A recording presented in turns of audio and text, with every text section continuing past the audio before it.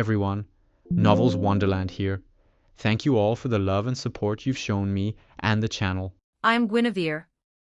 Fate, synopsis. Having transmigrated to Great Britain during the era of the King of Knights, she was told she would be the Queen of Calamity, destined to cause the Round Table's collapse and the kingdom's destruction. Yet she couldn't help but adore that petite, golden-haired figure. Summoned in the Fourth Holy Grail War, she joined hands with the King of Knights, together striking down the King of Heroes. In the divine realm of the Round Table, Camelot, she raised the banner of rebellion against the Lion King. Britain Arc Fate/0 Divine Realm of the Round Table, Camelot Fate/Apocrypha Absolute Demonic Front, Babylonia Fate/Stay Night Avalon Le Fay Final Volume Title. Author, TL by Spy TL, Chapter 1 to 82, Chapter 1, Dance with Me, King of Knights 1338 words.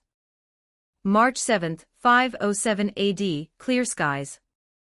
Great Britain, in the territory of King Leodegrance, a beautiful young girl was practicing her swordsmanship in the courtyard of the royal castle. Her name was Guinevere, the daughter of King Leodegrance, an unfortunate transmigrator who had died in a car accident.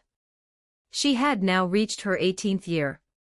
Your Highness, Princess Guinevere, it's time to prepare. The king requires your presence at the banquet honoring the King of Knights today. With long, silver-gray hair, practical trousers, and a short tunic, Princess Guinevere possessed a pair of emerald-green eyes that shone like jade. Yet, beneath their serene surface lurked an undeniable amusement. When she first transmigrated, Miss Guinevere had assumed she'd landed in medieval Europe. She was content with her status as a princess, knowing she wouldn't starve to death. But as she grew older, around 1 or 2 years, she learned that King Uther had recently died of illness in London. Only then did she realize the era she'd been thrust into and remember the tragic fate awaiting her namesake, Guinevere. Now, the King of Knights had not only drawn the sword in the stone, but also quelled the rebellion of the 12 kings, effectively pacifying all of Great Britain. Her presence at this banquet was also due to the King of Knights' intervention. After King Rience declared war on King Leodegrance, the King of Knights personally led her knights to assist, securing victory for King Leodegrance. Understood. I'll prepare immediately. Setting down her sword, she took a deep breath and wiped the sweat from her forehead.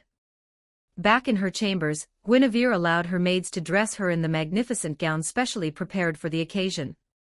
As a transmigrator, Guinevere had spent a long time getting used to the cumbersome dresses of this era.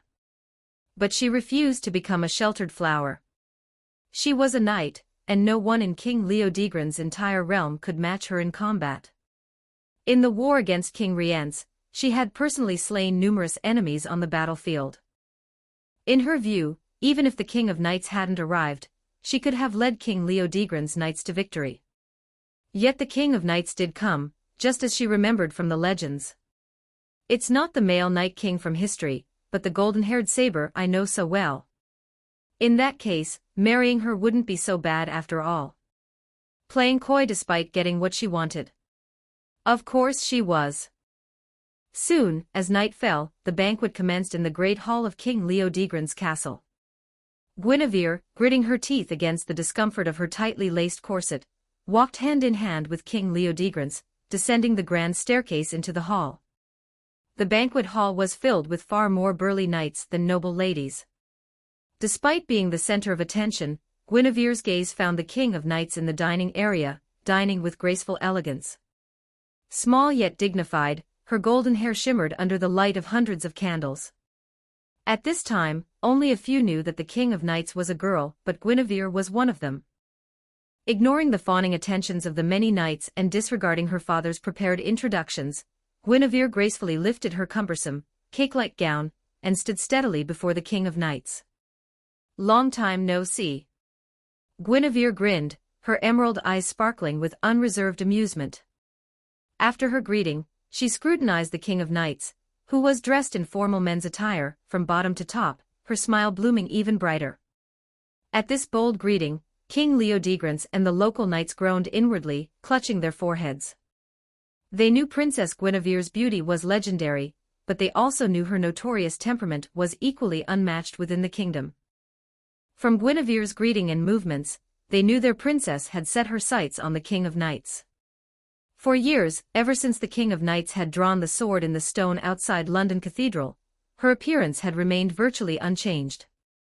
Some claimed this agelessness stemmed not from the sword in the stone itself, but from the sword of promised victory, and its scabbard, which she later obtained from the Lady of the Lake. Regardless of the cause, the result was that the King of Knights, though chronologically older than Guinevere, looked noticeably younger. At this moment, the King of Knights suddenly stopped, was trying to recall where she had seen this beautiful big sister before. It wasn't until the young woman's smile faded and she spoke again that the memory clicked. "Thank you for your rescue yesterday, but it was only a dozen or so riders. I could have handled them myself. King of Knights, after the banquet, would you accept my challenge?" "It's you."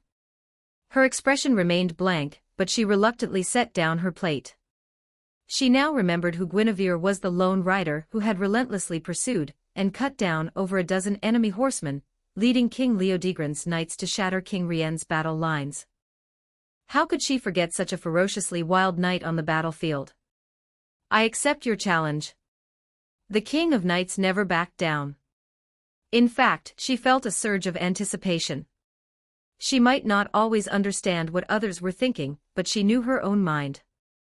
Since drawing the sword in the stone, Guinevere was the first powerful female knight she had ever encountered. She instinctively felt a sense of affinity, and treated her with unconscious generosity. With the King of Knights' swift acceptance, many of her own knights, who had been about to speak, could only swallow their words. "Then, before we cross swords, may I have this dance?" In her past life, Guinevere had been an ordinary otaku. She loved the Type Moon stories and, during her Chunai phase, had spammed comments like, "Where my king's sword points," on a certain video-sharing site. Now she had transmigrated, become Guinevere, and was seeing the King of Knights she had admired in her past life with her own eyes. Guinevere's current state perfectly matched the diplomatic pleasantries her father had spoken earlier, that his daughter had long admired the King of Knights, and envied the king's invincibility on the battlefield. As the music began, the knights from both kingdoms collectively cleared the dance floor. They watched as the petite King of Knights frowned, struggling to lead the dance, while Princess Guinevere, gritting her teeth, fought to take the man's part. But the King of Knights could not lose, and Guinevere knew it. Halfway through the dance, after gaining a slight advantage, the more skilled dancer of the two deliberately changed her steps, allowing the King of Knights' hand to rest on her waist. "If it were just the two of us, I wouldn't lose." Leaning slightly closer to the King of Knights, Guinevere whispered the words into her ear. As their bodies touched, the King of Knights sensed that Guinevere must have noticed something. She turned her unchanging, stern face toward Guinevere, and saw from her expression that she had no intention of using this discovery to cause trouble. As the dance ended to thunderous applause, the two rested briefly on the dance floor. It was the King of Knights who spoke first. "They all say I should have a queen. Guinevere, will you be my queen?" As her words faded, the King of Knights felt a flicker of apology. She wasn't sure if Guinevere, who must have realized her true gender, would accept the proposal. But within seconds, she had her answer. She watched as Guinevere stepped forward, gently took her hand, and pressed a long kiss to her fingertips. The answer was unspoken but clear. The banquet hall erupted in a roar that threatened to shake the very foundations, though a few individuals harbored hidden unease. Their king would have a queen. The kingdom of Cameliard, with its formidable military might, would now become their ally. With this, the King of Knights took a giant leap forward in her quest to completely unify Great Britain. Chapter 2, Merlin, you will be the Queen of Calamity. 1276 words in the banquet hall, thunderous applause filled the air. Though the betrothal had come suddenly, anyone with a shred of sense could see it was, at the very least, an excellent political alliance. After releasing the King of Knights' hand, Guinevere smiled and retreated to her father's side. She noticed the worry etched on his face. With a small smile, Guinevere said, "Father, I hope you understand. King Leodegrance was old, his hair white and temples frosted with age. Guinevere was his only daughter, and her dowry would be an entire kingdom. Still, he had always held the King of Knights in high regard. He gave a slight nod, signaling his consent. Just as he was about to approach the King of Knights to speak, her sworn brother, Kay, and a strikingly handsome, white-haired magician stepped before him. They offered standard greetings, but as great mage Merlin, clad in a lace-trimmed white cloak, and still holding his staff in the banquet hall, began to introduce himself to Guinevere, she couldn't resist throwing a punch. The fist stopped just inches from his still smiling, handsome face, intercepted by Kay's crossed arms. The impact tore the sleeves of Kay's formal attire, revealing bulging muscles. Caught off guard, Kay was forced back half a step, clearly at a disadvantage. The sudden blow froze the atmosphere. The knights from both kingdoms, who had been raising their cups in celebration, instantly drew their swords, the air crackling with tension. The King of Knights looked up from the dining table, her gaze questioning. Guinevere retracted her fist, stepping back to glare at Merlin's still smiling face. "I just heard the story of how great mage Merlin advised King Uther," she explained, "and I didn't like the sound of it."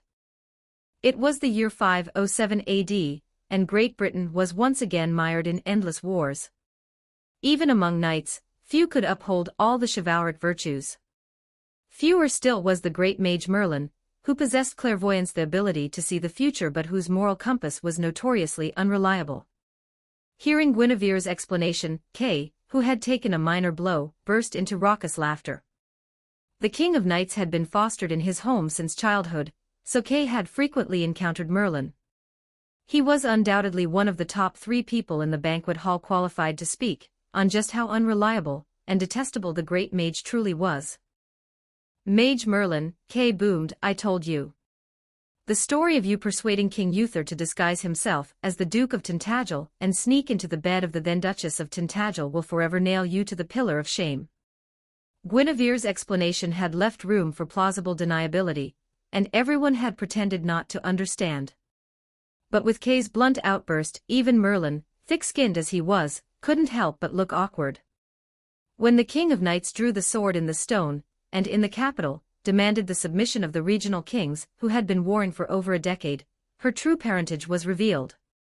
She was the son of King Uther and the Duchess of Tintagel, whom he had taken by force, named Arthur Pendragon. However, she was not born after Uther made the Duchess his queen. Instead, she was conceived during the war between the king and the duke, when Merlin instigated Uther to sleep with the Duchess. As a result, the regional kings, already unwilling to submit to the legend of the sword in the stone, declared the King of Knights a bastard with no right to the throne, and waged war against her. Thus, while the King of Knights was Great Britain's destined ruler chosen by the sword in the stone, her authority was forged entirely through her own blade and spear. For this reason, none of the knights loyal to the King of Knights in the banquet hall wavered. Their allegiance was not to the sword of selection, nor to Uther's bloodline, but to the petite King of Knights standing before them now. "My apologies," Guinevere said. "I truly just wanted to punch Merlin. Like all of you, I admire the King of Knights himself." Kay was still laughing, Merlin's expression remained awkward, and the King of Knights' followers looked at Guinevere with complex emotions. Only after Guinevere's declaration did King Leodegrance Knights finally abandon their thoughts of fighting. They had either watched Guinevere grow up or grown up alongside her. On the battlefield, she was their vanguard and commander, their acknowledged young lady. Influenced by Guinevere's attitude, their expressions toward Merlin turned hostile. It wouldn't have been surprising if a few of them had decided to finish what Guinevere had started. Similarly, since Guinevere seemed genuinely pleased with the King of Knights, after she spoke, the knights of the kingdom of Cameliard all performed the salute a knight owes to their lord's consort. In response, Guinevere received the same respectful salute from the King of Knights' own knights. With that, the matter of Guinevere's fist swinging, and the discussion of King Uther's stories was considered closed. However, her displeasure with Merlin was now plain for all to see. If Merlin were to say anything else in the future. No, the great mage Merlin, who could still see the future, was merely contemplating whether to share his vision with the King of Knights in the form of another prophecy. "My king, she is indeed powerful and beautiful, but she will inevitably bring you calamity. You must not keep her." This was what the great mage Merlin had planned to tell the King of Knights before this incident, once he saw that fate had truly brought them together as destined. As for the awkward scene that had embarrassed him, Merlin hadn't actually seen it. His foresight didn't cover every minor detail. If the future were a story, Merlin's future sight could only perceive its broad outline. Thus, after this incident occurred, making any warning to the King of Knights seem like an attempt to sow discord, Merlin decided to change the person he was addressing. His lips moved, and his voice echoed directly in Guinevere's ear. "Since you already despise me, and your admiration for the King of Knights seems genuine, I will tell you the future I have seen. You will cause the King of Knights' kingdom to fall. If you truly admire her, please leave her side at the appropriate time." Merlin spoke this doomed prophecy, a clear attempt to dissuade her from continuing. But Merlin didn't know that Guinevere was a transmigrator. She knew far more about the future than he did, and more importantly, she was attracted to women. In the banquet hall, no one noticed Merlin's warning. Guinevere shook her fist at him. Even though she knew and understood, being told this so bluntly left Guinevere extremely uncomfortable. Unlike Merlin, who chose to follow the future's course, Guinevere had no intention of submitting to it. Without a system or any knowledge of magecraft, all Guinevere had was her thorough knowledge of the future, and the martial prowess she had honed through 18 years of relentless self-training. She smiled and said to Merlin, "I've told you before, I admire the King of Knights himself, standing right here. I will be a more fitting queen consort than anyone could ever imagine." Before becoming Guinevere, she had fantasized about getting close to the King of Knights. If this bond was something fate intended to sever, then she would sever fate first. In the banquet hall, everyone understood that Merlin must have whispered something to her. In response to Guinevere's declaration, the King of Knights once again paid their respects, their approval now more than just a formality. Chapter 3, King of Knights, Smile. 1381 words. The next day, on the vast plains outside King Leodegrance' castle, the King of Knights, her betrothal secured, prepared to return immediately to her kingdom. "Princess Guinevere, must you really go through with this fight?" Under a clear blue sky with white clouds, banners fluttered in the wind. Dozens of knights stood arrayed behind the King of Knights and Guinevere. This was both a farewell and a continuation of the agreement made at last night's banquet. Since everyone, including the King of Knights and Guinevere, had drunk a bit too much, their duel had been postponed. "You are no knight," Guinevere replied to Merlin's question. Mounted on her tall horse, the smiling beauty wore light attire with a sword at her waist. "You wouldn't understand that for knights, the clash of weapons is the best way to bear one's heart." Though her retort was laced with sarcasm, it drew hearty laughter and approval from the knights on both sides. When two knights clash, their true character is often revealed through their combat style. "We'd also like to witness Her Highness Guinevere's skill," one knight added. "Besides, the king and Her Highness are already betrothed. This is practically a family matter. A friendly spar won't harm their relationship."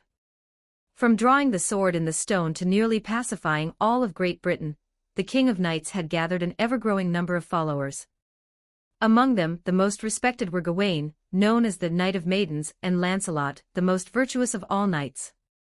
At this moment, Lancelot was absent, Kay was still drunk, and the King of Knights had already ridden ahead. Thus it fell to Gawain to smooth things over for Merlin with a smile. He couldn't help but feel that overnight, the future queen who smiled at everyone except Merlin had only deepened her prejudice against the mage. After speaking, the handsome knight with short, golden-gray hair reined in his warhorse, watching as Guinevere followed closely behind the King of Knights, riding further ahead. In his eyes, his petite king remained cold and imposing, her aura flawless. And Her Highness Guinevere, his future queen, faced the king's battle intent forged from hundreds of wars yet remained unfazed, even eager for the fight. "Impressive," another knight murmured. "Is this the knight princess of King Leodegrance, the one who's also undefeated in 100 battles? No wonder she has the confidence to challenge our king repeatedly." "Bedivere, you seem to hold this queen in high regard," Gawain remarked. Bedivere, like Gawain, was one of the earliest knights to follow the King of Knights. However, his martial prowess was weaker, so he rarely commanded troops alone. Instead, he often served as the king's attendant knight. In essence, wherever the king went, he was almost always there.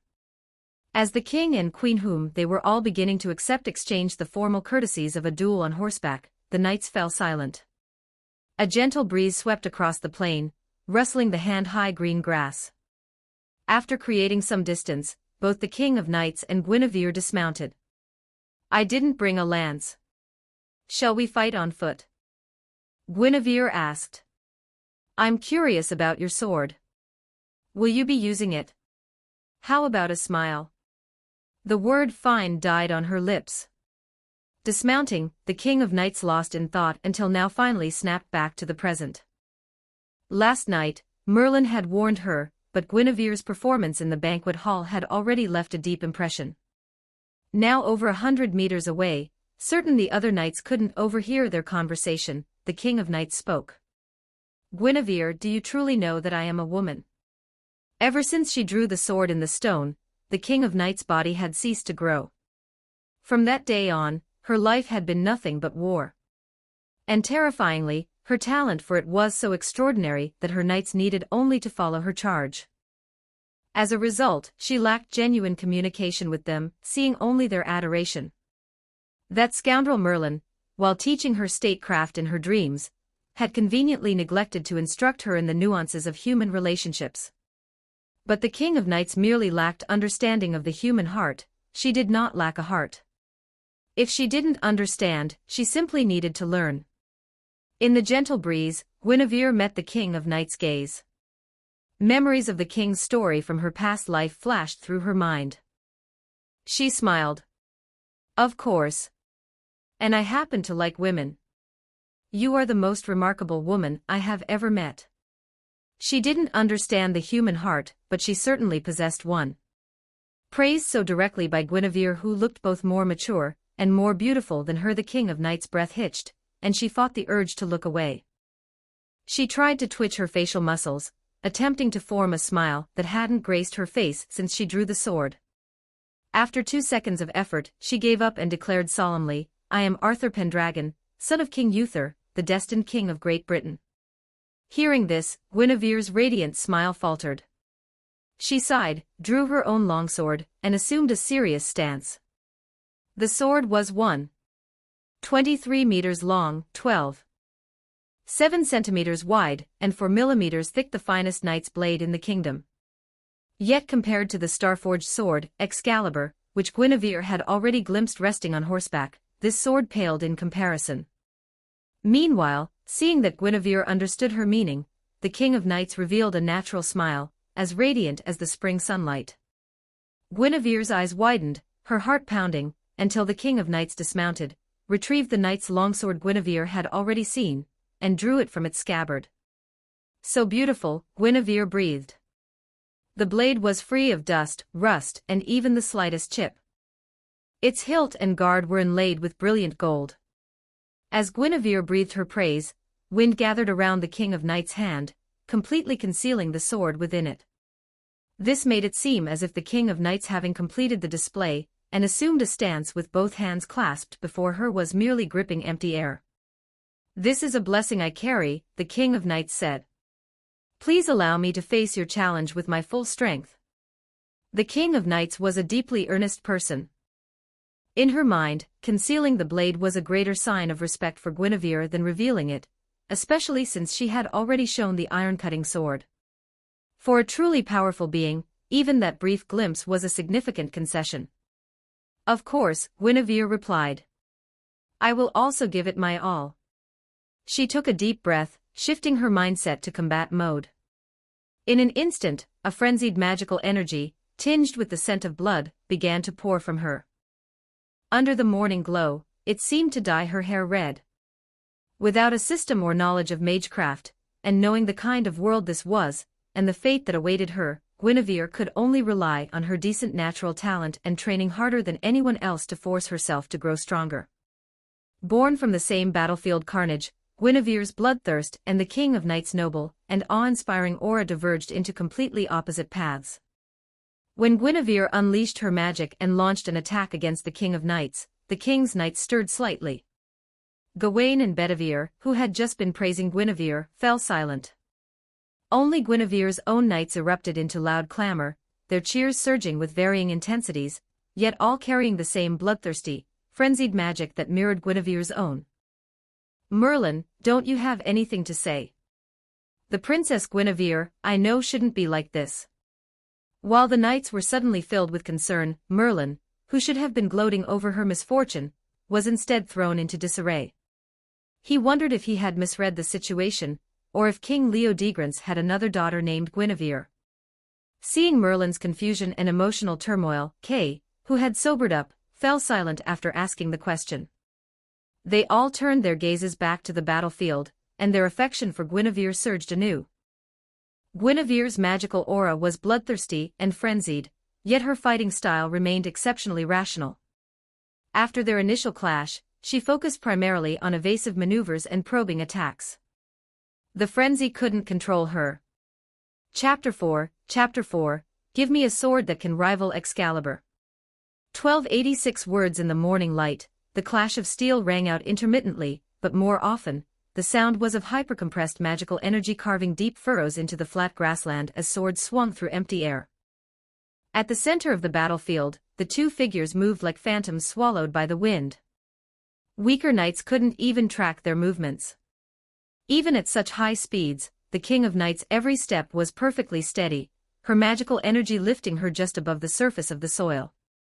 Each swing of her sword carried the full might of her sword, forcing Guinevere back with the heaviest, most ferocious strikes. Guinevere only chose to block when evasion was impossible. In contrast, after gauging the King of Knights' strength with her initial surprise attack, Guinevere opted to dodge and observe, occasionally thrusting her sword toward openings she had baited out. Is this the King of Knights' instinct? Guinevere asked herself this internally, but the answer came to her as soon as she posed the question. She understood that defeating the King of Knights by exploiting her openings was nearly impossible. The skill instinct allowed the King of Knights to instantly determine the best course of action even when faced with unforeseen surprise attacks. "As I thought, the best way to beat you is head-on." Guinevere spoke the words aloud, waiting for the King of Knights to be momentarily distracted by the urge to reply. Then, she launched a surprise attack, aiming for the King of Knights' sword hand. The King of Knights' open mouth snapped shut. She sank her stance, and a heavier sword strike intercepted Guinevere's blade. The violent collision of magical energy and steel erupted from the point of impact, creating the loudest explosion of the battle so far. A moment later, with a low crack of shattering steel, Guinevere, who held the advantage in raw strength, chose to retreat. A new chip appeared on her sword, and a fleeting look of heartache crossed her face. Then, Guinevere changed her stance, mirroring the very first one the King of Knights had taken at the start of the battle. Guinevere's left foot stepped half a pace ahead of her right, both hands gripping her sword before her. "From the moment I gained consciousness, I've strived to master every skill that could make me stronger. I learned the sword techniques of every knight under my father's command. At the age of 15, I finally integrated all my learned skills on the battlefield, forging a sword technique truly my own. Now, every knight in the kingdom of Cameliard wields this technique." As she spoke, the battle raged on. Yet Guinevere wasn't using the sword technique she claimed to have mastered. Instead, she was mimicking the King of Knights' earlier style, which naturally put her at a disadvantage. She lacked the King of Knights' high-level instinct, and her mastery of the technique paled in comparison. With each clash of their long swords, the King of Knights added more scars to Guinevere's blade. But the more victories she claimed, the stronger the unease grew in her heart. She had already fallen for Guinevere's trick once.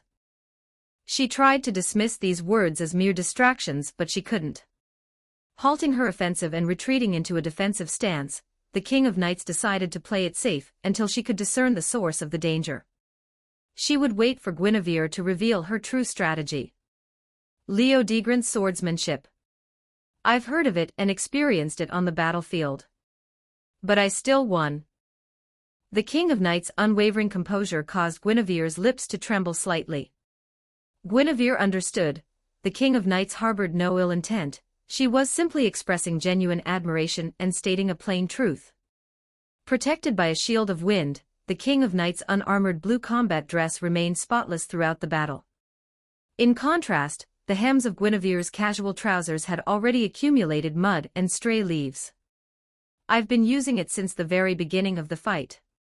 As a transmigrator, Guinevere had read countless wuxia novels in her previous life. From the moment she began training in swordsmanship, the concept of "no form surpasses form" had become her ultimate aspiration. At 15, she had forged her own unique sword style. Now, at 18, she had completely forgotten it. Though still far from achieving her ideal state, Guinevere had mastered the art of adapting to her opponent's moves. By observing and subtly guiding the flow of combat, every lethal strike she unleashed targeted their precise weaknesses. However, while Guinevere possessed the ability to perceive and guide her opponent into revealing weaknesses, the King of Knights' instinct nullified every opening she created. "King of Knights, let's stop here," Guinevere said. "With the sword I have now, I cannot defeat you. Besides, it wouldn't be appropriate for me to win against you in front of everyone. I am your queen, after all." The battle had lasted only 3 minutes since it began. In that short time, the ground within a 100-meter radius around them had been churned as if deeply plowed, becoming soft and fine. Farther out, sword pressure gashes scarred the earth like a constellation, each recording their distinct sword styles. And this was the result of them holding back, with no killing intent in their strikes. "Are you sure you want to stop?" The King of Knights felt left hanging, having just warmed up. From Guinevere's words, it didn't sound like she was admitting defeat. Instead, she was blaming her sword and showing consideration for the king's pride, implying she could have won otherwise. "Yes, I'm done. If you still want to fight, then first give me a sword that can rival your sword, one that won't be shattered by it." Seeing the cunning look on Guinevere's face, even the King of Knights, who was naive about worldly matters, couldn't help but think Guinevere had known the outcome of the battle all along. The only reason she insisted on fighting was to swindle a good sword out of her. But a sword that could rival Excalibur was not something one could find easily. Just as the King of Knights hesitated, she heard Guinevere continue, "The sword I ask for is my only betrothal gift request. My dowry, however, is an entire kingdom. And I truly wish to fight you without holding anything back." With Guinevere's words and the heavily scarred knight's sword in her hand, the King of Knights found it impossible to refuse. Besides, her own fighting spirit had been ignited. She wanted to settle the score with Guinevere once and for all. As their long swords clashed and their mana intertwined, Guinevere's true intentions were laid bare. The King of Knights saw a spirit forged through sweat and effort, a fierce determination to slaughter every enemy on the most desperate battlefield and emerge as the sole survivor. Indeed, Guinevere's mana was bloody and frenzied, capable of slightly influencing the King of Knights' thoughts and making her recall brutal battlefields. But the dominant emotion within her mana, the reason she sought to slaughter every enemy, was simply her desire to survive. Guinevere's sword was a blade of survival. "I understand," the King of Knights said, her resolve finally hardening. "I will prepare the betrothal gift you desire." Only then did she truly commit to marrying Guinevere. In her heart, Guinevere was a good woman. Yet, because she had no understanding of same-sex relationships, even after Guinevere had explicitly stated her preference for women, the King of Knights still felt she was wronging her. With her promise made, her gaze inevitably fell upon the great mage Merlin. The betrothal gift she had pledged, she would have to ask Merlin for help once again. Chapter 5, Merlin, has the future already changed? 1297 words. My king, does Princess Guinevere truly desire a sword that can rival your Excalibur? After the battle, the King of Knights and her retinue had resumed their journey. They traveled at a leisurely pace, discussing the recent duel as they rode. From the knight's perspective, Guinevere had held a slight advantage during the initial probing. However, the moment she began improvising and mimicking, she seemed to be marching straight toward defeat. Yet, all the knights believed that behind her seemingly foolish move, there must lie a trap. After the battle, Guinevere had explained to the knights that the disparity in their weapons had limited her to less than 70% of her true strength. Their king, she claimed, had won solely due to the advantage of her superior blade.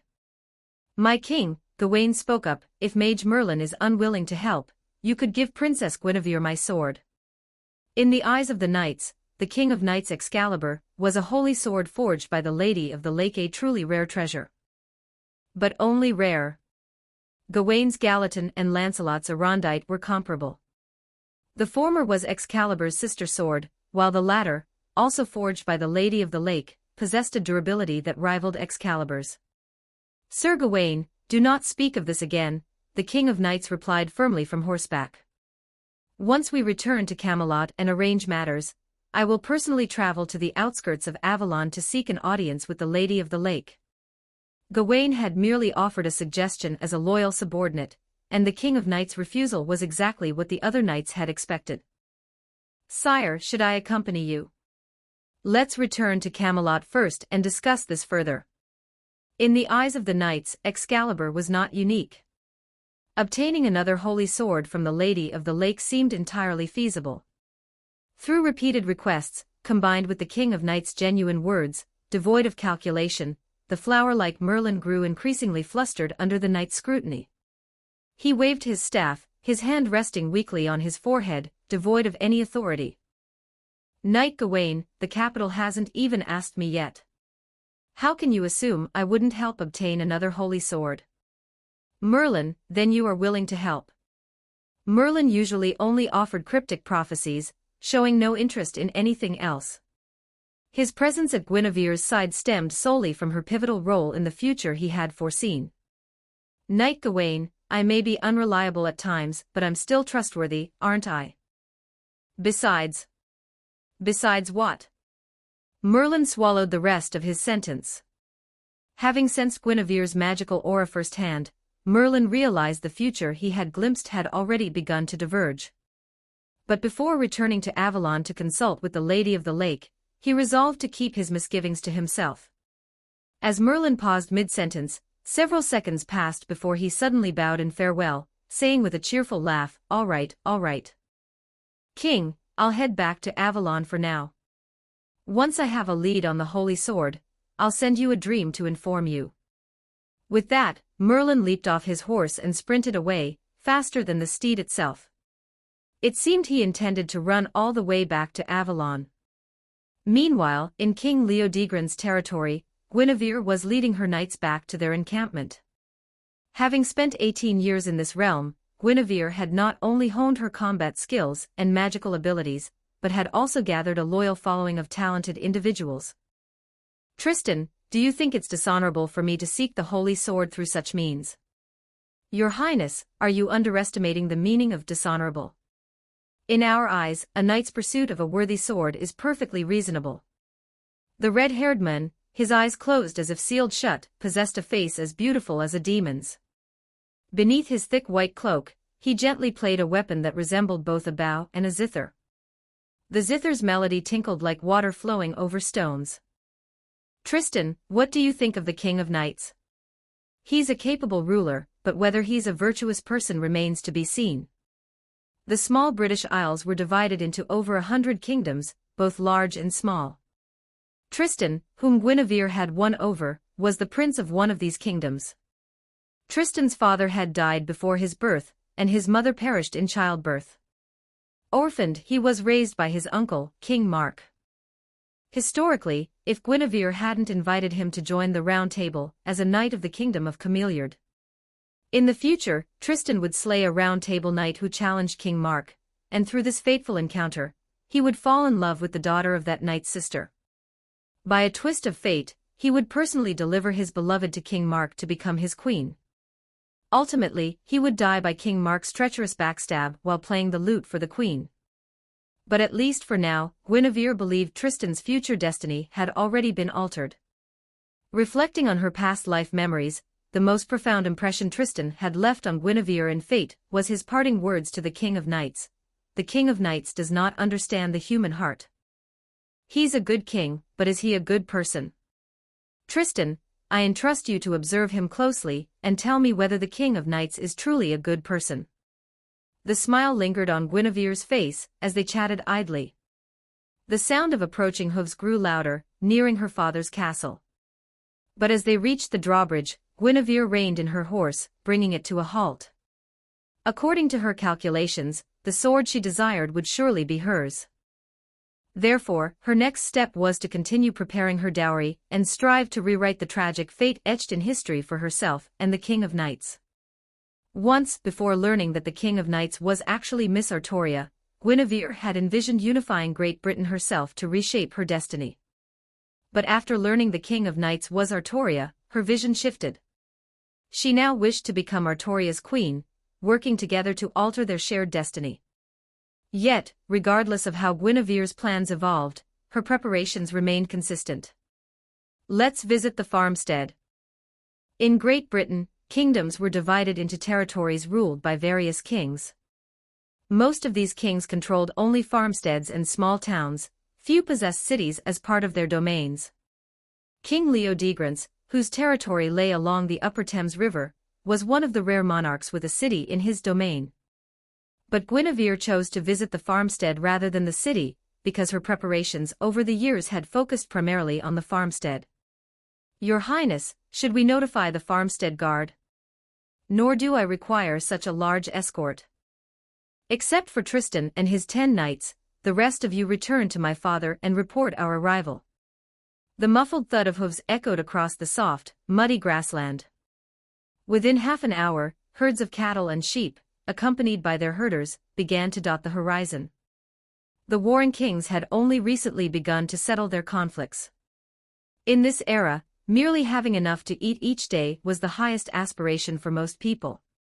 2 years prior, when King Leodegran's territory experienced a bountiful wheat harvest, Guinevere had seized the opportunity to launch a propaganda campaign. She attracted large numbers of people from neighboring kings' lands, which in turn sparked several wars.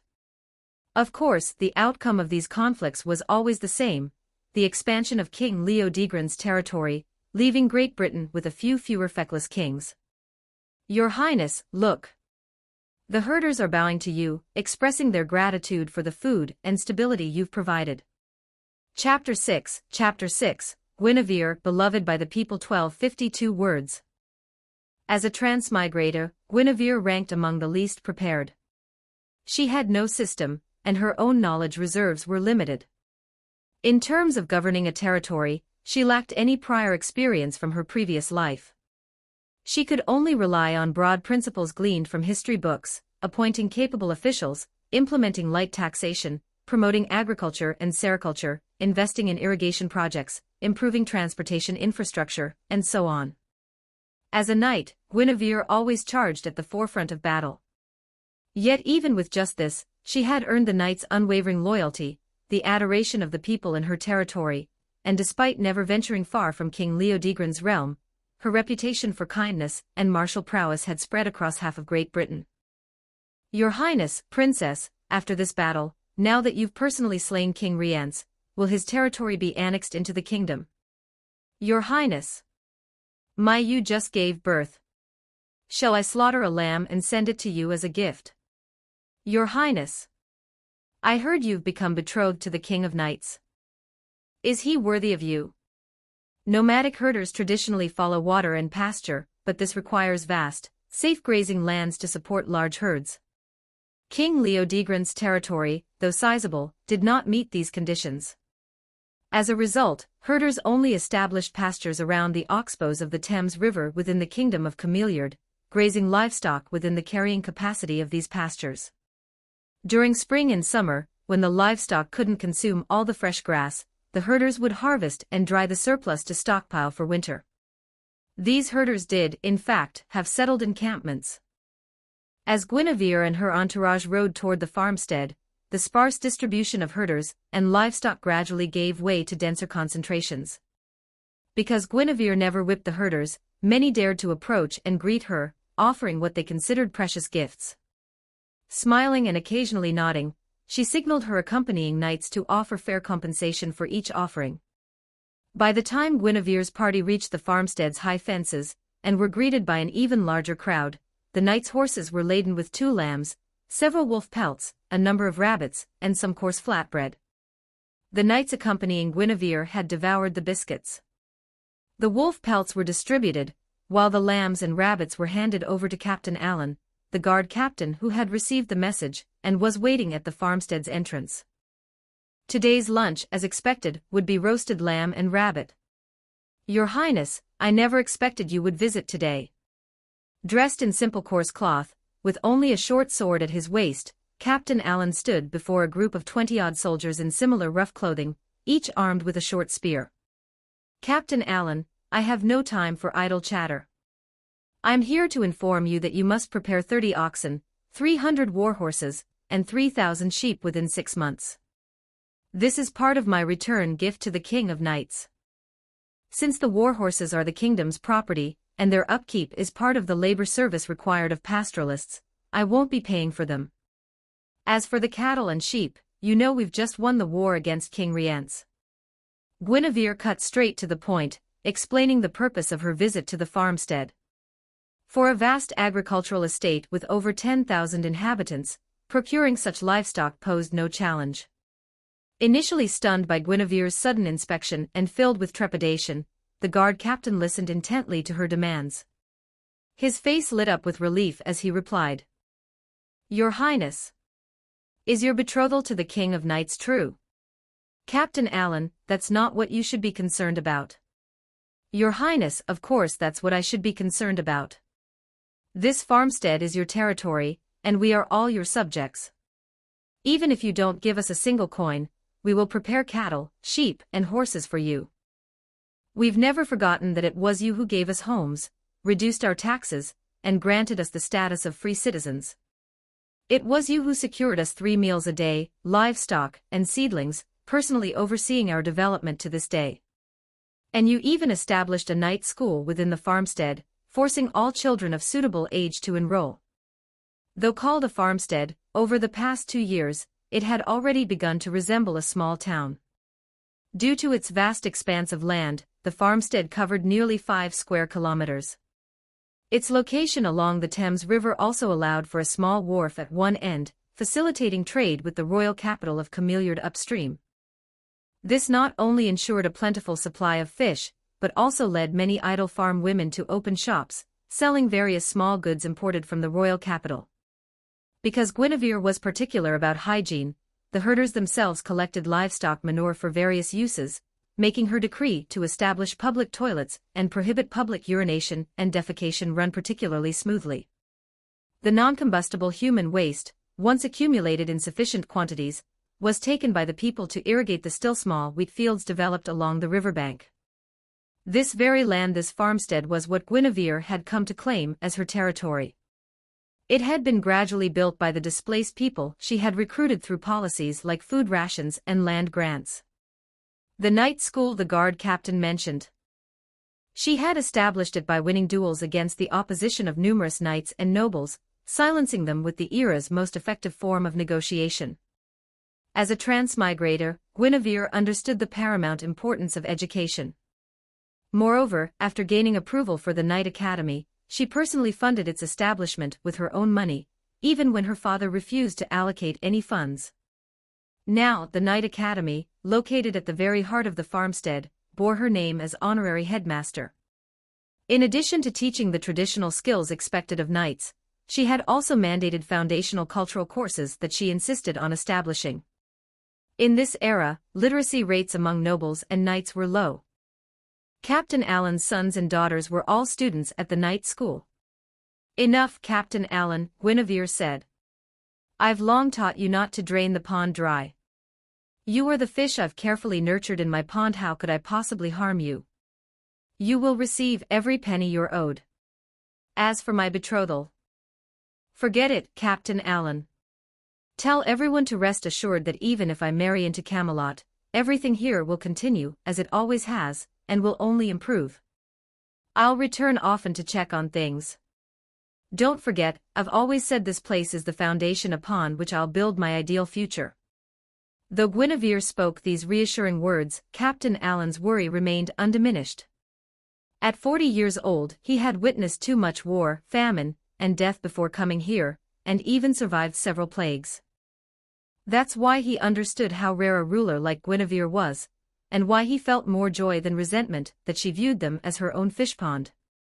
In this era, the church thrived, and there was a saying, "So and so shepherds God's lambs." Captain Allen, a devout believer, would thank God for Guinevere's guidance, considering her a divine treasure bestowed upon the world. However, due to Guinevere's aversion to the church, they dared only offer such praise in private after she repeatedly rebuked them. "Your Highness, I will relay your words to everyone. Would you like to visit the Knight Academy now?" "Yes, I've come all this way already." Chapter 7, Guinevere's Pie in the Sky, 1332 words. According to Fate lore, the British Isles' remote location allowed their mystical essence to linger far longer than on the mainland. During the era of the King of Knights, the Isles still teemed with heroic spirits, fairies, witches, and various magical beasts. As the primary military force of that era, knights possessed the formidable power of a one-man army.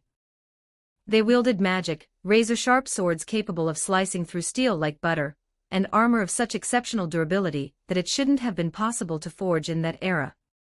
Any elite knight under Guinevere's command could easily breach the formations of ordinary human armies single-handedly. Consequently, warfare in this era revolved around knightly clashes. The side with the stronger knights invariably secured victory. In other words, if Guinevere could truly mass-produce knights and ensure their unwavering loyalty, no one would deny her foresight in establishing the Knight Academy. Of course, training an ordinary knight from scratch was an exceedingly difficult task. Among the Academy's over 1,000 students, fewer than 100 would ultimately qualify. Yet even those who failed to graduate would have undergone knightly training, acquiring literacy and numeracy skills that would make them invaluable to the common army. They could serve as its backbone, assisting in the administration of various settlements. While knights formed the main force in war, the common army remained essential for logistical tasks such as transporting supplies, preparing provisions, and maintaining garrison duty in settlements. Across the entire British Isles, a kingdom with 10 qualified knights would be considered powerful among smaller nations. Even the current King of Knights commands fewer than 100 knights under her banner. Keep swinging your swords. Don't stop. Andrew, what the hell did you forget to eat? Sarah, do you really think you can become a knight as powerful as Her Highness Guinevere? Will, try harder. Don't forget that, according to tradition, Her Highness will select 3 knights from the Academy to oversee the newly acquired King Rience's territory. That's when you'll be formally knighted and become a true knight. The Knight Academy had been open for less than 2 years. Currently, among the commoners enrolled, not a single one had reached graduation level. Will, currently being reprimanded by the chief instructor, was like Tristan drawn by the allure of knighthood. He was an unknighted knight already possessing knight-level skills. They came here to train, teach, and swear allegiance to Guinevere, all because they could obtain everything they desired from her.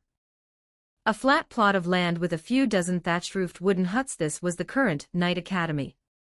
Yet beyond training, the Academy had attracted over 20 unknighted knights drawn by Guinevere's charisma, as well as over 1,000 apprentices of all ages, all scattered across the farmstead. It's Her Highness Guinevere. Her Highness Guinevere has come to inspect us. The training grounds were flat, bordered only by low fences separating them from the residential areas. A child first spotted the approaching group of riders, and his shout alerted everyone to Guinevere's arrival. The chief instructor's angry curses fell silent as the apprentices lined up in formation. As the nominal headmistress of the Knight Academy, Guinevere had no time to teach personally.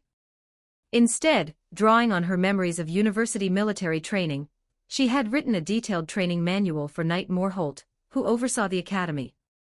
The apprentices' first lessons focused on discipline, obedience, and understanding that their food, clothing, and education were all due to Guinevere's benevolence. And Knight Morholt.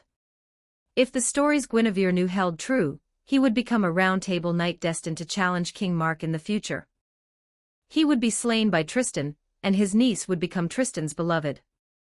By coming here, He was walking into a trap Guinevere had set early to undermine the King of Knights' inner circle. Knight Morholt, Guinevere said, I've come merely to observe and to ask you to decide whether you will remain at the Knight Academy to teach, when I marry the King of Knights, or whether you will join me in battle under the King of Knights' banner. I will follow my original plan and strive to persuade the King of Knights to abolish all feudal lords in Great Britain, effectively unifying the nation. Replacing feudal lords with knights was Guinevere's temporary solution. While this strategy wasn't perfect and carried significant long-term risks, it offered one key advantage. Once knights swore loyalty, their allegiance rarely wavered, drastically improving the current situation where feudal lords frequently rebelled. At the head of the formation, Guinevere stopped speaking after painting this rosy picture. Though she wasn't a natural orator, her radiant smile and beauty were enough to stir romantic fantasies in her fond disciples and the unknighted knights. At that moment, she was in a thatched-roof cottage, speaking privately with Sir Morholt, a knight who had already sworn fealty to her and accepted her knighthood. Sir Morholt's fiefdom lay just beyond this farmstead, a plot of undeveloped territory granted by Guinevere. Your Highness, I will stay and redouble the training of these men until your wedding.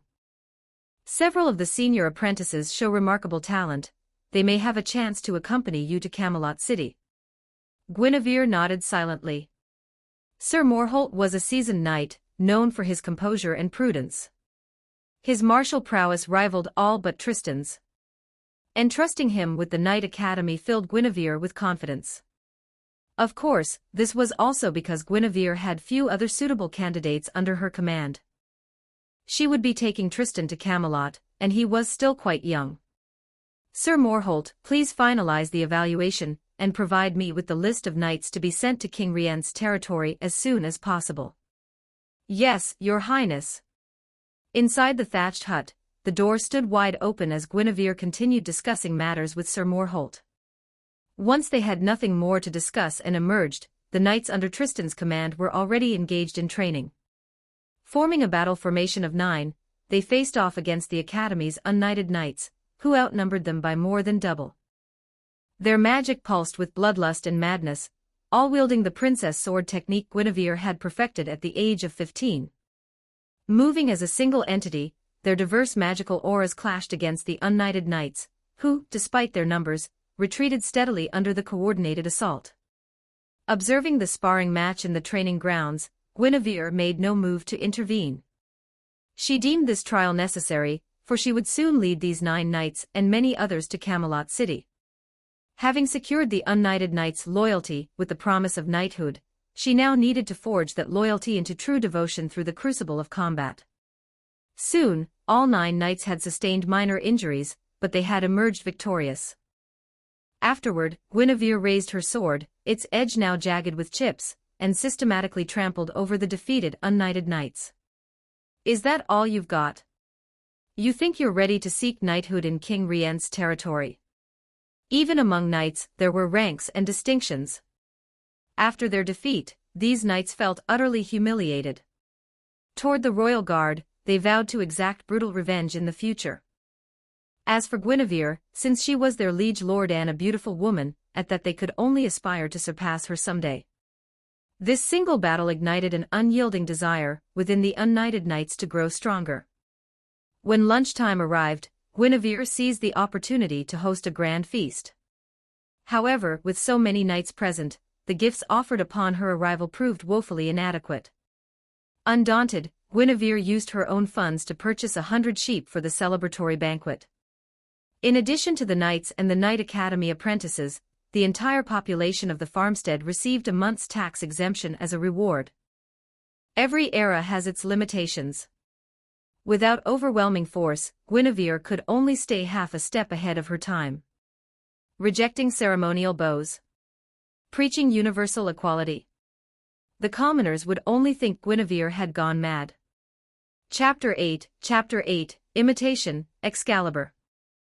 1397 words. Every joyous feast must eventually end. Amidst daily affairs and preparations for her grand wedding, half a year slipped by easily. Half a year later, the great mage Merlin arrived alone, bearing the holy sword as a dowry, marking the final countdown to Guinevere's pre-wedding days. Your Highness Guinevere, are you satisfied with this sword? Merlin remained unchanged from half a year ago, his appearance eternally frozen at its most handsome and punchable. In King Leodegran's castle, within the same banquet hall as before, only Guinevere, Merlin, and Tristan, her guard, were present. As Merlin drew the long sword from its scabbard, Guinevere raised it high. One moment she laughed, the next she couldn't. Overall, the sword was identical to Excalibur in shape and form, save for the absence of any inscription on its blade. This wasn't a pair of wedding swords, it was more like Excalibur Mark II, or perhaps imitation, Excalibur. Just as Merlin had said, this sword had undoubtedly been crafted by the Lady of the Lake and her fairy kin in Avalon. Even merely holding it, Guinevere could feel its immense power coursing through her. When she lightly tapped the blade, which shimmered with a faint, natural radiance, the crisp ring that echoed confirmed its exceptional resilience, rivaling that of Excalibur itself. Finally, Guinevere touched the tip of the blade with her fingertip. A bead of blood instantly welled up, tracing a path down the blade's edge to the hilt. The blood was absorbed upon contact, transforming into a wisp of magical energy that gathered within the blade. It cuts hair like silk, strikes without bloodshed, and even absorbs the magical energy from spilled blood, storing it for a single, explosive release. From what I've observed, your magical reserves pale in comparison to those of the King of Knights. Merlin, never one for tact, completely ignored Guinevere's frustration with the sword's appearance, continuing to extol its virtues. Guinevere nearly punched him in the face again, but this time Kay wouldn't be there to take the blow for him. Yet she restrained herself. After all, she had only requested a sword comparable to Excalibur, making no specific demands about its appearance. And as for the fact that Excalibur was a holy sword forged from starlight, while this was merely a rush job by the fairies, Guinevere saw no point in dwelling on such matters. Guinevere sheathed the sword. The scabbard was identical to the one that housed Excalibur, the King of Knights' sword, but it was merely exceptionally sturdy, lacking the ability to heal wounds or halt aging. Naturally, it could never unleash any noble phantasms. Merlin, that will be all. I accept the sword. Return and inform the King of Knights that I will soon lead the Night Order down the river myself, bringing a dowry worthy of this blade to complete our marriage. Also, please deliver this letter to her. Over the past 6 months, Guinevere had already prepared most of her own dowry. King Leodegran's contribution, at her request, would be ready within the next few days. It would be a massive round table capable of seating over 100 knights. At its very center, embedded within the wood, would be the cruciform round shield Guinevere had obtained in battle. The day she acquired the shield and saw the fairy script etched upon its surface, she knew its destiny and realized she was still bound by fate's manipulations. In Le Morte d'Arthur, the round table of the King of Knights, along with King Leodegran's dozens of knights, formed Guinevere's dowry. Guinevere would only add to her dowry, never privately claim the round table. After seeing Merlin off, news of Guinevere's betrothal gifts quickly spread throughout the kingdom of Cameliard. The people rejoiced and lamented until the round table, crafted according to Guinevere's specifications, was completed and their princess ordered them to set out at the appointed time. Hey, Tristan, your Highness's safety in Camelot City is entirely in your hands. Don't let her suffer any mistreatment. I understand. How large was the round table, capable of seating over 100 knights? Its diameter measured a staggering 50 meters, large enough to serve as a ship on the Thames River. It was only thanks to the lingering magic in Great Britain that even the weakest knights possessed the strength to lift over 1,000 kilograms. This allowed Guinevere's entourage to transport the massive round table by harnessing the river's current when the Thames was wide. When the river narrowed, just 10 of the knights traveling with her could easily lift the table and carry it forward. With the round table, over 70 knights, and Guinevere's demands for livestock, horses, and accompanying herdsmen and soldiers, their procession was a grand spectacle, even more impressive than the military campaigns of most small kingdoms. In reality, Guinevere's journey to Camelot was merely a side quest to crush any rebellious forces along the way. Your Highness, why did you kill the king here again? He spoke insolently to me and dared to poison our water source. Did he not deserve to die? But now that you've killed the king, who will govern this place? If we leave it to the slain king's heirs, this kingdom will remain a thorn between Camelot City and the royal capital of Cameliard. Then we'll follow tradition, send the heirs to my father to be raised, and appoint 3 knights from our escort to temporarily govern this territory. Yes, your highness. Initially, some under Guinevere's command criticized her bloodthirst. But as she relentlessly provoked conflicts, systematically purging every small kingdom standing between Camelot City and the royal capital of Cameliard, the knights gradually understood her true intentions. As each small kingdom was cleared, 3 knights would remain to be enfeoffed, their vested interests only growing as they drew closer to Camelot City, making the remaining knights increasingly zealous. Of course, this was also because Guinevere and her retinue had cleared every kingdom along their path, leaving none standing. By the latter half of their campaign, the few remaining kingdoms had pooled their knights into a single army, waiting for Guinevere's forces along their anticipated route of advance. Moreover, by this point, with Tristan the only knight Guinevere had deliberately kept by her side, her most trusted knights had already been granted lands and titles. This had significantly diminished both the size and elite status of her remaining forces. Your Highness, this should be the final battle before we reach Camelot City. Strings plucked, producing a beautiful melody. Guinevere's remaining knights numbered just over 50, while the accompanying shepherds and soldiers had retreated 10 miles behind the battlefield. Opposite them stood the coalition of the 5 kings, barely over 100 knights, an amassed force of nearly 10,000 ordinary soldiers, arrayed in battle formation. The fact that these 5 kings could muster such a large force indicated they were among the most powerful rulers in the realm. Their kingdoms, located near Camelot City, had likely benefited from the King of Knights' rule, which demanded only obedience. Excellent. There are no knights of the King of Knights in their ranks. The battlefield lay beside the Thames River, its waters roaring incessantly. The massive round table was bound over the river's surface, effectively bridging a section of the waterway. Throughout their advance, Guinevere's greatest fear had been a warning from the King of Knights or, worse, direct hostility from the knights under her command. Your Highness, since the event you feared has not come to pass, does this mean the King of Knights, upon receiving your letter, now shares your desire for lasting peace in Great Britain? Tristan continued to pluck the strings of his instrument. Amidst the music, Guinevere's seemingly vulnerable forces remained calm and composed, further agitating the already strained coalition of the 5 kings. Finally, one of the kings could bear it no longer and drove the trembling United Commoner Legion forward as a probing force. Order, retreat. Create an opportunity for the enemy's common soldiers to distance themselves from their knights.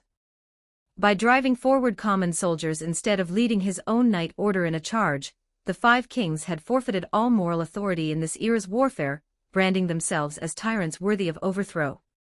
King of Knights, you will come, won't you? Guinevere murmured softly to herself as she retreated. Chapter 9, The King of Knights stands here. 1258 words under the same blue sky, 10 miles behind the coalition of the 5 kings, the King of Knights and his party waited, having received Guinevere's letter in advance and thinking of her.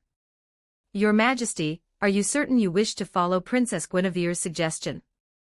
Her proposal would undoubtedly put you at odds with all of Great Britain. Even many of your own knights would likely disapprove.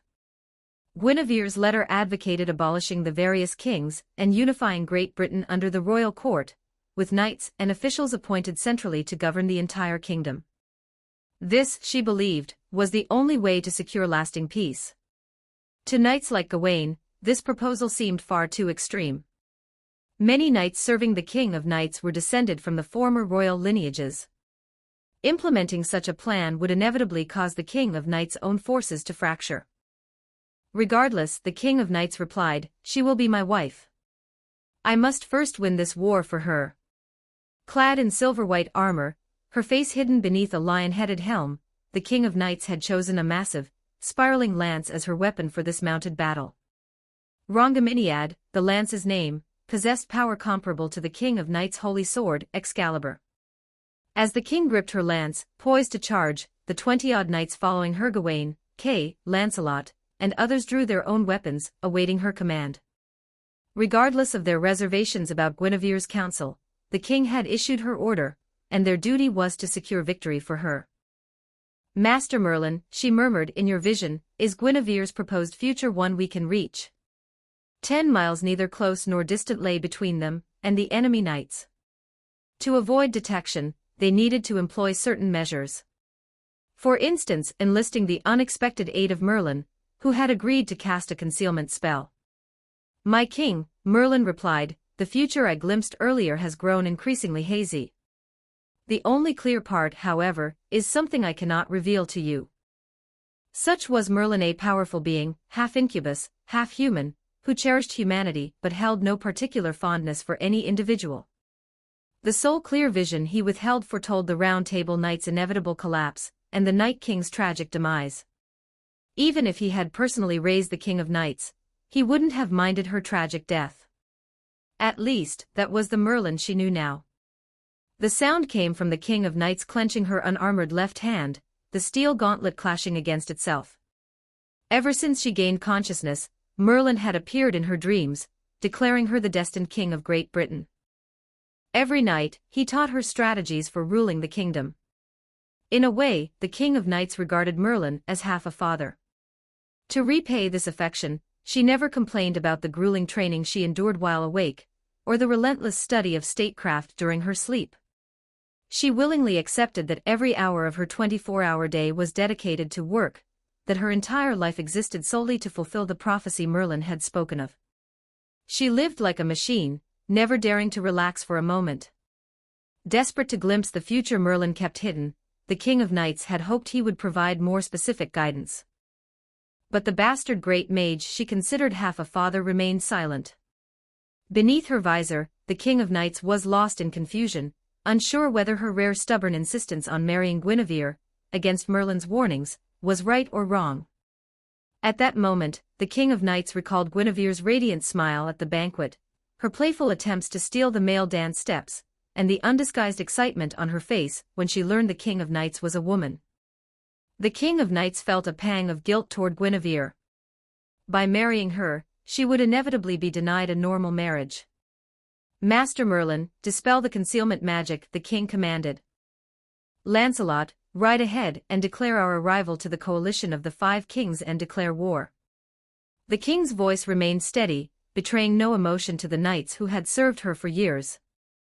At her command, Lancelot responded with a firm "Yes, sir," and spurred his horse forward. The instant the concealment magic lifted, the coalition of the 5 kings, who had already sensed their presence, received the declaration of war. Meanwhile, the King of Knights and her remaining knights continued their silent, measured advance, conserving their horses' strength until they reached the optimal charge position. At the same time, Guinevere's party had also detected the King of Knights' arrival. "Your Highness, your wait is over. The King of Knights has not disappointed you," Tristan remarked. "Tristan, did you overhear my musings just now?" Guinevere asked. "A skilled musician must have keen ears, naturally," Tristan replied. Tristan's face, usually shadowed by sorrow from the hardships of his early life, now wore a rare smile. His otherworldly beauty was accentuated by the slight upward curve of his lips as he rejoiced for Guinevere's sake. Guinevere clicked her tongue, unable to suppress the smile spreading across her face. "Han, throw the round table back into the Thames. 10 knights, follow me onto the round table. We'll crush those rabble." Han, the strongest knight under Guinevere's command, heard the command and single-handedly heaved the colossal, 5,000 kilograms round table onto the river's surface. But he was too late to leap onto the round table after Guinevere and seize one of the 10 coveted knight slots. Between Guinevere's forces and the coalition of the 5 kings, tens of thousands of ordinary soldiers had already descended into chaos. Ordering them to clear a path without bloodshed was impossible. Similarly, with such vast numbers, the soldiers' battle lines stretched too long. Circling around them on land would take too long, likely missing the crucial battle between the King of Knights and the Knights of the 5 Kings. "Your Highness, did you foresee this moment when you had the round table built?" Knight Marco asked. "Knight Marco, you overestimate me. I possess no clairvoyance to foresee the future. I proposed building the Round Table solely as a gift for the King of Knights. Its current use is merely a fortuitous coincidence. The Round Table drifted downriver, rocking and pitching, yet the 11 riders, including Guinevere, maintained perfect balance. As they drifted past the ordinary soldiers, the sparse rain of arrows and javelins was instantly shattered by the music Tristan conjured with his strings. As they drifted past the Knights of the Five Kings, they noticed the knights had already donned their helmets, prepared for a desperate battle. They're not surrendering. Caught between two forces, but with the King of Knights leading over 20 riders while Guinevere commanded only 10, the Knights of the Five Kings still held a numerical advantage, and were perfectly capable of fighting. Moreover, in this era, life was considered a small price to pay for honor among knights. After the Five Kings resolved to fight to the death, their knights remained steadfast, choosing to demonstrate their loyalty. They split their forces. One detachment faced Guinevere and her 11 riders on the riverbank, but instead of attacking them mid-crossing, they waited until Guinevere's group had disembarked and gained firm footing before slowly advancing. Meanwhile, the other detachment charged at the King of Knights and her riders, who had been locked in a tense standoff for some time. During the initial stages of war, the Five Kings were willing to sacrifice ordinary soldiers, but once knights clashed, they strictly adhered to the chivalrous rules of engagement. Chapter 10, Lancelot's Fate. 13 words. King of Knights, you have married a woman of great ambition. Your kingdom will inevitably crumble because of her. The battle erupted swiftly and ended just as quickly.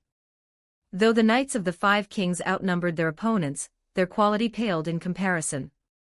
After Guinevere's forces suffered 3 deaths, and the King of Knights' forces lost 5, with everyone on their side wounded except the King of Knights. They captured over 30 enemy knights and annihilated the remaining 70-odd knights of the Five Kings who refused to surrender. The final words of the last of the Five Kings were an attempt to sow discord between Guinevere and the King of Knights. Long time no see, my king.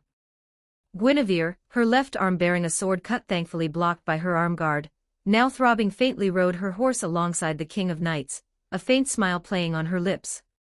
Removing her helmet, she let her silvery gray hair cascade down her back, her exquisite, nation-toppling beauty now stained with crimson streaks of enemy blood. Guinevere, aren't you worried I might believe his lies? Both the armored knight and her white-armored steed exuded an otherworldly grace. The exceptionally intelligent steed sidled closer, allowing the King of Knights to reach out and gently wipe a stray smear of blood from Guinevere's cheek. How fares the sword I bestowed upon you? Does it serve you well? Whether wiping away blood or inquiring about her wedding gift, the King of Knights betrayed no flicker of emotion, speaking with casual indifference.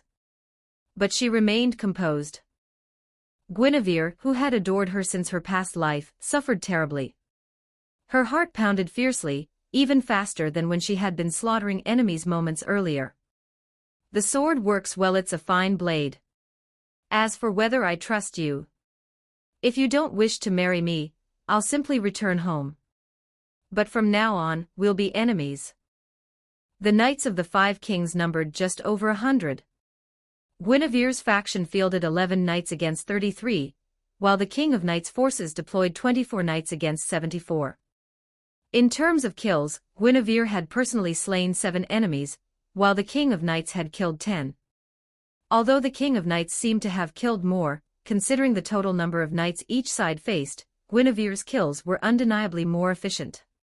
Moreover, the fake Excalibur in Guinevere's hand now glowed with a satisfied radiance, having absorbed a significant surge of magical energy. Based solely on this battle and the power Guinevere's side had demonstrated, the King of Knights would not abandon the marriage agreement so easily. Let's go back to Camelot City. The King of Knights spoke these words in a calm tone, her helmet still in place. But as she turned her horse to leave, she stopped after only 2 steps, her hand firmly gripping the reins as Guinevere remained motionless. She continued, "Their territories, do you still wish to handle them yourself?" "No, this place is too close to Camelot City." "Of course you should handle it. Besides, soon I will be yours entirely, and it would be pointless to argue over such trivial matters." I simply wanted to know how you would manage it. K. Following the Queen's precedent, relocate the kingless family to Camelot City. Then ask if anyone wishes to be enfeoffed within the territories of the 5 kings. However, Guinevere, I must make one thing clear. I will not initiate attacks against the kings. I will not accept the proposal you made in your letter. After our marriage, I will not permit you to engage in such actions again. This is my final indulgence towards you. The King of Knights' words ended there, leaving both Guinevere and the knights under her command relatively satisfied. Guinevere heard will not initiate attacks, while the King of Knights heard this ends here. But these knights didn't realize could Guinevere possibly be unaware. Until the King of Knights' story reaches its conclusion, the kings who have nominally submitted will never truly be compliant, and the kingdom of the King of Knights will rarely know a single year of peace. You are my king. In matters of great importance, your word is law. In this battle, 3 of my knights fell. After our marriage, they will also be your knights. Therefore, you shall provide the compensation for my fallen knights. From the newly conquered territories of the 5 kings, you should also allocate 1 king's territory to your new knights. Guinevere urged her horse forward, continuing to ride alongside the King of Knights. While negotiating benefits for her subordinates, she also openly admired the king. But Guinevere lacked X-ray vision. She couldn't see through the King of Knights' blood-stained lion-shaped helmet to discern her expression. You've been staring at me. What are you trying to see? I'm naturally trying to see whether the king I'll accompany for life is smiling right now. Under the influence of magic, the pain in Guinevere's left arm gradually subsided. The knights from both sides began chatting among themselves, having acknowledged each other's strength after the battle and already planning a sparring session. After Guinevere's bold teasing, the King of Knights likely flushed red. Guinevere heard her struggling to regulate her breathing before she turned to her companion knights and commanded, "Foster brother, Lancelot, leave the cleanup here to you. I'll take Guinevere and the others back to Camelot first." "Yes, your majesty." Kay, the King of Knights' foster brother, responded promptly to her command. However, the other knight, clad in a purple helmet and full-body armor, remained silent, failing to acknowledge the king's order. "Lancelot." For the first time, a rare note of questioning crept into the King of Knights' usually serene voice. Prompted a second time, and nudged gently on the shoulder by Kay, the distracted knight finally snapped out of his daze. In a state of deep unease and panic, he stammered an apology to the king. "Lancelot, what were you looking at?" Moments earlier, Lancelot had been staring in the King of Knights' direction, but his gaze had drifted past her, lingering instead on Guinevere's bewitching smile. His heart pounded uncontrollably, and Lancelot wondered if he had been bewitched. He knew Guinevere was to become the wife of his liege lord, yet he had found himself utterly captivated by her beauty. He knew this was wrong, terribly wrong. He was grateful he wore a full-face helmet, which allowed him to retain some semblance of dignity, hiding his entranced expression from the others. To prevent further embarrassment for everyone, he decided to bear the discomfort himself and offer a small, well-intentioned lie. "Your Majesty, you know my eyesight isn't the best. I can barely recognize some of my colleagues when they change armor. So, I was trying to firmly imprint Queen Guinevere's appearance in my mind, lest I mistake her for someone else later." "Is that so? You were just looking at Guinevere. Then look as much as you need to. Make sure you remember her well." The King of Knights' voice remained calm, showing she genuinely didn't detect anything amiss. Guinevere's entourage, including Tristan, though finding the explanation impolite, cast resentful glances at Lancelot. However, since the King of Knights didn't object and their princess remained silent for the moment, they dared not overstep their bounds. "Tristan, take 10 knights and stay here to assist Sir Kay and Sir Lancelot. Remember to give Sir Lancelot a proper beating. I don't like the way he looks at things." The strings of Tristan's harp vibrated, and his eyelids twitched as if about to open. He was taken aback by Guinevere's directness, her malice toward Lancelot utterly undisguised. Yet Lancelot bore Tristan's animosity with ease. He merely bowed deeply to Guinevere, daring neither to look at her again nor wishing to. A nascent self-hatred began to stir in his heart. Chapter 11, Let's Make a Promise, Artoria 1378 words. Guinevere, don't you like Lancelot? He's the most virtuous knight under my command. The King of Knights and Guinevere rode ahead on horseback, while the accompanying knights tactfully trailed behind. Your Majesty, Guinevere said, if you truly consider me your wife, you must never allow other men to stare at me again. Not only would it anger me, but it would also undermine your authority as king.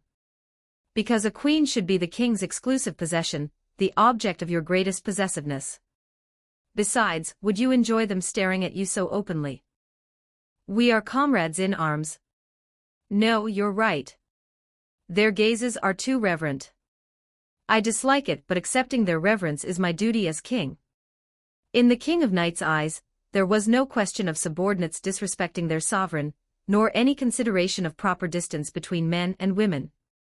After deliberately changing the subject only to receive this answer from the King of Knights, Guinevere felt like she was throwing a seductive glance at a blind man.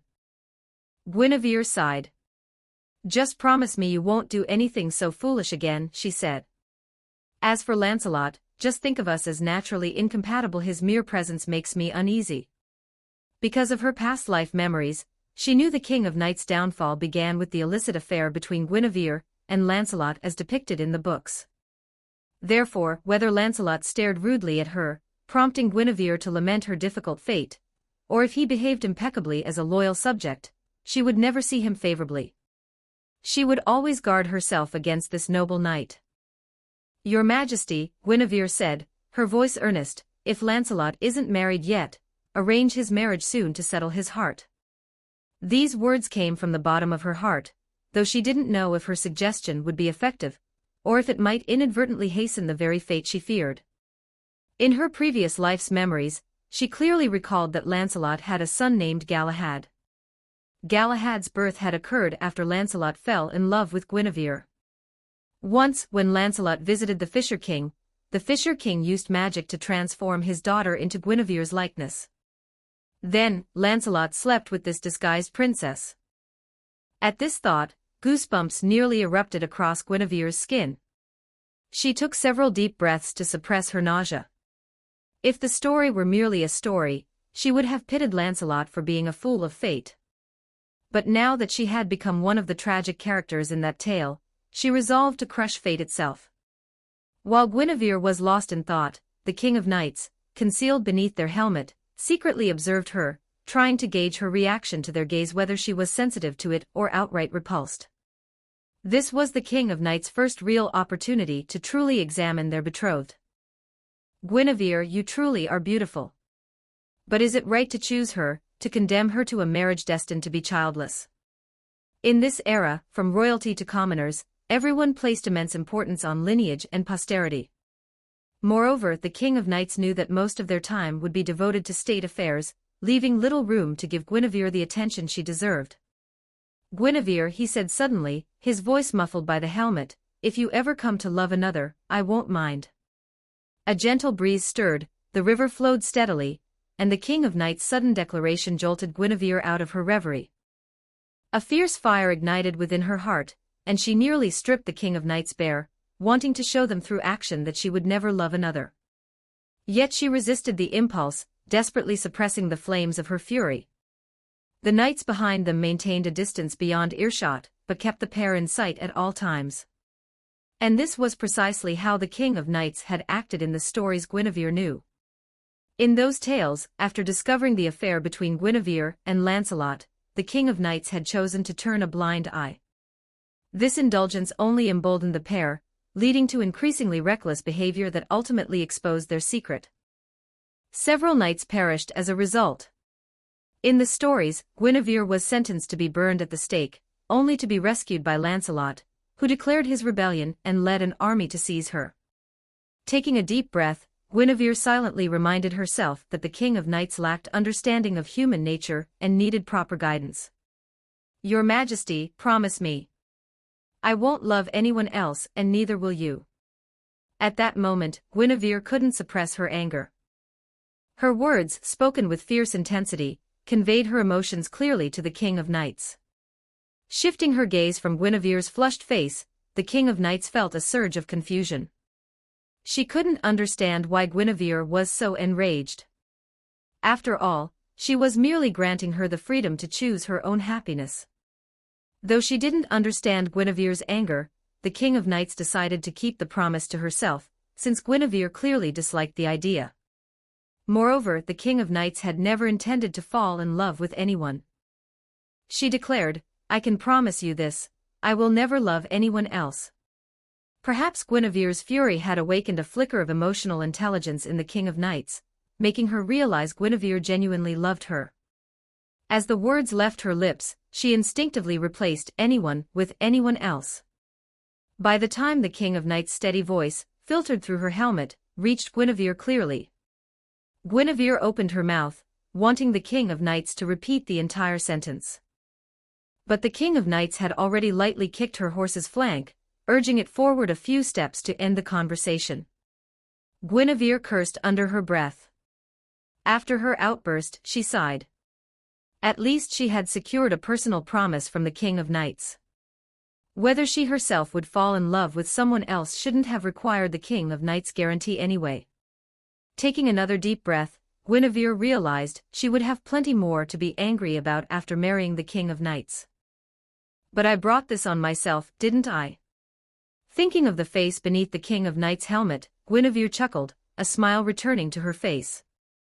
If they weren't betrothed, her boldness might seem brazen. But since their marriage was inevitable, she considered it playful banter between partners. She urged her horse forward, riding alongside the King of Knights, and changed the subject. "King of Knights, you know my name Guinevere L-.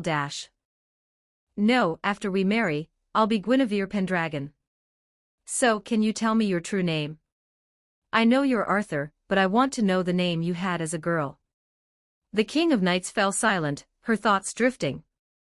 Ever since drawing the sword in the stone, she had never used the name Guinevere longed to hear. Artoria Pendragon. Hearing this, Guinevere couldn't resist pumping her fist in the air, her smile genuine and radiant. She urged her horse forward, reaching out to remove the King of Knights' helmet, but Artoria flinched back, slightly flustered. "Leah, can I call you Leah, just when we're alone together? Haven't you been calling me that already?"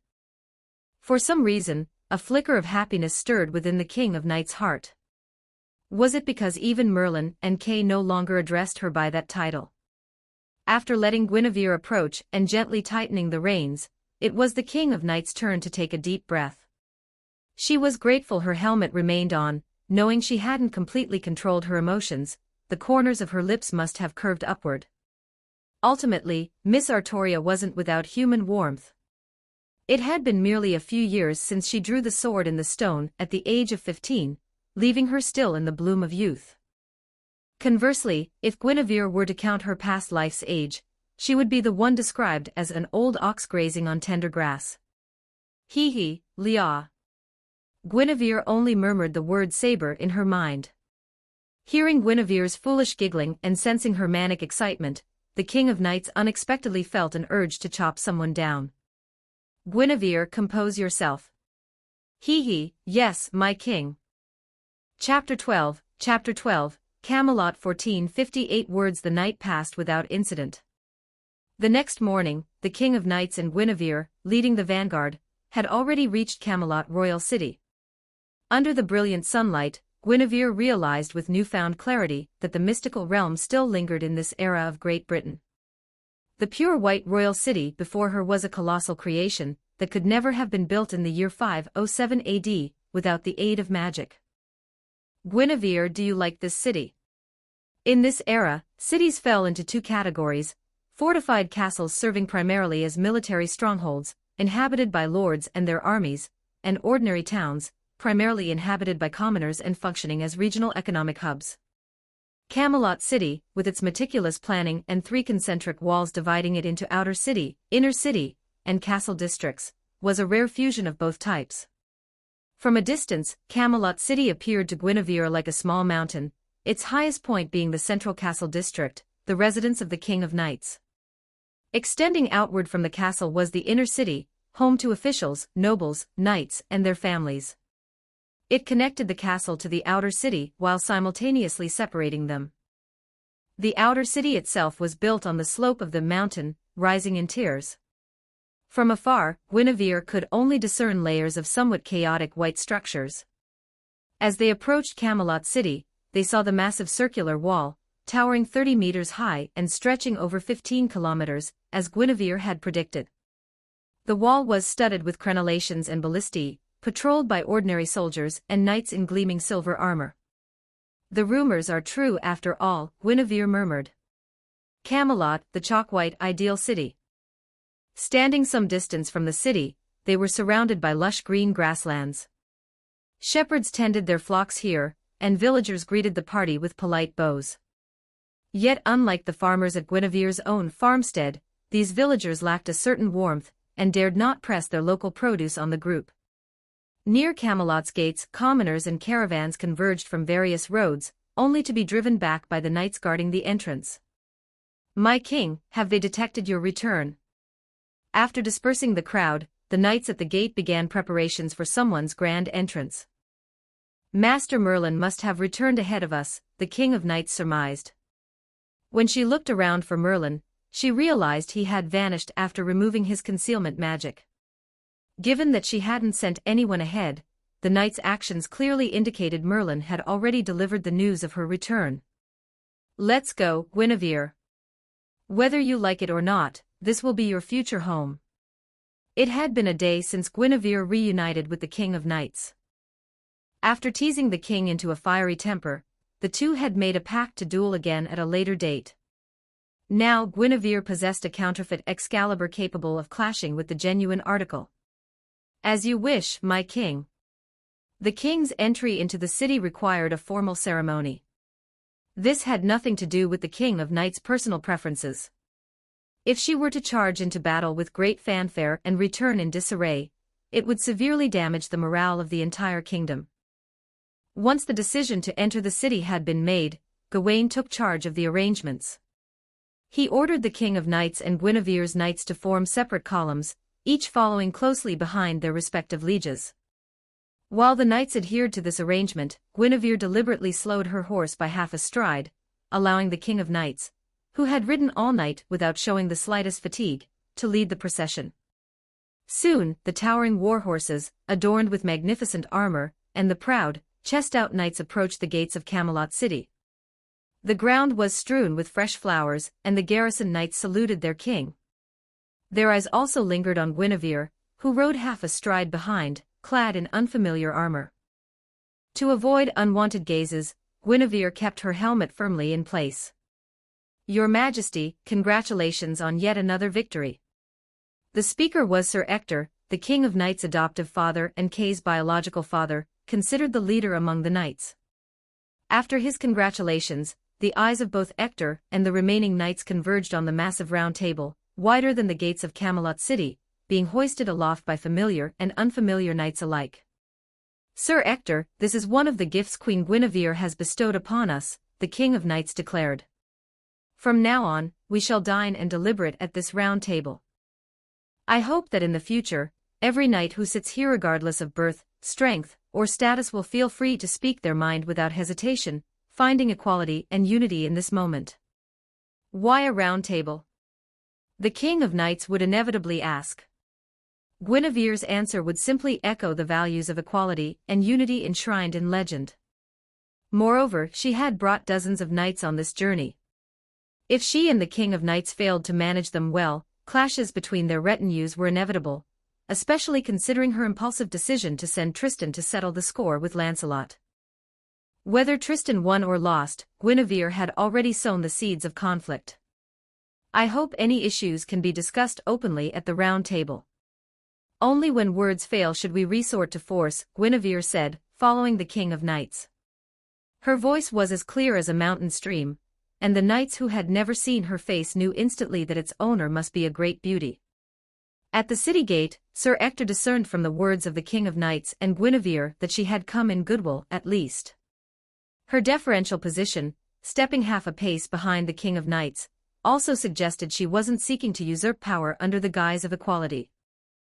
Yet Ector couldn't be blamed for his suspicions. As the King of Knights' foster father, he knew the truth: the king was actually a woman.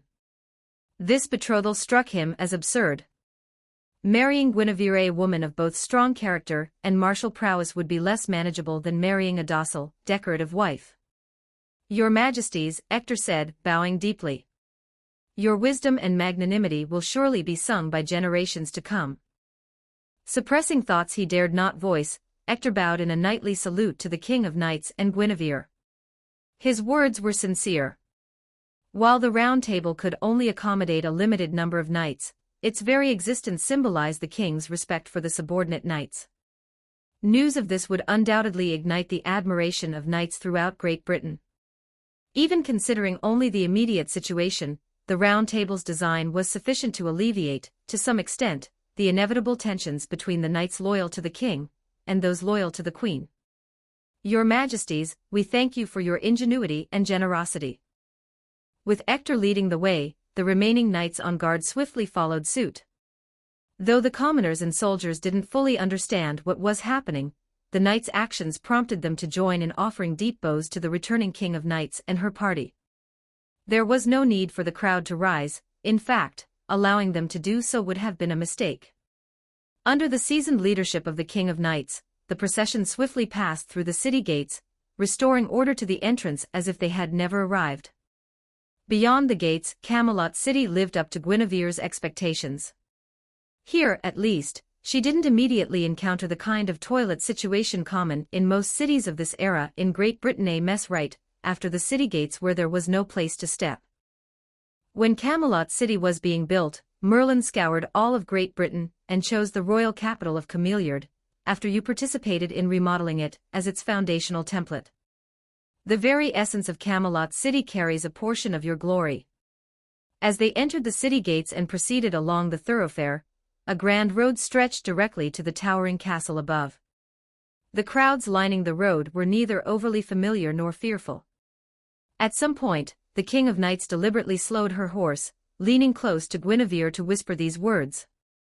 Guinevere had long admired the King of Knights, and the King of Knights had also been curious about Guinevere for just as long. Otherwise, why would she have personally led troops to aid King Leodegrin's war at Merlin's urging? Across all of Great Britain, only a handful of women had ever caught the King of Knights' eye.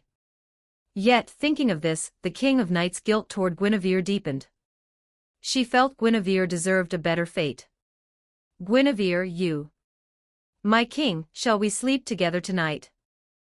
Chapter 13, Morgan Le Fay. 1143 words were not sleeping together. Since entering the city, Guinevere had seen nothing but splendor and prosperity. Though the commoners were fearful, their faces were plump and their bodies showed they were well fed. After passing through the outer and inner city walls, they reached the castle, the residence of the King of Knights. Yet the King of Knights immediately headed to her study. She had urgent state affairs to attend to and needed to regain her composure after Guinevere's relentless advances. "Or should I address you as Your Highness, Guinevere?" "Either will do." "No, let's stick with Your Highness for now.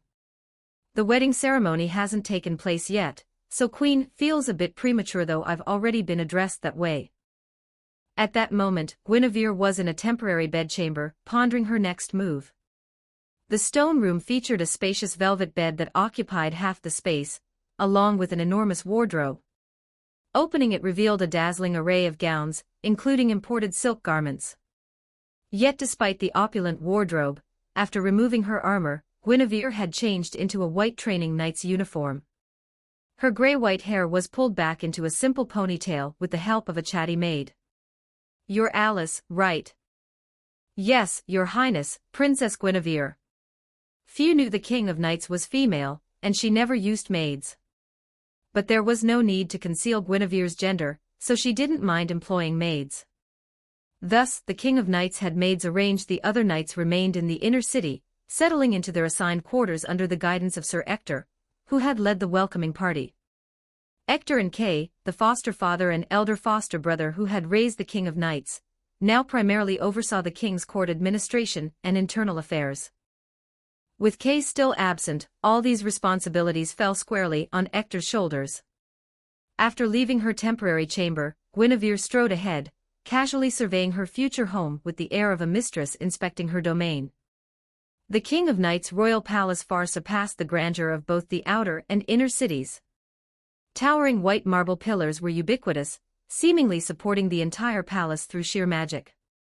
Moreover, the magnificent stone-built palace was extraordinarily spacious throughout, filled with designs Guinevere had only ever seen in video games from her past life. In short, the palace's architecture was impossibly magical, defying the limits of its materials and logic. Alice, what should I do? I'm starting to feel like a true country bumpkin after all. Guinevere hadn't excelled academically in her previous life, and after completing her basic education in this life, she had primarily taught others in subsequent cultural studies. Yet, as she toured the palace, her mental repertoire of praises was nearly exhausted. Despite her admiration, Guinevere couldn't help but find a flaw in the sprawling castle. It was excessively large, more suited to being a temple for deities than a dwelling for humans. This thought sparked unease in Guinevere's heart. She recalled the holy lance used by the King of Knights during the War of the Five Kings. As far as she knew, prolonged use of the lance would inevitably lead to divine corruption, causing the wielder to become increasingly godlike. With this realization, Guinevere feared that the future King of Knights she remembered might grow even more detached from human sentiment. Perhaps the kingdom's decline wasn't solely due to political decay, but also stemmed from the Holy Lance's excessive use. Your Highness, Princess Guinevere, are you listening? Lady Morgan. Lady Morgan Le Fay sends her greetings. Guinevere had been lost in thought, yet she trusted her senses implicitly. However, the cool-faced, veiled woman who had breached her awareness and materialized before her without her noticing left Guinevere deeply startled upon snapping back to reality. Greetings, Lady Morgan. Morgan Le Fay, a supremely powerful sorceress in the Fate universe, daughter of the late King Uther, elder sister of the King of Knights, the most legitimate heir to the throne of Great Britain, and the Fairy of the Lake Vivian. However, the version of Morgan's origins that Guinevere had heard in this world aligned more closely with Le Morte d'Arthur.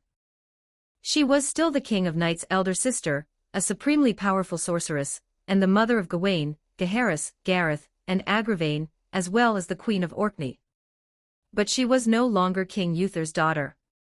Instead, she was the child of the Duchess and the Duke, conceived before Uther stole the Duchess away and forced her to bear the King of Knights. The King of Knights and Morgan Le Fay were no longer full siblings, but half-sisters sharing the same mother but different fathers. This arrangement alone allowed Uther to marry Morgan off to another feudal lord before marrying the Duchess himself. It also enabled Morgan to give birth to Sir Gawain, who was roughly the same age as the King of Knights and currently served under her banner. Regardless of her father's identity, Morgan's complex feelings toward the King of Knights remained unchanged. She loathed this cursed child, who had caused her father's death, and her mother's remarriage, forcing her into a political marriage. Yet she also loved her half-sister, lamenting that they were both mere puppets of fate.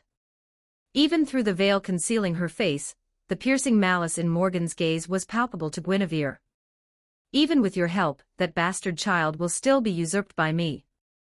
I will become the new King of Great Britain. Morgan's voice was strikingly different from the King of Knights' mature and...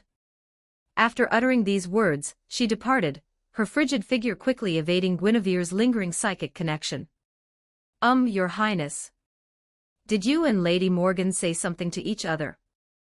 Guinevere frowned, her attention drawn to the present by her maid Alice's timid voice. Alice clearly hadn't overheard Morgan's earlier remarks. Nothing much, Guinevere replied. She said she wanted me to tie her up and spank her. I refused. Your Highness, please refrain from such jokes. If Sir Gawain were to hear you, he would demand a duel to defend his mother's honor, even if you are destined to become queen. TCH, is that so? Well, let Sir Gawain come for me then. Since I've come to Camelot City, I was planning to challenge each of the knights here one by one anyway. Besides, Lady Morgan provoked me first. If Sir Gawain confronts me, I'll have plenty to say. Despite Guinevere's confident words, Morgan's sudden appearance had stirred an unprecedented unease within her heart, leaving her with no appetite to continue her tour of the royal palace. "Alice, where's the training ground? Take me there." Morgan had made Guinevere acutely aware of her own inadequacy. She couldn't afford to slack off any longer, she needed to seize every spare moment to grow stronger. Chapter 14. A smile from the King of Knights. 1202 words. Bedivere, you can do better than that. At the royal palace's training ground, Guinevere arrived just as other knights were in the midst of their drills. Under the sunlight, she immediately spotted the young knight, his features refined, his build lean, possessing a striking androgynous beauty that left her momentarily spellbound. What set this knight apart was his missing right arm. His right sleeve hung empty and still. As she approached, the knights first offered her their respects. Then Bedivere swiftly stepped forward to introduce himself.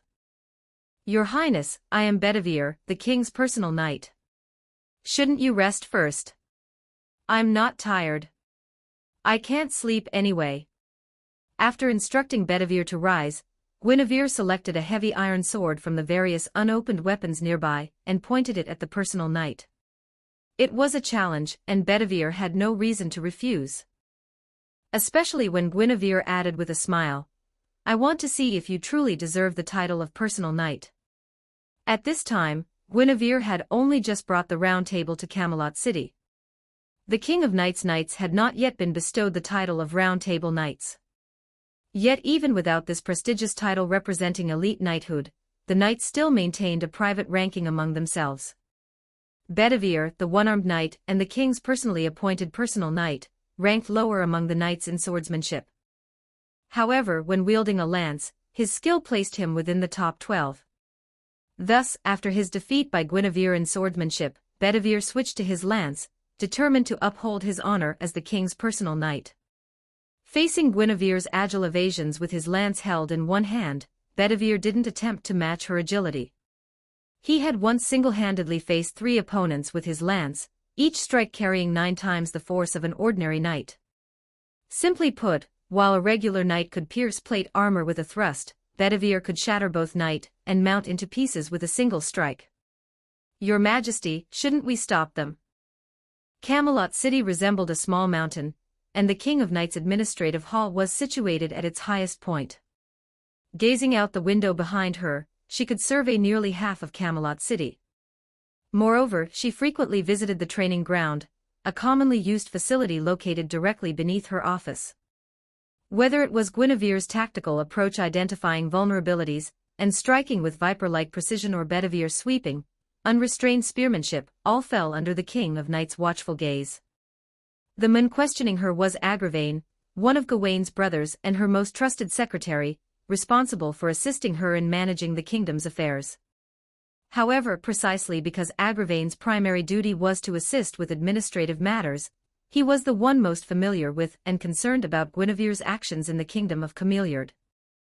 For instance, when Guinevere implemented policies to promote agriculture and sericulture, reduce taxes and labor burdens, and prioritize infrastructure like transportation and irrigation, Agravain would first obtain detailed reports on her methods, then modify them based on the specific circumstances of the Kingdom of Camelot, and finally submit the revised plans to the King of Knights for approval and implementation. Sir Agravain, if you're truly curious about her, why not speak with her directly? Haven't you long harbored questions you wish to ask her in person? Having changed out of her armor, she now wore a heavy, dark blue brocade robe, paired with an even thicker matching cloak. Her small face struggled to maintain an expressionless facade of regal dignity. She had drawn the sword in the stone far too early. If she didn't deliberately maintain her regal demeanor, people would treat her like a naive young girl, easily manipulated, and in need of constant protection. "Your Majesty," Agravain began, "there's no need to rush your consultation with Princess Guinevere. However, in my humble opinion, you shouldn't linger here, attending to these endless trivial matters. You should be at Princess Guinevere's side, nurturing your bond with her. Whether from her personal perspective or considering the influence behind her, you shouldn't have rushed straight here after bringing her to the palace, neglecting her entirely. To those with ulterior motives, this neglect could be interpreted as a rift between you and Princess Guinevere, providing them with ammunition for their schemes. Agravain was younger than Gawain, but he carried himself with a more mature air. His once handsome face, now perpetually shadowed by worry from handling too many state affairs and bearing too many inner burdens, retained an air of grim seriousness. Moreover, the black-haired knight favored wearing pitch-black full-body armor, which made him not only somber and mature but also the most feared among the knights by the common folk. But he wasn't just mature in appearance, his mind was equally seasoned. The King of Knights heeded his counsel, though she still felt Guinevere was being overly eager, leaving her unsure how to respond to such forward affection. Guinevere! Guinevere! Guinevere! As Agravain concluded his persuasion, the King of Knights nodded in agreement, and cheers of Guinevere erupted from the training ground and carried to their location. After dozens of exchanges, Guinevere finally exploited Bedivere's weakness. She severed his spear with a decisive frontal strike, and pressed her sword against his neck. "Your Majesty, are you?" Thanks to the power of magic, the glass in the royal palace was exceptionally clear. This allowed the King of Knights to see plainly that Guinevere could have won much sooner. Guinevere excelled at exploiting vulnerabilities, and Bedivere's missing arm presented a more glaring weakness than any other knight's. In other words, if Guinevere had focused her attacks on Bedivere's missing right arm, she could have won long ago. Instead, she waited for him to expose a frontal opening, defeating him with a straightforward, honorable strike. Agravain, I think. I'm smiling, aren't I? With her back to Agravain, the King of Knights' reflection gazed back from the glass. Studying her own image, she couldn't deny Agravain's question. Hearing this confirmation, Agravain, his face still clouded with gloom, forced a grim smile. He was genuinely pleased for his king, believing that if Guinevere could make her smile, then his monarch had chosen wisely. Mother, when will you let go of your hatred? If supporting the King of Knights brings prosperity to the kingdom, what harm is there? These thoughts, known only to Agravain, churned within him. While his siblings, including Gawain, wholeheartedly pledged their loyalty to the King of Knights, Agravain had arrived with Morgan's mission, to undermine Camelot and assassinate the king. Yet he too had come to recognize the king's worth, and had chosen to serve her. Your Majesty, Agravain said, kneeling on one knee in the most solemn knightly salute, his request undoubtedly a formal counsel. Might your wedding to Princess Guinevere be made even grander? As Agravain offered his counsel, the King of Knights' gaze remained fixed on the training ground. She watched Guinevere smile warmly at Bedivere, patiently explaining how to minimize his vulnerabilities. Before long, the training session evolved from Guinevere's one-sided instruction to a more balanced exchange between the two. Reflected in the magic-crafted glass window, the King of Knights' smile deepened. Sir Agravain, your request is granted. Chapter 15, Prenuptial Education from Royal Sister Morgan. 1460 words. For nearly a month afterward, the celebratory atmosphere in Camelot City grew increasingly fervent. Guests from across the land nearly filled every inn and lodging in the city. Besides her daily training, Guinevere was also compelled to undergo bridal refinement under the tutelage of experts. So why are you the one teaching me? Guinevere asked. Just as on their first encounter, Morgan was dressed in strikingly revealing attire, a semi-transparent black gown that barely concealed her adorable navel. Despite being the mother of several children, Morgan's skin remained smooth and flawless, as if her aging had ceased altogether. Guinevere, Morgan replied, I am King Arthur's sister. Who could be more qualified to instruct the new bride of my royal brother? Very well, you are indeed the most qualified. But don't you think what you're trying to teach is a bit excessive? At that moment, the two were in Guinevere's temporary chambers. All the other maids had been dismissed. Guinevere sat on the bed, while Morgan stood before her. Just moments earlier, Morgan had tossed Guinevere a small illustrated book, and a piece of jade carved into an unspeakable shape. But when Guinevere caught the new jade, she showed neither the bewilderment Morgan had expected nor the discomfort of holding a hot potato. Instead, with a slight squeeze, she shattered the pristine jade into hundreds of tiny pieces that scattered across the floor. Speaking of which, Guinevere asked, you know the king is a girl, yet you haven't revealed this. Morgan showed no reaction. She still wore her veil, but her malice remained undisguised. Guinevere, if the knights won't accept a queen, why would I bother seizing the throne from her? And if they do accept a queen, why would I risk open conflict with such crude methods? Guinevere, you shouldn't be so foolish. Morgan's voice dripped with mockery. With a flick of her hand, the shattered jade pieces reassembled themselves, flying back into her palm. Are you planning to take it back for your own use? Morgan had hoped to awe Guinevere with her magic, to make her respect it, but she failed. Her demonstration of magical power only provoked Guinevere's mocking retort. Beneath her veil, Morgan's face stiffened abruptly. Without thinking, she hurled the jade at Guinevere, who shattered it even more completely. It seems you truly have no need of my guidance, Morgan said coldly. The atmosphere froze, as if swords were about to be drawn. Morgan remained still because she still wanted to witness the spectacle of the two girls' wedding. Guinevere remained still because this woman was still the king's sister. However, one couldn't blame the king of knights for favoring and indulging her. After all, besides their sisterly bond, Morgan had given birth to a host of exceptional knights, including Gawain and Agravain. Out of respect for these knights alone, the king of knights had no choice but to show favoritism and indulgence. Though Guinevere harbored no murderous intent, her desire to test Morgan's limits persisted. Just as Morgan turned to leave, Guinevere, clad in her magnificent gown, suddenly sprang from the bed and lunged at her. Morgan's passive-activated magical artifact momentarily restrained her. In the room, Guinevere remained frozen in her hand-dagger strike pose.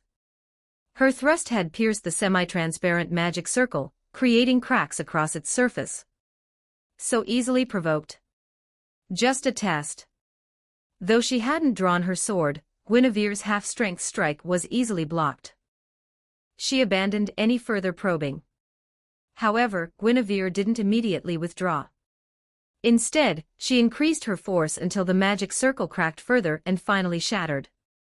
Beneath her veil, Morgan's expression remained unreadable, and she made no further moves. Guinevere truly harbored no murderous intent. After shattering the magic circle with her increased force, Guinevere sat back on the bed, as if the attempted assassination had been a mere illusion. She smiled and continued in a mocking tone, Sister Morgan, let's end this trivial matter here. Just days ago, you came to me to declare your ambition to usurp the throne, and now you come to provoke me. Don't you think you're acting too willfully? Sister Morgan, can you be honest and tell me what you truly seek from me? You're not just acting on a whim or going mad, are you? What was Morgan's motive for seeking out Guinevere? She merely wanted to observe the new bride. Her declaration of ambition had been a casual threat, nothing more. As for her offer to guide Guinevere in her bridal preparations, it was genuine. Morgan was the most qualified. And the jade ornament wasn't a deliberate provocation, it was merely part of the teaching materials prepared by her subordinates. Looking back now, Morgan realized that giving Guinevere a girl she knew was marrying a girl a gift like that had indeed been a provocation. Guinevere had accused her of acting on whims, driven purely by madness.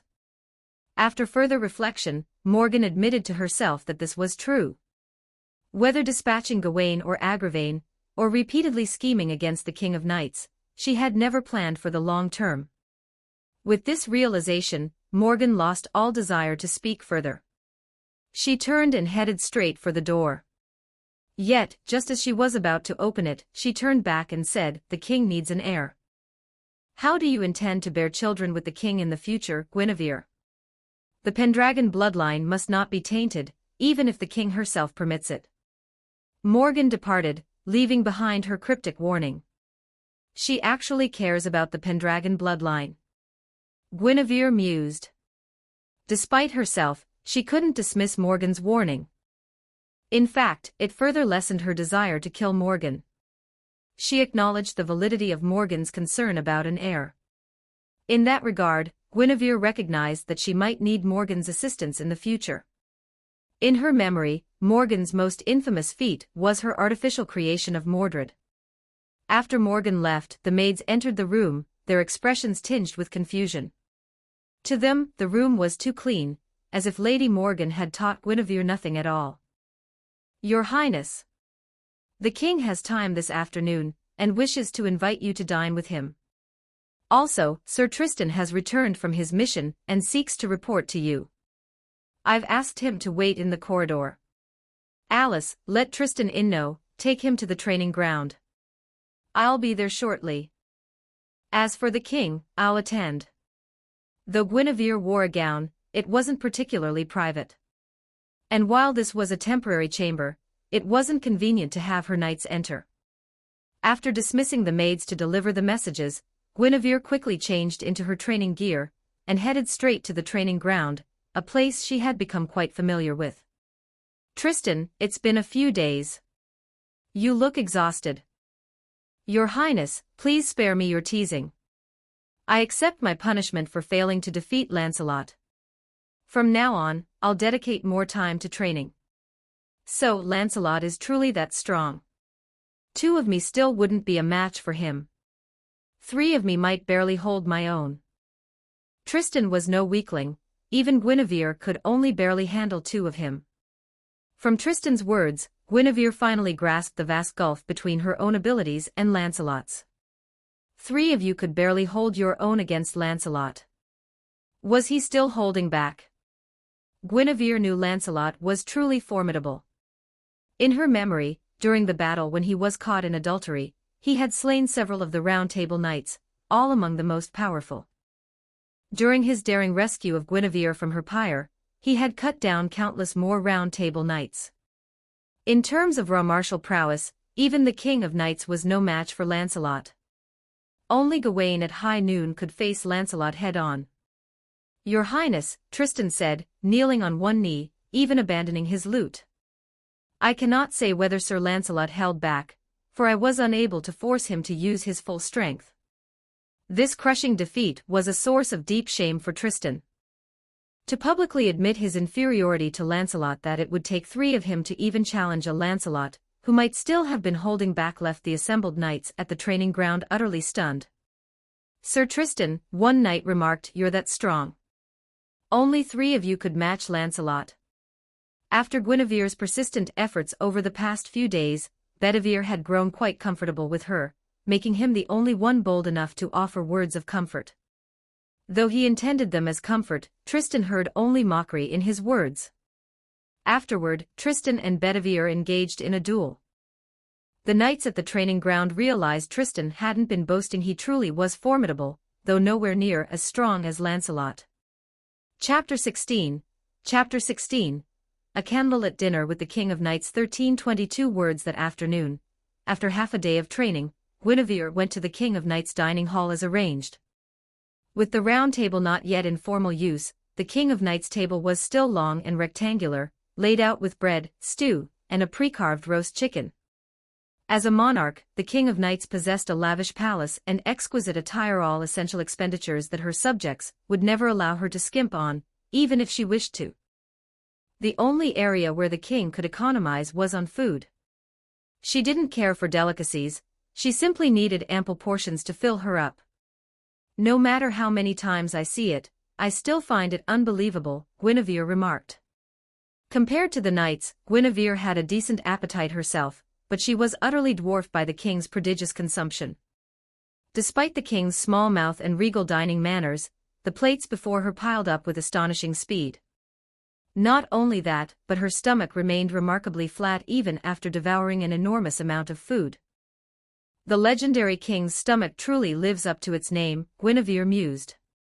At the long dining table, the King of Knights and Guinevere sat opposite each other, close enough that Guinevere could reach across and brush a stray crumb of bread from the king's lips. And so Guinevere did just that, gently placing the crumb into her own mouth and deliberately licking her fingertip with feigned lingering satisfaction. "Lia, if you want to hit me, you don't have to hold back," Guinevere teased. The serving maids had left after setting out the food and lighting the candles, leaving the King of Knights and Guinevere alone together. The King of Knights' decision to arrange this private dinner had, of course, been Agravain's suggestion. However, Agravain had been even busier lately, and hadn't found time for a proper meeting with Guinevere. He remained unaware that the King of Knights didn't need to grind Guinevere's favor at all. Her affection for the king had been at max level since her previous life. Having witnessed it firsthand in this life, Guinevere's affection remained at maximum, showing no signs of diminishing. Guinevere, I heard my sister visited you. If she upset you, I apologize on her behalf. Artoria wasn't bothered by her teasing, nor was she embarrassed by her remark about her eating crumbs. What truly concerned her was whether Guinevere and Morgan were getting along. Guinevere's smile faltered. She cherished these rare moments of solitude, and had no desire to hear anyone else's name. Lia, it feels like just yesterday, and now we're really getting married. Yes, only 3 days until the ceremony. The King of Knights brushed aside Guinevere's change of subject, and Guinevere similarly ignored the king's attempt to steer the conversation. As they sat silently watching the candlelight flicker in the twilight, Guinevere suddenly burst into a giggle. I'm sorry, she said, I've been a bit too eager to make you like me. Guinevere had indeed grown impatient, even knowing full well that the King of Knights was as dense as wood. After laughing and composing herself, Guinevere no longer felt so anxious. At least she could see that the King of Knights also wanted to deepen their relationship. Lia, try this. The King of Knights was dressed in casual men's attire, her hogue standing straight up, unhidden by her crown. When Guinevere speared a piece from the stew and stood up to offer it to the King of Knights' lips, the king's body remained still, but her hogue twitched upward again and again, betraying her inner turmoil. Guinevere, sit down. I can feed myself. Just this one bite. Guinevere agreed, but stubbornly maintained her feeding posture. Seeing the bright smile on Guinevere's face, the King of Knights realized that refusing would only prolong this awkward situation. With a small sigh, she opened her mouth and bit the food off the fork. Chew, chew, swallow slowly. Then, the King of Knights saw Guinevere covering her mouth, staring at her with a silly grin. Lia, you're so adorable. I really want to draw you. The King of Knights was initially puzzled, but the warmth spreading through her earlobes at being called adorable by Guinevere soon clarified her confusion. She chewed on the stew she had just forked into her mouth, watching Guinevere settle down and prop her chin in her hands, staring foolishly as she ate. If this makes Guinevere happy, then perhaps it's not so bad. But the King of Knights possessed the dignity of a monarch. She would no longer accept being fed. Guinevere, don't give me that pitiful look. You said yourself just one bite. Just one more bite, please. You're a knight. Knights must be honest. But before I was a knight, I was a girl. And the cuter the girl, the more likely she is to lie. What kind of ridiculous logic is that? It's from a novel in my homeland. There's no way the kingdom of Cameliard would have novels like that.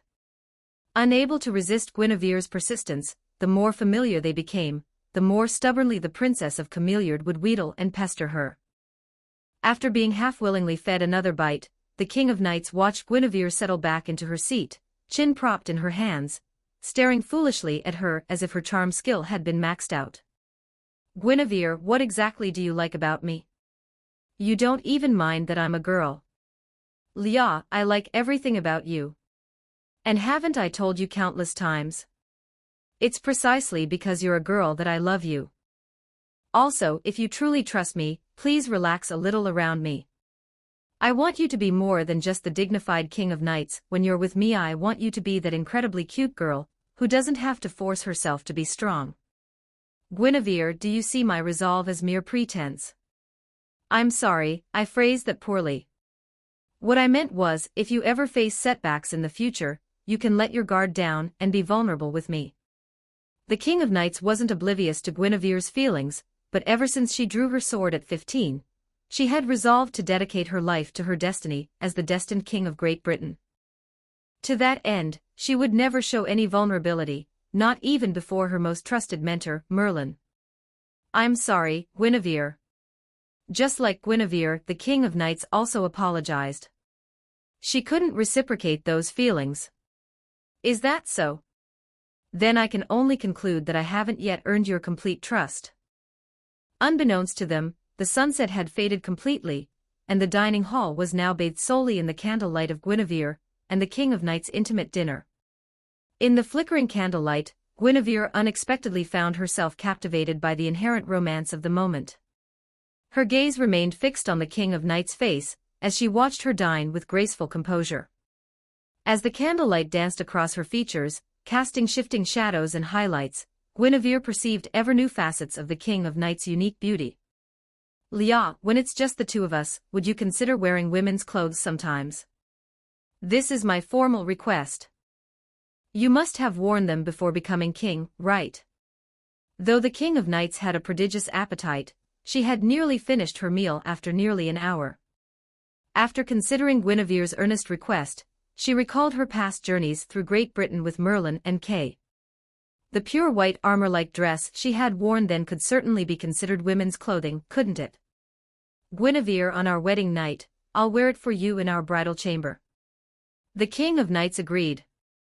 She felt deeply indebted to Guinevere, and if she only had to wear it in front of her, this small request seemed hardly unreasonable. Chapter 17, Guinevere, you're so embarrassing. 1391 words. The King and Queen have announced they'll distribute 10 kilograms of grain to every citizen. The King and Queen have announced a 1-month tax exemption for all free citizens. The King and Queen have announced the establishment of a Knight Academy. All free citizens of the kingdom can apply, and graduates will become noble knights. 3 days later, the wedding of the King of Nights and Guinevere proceeded as planned.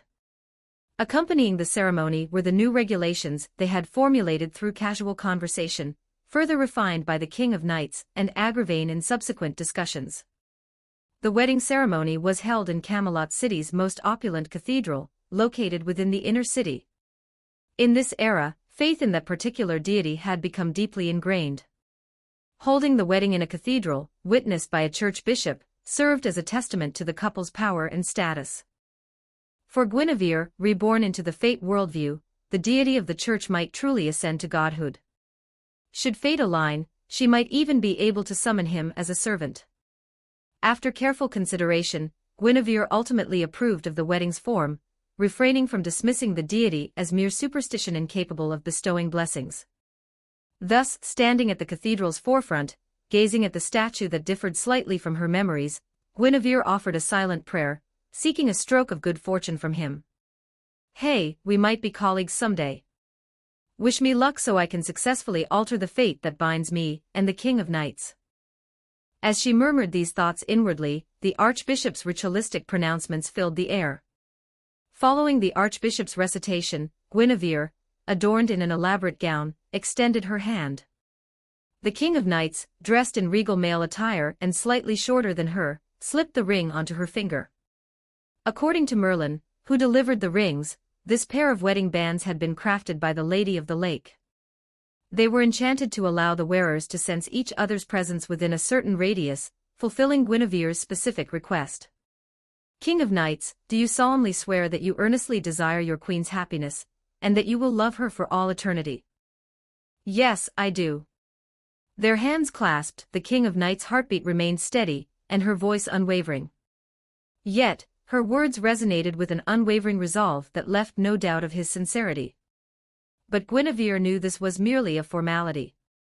To make the King of Nights truly understand the weight of this vow, she first needed her to comprehend the emotion known as love. After questioning the King of Nights, the bishop turned to Guinevere. Torn between apprehension, introspection, and self-doubt, Guinevere realized that her love for the King of Nights was still largely rooted in her affection for the paper-thin character from her previous life. The two strands of love remained separate, yet to intertwine. "I will unite these two loves as soon as possible. I swear, I will always love the King of Nights Artoria." Guinevere's response was equally resolute, brimming with genuine sincerity, but the subtle difference remained hidden, known only to herself. The name Artoria was uttered only in her heart. After the ring exchange and vows, the next step was, "Now, King of Nights, you may crown your bride under God's blessing." There was no public kiss. The King of Knights had deemed it insufficiently dignified and cancelled it. As the King of Knights personally placed the crown upon Guinevere's head, the church, packed with onlookers, erupted in applause, marking the completion of the ceremony that united the two as one. Next came the procession through the streets, where the king and queen rode in a flower-bedecked carriage, basking in the cheers of the populace. Having just announced a series of policies beneficial to the people, they were indeed met with enthusiastic acclaim. The crowd marveled at the King of Knights' majesty, while Guinevere's partially veiled beauty left them mesmerized. As twilight descended on yet another day, the grandest ball of the era was held within the royal palace. Simultaneously, the King of Knights and Guinevere, weary from the day's events, could now legally and legitimately share a chamber. "Guinevere, do you want to kiss me?" Her hand was held, her waist embraced, her body frozen. In a room adorned with festive decorations, why had Guinevere gone this far with the King of Knights? After locking the door, the King of Knights changed into the white lily dress she wore during her pilgrimage, as promised. When Guinevere was allowed to turn and witness the King of Knights' maidenly attire firsthand, the thread of her reason nearly snapped. For a moment, only the King of Knights' figure remained in her vision. The strapless, backless little dress, with a hem that was slightly too short, revealed two anachronistic black stockings beneath the skirt obviously woven with magic. After a moment of dazed shock, Guinevere pulled the King of Knights close, pressed her onto the velvet-covered wedding bed, and imprinted the sight before her onto the King of Knights' eyes. When embraced, the King of Knights instinctively struggled, but she couldn't break free. Guinevere's strength surpassed her own. Seeing her own reflection in Guinevere's eyes, she finally believed that Guinevere truly liked girls. "Guinevere, are you going to kiss me?" For the second time, beneath the white lily dress, the King of Knights, her regal presence undiminished, asked the question. She was no longer the naive girl who had first drawn the sword in the stone. With those words, the King of Knights in Guinevere's eyes ceased to be merely an innocent maiden. A tremor ran through Guinevere's heart, snapping her out of her daze. She realized what she had just done, but the lingering sensation of the King of Knights' waist beneath her hands made her reluctant to let go. "No, let's wait until you truly fall in love with me," Guinevere murmured. Despite her reluctance, Guinevere released Artoria, and rose to her feet. Yet even as she stood, she continued to gaze down at the reclining King of Knights, etching her current pose into her memory. "Leah, you don't feel guilty towards me anymore, do you? You believe I genuinely like girls now, right? You won't despise me anymore, will you?" The blush gradually faded from the King of Knights' earlobes. It took considerable effort for her to maintain a solemn expression, but she wouldn't have minded if Guinevere had kissed her. She believed Guinevere deserved it. Moreover, as a king who had ridden across countless battlefields, she understood perfectly well what marriage entailed. She couldn't give Guinevere the happiness she deserved, including the traditional pleasures of the bed. "I don't despise you. This suits me perfectly." Witnessing Guinevere's desire and realizing her genuine attraction to women had dispelled much of the King of Knights' guilt, allowing her to speak these words with newfound ease. Even as she changed out of the white lily dress, Guinevere remained turned away, yet the King of Knights sensed something was amiss. "Guinevere, logically speaking, we'll need to sleep together tonight and for a long time to come, right? A newly married king and queen couldn't possibly separate into separate chambers immediately after the wedding. Such a move would only incite discontent among their respective knights." As she spoke and pondered, the King of Knights didn't wait for Guinevere's response. She turned and stepped forward, gently twisting Guinevere's body around. "Guinevere, come help me change. It's your duty as queen." The King of Knights had considered the matter. If this too was a necessary part of fulfilling her role as the fated king, she would suppress her own feelings and choose to accept it. But she hadn't anticipated that while she had come to terms with it, Guinevere, upon seeing her dress half removed, would widen her eyes and faint. At that moment, the King of Knights recalled Morgan's pre-marriage assessment of Guinevere. "She's just a clueless novice, all talk and no action. She says she likes girls, but she can't even bear to look at my skin." With that thought, the King of Knights laid the unconscious Guinevere back on the bed, and for the first time, let out an unrestrained laugh. How did you ever dare to attack me in the past, acting like that? Chapter 18. Chapter 18. The King of Knights is no longer in bed. 1290 words. The night passed without incident. When Guinevere awoke, it was already the next morning. By then, the King of Knights' lingering warmth had long dissipated, but Guinevere could still see the imprint of her body on the bed beside her. A few golden strands of hair clung to the pillow. As for Guinevere herself, the first thing she noticed upon waking was that her clothes had been changed into a light, thin nightgown. It was obvious who had changed her. No one but the King of Knights would have dared. She was currently hugging the pillow the King of Knights had slept on, rolling around on the soft, large bed. Embarrassing, embarrassing, embarrassing. How could I have fainted over something like that? I can't even handle her. And I dare call myself a seasoned viewer of adult content. As she rolled around, recalling her last memories before fainting the night before, Guinevere couldn't help but cover her face with both hands, her earlobes flushing crimson. The King of Knights she had idolized, inviting her to serve while half undressed. The mental shock was simply too much for Guinevere to bear. For her, it was as if her two-dimensional waifu had suddenly become real. She is my real wife, and I won't react like this next time. Having been a girl in her previous life, and possessing a body even more beautiful than the King of Knights in this one, Guinevere easily regained her composure. After lying back and giggling foolishly for a while, her heart fully accepted that the King of Knights was her partner. She grew increasingly embarrassed about her behavior the previous night, and felt an urge to slash something. Throwing back the covers and getting out of bed, Guinevere found her nightgown still neat. The King of Knights had simply changed her clothes after she'd slept, and they'd spent an ordinary night together.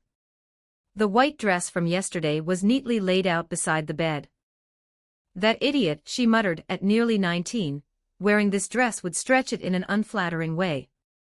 Tisk, it's fortunate Leah's growth has been stunted. Otherwise, how could she have concealed her true gender for so long? As she carefully folded the white lily dress and put it away, Guinevere imagined what the King of Knights would look like had she grown up normally, envisioning her mature form in the future. No, how could I be so greedy? After all, I don't even. Still muttering to herself, Guinevere recalled the humiliating scene from the previous night, when she had been effortlessly defeated. After sulking in a corner for a while, Guinevere regained her composure, her murderous intent growing even stronger. Finally, she summoned a maid and instructed her to find Alice, and have her bring all the clothes from her temporary chambers. By the time Guinevere, now clad in her night training attire, walked through the palace halls, it was past noon. She noticed the guards were unusually lax today, the knights who usually patrolled everywhere were nowhere to be seen. Frowning, she instructed Alice, who had followed her, to find Tristan while she headed straight for the King of Knights' council hall. As she walked, the emptiness grew more pronounced. Even the training ground, usually bustling with knights drilling, was deserted. Tell me what happened. Pushing open the doors, Guinevere entered the council hall. This was her first time meeting Agravain, and also the first knight she had seen today. Beneath the throne, sunlight streamed through the glass windows, yet Agravain remained shrouded in gloom. His gaze fell upon the massive round table, now in disarray after its recent use. He recalled how the king, summoned here last night, had for the first time displayed visible anger, a stark contrast to her usually impassive demeanor. It was precisely because it was their wedding night that the 5 foreign kings, their judgment clouded by malice, chose to launch their attack. They had timed their assault perfectly, knowing that a large number of the King of Knights knights were gathered in Camelot City. By the time Camelot City received word of the invasion, the attackers had already captured several small border towns, slaughtering all in their path, and plundering everything they could find, acts of pure barbarism. The King of Denmark, the King of Ireland, the King of the Vale, the King of Solis, the King of the Isle of Longtanes. Agravain made no attempt to conceal the truth from Guinevere's inquiries. After all, such matters couldn't remain hidden. As Guinevere recited the names of the 5 kings, Agravain experienced firsthand what his colleagues had described: the queen's bloodthirsty and maddening magical presence. Queen, the king has instructed me to inform you that he has not taken the knights you brought with you. He wishes for you to defend Camelot City. Do you think I'll be content merely defending the city? Guinevere's face wore a "you're kidding me, right?" expression, and her urge to hack something apart grew stronger. She wondered what strange looks her knights would give her if she met them now. But who could blame Guinevere? She had succumbed to the onslaught last night, and had fallen into a deep, dreamless sleep, something she never would have imagined possible. Agravain, continue with what you know. The King of Denmark, the King of Ireland. These were all foreign monarchs. But it was precisely because of this that they dared to launch surprise attacks. Their military strength far surpassed that of the vassal kings of England. Take the 5 native kings defeated by Guinevere and the King of Knights, for example. Even the strongest among them could barely muster 100 knights. Yet each of the 5 foreign kings now invading England could command well over 100 knights.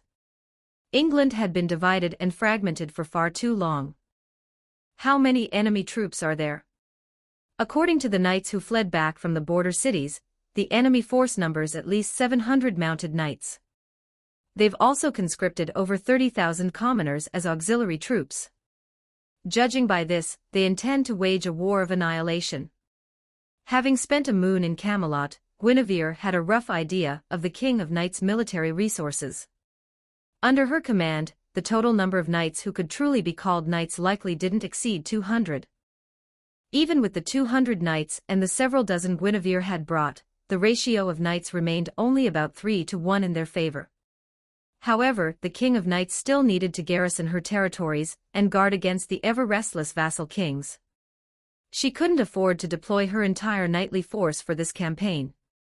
Precisely because of this, the King of Knights needed not only to win, but to win swiftly.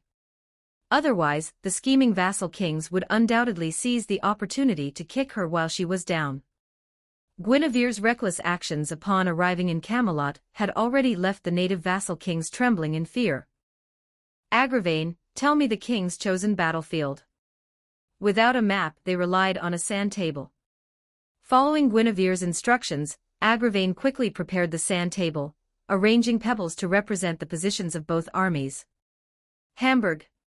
Hearing the name from Agravain's lips and confirming on the sand table that it lay barely 20 miles from the vanguard of the 5 foreign kings, Guinevere felt a growing sense of foreboding.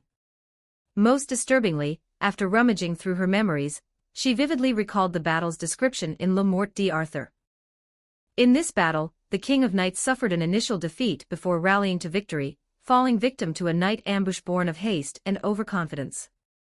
Given the full knightly army's marching speed, this ambush was likely to occur tonight. Chapter 19. Chapter 19. I sworn victory 1439 words. My king, are you truly not going to summon Sir Lancelot back?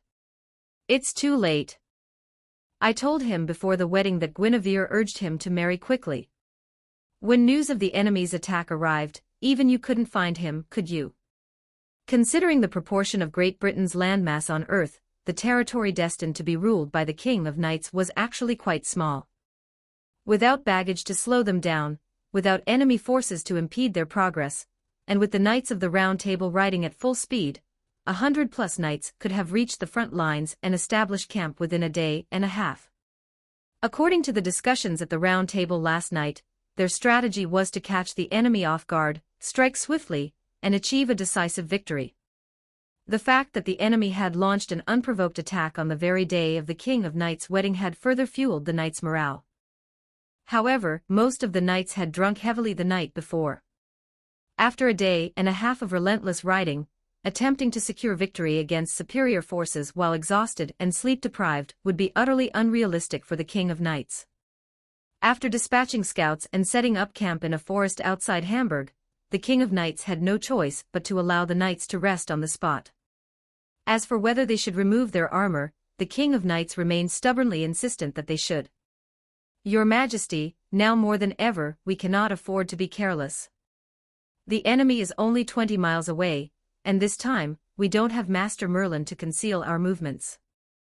He drank too much last night, and was nowhere to be found when it was time to depart. Brother, answer me this first, was Master Merlin truly drunk? After setting up camp, the King of Knights and Kay spoke privately inside a small tent, guarded by Gawain and others to ensure no eavesdroppers. The King of Knights' question initially baffled Kay, but he quickly caught on. Master Merlin can foresee the future. He must have seen that this battle will be an easy victory, and that's why he drank so much. If Master Merlin was feigning drunkenness, it could only be because he foresaw the battle's devastating outcome, and wanted to avoid our future resentment. He has never shown any inclination to alter the future. If someone can foresee the future, and others understand that person's nature, they can infer the rough outlines of the future from that person's actions. In the past, Merlin had accompanied the army, even personally dissuading enemy forces from advancing. But those battles had always been easy victories for the King of Knights. Your Majesty, do you truly believe we'll be defeated? Then why have you placed us in such a desperate situation and ordered us to remove our armor? Kay stopped his questioning, realizing the urgency of a swift resolution, a point they had discussed at length the previous night. Even if they ignored the possibility of the vassal kings rebelling, they couldn't afford the consequences of a slow advance. Given the enemy's military strength and the kingdom's border defenses, the enemy forces would inevitably secure a series of victories. Every day they delayed their arrival increased the risk of the kingdom's western territories devolving into a living hell. Only by making themselves a target could they force the enemy to consolidate their forces. This would give the kingdom a chance to seize a once-in-a-millennium opportunity for a decisive battle, and compel the enemy to gamble everything on a single, desperate attack. A weary army, your Majesty's presence here, our defenseless state while removing our armor. If I were the enemy commander, the only reason I wouldn't attack would be if they genuinely hadn't detected us. So your Majesty's insistence on removing our armor is merely a ploy to lure them out. Not just that. If the enemy intends to strike, I believe they'll wait until 2 hours from now, when most of the knights will have fallen into deep sleep. By then, night will have fallen, making a night raid even more advantageous. The King of Knights paused, a flicker of sorrow briefly crossing her eyes. Go tell everyone, the King of Knights said. I've led them into danger. The sacrifices in this battle will be great, but I can guarantee victory. As the King of Knights spoke, Sir Kay remained motionless. As her foster brother, he was older and more ruthless. After the King of Knights devised her plan, his focus shifted to increasing its chances of success. Your Majesty, Kay said, if you've already decided how to turn defeat into victory, I don't believe it's necessary to inform the knights of the danger. If they know, some might desert, and there could even be enemy spies among them, either of which would jeopardize your strategy. Losing this decisive battle would likely force us into a protracted war against the Five Kings, a war we cannot afford. Therefore, we should consider making the bait even more tempting. Inside the tent, the King of Knights' emerald eyes met Kay's unwavering gaze. She couldn't deny the practicality of his suggestion, but her title, universally recognized, was simply King of Knights. Honest, rigid, and despite having a well-crafted strategy, still heartbroken by the necessary sacrifices. Moreover, the greatest bait in this battle was undeniably herself.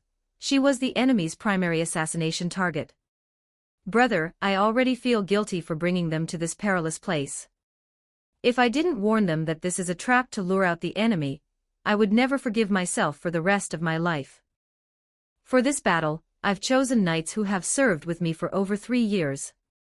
I trust there are no spies among them. If any are unwilling to face death with me here, they will be allowed to leave. Now, issue the order, have everyone remove their armor and rest, but remain vigilant against a surprise attack. With these words, the King of Knights fell silent, her hand resting on the sword of promised victory as she closed her eyes to meditate. After Kay departed, a commotion quickly erupted in the small camp.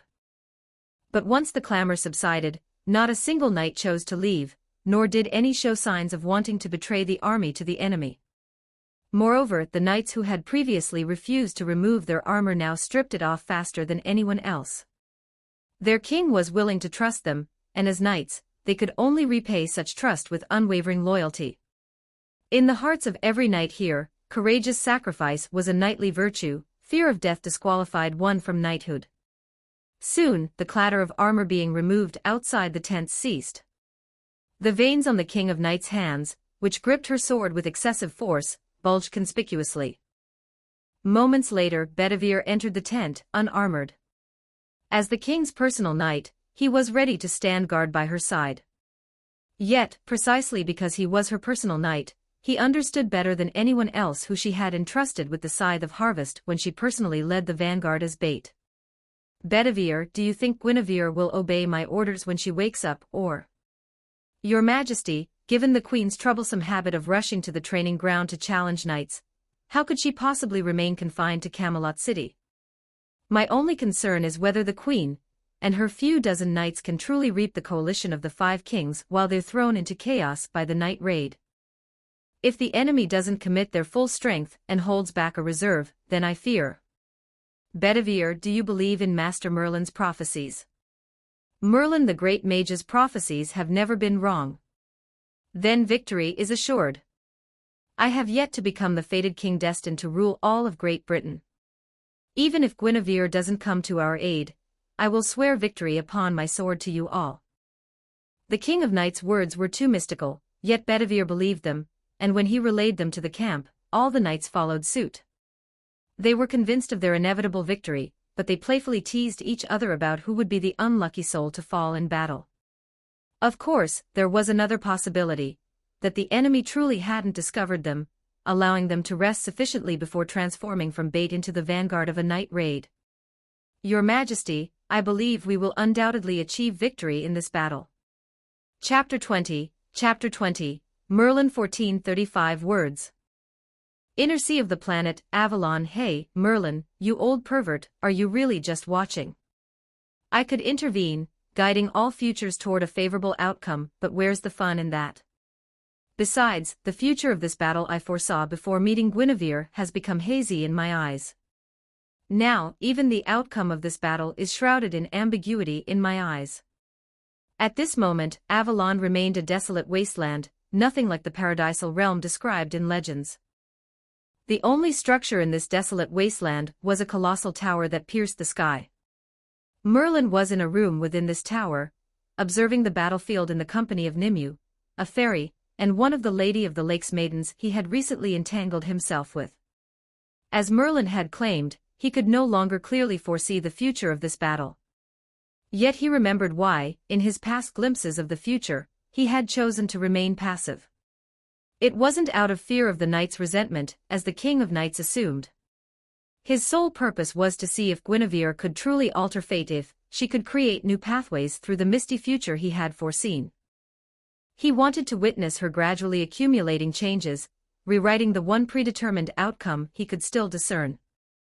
Merlin, you old pervert, Nimue said, if the future truly changes because of her, then I still won't do anything, Merlin replied. You'd better think this through. If she succeeds, the world's governing laws might descend to prune her. Don't be so dramatic. Changing the future alone isn't enough to warrant the counterforce sending down its puppets. Gaia and Alea, the two great counterforces of the fate universe, as Merlin referred to them. Gaia was the planet's subconscious, a safety mechanism born to ensure its survival, while Alea was humanity's collective subconscious, a safety mechanism designed to avert annihilation. As Merlin had said, to compel them to dispatch the sweepers, Guinevere would need to pose a genuine threat to the survival of the entire planet, or all of humanity. Well, think about it carefully, Merlin said. Even if Guinevere were to alter the future I foresee, it wouldn't reach the point of endangering the planet or humanity. At absolute most, it would simply add a new chapter to the legend of King Arthur in human history. Merlin's vision of the future seemed to extend far beyond the King of Knights' end.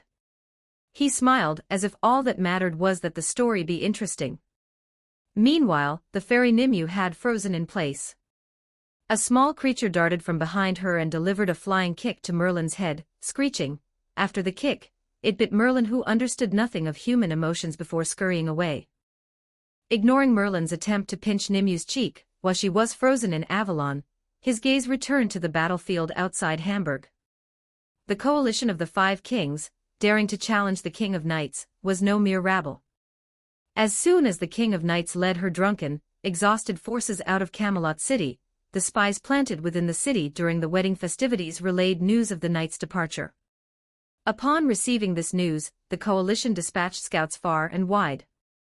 Shortly after the King of Knights' forces made camp, the main tent of the coalition of the Five Kings, located 20 miles away, received intelligence confirming that the King of Knights had ordered her knights to disarm and rest. This intelligence had been repeatedly verified by multiple scouts. King of Ireland, you're closest to the King of Knights. Is she truly such an arrogant and overconfident ruler? Then this must be a bluff, meant to make us hesitate and miss our best opportunity to strike their camp out of fear. Unfortunately, no one in Great Britain at the time had ever heard of the empty city stratagem.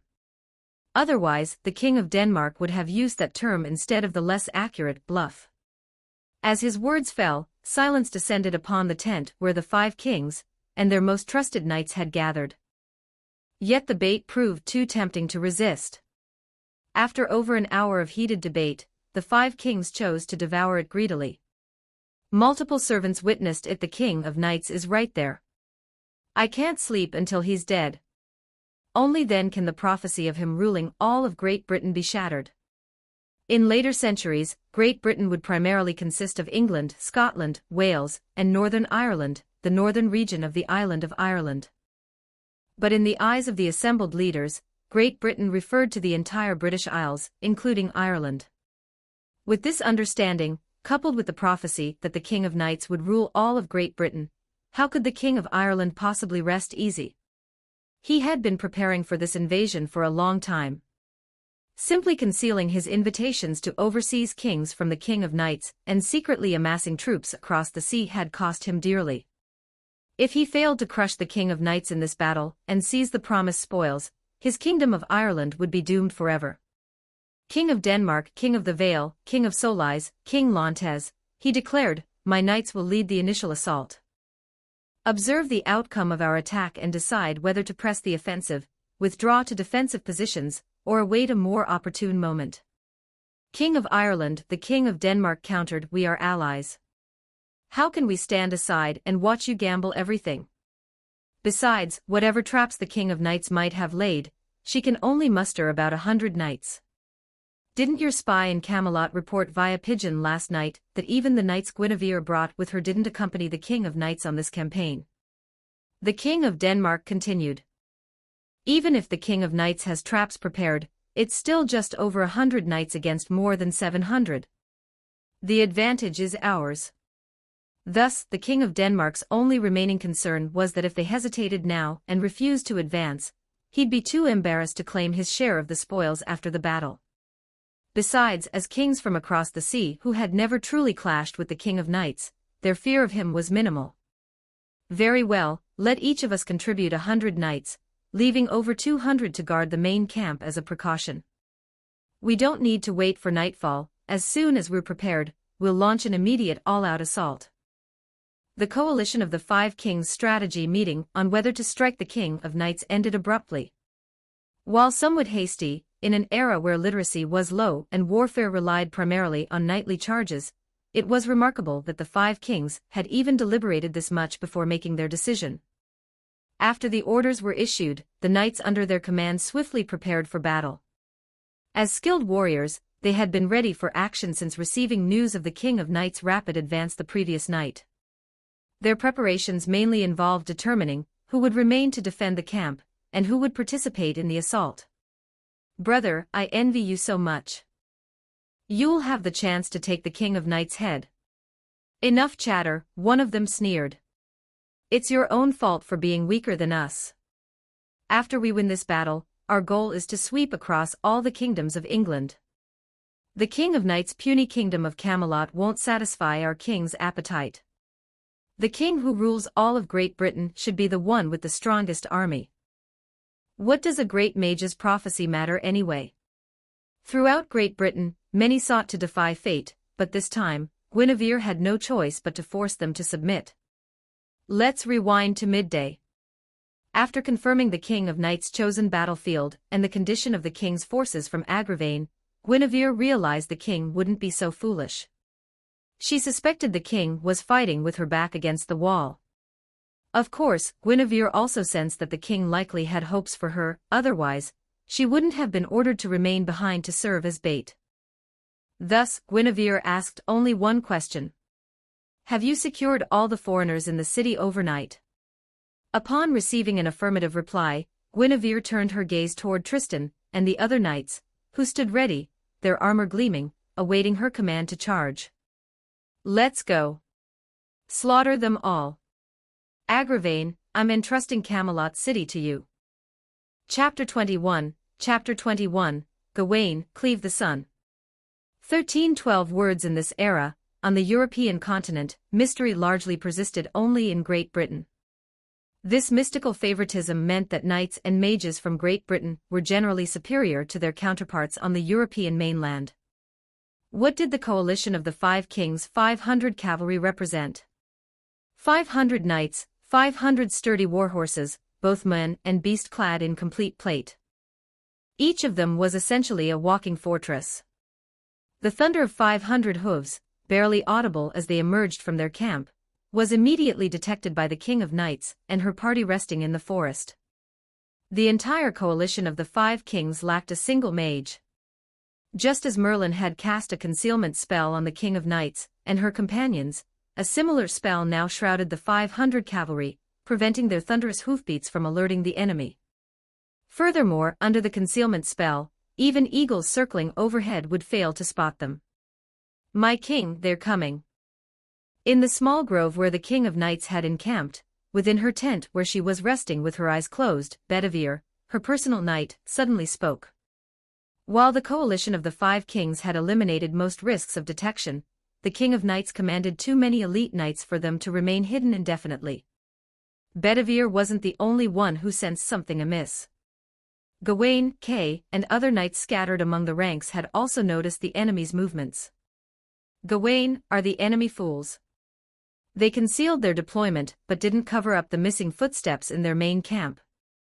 Perhaps they weren't trying to hide the deployment itself, but rather something within the deployed forces, Gawain replied. As the perceptive knights chatted idly, they waited for the King of Knights' order to signal an enemy attack before preparing the rest of the knights for battle. At this moment the knights, already prepared, remained calm. Following established procedure, they instinctively grabbed their weapons and shields, mounted their horses, and spontaneously gathered around their captains. Their lack of urgency in donning armor stemmed from the fact that knightly armor was notoriously difficult to wear. Putting it on now would be suicidal. This made the 30-odd knights who could wear armor stand out conspicuously. As knights, they generally wielded magical power, capable of single-handedly routing 1,000 ordinary soldiers. And as elite knights, now that the Round Table had been activated last night, they should be called Round Table Knights under the King of Knights. All Round Table Knights could manifest magical armor, just like how Guinevere remembered how the heroic spirits from her previous life could do the same. Emerging from her tent, the King of Knights was already clad in her silvery white armor. As she prepared to charge the enemy forces, she chose to wield a lance. She rode Dun Stallion, her warhorse, a creature whose blood flowed with magical power. This equine magical beast could even summon magical armor for itself through sheer willpower. Fully armored, Dun Stallion carried the fully armored King of Knights as they rode to the vanguard of the knights, ignoring the loyal pleas of some to remain in reserve. As the King of Knights and her forces prepared to engage, the coalition of the Five Kings detected their movements.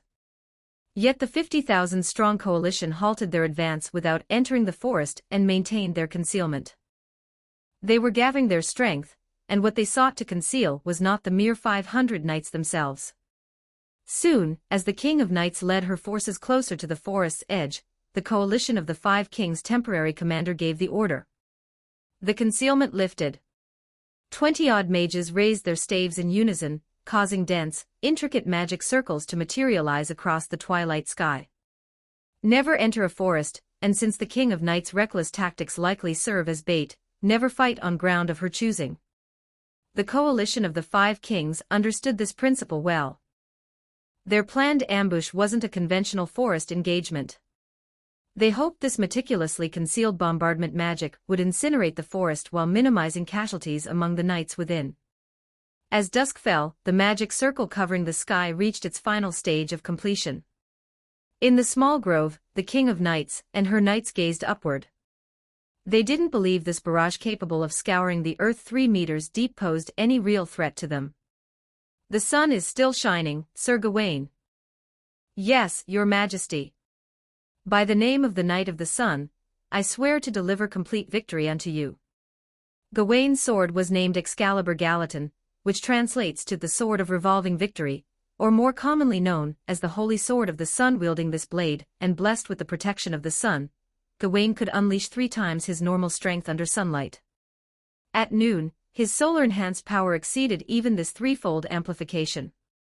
The coalition of the 5 kings, eager for battle, abandoned their planned night assault, granting Gawain a precious window to fight at triple his usual power. Even if the coalition had known of Gawain's unique ability, they wouldn't have granted the King of Knights' entire army more recovery time simply because of him. Holy Sword, unleashed. This blade is the manifestation of the sun. The other Holy Sword of the Star, rotating. Sword of Victory. As a storm of magecraft bombardment rained down from the sky, a sun erupted from the grove. Its blinding light transformed into a torrent of radiant energy, single-handedly devouring the incoming barrage. The blazing stream surged forward, shattering the sky-obscuring magic circle, and obliterating the crimson sunset clouds beyond.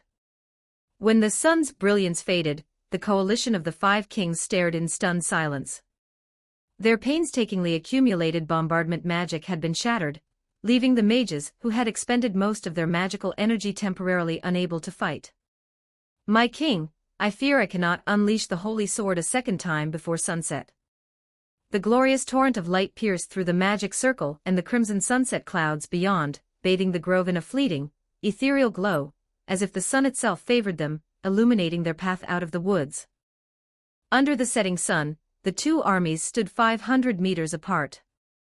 The King of Knights and her companions wore helmets that concealed their expressions, but the knights whose magic could not conjure armor revealed their faces clearly. Their faces showed no fear, only unwavering confidence in their inevitable victory. Against them stood 100-odd riders weary from battle, reeking of wine, and mostly unarmored, facing 500 fresh, battle-ready, fully armored knights brimming with morale. The clash of gazes revealed the King of Knights' formation, steadfast as a mountain.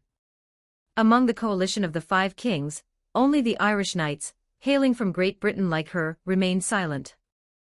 Before the charge even began, the superiority of the King of Knights' forces was already evident. Raising her lance, she pointed it forward, its tip aimed directly at the Irish king's contingent, the strongest among the enemy ranks. Seeing the King of Knights' choice, the Irish king and his knights showed no fear. They spurred their horses forward, silently taking the vanguard position for the charge. There were no war drums, no trumpets, only the gradual approach of the 2 cavalry formations. Now, the thunderous hooves, no longer concealed, and the clang of armor and weapons became the most ferocious battle horn on the battlefield. "I, Arthur Pendragon, swear to you once more that I will lead us to victory in this battle." Finally, when the 2 sides were only 200 meters apart, the King of Knights and the Irish king kicked their horses, each choosing to become the foremost arrow of their respective forces. Following them came the drumming of the earth itself. Spy the drums of war are a come in Chapter 22, Chapter 22, Morgan, Useless King of Knights. 1346 words. The thunder of hooves, the roar of battle cries, the clang of weapons, the thud of knights falling from their horses. By the time Guinevere led her forces to the battlefield, it was already a chaotic melee. The King of Knights' 100-odd knights had successfully drawn the enemy's 500 into a swirling clash. As time wore on, the King of Knights had slain the King of Ireland in a single exchange, and the Round Table Knights, capable of conjuring magical armor, continued to dominate their individual duels. Yet among the ordinary knights, the King of Knights' forces were struggling to hold their ground. Despite their superior individual strength, the enemy knights were still knights. Fighting unarmored against armored foes, and outnumbered more than 2 to 1, their slight advantage quickly evaporated. By the time dusk had deepened into night, nearly half an hour had passed. Over 4 round table knights and more than 30 ordinary knights had fallen, and most of the survivors were wounded. On the enemy side, apart from the King of Ireland, only about 100 knights had been slain. Though the kill ratio appeared favorable, the King of Knights' forces couldn't afford to rotate their troops for rest. Already exhausted, they would inevitably struggle to maintain their current exchange rate, and signs of defeat would become increasingly apparent. "Your Highness, aren't we going to attack? If we delay any longer, the King of Knights will fall, and even more knights will die. Tristan, attacking now wouldn't be ideal. We can't secure a decisive victory in a single strike. The best-case scenario is to wait until the King of Knights retreats into the forest, and the pursuing enemy knights lose their formation. But what if the King of Knights doesn't retreat? Do you think I specifically donned the King of Knights' armor in the bedroom for no reason? If they fight to the death and refuse to retreat, then it will be my turn to impersonate the King of Knights and charge into battle. This will create chaos among the enemy ranks, and draw a portion of their forces toward us." 5 miles from the chaotic battlefield, Guinevere, Tristan, Morgan, and the 63 knights who accompanied them gazed steadily at the carnage. The knights awaited Guinevere's signal, the raising of the counterfeit Excalibur, to unleash their attack. After deciding to come to their aid, Guinevere and her knights had rushed here at breakneck speed. Each knight had 3 horses, and having rested well the previous night, they were ready to engage immediately upon arrival. As for why Morgan was here, Guinevere had specifically sought her out. Although the witch desired the King of Knights' death and sought to usurp the throne, she had no wish to see the king's kingdom fall. Therefore, after Guinevere agreed to certain conditions, Morgan chose to accompany them, and in place of the unreliable Merlin, whom Guinevere couldn't find either, provided the entire group with concealment magic. Furthermore, Morgan's mastery of water magic greatly alleviated the fatigue of the journey for Guinevere and her knights. "Your Highness, perhaps we could launch a surprise attack on the enemy's main camp." It wasn't Tristan, nor Morgan, but a knight of slightly lesser renown under Guinevere's command.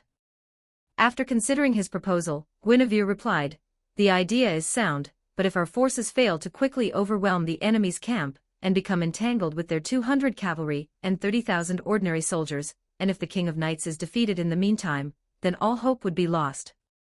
Alternatively, would you be willing to lead 10 riders to raid the camp and announce our arrival to the King of Knights?" The knight who made the suggestion was both strong and fiercely loyal. Faced with this near-suicidal mission, his expression flickered before he struck his chest lightly, accepting the task. "Your Highness, your subordinate obeys." Reining in her horse, Guinevere surveyed her knights. 10 knights immediately stepped forward of their own accord. Had Guinevere not intervened, they would have willingly charged to their deaths. "Settle down. I'm not willing to sacrifice you so easily. Besides, there's no second Lady Morgan here to accompany you and cast concealment." In this critical moment, Guinevere suddenly recognized the importance of flattering Morgan. Yet Morgan remained utterly impassive to her praise. Regardless of its effectiveness, Guinevere had no choice but to continue. "Besides, with Lady Morgan here, there's no need for you to throw your lives away trying to notify the King of Knights. You agree, Lady Morgan?" Still veiled in black gauze, still dressed in her revealing attire, Morgan laughed aloud as she was hoisted high. Only she knew how unbearable it was to watch the King of Knights squander her knights' lives so recklessly. In her view, this battle didn't need to be so brutal. She loathed humans, despised fairies, detested the weak, abhorred the ugly, hated equality, and scorned peace. She believed everything depended solely on herself. A single king was sufficient to lure the enemy. "What utter—" Morgan murmured these words, yet only Gawain heard the telepathic message in his ear. It was already night, and having just unleashed the holy sword, Gawain had lost his composure. The sudden voice startled him, nearly allowing the 5 enemy knights attacking him to gain the upper hand. Yet he persevered, charging toward the King of Knights, who was surrounded by even more foes, and urgently pleaded for a retreat. "Sir Gawain." Beneath her helmet, the King of Knights first appeared puzzled, then, trusting Gawaine's judgment, understood the situation. She loudly ordered a retreat, commanding all Round Table knights to cover their withdrawal. Not just trash but also utterly inflexible, Morgan muttered. Had they decisively abandoned some, they might have saved even more lives. Even as Morgan spoke, she was about to act but Guinevere stopped her. At this point, Guinevere wanted the King of Knights' retreat to appear even more convincing. Soon after, the knights who had been conserving their strength suddenly surged forward, while the King of Knights and her companions unleashed their concealed powers. After suffering some unnecessary casualties, all the knights broke through the encirclement and fled into the nearby grove in disarray. Pursue them. It could be a trap. A trap, my ass. Our capital has fallen. After a brief exchange, the knights of the four kings hesitated. Only the Irish knights, who had lost their monarch, surged forward without hesitation, chasing the King of Knights' forces into the grove. This hesitation by the four kings created a temporary gap between their forces and the retreating knights, giving the King of Knights' forces, who had retreated into the grove, a numerical advantage for a counterattack.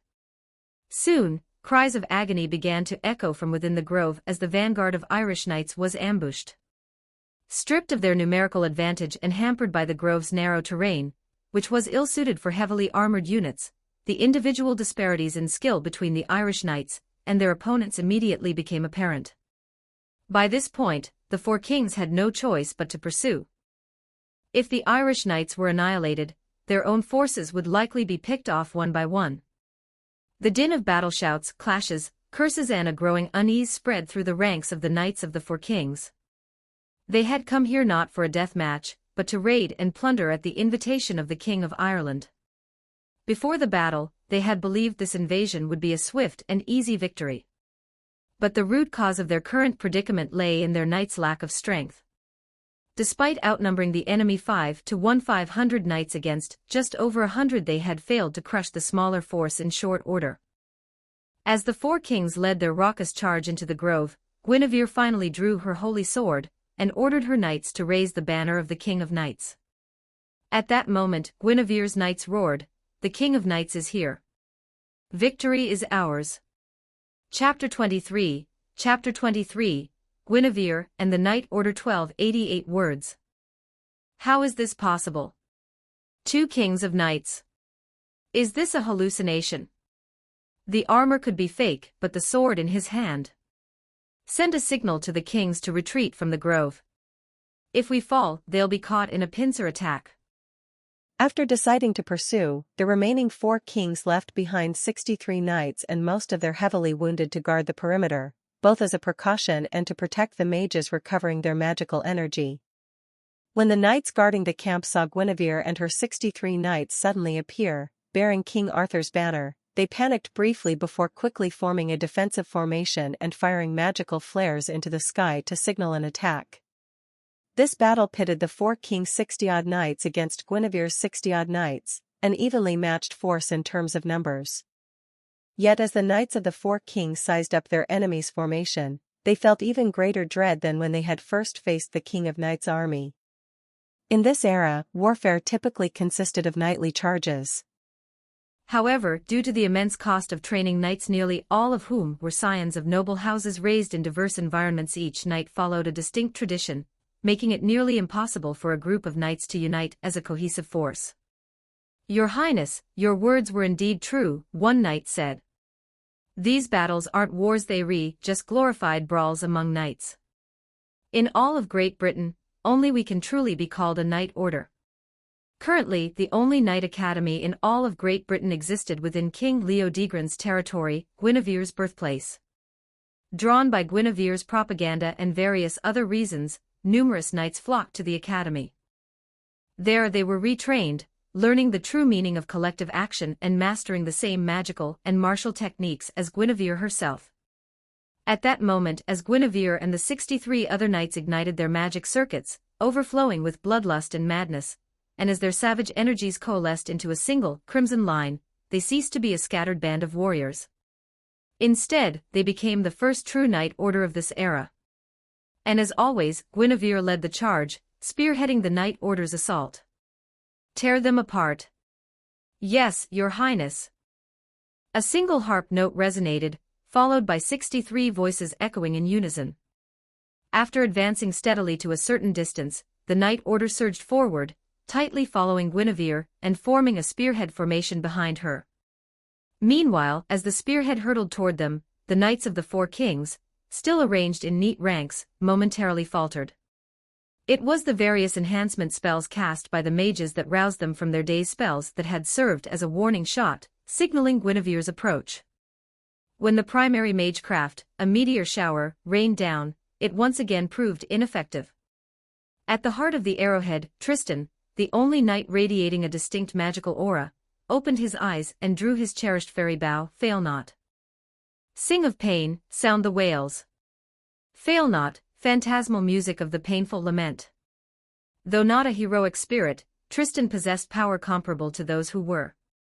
In fact, for beings who had already been formidable in life, becoming a heroic spirit while granting them a class often meant having their true strength restrained, preventing them from unleashing their full potential. Tristan's fairy bow sang, and strands of magical energy wove into a net across the sky, shredding the enemy's descending magecraft into dust. The enemy mages erupted in curses once more. Emboldened by this, the enemy knights charged forward, hastily forming a crude, arrowhead formation in imitation of Guinevere and her knights.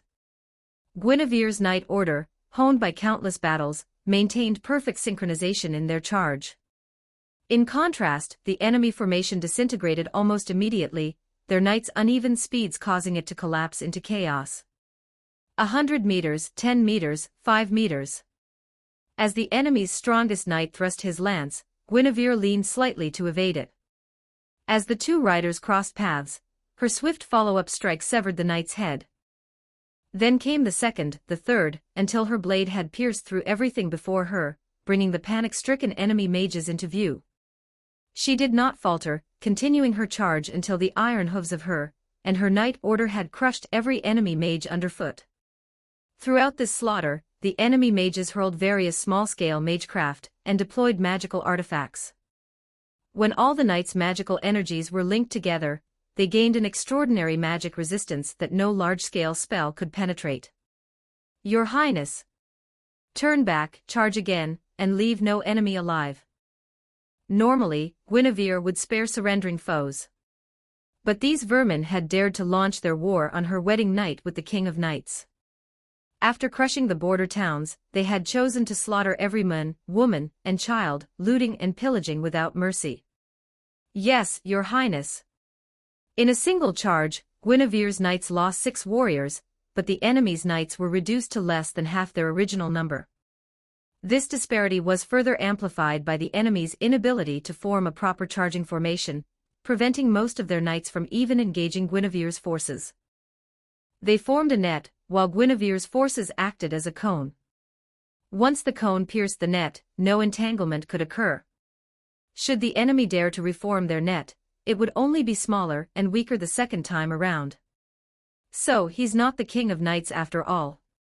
On the other side of the pierced net, a gravely wounded knight chuckled weakly. He had survived the charge despite being at the spearhead, but at the cost of his left arm, severed by Guinevere's blade. This encounter confirmed the identity of the suddenly appearing second King of Knights.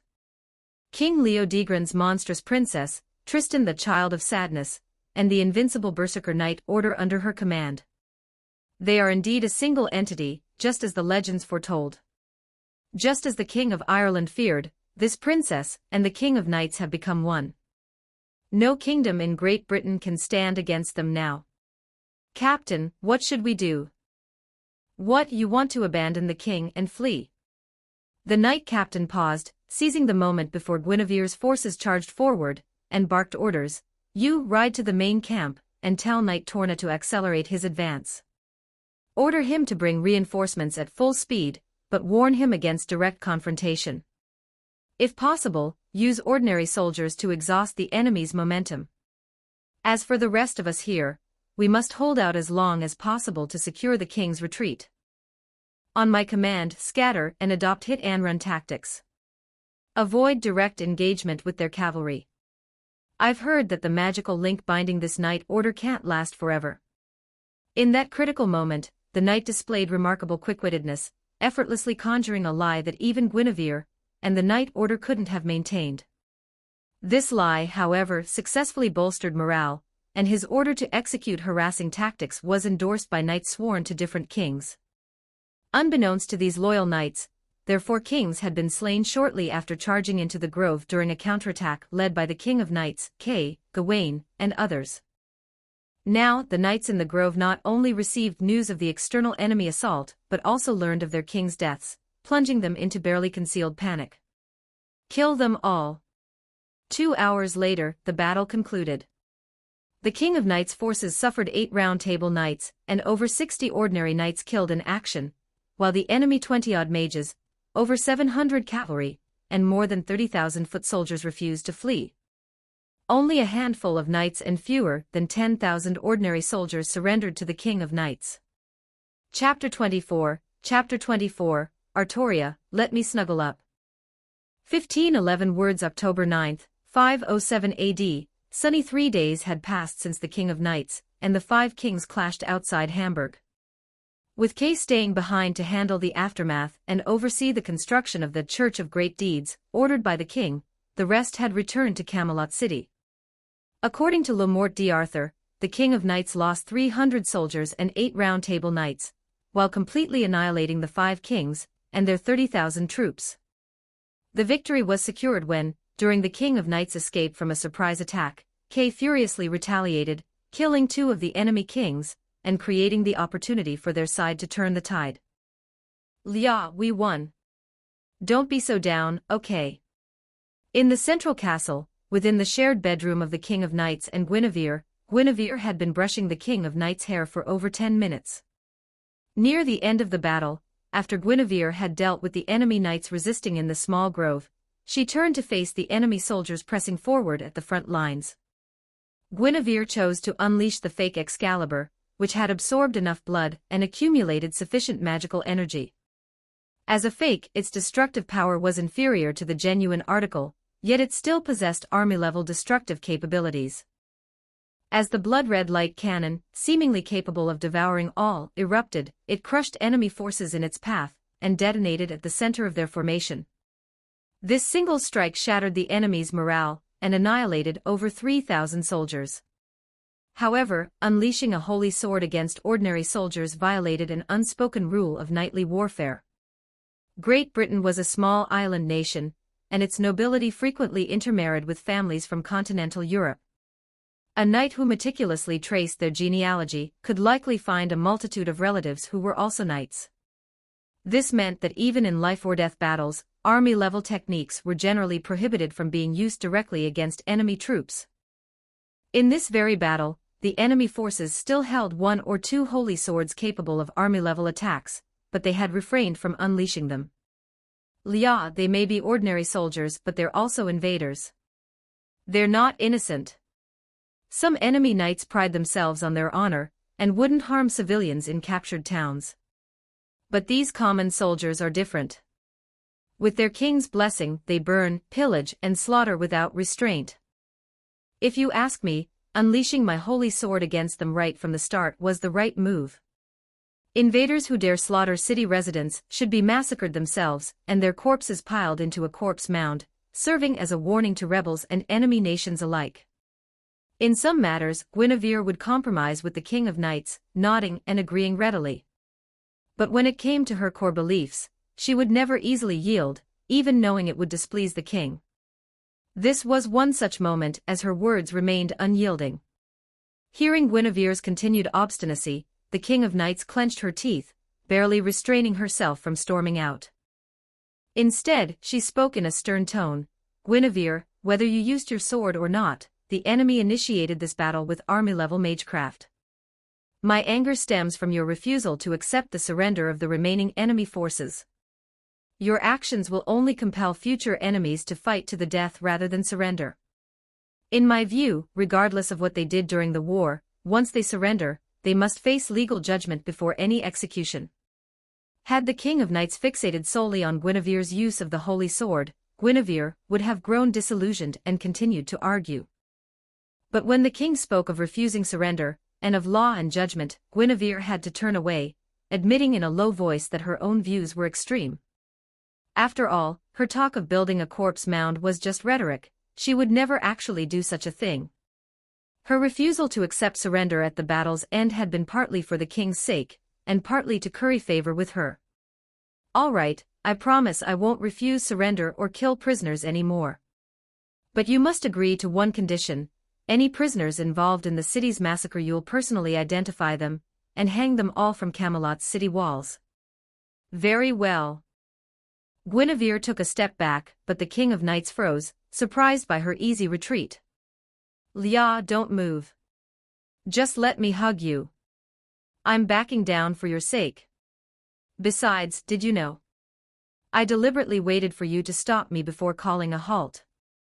Now, even the knights who disapprove of my slaughtering prisoners like Tristan will have their respect for you skyrocket." Inside the bedroom, the door was locked and the curtains drawn. The King of Knights had once again donned her former white lily dress. Though tensions lingered between her and Guinevere, the battle's merits still needed to be recognized and rewarded. By returning to this dress and allowing Guinevere to arrange her like a doll, the King of Knights was bestowing upon Guinevere the very reward she desired. At this moment, words flowed freely. Caught off guard by Guinevere's claim that her actions were for the King of Knights' sake, the King of Knights had no time to resist Guinevere's sudden embrace. According to Guinevere, her deliberate refusal of surrender and slaughter of prisoners were merely strategies to establish the King of Knights' authority among her knights. As Guinevere finished speaking, she pressed herself against the King of Knights' shoulder, her cheek nuzzling her earlobe. One would never guess that on their wedding night, she had fainted at the sight of her partner's disheveled clothes. "Guinevere, you don't need to go to such lengths. I can't help it's because I love you. Besides, a kingdom shouldn't have two centers of power. Tristan and the others may be more loyal to me, but they can't treat you as nothing. Artoria, you'll be responsible for distributing the compensation to the families of the knights who fell in this battle. But do you truly trust me? Are you really entrusting me with managing the Knight Academy we're planning to establish?" The earlobe was the bait, Guinevere's lips the fish, now nibbling at the lure to test its reaction. Meanwhile, the King of Knights' mind echoed with Guinevere's words, "It's because I love you." Suppressing her urge to flee, she clenched her fists, reasoning that this was a reward that Guinevere deserved. After all, they were now legally married. "Guinevere, you have the experience, and you're not one to be content weaving tapestries in the royal palace. Then leave it to me. I'll work hard to train several knight orders for you." "But have you really thought this through? Every knight we train requires a knight's fief to support them. If you don't actively conquer other vassal kings, where will you find enough territory to grant?" As she spoke, Guinevere went completely limp, hanging bonelessly on the King of Knights' shoulder. Her gaze slid down past the king's A-cups to easily glimpse the absolute territory between her black stockings and skirt hem. Instinctively, Guinevere covered her nose, terrified of embarrassing herself again. Guinevere had realized she only fainted around the King of Knights, never anyone else. "Lia, why aren't you saying anything? Stop sucking on my earlobe." The King of Knights' regal dignity had never crumbled so completely. Her body betrayed her will, her face and ears flushed crimson the moment Guinevere's lips closed around her earlobe. Seeing her so flustered and utterly feminine, Guinevere's own resolve wavered. Her body, too, rebelled against her intentions, refusing to support her mischievous schemes. She closed her eyes, taking a deep breath, oblivious to the King of Knights' heightened discomfort at her nearness. When she had regained some composure, Guinevere straightened up and resumed brushing the king's hair, as if determined to tame that unruly stray strand. "Since we're already married, we should savor our growing bond and these intimate moments at our own pace." Guinevere spoke as much to herself as to the King of Knights. Once was all it took. Now that Guinevere had seen her in women's attire again, there was no way she would faint again. "Guinevere," the King of Knights said, "I still stand by what I said that day. I will never initiate an attack against the vassal kings of England. But I will not hesitate to march on Ireland, now without a king, and Scotland, overrun by barbarian tribes in the north. In the future, I also plan to launch expeditions to Gaul and Rome, to show the knights of the continent that Great Britain will no longer allow herself to be carved up by continental empires. Guinevere, please. Assist me earnestly. The King of Knights sat ramrod straight before the mirror, a petite figure harboring colossal ambitions. Camelot was currently flourishing. After defeating the King of Ireland and the other 5 kings, no nation or territory in all of Great Britain could rival the King of Knights. She had grown slightly arrogant. Chapter 25, What Morgan Desires. 1238 words. Time passed, a day, a month. Guinevere had become a familiar face among the King of Knights' knights. At present, the Knight Academy she was responsible for was still in its preparatory stages. Her daily routine consisted of morning training at the training ground, followed by free time in the afternoon, and sleeping with the King of Knights at night. During her free time recently, Guinevere had been spending most of it in her elder sister-in-law Morgan's room. During their previous battle, Guinevere had agreed to certain conditions to secure Morgan's assistance. Now that the debt was due, Morgan had no reason to refuse Guinevere's fulfillment of those terms. No means no. I'll never give the sex-change potion to Leah. Is your promise worth less than air? Don't you know I even deceived the King of Knights? You always said the prettier a woman is, the more likely she is to lie. What does a witch's chamber even look like? At least Morgan's chamber bore no resemblance to one. It was merely an ordinary, lavishly decorated room befitting a noblewoman. Guinevere, I've told you the potion's effects are temporary. Besides, do you truly not want a child by that bastard's offspring? Regardless, shouldn't you hate Merlin and King Uther instead? Why take your anger out on Leah, who wasn't even born then? Is it because one is long dead and the other is impossible to defeat? Fine, I won't call her a bastard. Let's call her my useless little sister instead. Now tell me, do you really not want a child by that bastard's offspring? The original condition Guinevere was supposed to fulfill was simply to obtain a drop of the King of Knights' blood, though she had intended to renege on even that. The situation escalated because Guinevere asked if Morgan could create a child for her and the King of Knights. This sparked Morgan's ambition, and she somehow procured a potion that allowed the drinker to transform. The witch had always been obsessed with perpetuating the Pendragon bloodline. You're a witch. Surely you can create the child with just my and Leah's blood. Who told you blood alone was enough? Fine, if you despise even your transformed, worthless sister, then just give me her essence after she transforms. In Le Morte d'Arthur, the King of Knights is male, and Mordred is genuinely Morgan's illegitimate son by him. In the Fate setting, the King of Knights is tricked into transforming by Morgan's schemes. She then extracts her essence and blood, combining them with her own materials to create Mordred. Guinevere, you've only just married that worthless sister of mine. You have time to think about this slowly. But what about 2 years from now, or even longer? A kingdom without an heir is destined for turmoil. I can't wait to see your expression then. And let me remind you again, I will never allow you to taint the Pendragon bloodline with foreign blood. From behind her veil, Morgan's voice remained stern. Yet, no matter how harsh her tone, her voice itself was still gentle, a contradiction that made Guinevere want to punch her all over again. I understand. I'll make a decision within 2 years.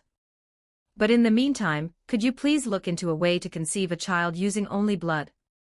Guinevere had been a girl in both her past and present lives, and she couldn't even bear to imagine being intimate with a man even if that man was the King of Knights transformed by a potion. She was certain that no amount of time would ever change her mind. Lady Morgan, let's stop here for today. In truth, Guinevere and Morgan had little to say to each other. Every conversation they had inevitably ended with both of them feeling resentful. After watching Guinevere leave, Morgan stood motionless for a moment before abruptly bursting into laughter, her eyes filled with pity for the girl. If you weren't so fond of women, you'd be ecstatic right now, wouldn't you? Removing her veil, Morgan revealed a face strikingly similar to the King of Knights, the most significant difference being their completely different hair colors. She sat down, sipped her tea, and began to anticipate the future. She found herself wondering what expression Guinevere would wear if she were the one to create a child with the King of Knights. "Did you think I wouldn't do it just because you refused to help? You have only yourself to blame for sparking my interest." Morgan had borne many children with men she didn't love. In her eyes, Guinevere's anguish was nothing more than self-inflicted misery. "It's just. Gawain is disobedient, Agravain is disobedient, and Gaheris and Gareth are disobedient too. In that sense, I've been a complete failure as a mother. If I create another child, will she also refuse to listen to me?" She raised her cup, and the red tea slid down her throat. Morgan couldn't help but think of her children, and the serene expression on her face began to crumble. She gripped the delicate teacup so tightly that the handle shattered, sending the cup and its contents crashing between her closed legs. Morgan slammed her fist on the table, her anger mounting with every thought. Meanwhile, Guinevere had wandered off in a daze, so lost in thought that she didn't even hear her attending maidservant calling her name. It wasn't until a stunningly cute young girl blocked her path in the wide corridor that she snapped out of it. "Greetings, Queen Guinevere. I am Elaine Pellas, daughter of the Fisher King Pels. I am to be married to Sir Lancelot." Her thoughts shattered, Guinevere's eyes focused, instantly imprinting the image of the girl who radiated an inexplicable hostility toward her into her mind. Elaine Pels. Just as she emerged from her daze, Guinevere fell back into another. She remembered the story from Le Morte d'Arthur. Lancelot had been tricked by the Fisher King, and slept with Princess Elaine, who had used magecraft to disguise herself as Guinevere. At this thought, a wave of nausea washed over Guinevere, but she also understood Elaine's inexplicable hostility toward her. "Queen, I must thank you," Elaine said, her voice dripping with sarcasm. "It was your command that Sir Lancelot must marry before returning that fulfilled my wish. The moment my father proposed the marriage, Sir Lancelot agreed to take me as his wife." She paused, her smile twisting with undisguised resentment. "Though I suspect Sir Lancelot would have married anyone." The cute girl smiled, but her expression was laced with open malice. Listening to her words, Guinevere studied her closely. Then, Guinevere's brow arched in surprise. She realized she didn't need to feel nauseated just yet. She sensed that this Princess Elaine was still a virgin. The disgusting event from her memories hadn't happened yet. "Is that so?" Guinevere replied, her own smile now genuinely kind, her tone uncharacteristically gentle. "Then you should thank me properly. And I wish you the best in capturing Sir Lancelot's heart. Judging by your expression, you must be quite pleased with him, aren't you? Otherwise, you wouldn't be looking at me with such eyes." As Elaine stared, momentarily stunned, Guinevere's mood lifted slightly. She reached out and patted the young girl's head. "So, Lancelot, he's really back." Guinevere sighed inwardly as she walked past Elaine, and headed toward the room she shared with the King of Knights. Chapter 26, Hello, Lancelot. 1586 words. He really is back, Lancelot. Guinevere returned to her room, changed into her training attire, and then went back to the training ground where she had already spent the entire morning. The first thing she saw was Lancelot, sparring with Guinevere and Tristan simultaneously, yet still managing to overwhelm them both. It had been over 2 months since she'd last seen him. The Knight of the Lake, whom she had met only once, looked haggard, nothing like a man about to be married. "Don't tell me, he's really been obsessed with me since that one glance." Lost in thought, Guinevere, now dressed in her training gear, didn't approach immediately. She watched the fight, searching for any weakness in Lancelot's swordsmanship. But even after Tristan and Guinevere were defeated one after the other, Guinevere couldn't find the opening she was looking for. Lancelot's sword technique was too refined, too flawless in its execution. Though for different reasons than the King of Knights, she murmured to herself, "He's another knight I can't defeat in a direct confrontation right now." Murmuring to herself, she recalled her fight with the King of Knights. The King of Knights had relied on her instinct to cover her weaknesses, leaving Guinevere utterly helpless. Lancelot, on the other hand, relied purely on his martial skill. Whether in a real battle or a sparring match, Lancelot is the only one whose martial skill alone makes me feel I can't win. In that regard, he's even more formidable. As a warrior, how could she not feel a thrill upon encountering a stronger opponent? Though Guinevere didn't want to face Lancelot, her hands were already itching to personally test his flawless swordsmanship. She pondered, hesitated, then gritted her teeth. Lancelot brought Elaine back and is willing to marry her. Doesn't this mean the story has already changed? In the original tale, Elaine was abandoned immediately after their one night together. This led to Galahad, their son, having a strained relationship with Lancelot even after becoming a Round Table Knight. Besides, even if I can't trust anyone else, I must trust myself. Whether fate is inescapable or not, I will absolutely never fall for Lancelot and repeat the tragedy of the story. Guinevere was trying to convince herself, finding every possible excuse to indulge her itching hands. I am the King of Knights' consort, and Lancelot is her strongest knight. Even if he leaves Camelot again for a time, I can't avoid him forever. All right, I'm done making excuses. I just want to fight Lancelot. In the end, her desire to wield her sword completely overwhelmed her disdain for Lancelot. Or perhaps, Guinevere's confidence that she would never fall for a man had utterly conquered her fear of the fate Lancelot represented. He's Lancelot, not the female fairy knight Lancelot. What do I have to be afraid of? With this final thought to bolster her resolve, Guinevere stepped out of the shadows and into the sunlight, announcing her presence to the knights in the training ground. Your Highness. The King of Knights addressed Guinevere as Queen, while her own knights called her Your Highness. Regardless of the title, their demeanor was relaxed. Some offered a half-bow, others simply waved, and one even just smiled and plucked a lute string. Among all the knights, only Lancelot dropped to one knee, offering a full, formal salute to Guinevere as Queen.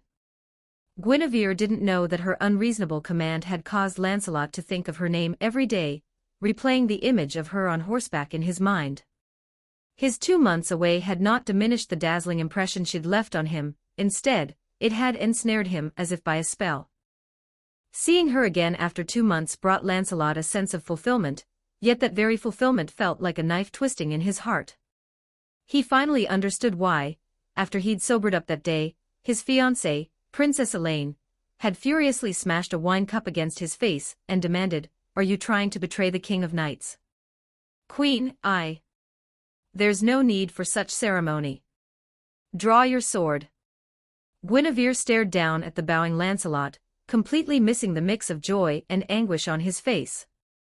But even if she had seen it, Guinevere, who had already armed herself with countless excuses, would not have backed down. As Lancelot hesitated to rise, Guinevere had already taken up a blunted training greatsword. "Come," she said, her stance upright and dignified, her eyes gleaming with a fascination for martial arts. "Let me witness the prowess of the undefeated Knight of the Lake." That gaze reminded Lancelot of his former self. Back then, his thoughts had been as pure as water, focused solely on becoming stronger each day. To be frank, Lancelot was no longer young. Abandoned as an infant, he had been raised by the Lady of the Lake. After leaving Avalon, he had searched for his blood relatives and discovered he was the older brother of Sir Ector, the King of Knights' adoptive father. By lineage, both Kay and the King of Knights should have called him great-uncle. This complicated relationship was no small part of Lancelot's inner torment. The thoughts flashed through his mind and vanished. Lancelot, still youthful in appearance, recalled his past, his true age, and his seniority. For a rare moment, he managed to suppress the forbidden feelings in his heart, and offered Guinevere a bright, open smile. "Queen," he said, "I await your instruction."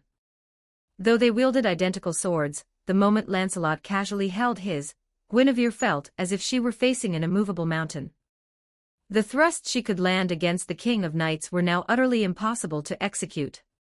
She realized her earlier optimism had been naive. Tristan's judgment had also been flawed. A serious Lancelot was worth far more than 3 Tristans. Back in the King of Knights' throne room, Artoria made less and less effort to hide her amusement.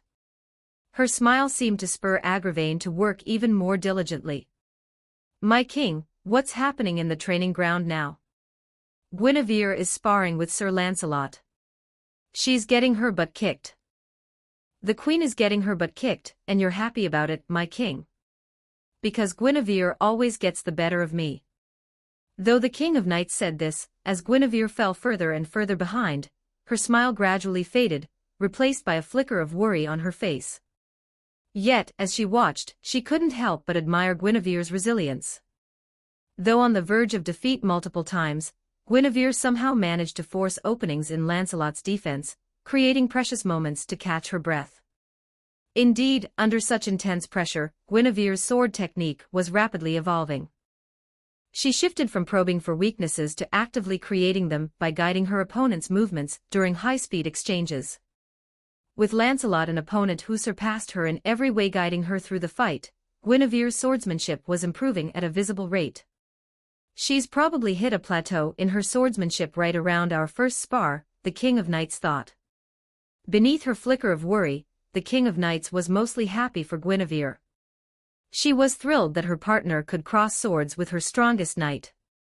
She believed that after this duel, these two martial arts enthusiasts would surely resolve their differences and get along better. "My king, are you not concerned about Sir Lancelot's covetous gaze toward the queen?" "Sir Agravain, why would I think such a thing? My king, I have eyes. Look at them in the training ground. The tenderness in Lancelot's eyes when he looks at the queen, that is not the expression a subordinate should have." "Sir Agravain, does looking at Guinevere with tenderness automatically mean he covets her?" Below the throne, at the round table, Agravain suppressed his frustration. He understood that his king was too young, and despite being married, still didn't understand love. So he dropped the subject and said earnestly, "My king, since you do not understand, then until you do, I will watch Lancelot like a hawk to prevent him from acting in any way unbecoming of a subordinate." Just as Agravain couldn't understand why the king was so clueless about love, the King of Knights couldn't understand why Agravain was so. "Sir Agravain, regardless of Sir Lancelot's feelings, I believe Guinevere will never fall for him. After spending these past 2 months with her, she..." The King of Knights trailed off, unable to continue without revealing her own secret that she was a woman, and Guinevere was only attracted to women. Her gaze returned to the training ground, and her brow furrowed. As the threat level rose, a serious Sir Lancelot was no longer casually guiding Guinevere. He was being forced to unleash lethal strikes. "At this rate, are you going down there?" "No, I'm returning to my chambers." "Guinevere, she's been injured after all." After the marriage, the King of Knights had slightly neglected her court duties. But Agravain welcomed this neglect, for it made the King of Knights seem more human.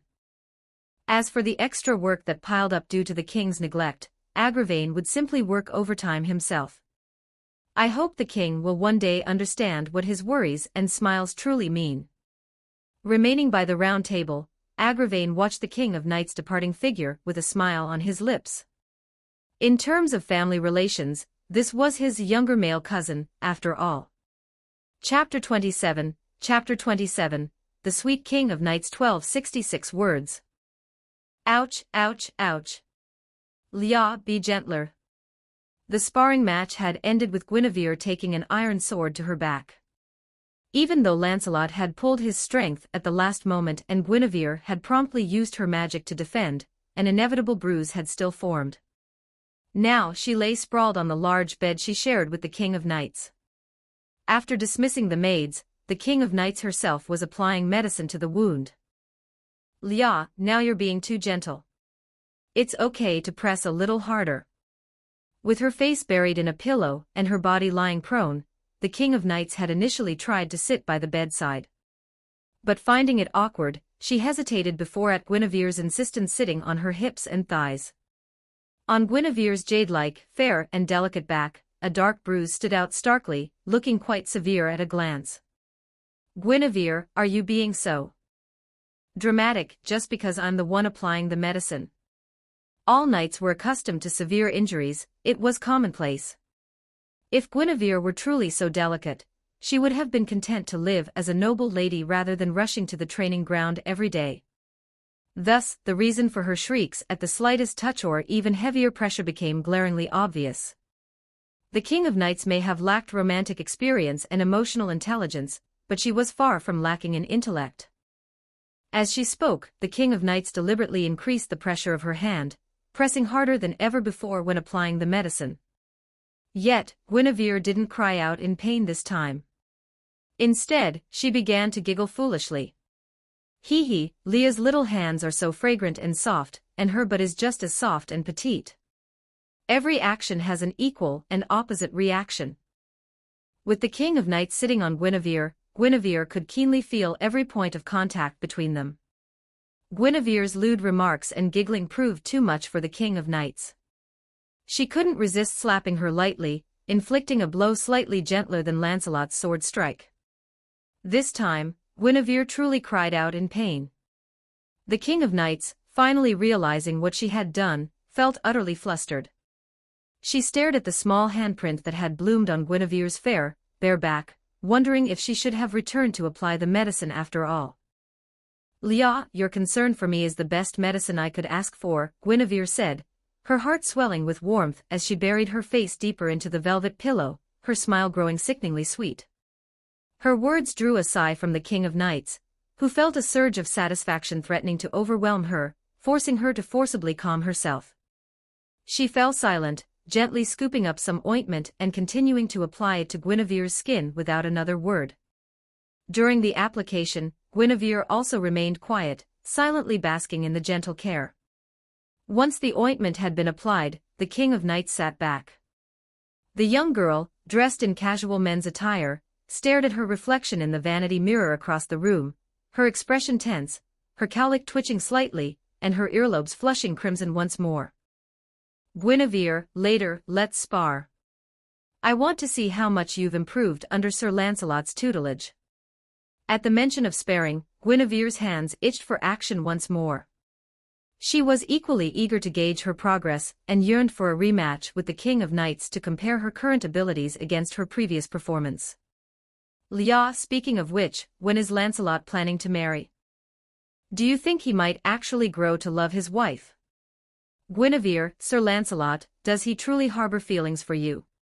I'm not blind, and for knights, the clash of weapons reveals the heart most clearly. When we first sparred, he focused solely on the exercise, handling me with effortless ease. But as our duel progressed, his swordplay changed, becoming gentler, hesitant, allowing me to repeatedly exploit openings in his guard. It wasn't until he sensed the possibility of defeat that he finally grew serious. Guinevere's meaning was now clear. Yet hearing, I'm not blind, for the second time made the King of Knights begin to suspect she was the one who couldn't see what everyone else saw. Still, blind or not, the King of Knights was no longer the naive ruler Guinevere had first met. She still remembered Guinevere's fury from that time. In that case, after Sir Lancelot's marriage, I shall bestow upon him a fiefdom. I'll send him to conquer Ireland. For every territory he claims, I'll grant him land in equal measure. Still lying prone, reluctant to rise and reveal her figure to the King of Knights, Guinevere unexpectedly felt shy. Instead, she merely turned her head, gazing blankly at the King of Knights' retreating figure. She couldn't believe her influence was so profound. Leah, you haven't been taking those strange potions from Lady Morgan, have you? Amused yet slightly irritated, the King of Knights turned to meet Guinevere's gaze. What do you think? I'm not a complete fool. After my sister tried to kill me multiple times, I'm hardly going to trust her now. She's my sister. She brought me Sir Gawain, Sir Agravain, and other crucial knights. I won't kill her, but I certainly won't trust her, let alone drink her suspicious potions. But you've been sneaking off to my sister's chambers every afternoon for the past month. You haven't fallen for her, have you? My sister's face is identical to mine, yet her body isn't frozen at 15 like mine. The King of Knights suddenly stopped, realizing she was saying things she didn't even understand herself. Leah, are you? Her face was a blank canvas. Accustomed to showing her emotions freely around Guinevere, she made no attempt at concealment. Yet despite her confusion, she didn't understand what jealousy meant. Seeing the King of Knights' expression gradually hardening, as if preparing to retreat behind defensive walls, Guinevere quickly abandoned her probing tone, replacing it with gentle reassurance. Cough, cough, cough, Leah, if you don't understand now, you'll figure it out eventually. Besides, don't worry about me falling for Lady Morgan. She may be tempting, but I don't like married women. Technically, aren't you and I married women too? Cough, cough, cough, cough, cough. By married women, I mean someone else's wife. Your own wife doesn't count as a married woman. From bewilderment to suspicion, the King of Knights seemed genuinely concerned about Guinevere's relationship with Morgan. It was as if she wasn't afraid Guinevere might have something with Lancelot, but feared something with Morgan instead. Yet despite her fears, she still didn't understand why she felt this way. And after Guinevere's reassurance, she believed her. Hey, Guinevere, I feel like I've been slacking off lately. I spend so much time thinking about you every day. Can someone like me still be a good king? Shouldn't I? There's no shouldn't. If you think you're not doing well enough, go ask your knights. I dare you to find a single bastard who says you were better before. Suddenly agitated, Guinevere instinctively sat up, exposing her smooth upper body completely to the King of Knights' gaze. At that moment, the King of Knights unexpectedly felt dizzy, just like Guinevere had earlier. Understood. I'll ask them. Also, do you agree to grant Sir Lancelot a fiefdom?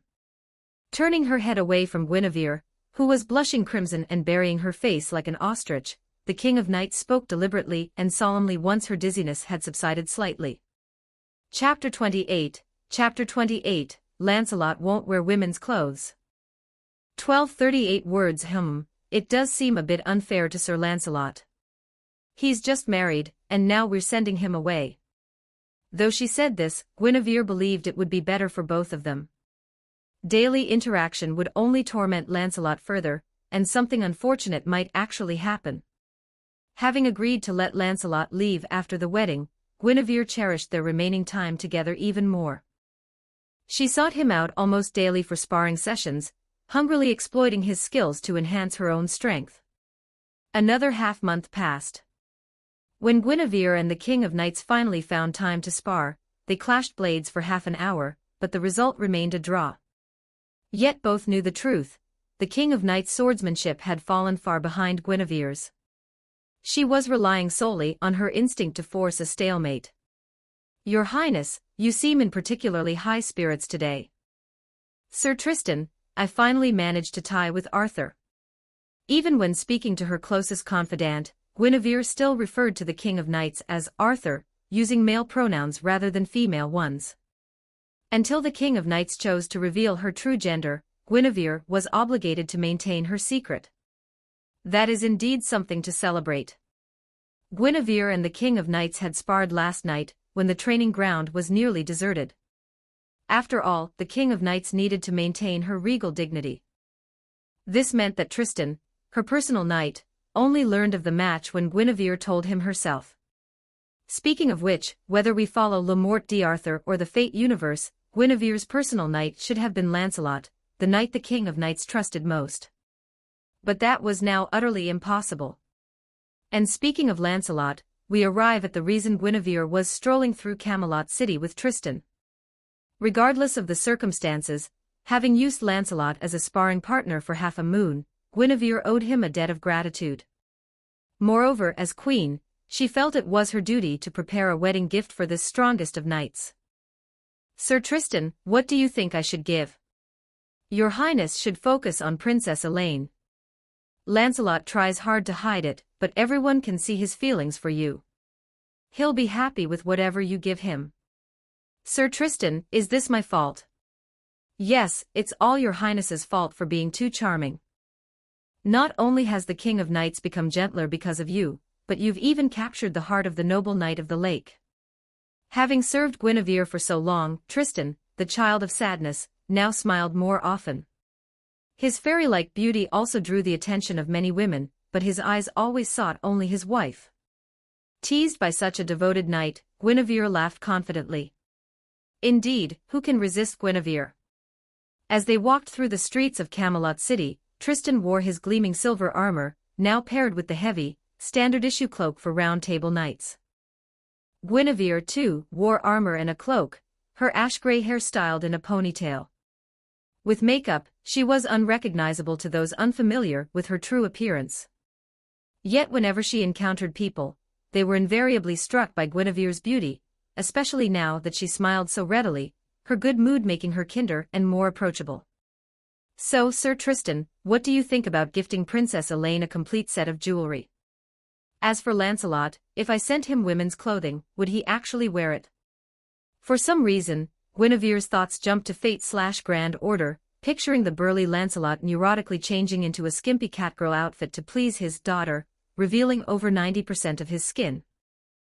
Guinevere quickly shook her head to stop herself.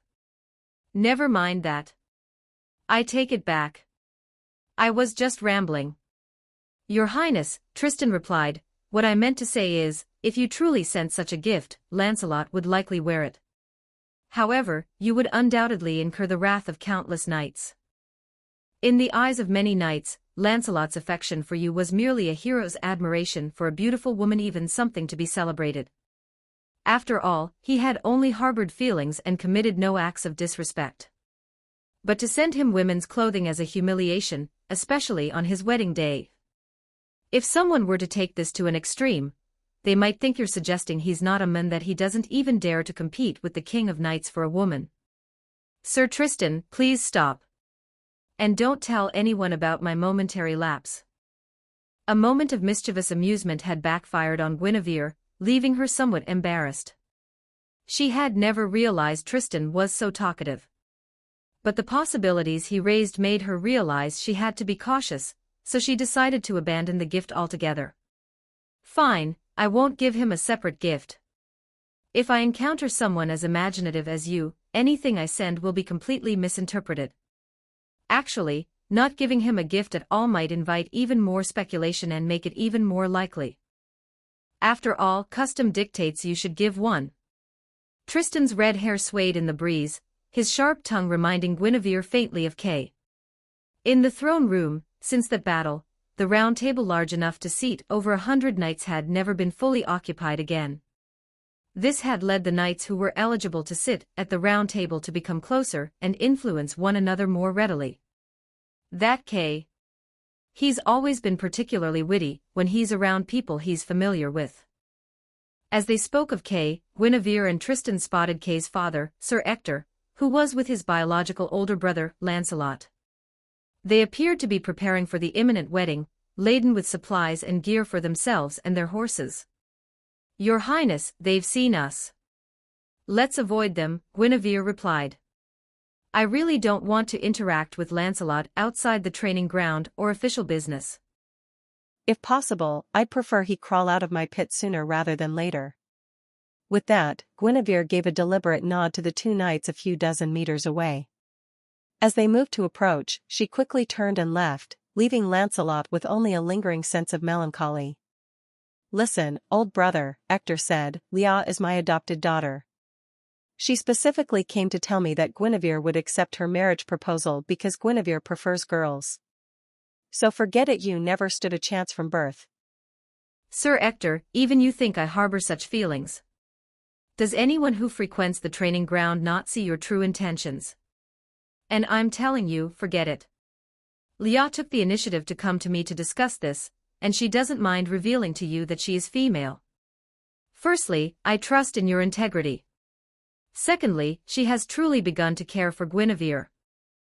Please uphold the virtues of a knight, and do not betray the king's trust in you. Though they were on a public street, the two Round Table knights spoke in hushed tones, ensuring their conversation remained unheard by any third party.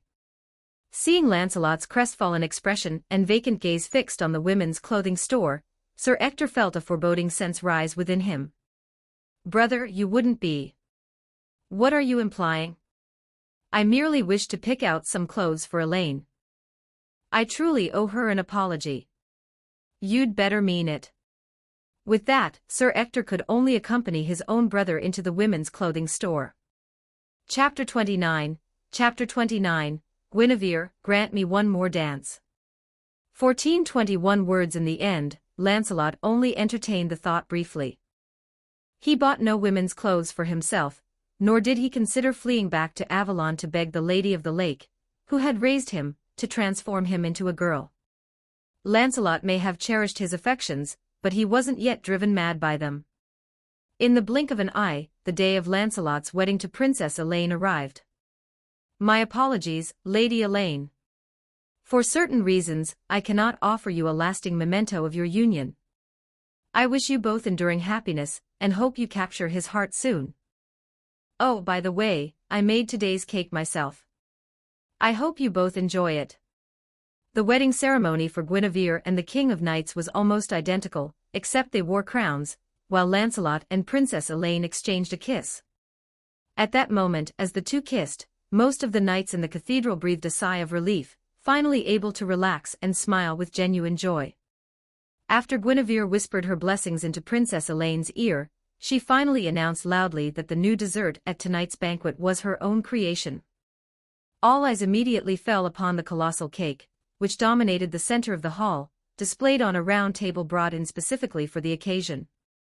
Sir Lancelot, Lady Elaine, Guinevere declared, with my permission, you may now approach the table and cut the cake. The cake, 5 meters in diameter and over 3 meters tall, had required considerable effort from Guinevere.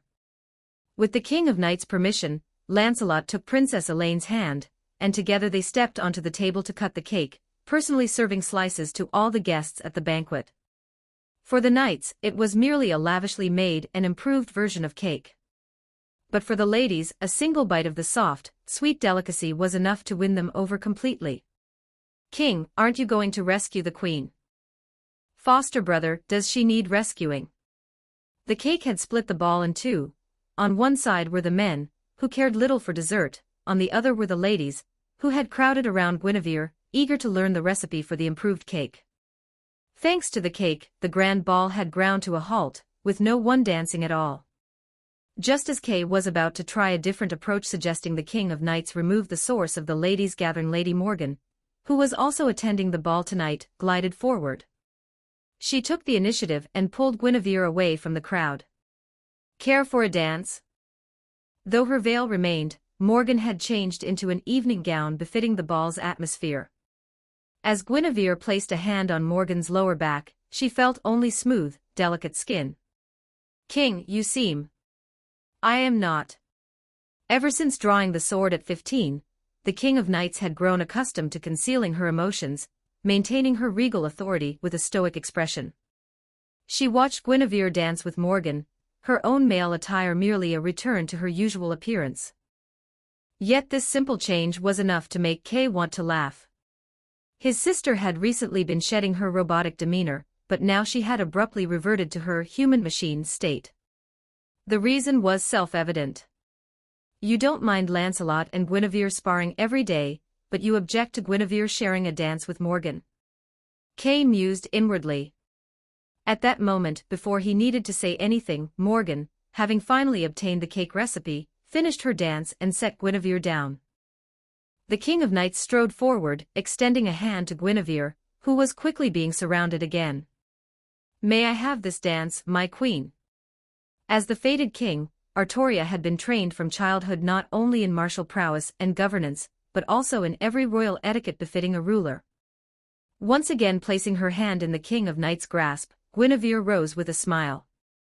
Leaning close to Artoria's ear, she lightly nipped her earlobe and whispered, I'll play along at the ball, but back in the bedroom, you're changing into the new outfit I bought for you and dancing for me. The King of Knights didn't immediately respond, as she had no idea what Guinevere had purchased.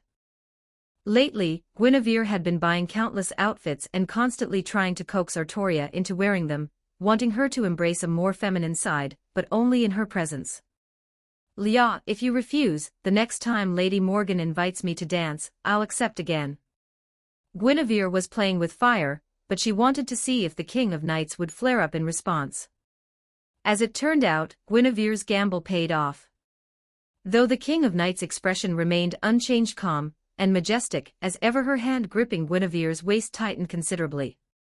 Guinevere silently thanked her own meticulous hygiene.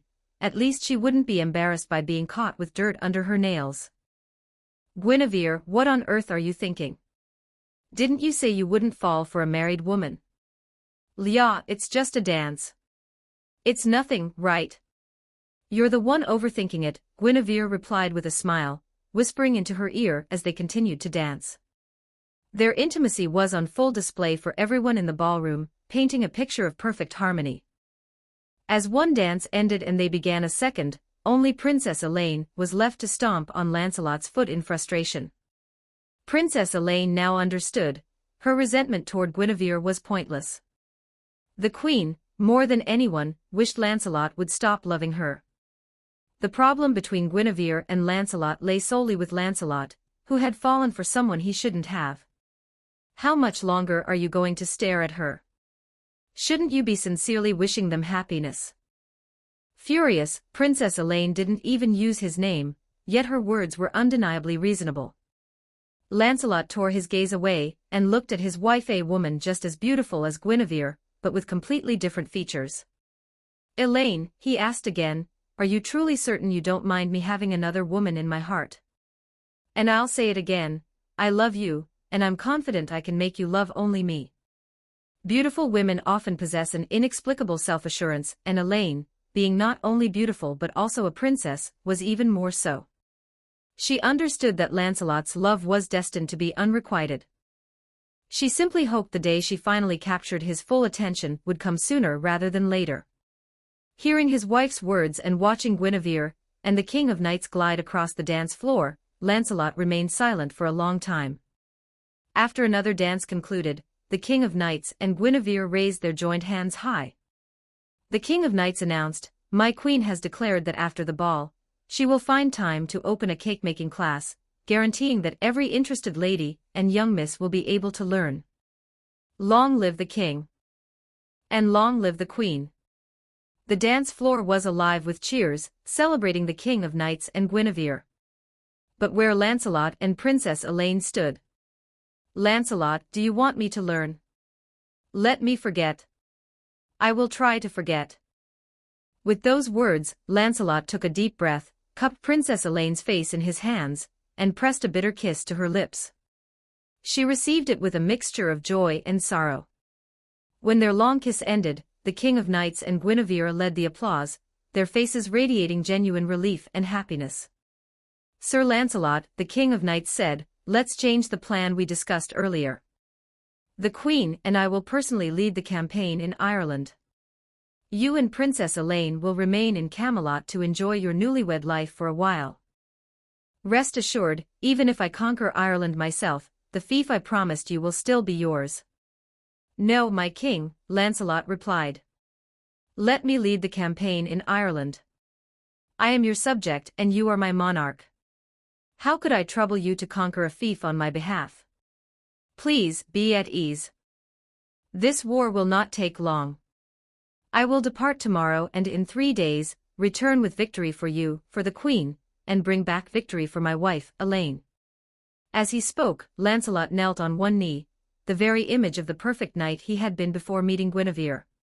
Outwardly, it seemed he was truly willing to abandon his illicit desire for her. Chapter 30, Merlin knows but changes nothing. 1302 words. Hey, Merlin.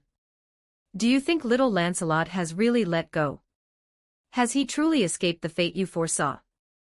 On the desolate Isle of Avalon, atop its lone tower, the fairy Nimue posed this question to her suitor, Merlin. Merlin hadn't left the tower since the battle outside Hamburg, yet he held a slice of wedding cake baked by Guinevere herself. So sweet. This flavor definitely doesn't belong in this era. Merlin, I'm asking you about Lancelot. Don't you dare change the subject. As a fairy, Nimue was petite, her pale purple hair cascading naturally over her slender neck. But while her body was small, her temper was anything but. As she spoke, she viciously kicked Merlin's backside, all while cradling a small beast named Foe in her arms. The creature, having grown quite familiar with her, seemed equally eager to kick Merlin's rear. Now, don't be so serious. Is it because you had a hand in raising Sir Lancelot? Do fairies truly care so much about such connections? I'm really getting angry now. Merlin was a lecherous old man, but his interest in beautiful women was purely aesthetic. Incapable of understanding human emotions, he was equally clueless about love. Faced with Fairy Nimue's furious glare, he remained inwardly calm but feigned panic, finally answering her question. My dear Nimue, I don't know the answer either. After all, I can only see the King of Knights' final end now. The path leading there has long since blurred. You know this, don't you? The battle outside Hamburg unfolded completely differently from what I originally foresaw.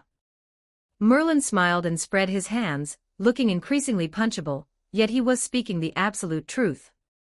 So the reason the path changed, is it really because Queen Guinevere can bake cakes that shouldn't exist until future eras? Merlin could see the future and knew this world was not unique. Beyond the realm of proper human history, countless parallel worlds existed side by side. Moreover, even within the timeline of proper human history, time travelers moving against the current of time were hardly a major concern. If a time traveler could appear, it simply meant they were part of this world line. At this thought, the image of a figure in red suddenly flashed through Merlin's mind. My dear Nimue, haven't I told you? As long as Guinevere isn't trying to destroy the world or humanity, no matter what she does, even if she truly changes everyone's future, it's merely adding a new story to the world. If the original story was a bittersweet dark chocolate, exceptionally memorable, then what's wrong with savoring a sweet little cake instead? While speaking of cake and eating cake, Merlin still hadn't directly answered Fairy Nimue's question. But the answer no longer needed to be spelled out. At that moment, Fairy Nimue's face lit up with obvious delight. Her next kick at Merlin felt more like a playful flirtation. For Merlin, he enjoyed continuing this dating sim game. Even if he sensed Guinevere might be from the future, he didn't care. He loved humanity and their stories, but he only ever played his own assigned part. Even if the future wasn't particularly delicious, he would only ever watch from the sidelines. Witnessing an unpredictable stage play is far more delicious than a story already known. Merlin, just admit you're lazy, Nimue retorted. You have the talent to be a director. But I prefer being in the audience, only occasionally stepping on stage to play the part fate has assigned me. The Mage of Flowers laughed cheerfully, wondering if he should sneak a few more cakes back with him. He had truly grown fond of this taste from the future. In his heart, he held a future he had never shared with anyone, a future that belonged to him alone. He had seen it. When the King of Knights met her end as he foresaw, he would immediately regret not intervening. Consumed by self-loathing, he would imprison himself forever in this tower of confinement. Would my future self enjoy a sweet story, one that doesn't fill him with self-loathing? Thinking about my pitiful future self, I'm actually starting to hope Miss Guinevere can change the future of this world line. But it's never that easy. Just like it's not easy for Lancelot to let go. The true factor that will cause the King of Knights' kingdom to collapse should arrive in a decade or so. And that is an absolute, unchangeable tide of fate. Merlin kept these thoughts to himself, sharing them with no one. After finishing the small cake in his hand, he abruptly spun around and hugged Fairy Nimue, shamelessly rubbing his face against her delicate cheek. Moments later, after being kicked away by Nimue, Merlin simply thought, I'm so shameless. No wonder my future self ends up trapped under a giant rock by Nimue, unable to warn the King of Knights in time to guard the holy sword and its scabbard. Well, that's the future I saw, after all. Even after being sent flying and contemplating his dreadful future, Merlin still had no intention of acting. He would simply continue to savor the story, occasionally stepping on stage to play his part, indifferent to how the tale might unfold. Meanwhile, Sir Lancelot had accomplished the extraordinary feat of single-handedly suppressing all of Ireland in just 3 days. Upon his return, however, he reported that his excessive bloodshed had made it impossible for him to gain the acceptance of the Irish people. He had already promised them that, as a condition of their surrender, the the King of Knights would send other knights and lords to govern. Guinevere, what do you make of this? What can I say? That the Irish are too weak, or that Lancelot is too strong. In Camelot City's royal palace, within the private bedroom of the King of Knights and Guinevere, the King of Knights was gritting her teeth. Forced into newly bought women's clothing, she danced feminine steps in the dimly lit room. The door was sealed shut, the curtains drawn tight, and only candlelight illuminated the space. At the same time, Guinevere, also wearing a long dress, embraced her. Using her half-head height advantage, she gazed down at the tip of the King of Knights' nose. Finally, unable to resist the temptation, she leaned in dizzily and pressed her red lips against hers, tightening her grip on the startled King of Knights, who tried to flee. "Lia," Guinevere murmured, "since Lancelot can't bear to leave Camelot, let him stay. At this point, you'll just have to trust my preferences, and we'll have to trust in his knightly character." The touch of their noses lasted less than a second, yet it was enough to make the King of Knights blush.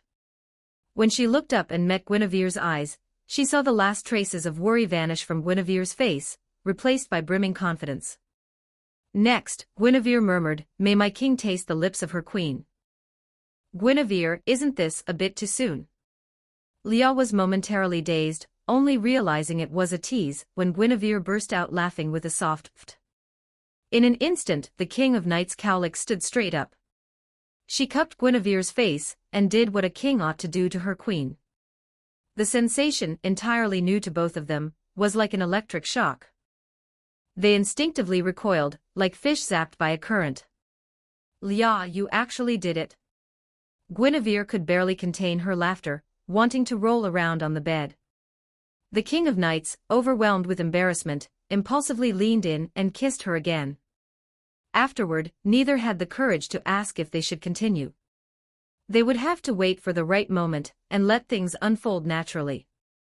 Chapter 31, The Inevitable Calamity of Camelot. 1266 words. "Lia, Lia, don't get up so early. Give me a kiss first." Another morning dawned. Ever since their impulsive kiss several days ago, Guinevere had clung to the King of Knights every night before bed, and every morning upon waking, demanding a kiss. But after that impulsive act, overwhelming embarrassment made the King of Knights unwilling to do it again. Moreover, she once again began to doubt whether she had changed too much. Ever since pulling the sword from the stone, she had painstakingly suppressed her own human emotions to become a worthy king, hoping to avoid any mistakes when handling official duties. However, she now had to admit that ever since meeting Guinevere, many of her decisions had been influenced by her personal feelings, like choosing Lancelot to conquer Ireland. "Lia, what's so bad about smiling more? At yesterday's round table meeting, didn't you ask the 60-plus knights present whether they preferred the old, expressionless you or the you who's now more willing to show emotion? Guinevere, you saw right through me, didn't you? Lately, all your turmoil has been about feeling uneasy over your own changes, hasn't it? But you've already accepted the round table. It's impossible to return to your former, aloof self now." As part of her dowry, Guinevere had brought the massive round table, which was already in use and not just as a cake table at their wedding feast. All round table knights, regardless of gender, age, or status, were permitted to sit at the same table as the King of Knights, argue with her, and even quarrel among themselves. When disputes escalated to table slamming and glaring, it was the King of Knights who had to mediate. With constant bickering and commotion, how could the King of Knights maintain her aloofness? "Guinevere, you haven't been plotting against me since you first gave me the round table, have you?" "No, silly." Guinevere feigned innocence, but the King of Knights sighed in exasperation. After a moment, she finally admitted that things were better as they were now. As for the Round Table Knights' opinions, most preferred seeing the King of Knights display her emotions. It made them feel like their king was by their side, not charging ahead, and leaving them far behind. "Hee, Lia, just one kiss, please. Consider it an advance on my reward. I'm going to be teaching at the Knight Academy soon, you know." Guinevere's skill at being coy grew with practice, but thankfully, she reserved this behavior solely for the King of Knights. Held firmly around the waist and forbidden from leaving the bed, the King of Knights glanced at the sunlight streaming through the curtain gaps. She knew they'd miss today's round table meeting if they didn't leave soon. With a resigned sigh, she helped Guinevere sit up, pressed a quick kiss to her forehead, and said sternly, "Satisfied now?" "Not really, but this will do for now." Guinevere wasn't seeking mere lip-to-lip contact, she wanted a gradual, progressive approach. She rose and first helped the King of Knights dress, then had the King of Knights help her dress. Today, in addition to her tailored training attire, she wore a veil she had obtained from Morgan. To recruit instructors for the Knight Academy, she would attend the round table meeting today. Lancelot, who had recently returned victorious from battle, would also be present. Thus, partly to declare her stance, Guinevere requested the veil. A dozen minutes later, in the throne room, at the round table capable of seating over 100 knights, Guinevere sat resolutely beside the King of Knights, watching servants fill the massive table with dish after dish. Mountains of meat, loaves of bread, and pitchers of milk covered the table. If the initial spread proved insufficient, servants would bring second servings. Influenced by the lingering divine aura, Great Britain teemed with colossal beasts, and its agricultural output far exceeded its needs, allowing for stockpiling and export, a state that persisted until at least the previous year. "Ugh, Gareth, is mutton the main course again today?" Gareth, a young girl of 12 or 13, was one of Morgan's daughters and the younger sister of Gawain and Agravain. Currently, due to her immaturity, she was allowed to sit beside her elder brothers at the round table, but Kay had assigned her to kitchen duties as a helper. As a result, complaining to this little sister about the day's menu before meals became a daily ritual for some of the more jovial round table knights. "What are you even saying? I'm just a kitchen helper, not the purchaser or the head chef. How am I supposed to know what we're eating every day? If you have complaints, go complain to Uncle Han directly," Gareth retorted, hands on her hips and head held high, showing no fear of being bullied. "Besides, it's not like they want to serve mutton every day.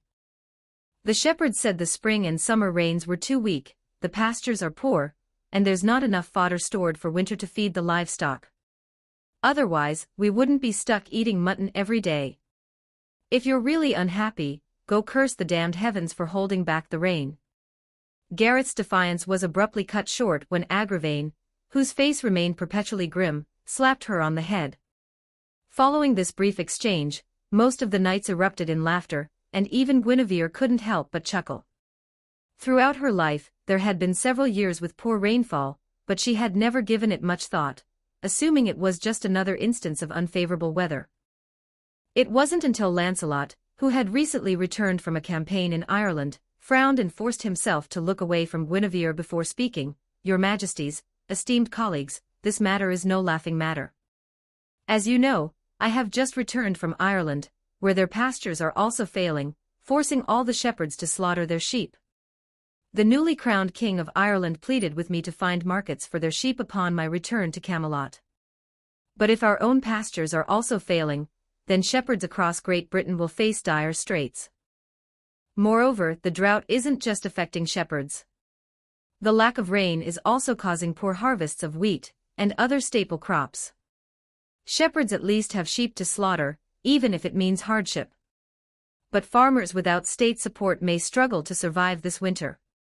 Regional droughts were common enough, but for Camelot to suffer a drought while even distant Ireland was affected was an extremely rare occurrence. Most importantly, Great Britain is an island nation, there should never be a nationwide drought. At that moment, everyone around the round table simultaneously realized the gravity of the situation. "My king," Sir Lancelot suggested, "we could temporarily reduce the number of knights stationed at the Knight Academy and dispatch them across the land. We need to determine the full extent of this year's disaster first. If this were Le Morte d'Arthur, the kingdom of Camelot's collapse would be almost entirely due to human folly. But this world was rooted in fate. Therefore, the kingdom of Camelot's downfall had to consider the rapid decline of magic after a certain point. This had caused Great Britain's climate to become erratic, crop yields to plummet, and public resentment to boil over. Guinevere at that moment was envisioning this very future. She understood that while the calamities brought about by Morgan, Lancelot, and others might be averted, the inevitable decline of magic, a force inherent to the world itself, was a natural disaster she was powerless to prevent.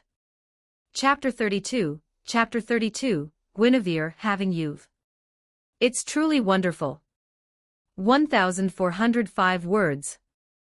The morning's round table meeting passed quickly in a flurry of heated debate.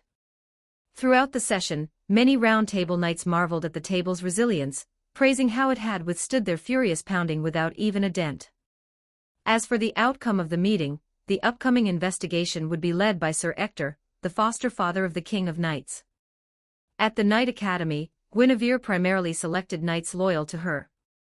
However, to dispel the absurd notion among the knights that she was plotting a power grab, she also invited Gawain to serve as vice dean, and even hoped Lancelot would accept the position of chief combat instructor. Guinevere, have you reconciled with the idea of working alongside Lancelot? Leah asked. Leah, this is no time for me to let personal feelings interfere with public duty. If we're going to trust him, we might as well fully commit. Guinevere had only worn the veil during this round table meeting. Afterward, she removed and carefully stored it, reaffirming her rejection to Lancelot. Continuing to wear it would be seen as affected and might genuinely drive Lancelot away. After he single-handedly subdued all of Ireland in just 3 days, Guinevere once again revised her assessment of him, finding herself utterly unwilling to let such a talented individual slip away. Thus, despite her inner turmoil, Guinevere had no choice but to set aside her personal feelings and continue to act in the best interest of the realm. Guinevere, aren't you the same? Willing to stifle your feelings for the sake of duty? Is this really about duty? This is for our bright future together. If she had only said it was for the King of Knights, Guinevere might have lacked confidence. But by framing it as being for their shared future, she could hold her head high and meet the gaze of her lawful companion, who was still stunned by her declaration. In the bedroom, Guinevere's advances might falter, but when it comes to expressing her feelings, she was always the most proactive. Is my Leah getting shy again? Pulling her chair closer to the King of Knights, Guinevere buried her head in the monarch's exceptionally thick cotton quilt, took a deep breath, and then, wearing light clothing, she moved back to her seat, grinning mischievously. Helpless and unsure how to react, the King of Knights maintained her stern expression. Don't act like that. This isn't the bedroom, and Agravain and the others will be back soon. All right, I'll spare you this time. With that, Guinevere straightened her posture, clasped her hands, and stretched languidly. Yet her thoughts had already returned to official matters. She knew Great Britain was favored by the world, its mystical power fading far later than on the European continent. But it was later, not never. Once Great Britain's mystical power began to wane, it would truly break the spine of Camelot. Guinevere remembered that the now prosperous Camelot kingdom might one day be forced to buy grain from Gaul. At this thought, Guinevere involuntarily clenched her fist.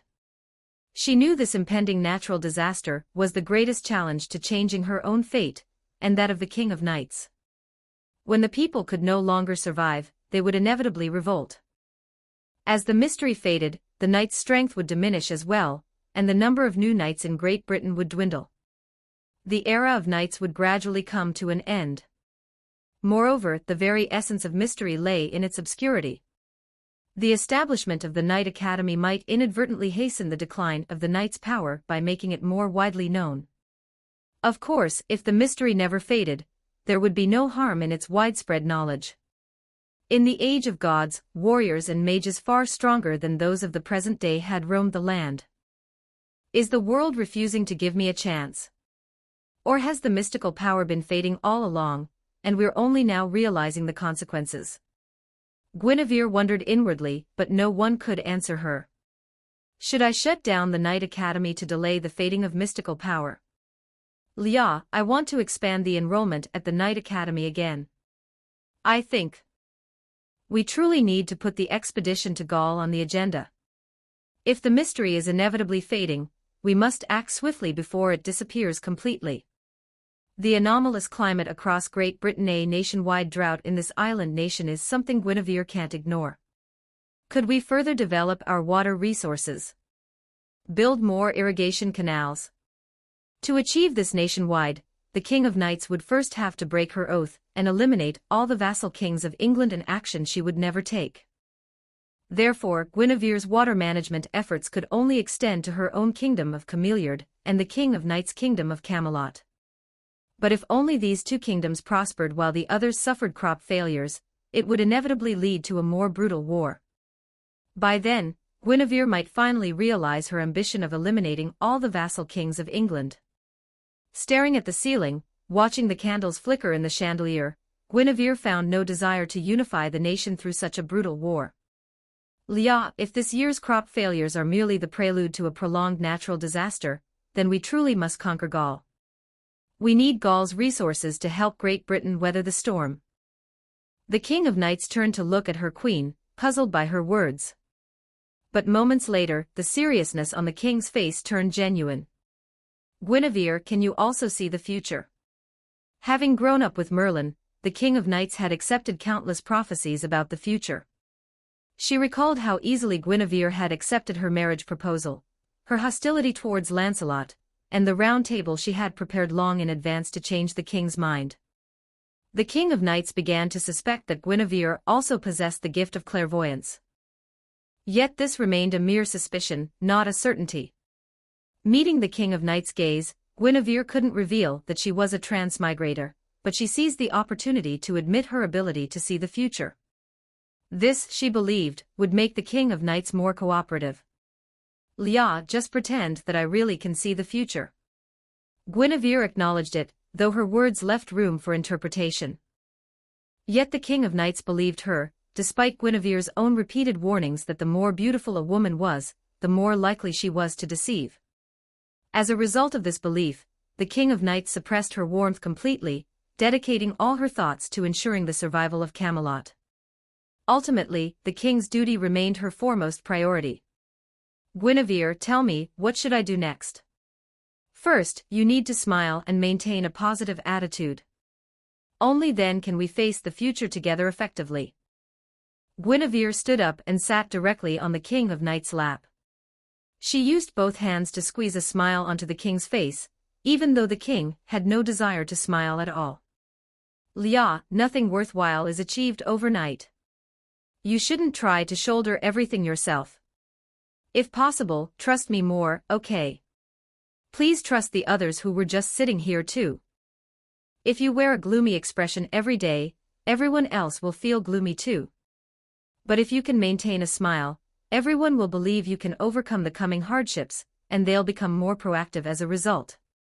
These were things Merlin would never have taught the King of Knights.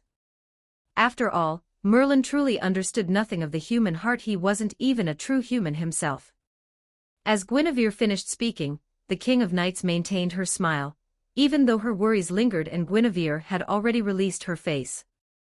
At this point, the King of Knights had never suffered a major defeat, and possessed unwavering confidence in her ability to solve any problem. Their eyes met once more. This time, without Guinevere needing to provoke her, the King of Knights drew her into her arms, holding her quietly. Guinevere, having you, it's truly wonderful. These weren't sweet words or empty flattery, but a genuine expression from the depths of her heart. Yet they made Guinevere's heart pound with unprecedented intensity, and she impulsively leaned in for a kiss. This marked Guinevere's first active kiss, her first time initiating a kiss. Chapter 33, The King of Knights, my sword has never known defeat. 1310 words. Ugh, how embarrassing. Gawain, Agravain, and Lancelot saw us kissing when they returned for the second round table meeting.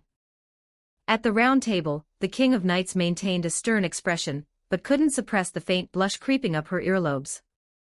Guinevere thought this with a serene, even smug expression on her face, brimming with pride. Among the three returning knights, only Lancelot looked like he might crush his own hand from the force of his grip. Gawain and Agravain, however, beamed at the sight of their king and queen's harmonious union. A mere kiss in the eyes of the knights, it was simply a cause for admiration. Your Majesty, Sir Ector has already departed with his men. If the kingdom suffers widespread disaster, then Merlin had not provided any guidance on how to handle such a crisis in the knowledge he had imparted to the King of Knights in his dreams. After Guinevere settled back into her chair, she first turned to Agravain and said, "Sir Agravain, what you should be doing now isn't speculation, but dispatching men to survey the remaining grain stores across the land and calculating whether the affected farmers can survive until the next autumn harvest without national assistance. And Sir Lancelot, you must also prepare yourself. If Sir Agravain's survey reveals a critical grain shortage, we may need you to lead an expedition to Gaul to assess whether they have surplus supplies to cover the deficit. My apologies. I invited you to serve as chief instructor of the Knight Academy, only to immediately assign you another mission abroad. While you remain in Camelot City, please spend ample time with your newlywed wife." The King of Knights couldn't refute Guinevere's orders. Though she commanded many knights, only a handful were capable of leading independently and earning her complete trust. Agravain had to remain to handle political affairs, while Gawain's position at the Knight Academy held greater importance than Lancelot's. Guinevere and others lacked either the strength or the temperament for independent command, and the King of Knights would never entrust a mission to Gaul to such leaders. Moreover, one of Lancelot's parents was from Gaul, granting him some claim to Gaulish vassal king bloodlines. "Sir Agravain, Sir Lancelot, I entrust this mission to you." Agravain would execute any order jointly approved by the king and queen with unwavering resolve. As for Lancelot, after completing his wedding and traveling to Ireland, though he hadn't entirely relinquished his desire for Guinevere, he had become even more determined to sever that longing from his heart. His hasty return was indeed due to the Irish proving unexpectedly weak and unwilling to accept rule by this conqueror. Lancelot had no objections to going out for some fresh air again. His only reservation was, "Your Majesties, if we're truly going to Gaul, I plan to bring Elaine with me. We're married now, and I want to grow to love her as soon as possible." Everyone was seated around the round table, foregoing formal courtesies during the discussion. Upon hearing Lancelot's words, Gawain, who sat beside him, flashed a radiant smile and clapped him hard on the shoulder. Gawain didn't realize that by severing the intertwined fates of Lancelot and Guinevere, he was also sparing his younger brother Agravain and sister Gareth from the dishonorable deaths that awaited them in the original timeline. Nor would Gawain ever have to confront Lancelot in battle out of hatred, fighting him all day until, gravely wounded by Lancelot in the night, he succumbed to his injuries. Watching Gawain's radiant smile and his camaraderie with Lancelot, Guinevere's lips curved into a complex, emotional smile. If only everything could go smoothly, she mused inwardly. Though she couldn't imagine how she and Lancelot could ever fall into the forbidden love described in historical records. "All right, Sir Gawain, if you keep this up, Sir Lancelot will get angry. If you want to fight, take it to the training ground. But before that, let's discuss the Knight Academy." After over 2 months of preparation, a small city had risen beside Camelot City, the Knight Academy of Camelot. Spanning several square kilometers, the fully equipped academy was designed to accommodate 10 grades, each with 300 students, just as Guinevere had envisioned. In its first year, Guinevere planned to fill all 10 grades at once, grouping students based on their existing abilities at enrollment. For the lower grades, recruitment was no issue. The kingdom had no shortage of children aged 8 to 15. The highest 3 grades, however, Guinevere intended to fill with current knights, using the same approach she had implemented in the kingdom of Cameliard, providing these knights with further training in areas such as magical application, coordinated combat, and cultural studies. "So as vice principal, I'll be a student as well. Sir Gawain, if you aspire to command a knight order, you must master coordinated combat and leadership. You've seen the knight order I lead. Each of its members is weaker than a true round table knight who can materialize armor with magic. Yet when I lead them into battle, I have the confidence to unseat even Sir Lancelot from his horse." Lancelot hadn't personally participated in the battle outside Hamburg, but he had witnessed Guinevere training the knight order firsthand.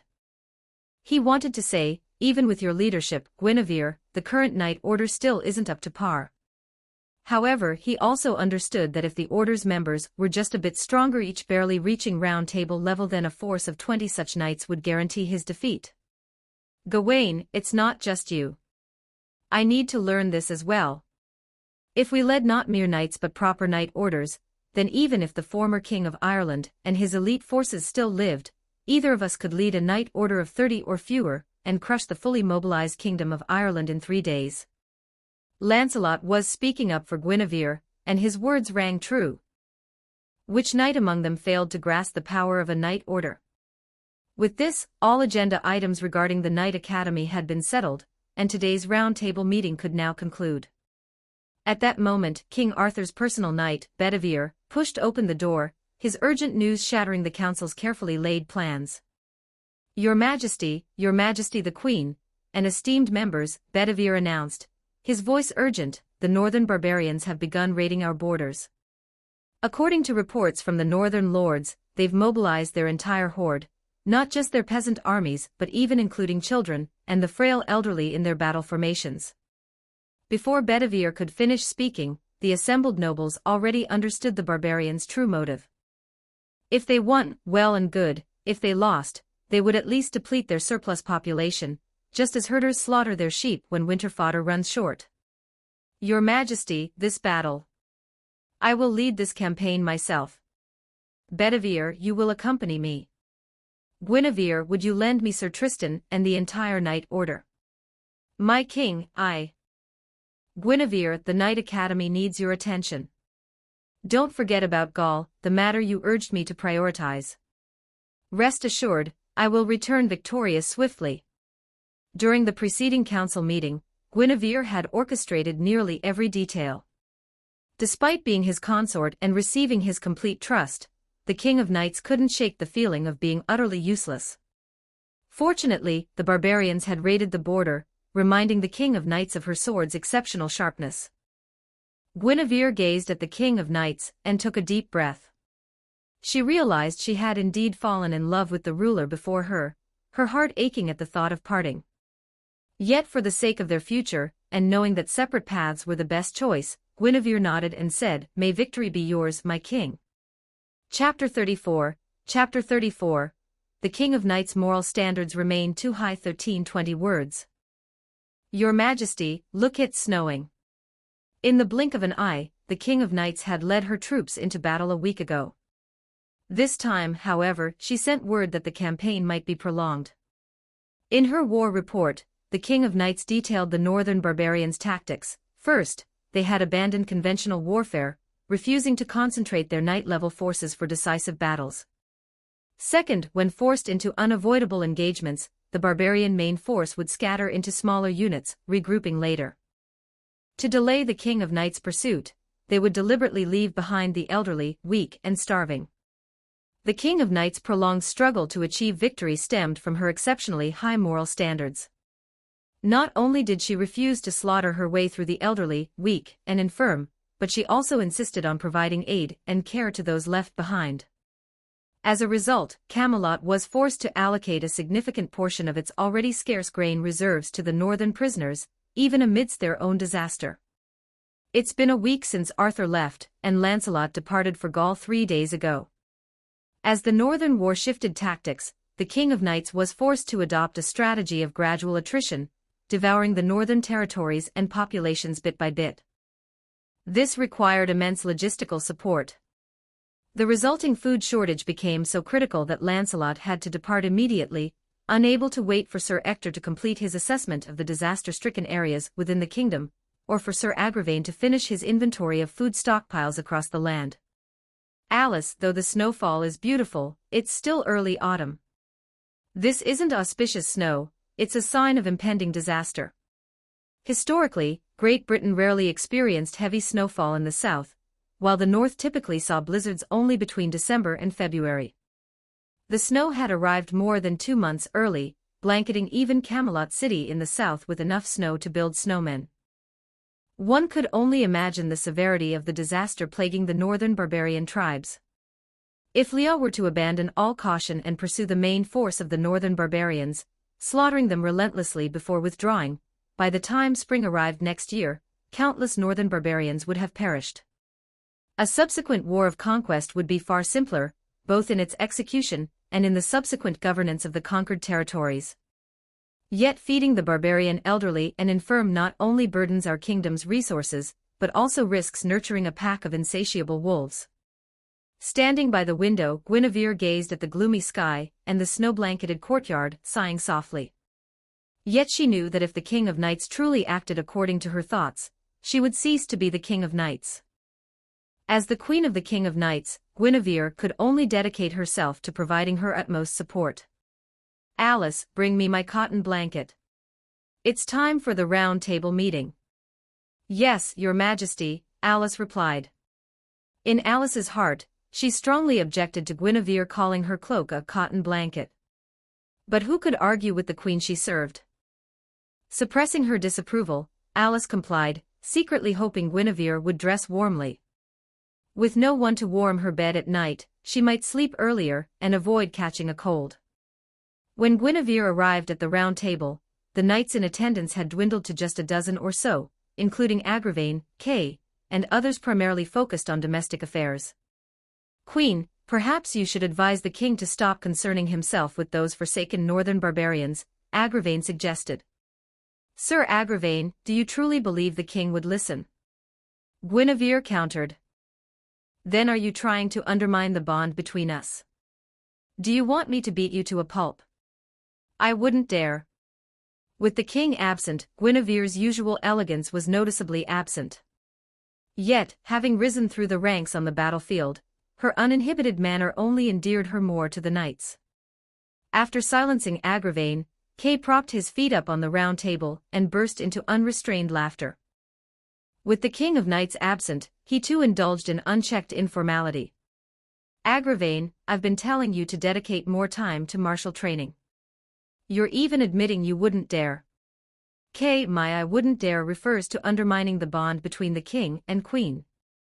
As a knight, even knowing I'm outmatched, I would never fear battle." "So you want me to spend more time on martial training? Are you volunteering to handle my backlog of administrative duties?" With the King of Knights away, Agravain had been forced to shoulder her administrative responsibilities. He only sent matters requiring her personal attention to the northern camp, sleeping barely 2 hours a night.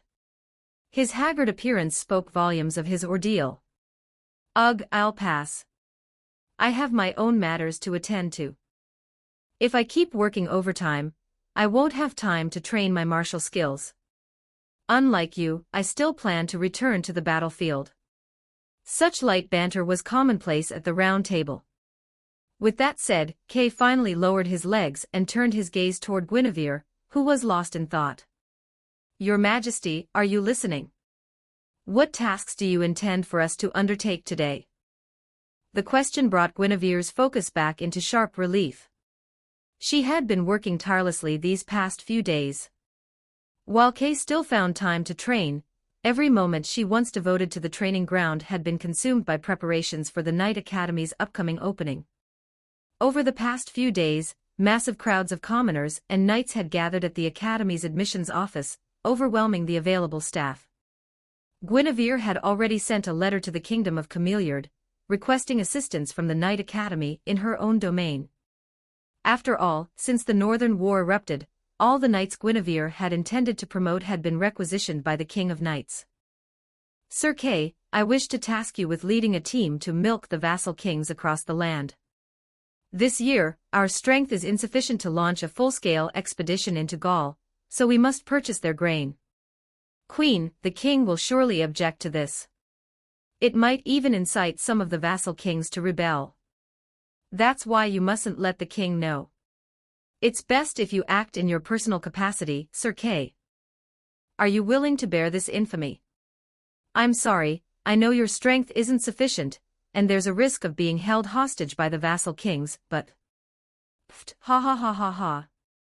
When Guinevere bluntly pointed out Kay's lack of strength, Kay slammed his fist on the table, interrupting her loudly. Agravain, whom Kay had just mocked, burst into hearty laughter, savoring this rare moment of good humor. "Queen, don't underestimate your brother-in-law.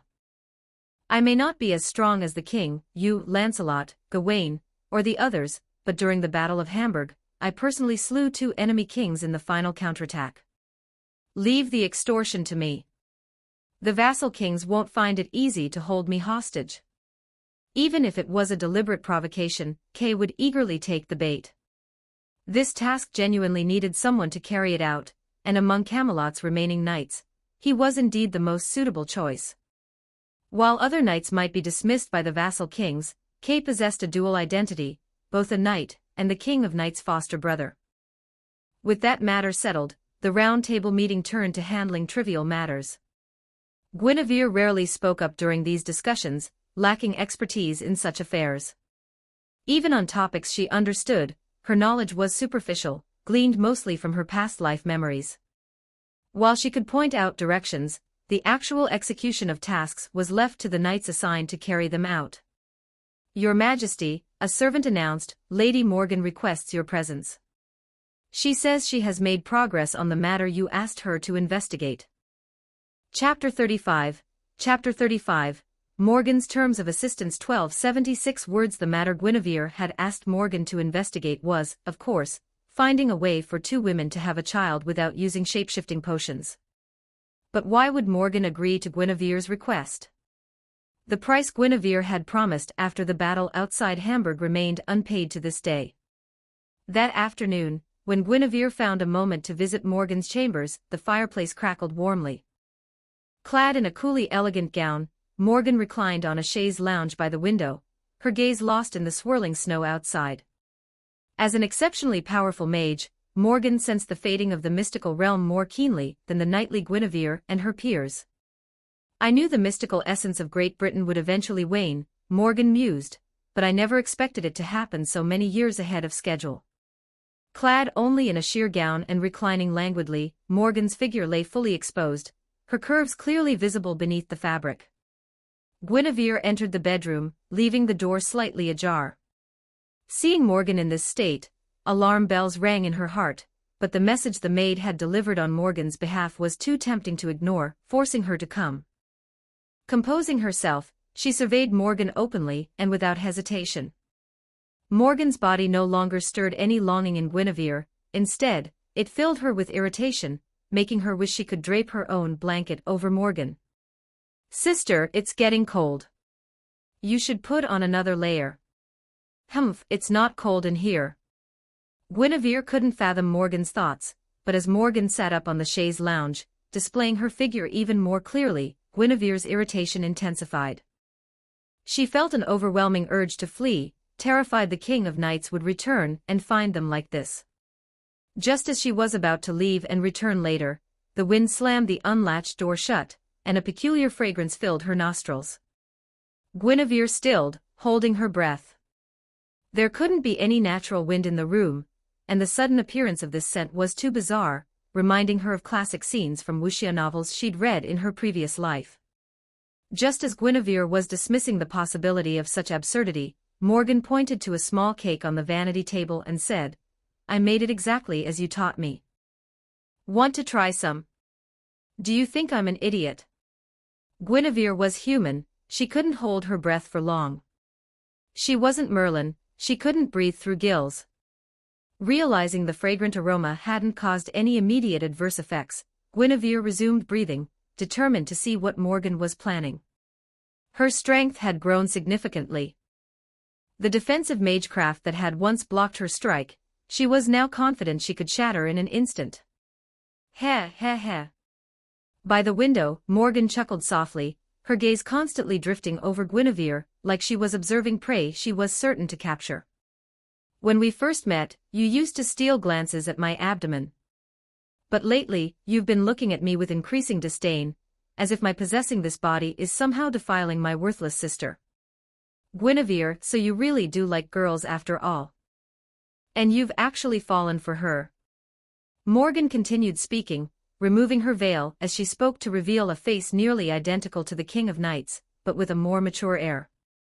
Staring into that face, Guinevere saw not the familiar stern resolve, but something that made her want to immediately cover her face with her veil.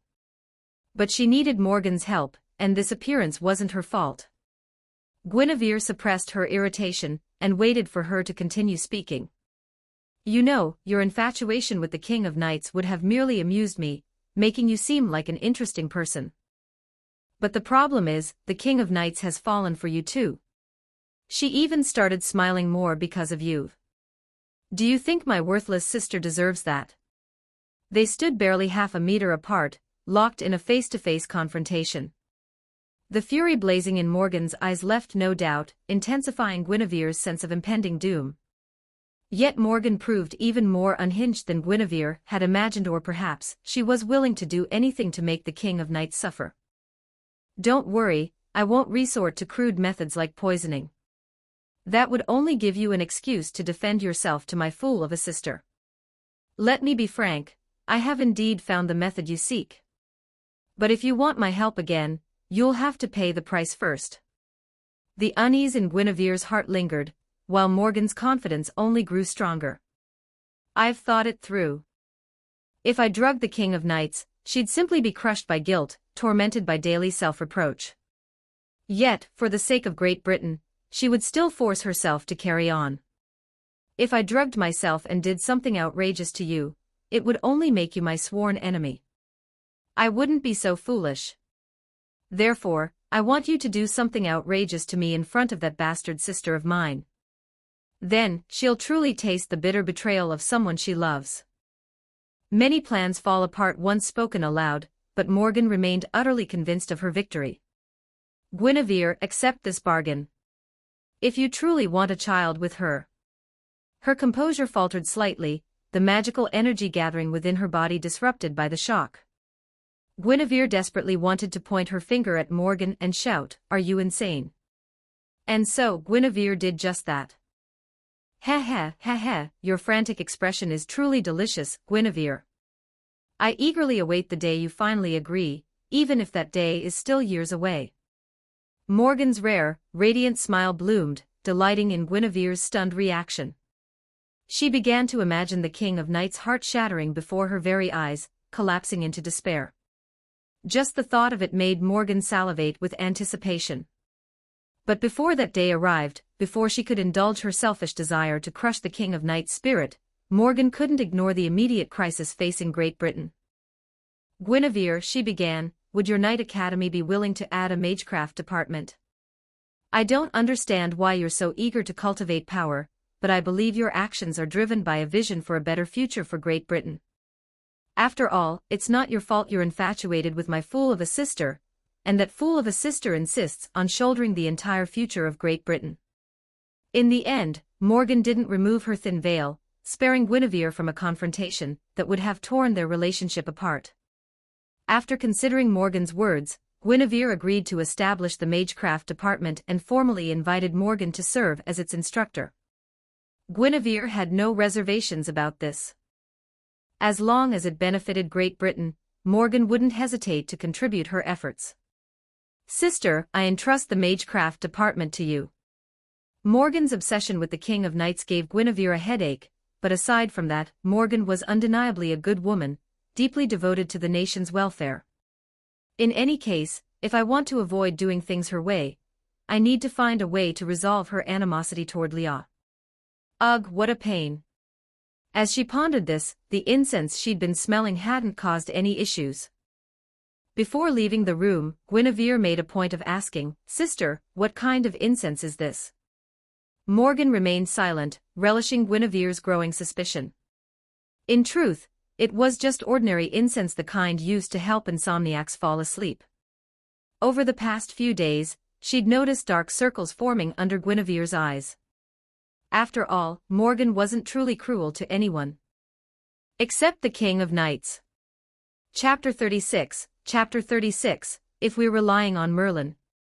1422 words that night, Guinevere slept soundly for the first time since the King of Knights had departed on campaign. In the days that followed, her mind was consumed with how to change Morgan's hatred for the King of Knights. Ultimately, Morgan's hatred for the King of Knights stemmed from the sins of King Uther and Merlin. To ensure the birth of the prophesied child, Merlin, guided by the future he saw through clairvoyance, assisted King Uther in successfully seizing the King of Knights and Morgan's mother, while killing Morgan's father on the battlefield. The true culprit, of course, was King Uther. For the sake of his lust, he forcibly took the Duchess, waged war against his own duke, and deserved to be drained of his life force, and die of illness during the war against the northern barbarians. But the problem is, he's already dead. Even Morgan couldn't bring herself to exhume his corpse and flog it. So, should we capture Merlin and let Morgan kill him to vent her rage? Even if that were possible, Morgan doesn't hate Merlin. She believes he was merely acting according to the prophecy. In the headmaster's office at the Knight Academy, Guinevere reviewed student exam results while fretting over the strained relationship between the King of Knights and Morgan. She genuinely didn't know where to begin. Was Morgan merely taking her anger out on the King of Knights? Guinevere had already raised this point, but the only result was that Morgan stopped cursing the King of Knights with such vitriol. It's all Merlin's fault. Guinevere slammed her fist on the table, cursing aloud. Unlike the sturdy round table she had brought with her, this solid wood table splintered under the force, sending wood chips flying. After leaving 2 gaping holes in the table, Guinevere decided to put the matter aside for now. She still had ample time to wait for a turning point. For the moment, no one was pressuring her to produce an heir with the King of Knights. Even after 2 entrance exams, the Knight Academy is still overflowing with applicants. It seems we'll need a 3rd exam. However, most candidates who passed the first 2 exams are noble-born children from various regions. We'll need to give preferential treatment to candidates of common birth. They won't need to participate in the 3rd exam at all. After pondering, she made her decision. Within the Knight Academy, Guinevere could act with absolute authority.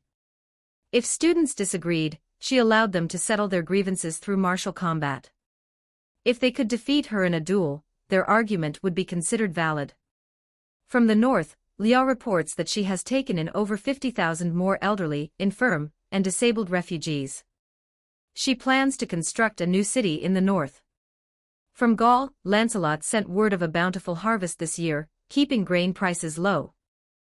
However, transporting enough grain back to Great Britain would require building a vast fleet of new ships. Meanwhile, Sir Ector and Kay reported that their disaster relief efforts and tax collection from the vassal kings were progressing smoothly. They also discovered that several vassal kings were already plotting rebellion. TSK, good riddance. If they're going to rebel, at least sending Kay out won't have been a waste. As Guinevere continued reviewing student records, she muttered to herself. Since becoming involved in central decision-making, she increasingly felt her own knowledge was inadequate. She began to admire Merlin's wisdom, and how the King of Knights, relying solely on knowledge gleaned from childhood dreams, managed these complex affairs with such remarkable efficiency. At that moment, Guinevere realized their roles were reversed. She should be setting the strategic direction while the King of Knights handled the execution. In the war in the north, she should remain on the battlefield while the King of Knights returned to oversee the central government. The problem, however, lay in their titles. She was the queen, and Artoria was the king. Unless their roles were officially exchanged, their division of labor could not be altered. In what world does a queen dictate a nation's course while the king executes her directives? Even if such a system existed, it would be unheard of for the queen to lead armies abroad while the king remained in the capital. What would become of the king's authority then? This is such a headache. Deep down, Guinevere had always sought to alter the fates of herself and the King of Knights. The ultimate fate of Camelot mattered little to her. But the King of Knights was different. When she drew the sword, Merlin had asked her, "By drawing this blade, you will cease to be human. Even so, do you still wish to draw it?" The King of Knights had nodded. When Mylia drew the sword, was her resolve the same as what I remember? In Guinevere's memory, the King of Knights' response to Merlin's question had been, "To become king is to cease being human."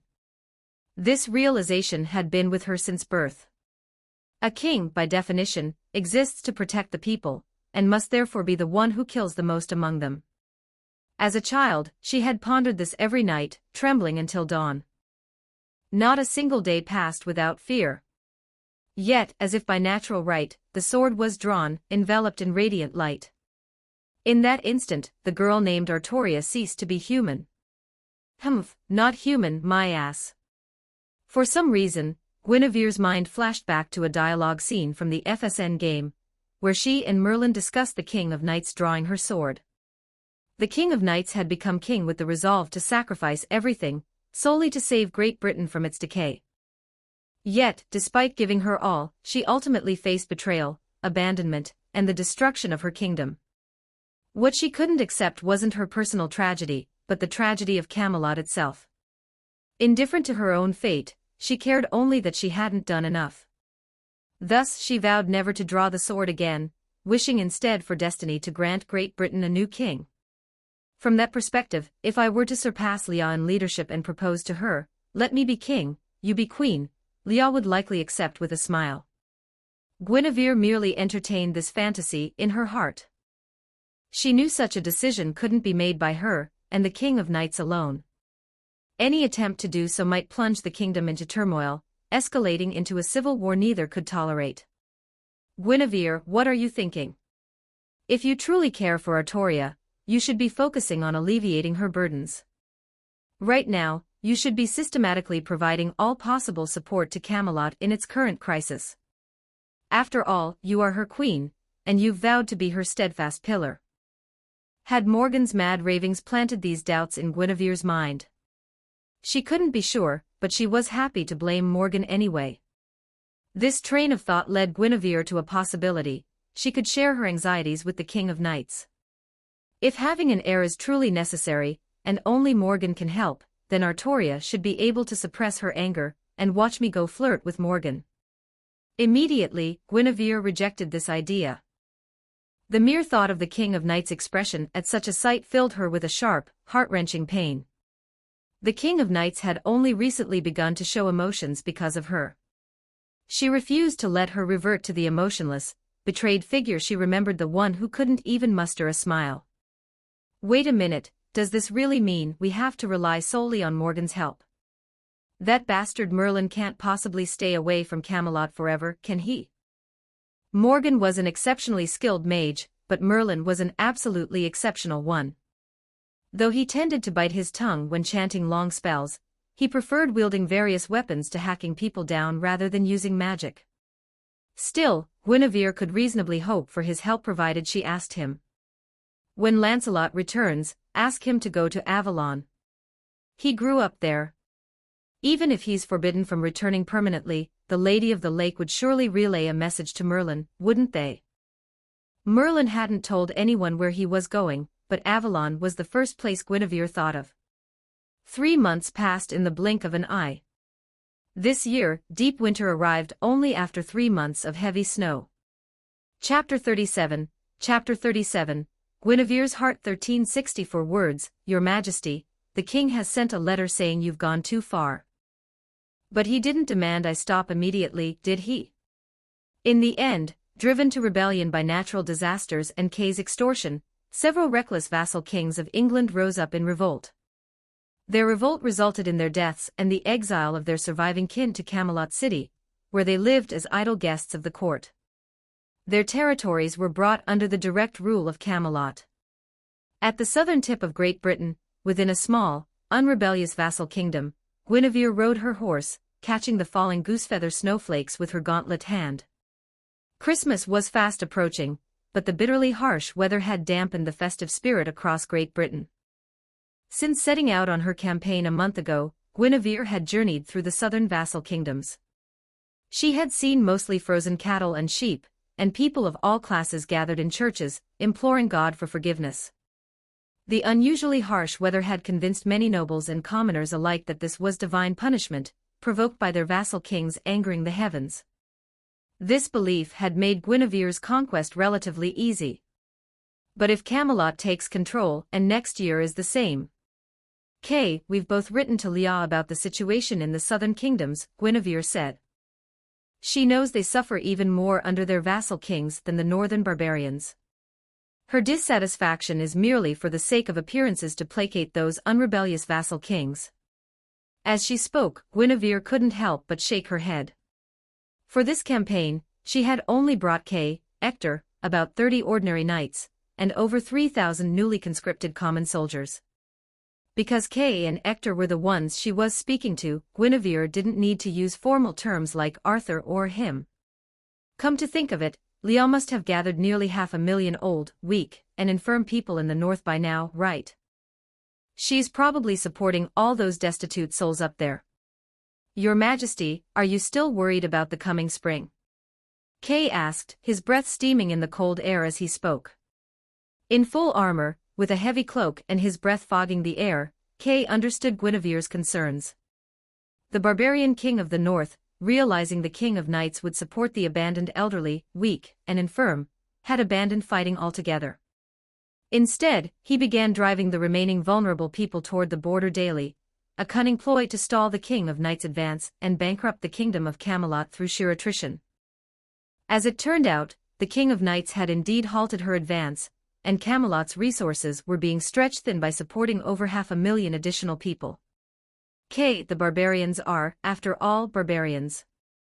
We've been at war with them since King Uther's time, and even earlier. How could decades of accumulated hatred simply vanish? If things go smoothly next spring, those who are currently holed up in the vassal city, constantly praising Leah as the destined ruler of Great Britain, will likely retreat deep into the northern grasslands and choose to become our enemies once again. But at the Round Table meeting over a month ago, didn't you say that while the barbarians might be ungrateful, you also saw the foundation for integrating the north into our kingdom? With the strategy you proposed, I believe we can make it happen. Whether the barbarian elders and weaklings whom the king of knights had taken in would choose obedience next spring remained uncertain. Guinevere couldn't help but worry about the outcome. In truth, her own instinct was to rescue them, but with far fewer provisions. Only those barbarians who pledged loyalty would receive food. However, the king of knights couldn't bear to see the elderly and vulnerable starve.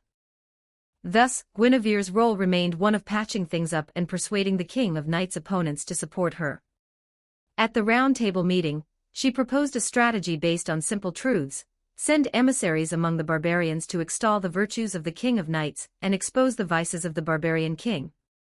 Her aim was to ensure every barbarian who benefited from the king of knights' generosity understood who provided them with sustenance, and who had driven them away like stray dogs when famine struck. Guinevere suggested Agravain lead the operation. Over the past month, in the dozen or so temporary vassal cities established in the north for barbarian resettlement, the truth was already being openly discussed by the barbarians themselves. The barbarian king was employing a transparent strategy, aiming to bankrupt Camelot, and believing his abandoned people would return next year. In response, Guinevere relied on the king of knights' compassion, Camelot's accumulated reserves, and the grain Lancelot had risked everything to purchase from Gaul and transport back. Using these resources, she launched a psychological offensive against the barbarian populace, further undermining the barbarian king's authority and striving to realize the pie-in-the-sky promises she had made at the Round Table meeting. If you keep praising me like this, I'll have to hide my face. This is just a countermeasure any ordinary person from later generations could devise. Guinevere kept the second half of her thought to herself. Returning her focus to the present, she couldn't help but conjure magic to warm her body. If even she felt the cold this keenly, one could only imagine the discomfort of the 3,000 common soldiers she had specifically recruited for this expedition, trailing behind them. This expedition served a dual purpose: to subdue rebellious territories and provide essential aid to the suffering populations of vassal kingdoms.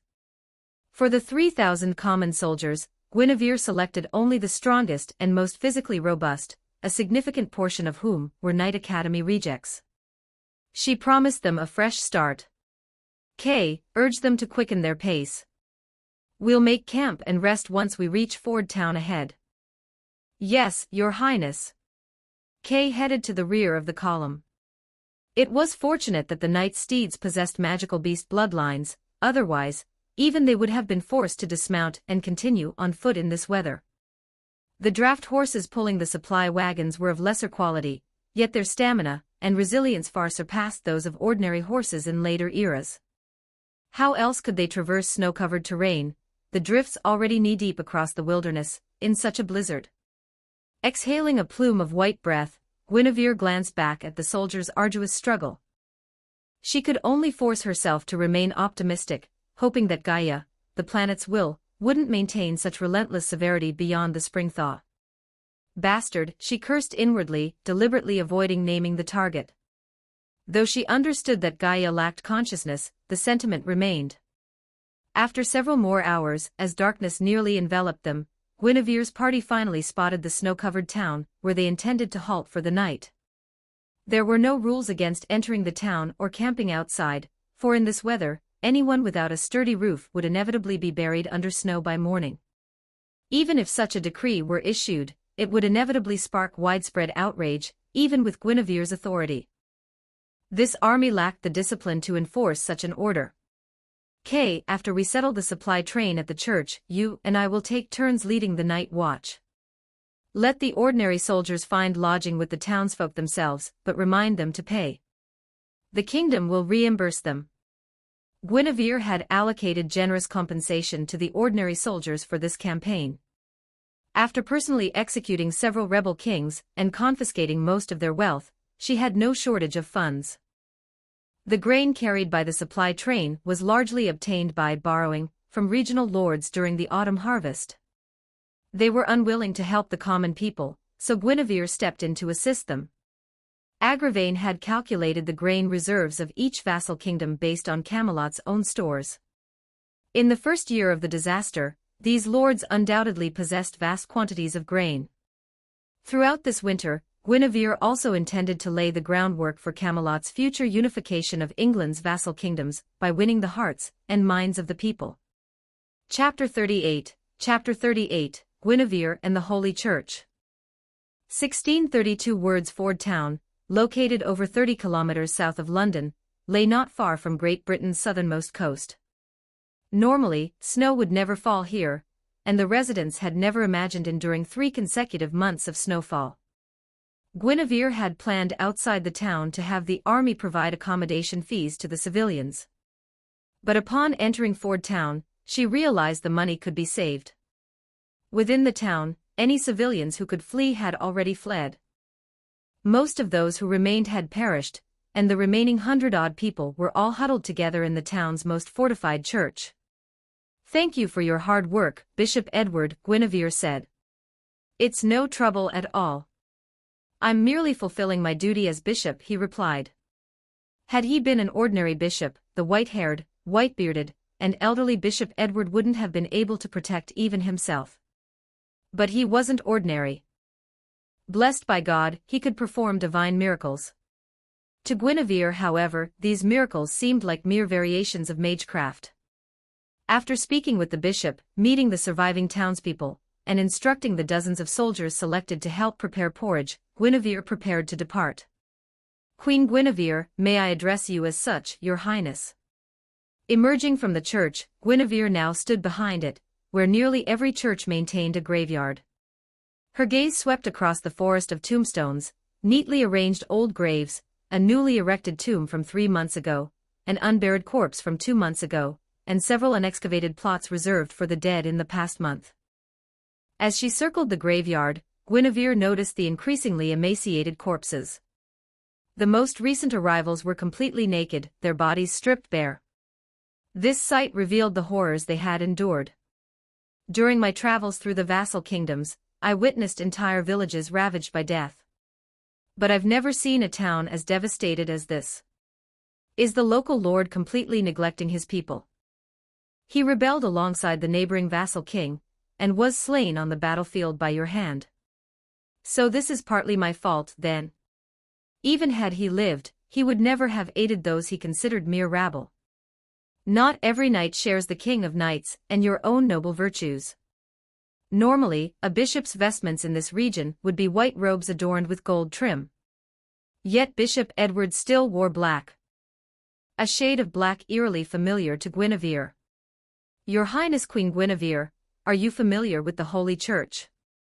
We transcend sectarian divisions, Catholic, Protestant, or otherwise, respecting each faith's unique tenets. Our sole purpose is to combat heresy. Of course, as an alliance of mystical branches from various churches, we also preach God's love and provide aid to the impoverished, just as I am doing here.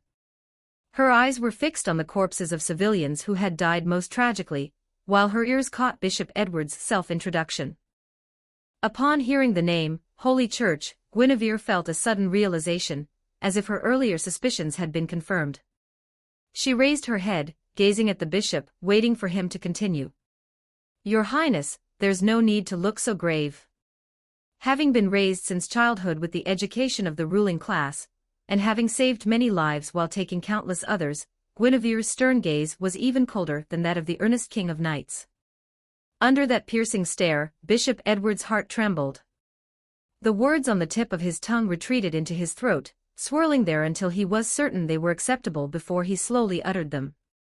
"Your Highness, thanks to your and the King of Knights' benevolence, countless humans have survived.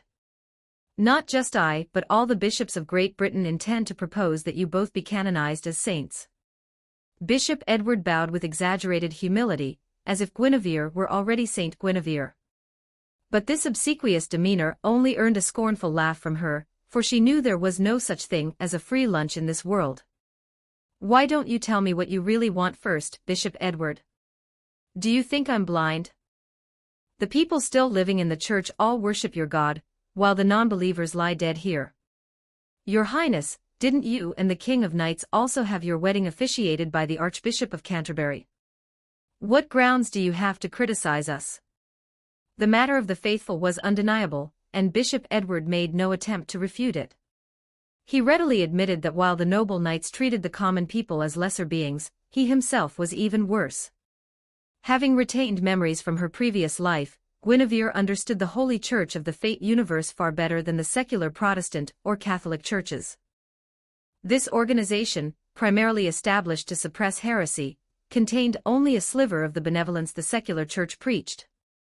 Outwardly, they waged war against demons, vampires, mages, and any heretical creatures who rejected their doctrines. Inwardly, they were equally ruthless and merciless, willing to do anything and sacrifice everything to achieve their goals, their moral standards on par with those of most mages. When the Holy Church took an interest in Guinevere, and immediately offered her the title of saint, an honor bestowed no more than once a century, alarm bells rang in her mind. Noticing Guinevere's apparent lack of fondness for the Holy Church, Bishop Edward's smile faded. He realized that Guinevere— "Your Highness, it seems you harbor some misunderstandings about the Holy Church. Let's cut to the chase and make a deal. I've heard you plan to establish a magecraft department at Camelot's Knight Academy. Would you consider handing over all the mages drawn to Camelot to us? Since the founding of the Holy Church, we have hunted mages relentlessly. They refuse to acknowledge him as the Holy Child, even attempting to desecrate his remains, treating them as precious magecraft materials. They are enemies of God. Your Highness, if you hand over these heretics to us, the Holy Church can accomplish everything you expect of those mages, including what you expect Lady Morgan to accomplish for you." As Guinevere listened, her gaze gradually sharpened with danger. She didn't understand how Bishop Edward had learned of this matter, but considering the Church's vast resources, she believed they possessed such intelligence-gathering capabilities. This revelation ignited Guinevere's desire to uncover the source of the leak and eliminate it. However, because Morgan was a mage, Guinevere refrained from suspecting her directly, believing this might be a church ploy to sow discord. In Guinevere's past life memories, the church had been founded in the 1st century AD, while the Son of God had been born several years before the Common Era. In terms of historical precedence, mages had existed for millennia before the Church and the Son of God. Even the oldest surviving mage organization traced its founding back to around the time of Christ's birth, possibly predating the Son of God's birth itself. Guinevere understood why they would consider the Son of God's remains a magecraft resource. She also recognized the immense assistance she could gain by accepting the Church's proposal. She couldn't trust the Church. Their influence was already overwhelming, with even the King of Knights and the monarchs of other nations requiring Church endorsement for their coronations. Guinevere refused to allow the Church's power to expand further in Great Britain. "Bishop Edward, the Holy Church inspires far less trust in me than the mages." She paused, a palpable killing intent radiating from her, causing Bishop Edward to instinctively recoil. Your proposal aims to sever Camelot's ties with the mages. But remember, Merlin, Camelot's revered prophet, is himself a mage. Moreover, Great Britain remains steeped in mystery, a land you consider heretical. I, Guinevere, will tolerate the regular Church's missionary activities in Great Britain. But the Holy Church? I have no intention of welcoming you. If the Holy Church insists on meddling where it isn't wanted. As she spoke, Guinevere merely smiled, but Bishop Edward felt his head might be severed from his neck at any moment. He held his breath, nearly suffocating under the weight of Guinevere's murderous intent, until a holy artifact he carried activated, dispelling the illusion that had gripped his mind. Yet even after this stark warning and personally experiencing Guinevere's hostility toward the Holy Church, he refused to give up. He had gone to great lengths to secure this mission, arriving long in advance to wait for her. After all, why would a regional bishop-level figure waste his time in a small, unremarkable town? Your Highness, he persisted, this is the title of Saint, the friendship of the entire Holy Church. You're right, Guinevere countered, but if word spreads that I rejected your offer, I'll gain the friendship of all the mages. I'll assure them that once Camelot unifies Great Britain, it will become a paradise for all mages. Their gazes locked. Bishop Edward couldn't understand why things had turned out this way. He knew he had been rash, eager to prove himself, but Guinevere's response left no room for negotiation. As for threatening her with more sensitive information, such as the fact that the King of Knights was a woman, Bishop Edward believed that would truly cause the Holy Church to vanish completely from Great Britain. Your Highness, please reconsider. Everything can still be negotiated. Once the heralds of Great Britain's mystical decline cease with the arrival of spring, a specialist from headquarters will come to Camelot City to meet with you. I believe that when Great Britain's mystery decline truly begins, the Holy Church will prove far more trustworthy than self-serving and utterly unreliable mages. Bishop Edward's demeanor grew increasingly humble. He knew that if only the Holy Church in Great Britain, not the secular church, were eradicated, the devout knights under the King of Knights would agree, and they possessed the power to accomplish it. Chapter 39, Guinevere and the Yet-to-Be. 1322 words. As expected, she refused. The next day, at the Ford Town Church, Guinevere and her group set off again. Apart from a few stubborn residents who refused to leave, most of the survivors chose to join the procession. Yet now, the church that should have still housed some refugees stood completely empty. Only Bishop Edward remained, standing beneath the statue, his gaze fixed on the figure cast by the candlelight. Cardinal Noy, Bishop Edward requests punishment. Even before the Holy Church was formally established, they had been mortal enemies of the mages. Over the past century or two, as the Holy Church's faith spread across Europe, it finally gained the upper hand in its conflict with the mages, driving most of them into hiding. Therefore, when news broke that Camelot's Knight Academy was planning to establish a magecraft department, the Holy Church grew particularly alarmed. They understood that if this initiative went unchecked, the world would once again have a place where mages could safely develop their abilities. Their previous efforts, if not rendered entirely futile, would at least lose much of their significance. During a recent meeting among the church's high-ranking officials, this consensus emerged. They had already considered organizing a holy war against Camelot, aiming to subdue the kingdom through force. Bishop Edward's faction even belonged to the more moderate wing of the Holy Church. It matters not, the figure projected by the flames said. You are merely short-sighted, foolish enough to pursue such a doomed endeavor. You are not guilty. Hearing these words from the flame-born figure, Bishop Edward barely managed to maintain his obsequious expression. Remembering the speaker's status, he suppressed the urge to retort. Yes, Cardinal, I have indeed been foolish. Now, should we follow the radicals' plan to launch a holy war, or send assassins to infiltrate the Knight Academy? Bishop Edward, you're even more foolish than I imagined. Haven't you heard what Sir Lancelot has been doing in Gaul these past few days? He's been accepting challenges from 10 knights every day and remains undefeated. This includes the current commander of the Holy Church's Order of Heretical Inquisition. The Holy Church has a massive, rigidly structured organization with clearly defined divisions of labor. The Order of Heretical Inquisition is one of its 3 most elite divisions. The commander of this order undoubtedly ranks among the Church's top 10 most powerful figures. Now that you understand, stop meddling. The matter of Camelot's Magecraft department requires careful consideration, not forceful seizure. So we're just going to let the Magecraft department be established. Bishop Edward, now that you've failed, the radicals should handle the Magecraft department. As Bishop Edward himself had said earlier, the Holy Church welcomes all factions, Protestants, Catholics, and others, but this comes at the cost of severe internal factional strife. Bishop Edward has already done what his faction required. They shouldn't be the ones to pursue a suicidal course. The Church has never lacked fanatics willing to throw their lives away for their faith. As the conversation concluded, the influential figure on the other end abruptly ended the communication. Meanwhile, he recalled the killing intent from Guinevere that had forced him to back down, and he broke into a cold sweat for those madmen. It was now the year 507 AD. The Church and even the Holy Church had only been established a few centuries prior, lacking the deep foundations of later eras. In Great Britain, where the veil of mystery was beginning to thin, the Holy Church's power was particularly weak. Turning our focus back to Guinevere's side, more than half a month had passed since her encounter with Bishop Edward. After 3.5 months, the sun finally pierced through the clouds, casting a ray of hope upon the war-torn land of Great Britain. Outside London, Guinevere gazed up at the sun, feeling the snow beneath her feet slowly melting. She tightened her cloak and urged her troops to quicken their pace, planning to set up camp and prepare meals after entering the city. Snowmelt days were far colder than snowy ones.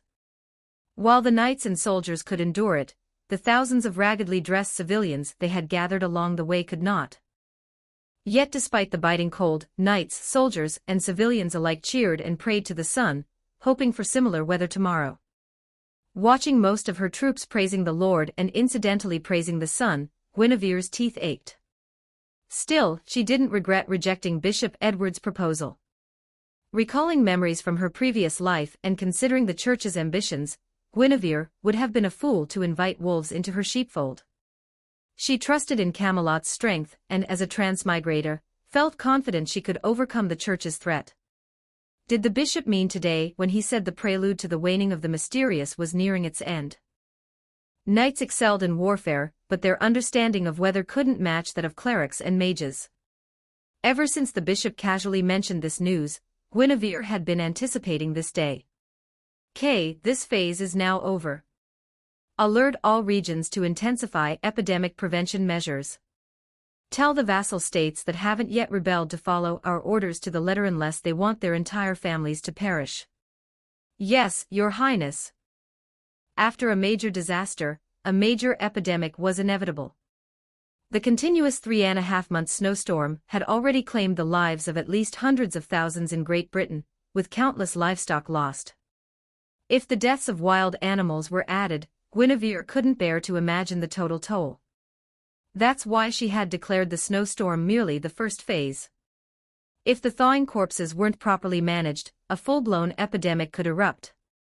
Given the era's rudimentary medical capabilities, Great Britain, with its total population of barely 10 million, could lose a significant percentage of its population. Remind them again I'm not exaggerating. If they refuse to comply this time, even if Leah forbids it, I'll slaughter their entire families. Yes, Your Highness. Kay nodded solemnly, recalling Guinevere's meticulously planned strategy from the past half-month, ever since that day at the church. He knew Guinevere's concerns were not baseless. He couldn't fathom why she insisted on boiling water before drinking it, nor why she defied everyone's objections to cremate unclaimed corpses. Beyond these measures, many aspects of Guinevere's strategy remained incomprehensible to him. Your Highness, we'll leave you in charge here. The knights and I will disperse across the land to deliver your orders to the vassal kings and lords. Please, Kay. I don't want Leah to return from the north to find her homeland ravaged by a plague that shrouds every household in mourning. The horses possessed magical beast blood, and the knights were imbued with potent magical energy. By pushing both their mounts and themselves to their limits, most knights could traverse the snowy terrain with ease. As the knights scattered, Guinevere urged the remaining troops onward. With the knights gone, the entire force now consisted solely of soldiers and civilians, with Guinevere as their only leader. In this vulnerable state, what would happen if they were attacked by magical beasts awakening from their winter slumber? Mage Bartholomew, I have chosen to trust you, and entrust the safety of this journey to you. Your Highness, on behalf of my family, I thank you once again for your trust. I also thank you for your courage in opposing the Holy Church to create a sanctuary for us mages. We will fulfill our agreement to the best of our abilities, accomplishing what you have asked us to do and what we are capable of doing. This is a promise made to you by the head of the Bartholomew family. The voice carried on the wind, reaching only Guinevere's ears. Through the gentle breeze, Guinevere sensed presences radiating outward, seeing over a dozen robed mages scattered around the perimeter of the procession. The mages were already at work. Chapter 40, King of Knights, Guinevere, I've come to take you home. 1435 words. Another half-month passed. In London, as the snow melted and skeletal remains began surfacing across the land, Guinevere found herself busier than ever. One morning, she personally executed the entire family of a vassal king, who refused to provide manpower and funds to search and clear corpses from his territory. Your Majesty, she's actually serious. Your Majesty, isn't she being too cruel? Your Majesty, how could she kill even a 3-year-old girl? A murder committed in the morning had spread across Great Britain by afternoon. Such was the speed of information dissemination in an era when mystery still lingered. As the rumors spread, the vassal kings grew increasingly eager to declare their fealty. With one exception, Guinevere's reputation gained a new dimension: tyranny. Previously, even when vassal kings rebelled, Guinevere had traditionally spared their families. Your Highness, you're sacrificing too much. Let me take responsibility for this. I'll bear the full burden. Sir Gaheris, can you truly bear it? If you were to take the blame, the vassal kings wouldn't fear us. They would simply petition the King of Knights to execute you. But Your Highness, while some are now diligently following orders, others have sent petitions demanding your removal as queen. They accuse you of lacking virtue and call you a wicked queen. That's why I've sent knights across the realm to inform them that even if I'm deposed, they must obey my commands. Otherwise, I'll slaughter their entire families. In the very castle where the vassal king's family had been massacred, the 3-year-old girl rumored to be dead trembled in Guinevere's arms. According to Guinevere's own orders and her memories of stories where failing to eliminate the root led to future consequences, she should have killed the child in her arms. Yet, gazing at the pitiful, chubby-cheeked little girl, Guinevere found herself unable to act. Instead, she instructed her attendants to spread rumors of the child's death. As for whether this child would seek revenge in the future. Little one, Guinevere whispered, playfully twirling a strand of hair near the child's ear. If you want to kill me to avenge your family, you'll need to train diligently, grow stronger, and do it quickly. Don't wait until I'm dead and you still can't even touch my heel. You know, I've already killed nearly a dozen vassal kings and countless knights and lords, hundreds, perhaps thousands. There's no shortage of people who want me dead. Cradling the child, Guinevere twirled a strand of hair near her ear, her gaze fixed on the girl's trembling form, gradually hardening with nascent hatred and a spark of life. Guinevere couldn't help but smile. In for a penny, in for a pound, she thought. If she feared even this tiny creature, how could she ever hope to change her fate, and that of the King of Knights? Truth be told, if Guinevere had simply chosen to stay in the royal palace, embroidering and ignoring all affairs of state, she might have easily altered her own destiny. But what of the King of Knights' fate? Smiling playfully, Guinevere glanced down at the child in her arms. She knew this little one now wished to live. But who would raise her? As the young daughter of a vassal king, the child had a host of knights, nobles, and royal relatives to choose from. Finding a foster family of impeccable character wouldn't be difficult. After her smile faded, Guinevere handed the child to a knight standing by, ready to take her away, then turned her gaze to Gaheris. As one of Gawain's younger brothers, Gaheris had previously served as Gawaine's attendant. But with Guinevere's shortage of personnel, Gaheris and several attendant knights from the Knight Academy, who had recently developed magical abilities, were assigned to her en masse. He was young, resolute, and possessed the same silver-gray hair as Guinevere. It was baffling how Morgan had managed to give each of her children such distinct traits: hair color, temperament, physique, all so different from one another. Though she secretly cursed Morgan's name, Guinevere couldn't bring herself to imagine the worst, simply because Morgan wore Artoria's face. Time to return to Camelot, she sighed. The King of Knights was already on her way back, and Agravain would relieve her of dealing with the now slightly fatter barbarian, elderly and infirm. From Gaul, Lancelot sent word that his wife was pregnant. To spare her the rigors of travel, he requested to remain in Gaul for another 2 years, and continue his mission of procuring provisions for Camelot. Has Lancelot overcome his ordeal? Or is it too early to relax? Either way, I need to see him in person to confirm whether he's truly moved on. Clad in full armor, Guinevere strode through the vassal king's castle, built of bluestone, the metallic clangs of steel against steel echoing through the halls. As Guinevere pondered, Gaheris and the other knights followed closely behind, their armor amplifying the metallic din as they moved. Come to think of it, they've started calling me the Wicked Queen. I'm getting this title much earlier than Guinevere in the legends, aren't I? Does this count as altering history? Though her inner thoughts were light-hearted, Guinevere's heart remained heavy. She dreaded seeing the King of Knights again, uncertain what expression her liege would wear, a cold glare or something worse. Had she truly gone too far? They hadn't seen each other in 4 months. Guinevere longed to see her, yet trembled at the thought of facing her. Your Highness, are you thinking of the king? An attendant knight asked. Given his Majesty's martial prowess, it's inconceivable that he would truly depose you as queen. At most, he might voice some complaints when the two of you are alone. Everyone knows you couldn't resist personally executing the vassal king of this region. It was because he neglected his duties, allowing a devastating plague to ravage several villages under his rule. We, too, have jointly petitioned His Majesty on this matter. When the Round Table convenes, I, my brothers Gawain and Agravain, and knights like Kay will all speak in the Queen's defense. Gaheris, still young at barely 16, spoke with youthful innocence, never considering the possibility that the King of Knights might publicly rebuke her based on the opinions of the vassal kings. But Gaheris's words rang alarm bells in Guinevere's heart. If so many knights believed she shouldn't be punished, and yet she was, these knights would inevitably harbor resentment toward the King of Knights.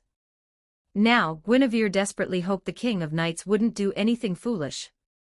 If he truly intended to punish her, it would be best if it were done in private, just the two of them, perhaps even on the bed. Filled with apprehension and anticipation, Guinevere's party reached the gates of the vassal king's castle. But as they emerged, they were greeted by a sight that shouldn't have been possible, a company of knights in full armor. Clad in full armor, the knights couldn't dismount to offer formal bows. Instead, those belonging to Guinevere's knight order struck their right fists against their chests, and lowered their heads in a silent salute. Tristan, whom Guinevere considered an early friend, strummed his harp and sang a song that made both her and the King of Knights blush, a tender poem expressing the king's longing for her. As the poem reached its climax, the fully armored King of Knights dismounted, removed her visor, revealing her face slightly thinner than before, yet still graced with a gentle smile. She strode forward steadily, and when she reached Guinevere, her restrained smile blossomed into a radiant one. Guinevere, you've worked hard. I've come to take you home. By now, the King of Knights' hand was extended toward Guinevere. Leaning close to the king's ear, the clinking of armor muffled her words. Guinevere whispered in a voice only the king could hear, Leah, who taught you that? At this, the King of Knights' earlobes flushed even redder, but she merely wrapped her arm around Guinevere's waist. If you want the truth, it's simply that I long to see you again as soon as possible. Her words, spoken in their usual earnest tone, resonated deeply with Guinevere. There was no trace of flattery or insincerity, only genuine sincerity. She understood now, the King of Knights had come solely because her own heart had urged her here. The King of Knights had arrived in such haste that she likely hadn't yet received the vassal king's memorials from across the land. However, after this incident, Guinevere no longer cared whether the King of Knights rebuked her. Chapter 41, King of Knights, I can't wait any longer. 1262 words. That very night, Guinevere's party rushed back to Camelot City, completely missing the elaborate welcoming ceremony Gawain had spent the entire afternoon preparing. Upon returning to the castle, the King of Knights, eager to see Guinevere as soon as possible, first retired to the throne room to convene a round table meeting, the first in 4 months with Guinevere's participation.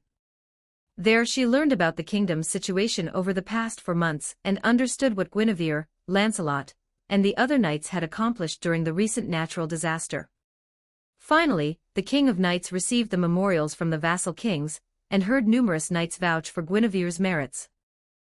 At this moment, all eyes turned to her, wondering whether she would reprimand Guinevere to appease the vassal kings, or rebuke the vassal kings to defend Guinevere. Guinevere. After a long period of contemplation with her eyes closed, the King of Knights called out her name. But instead of scolding her, she simply stared at her for a long moment, speechless. Guinevere, let's draft a formal decree together. We'll pledge that as long as the vassal kings don't rebel or refuse Camelot's commands, Camelot will never initiate hostilities against them. Let's record this oath in writing.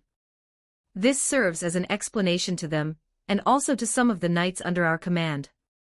On the surface, this appeared to be the King of Knights yielding to the vassal kings.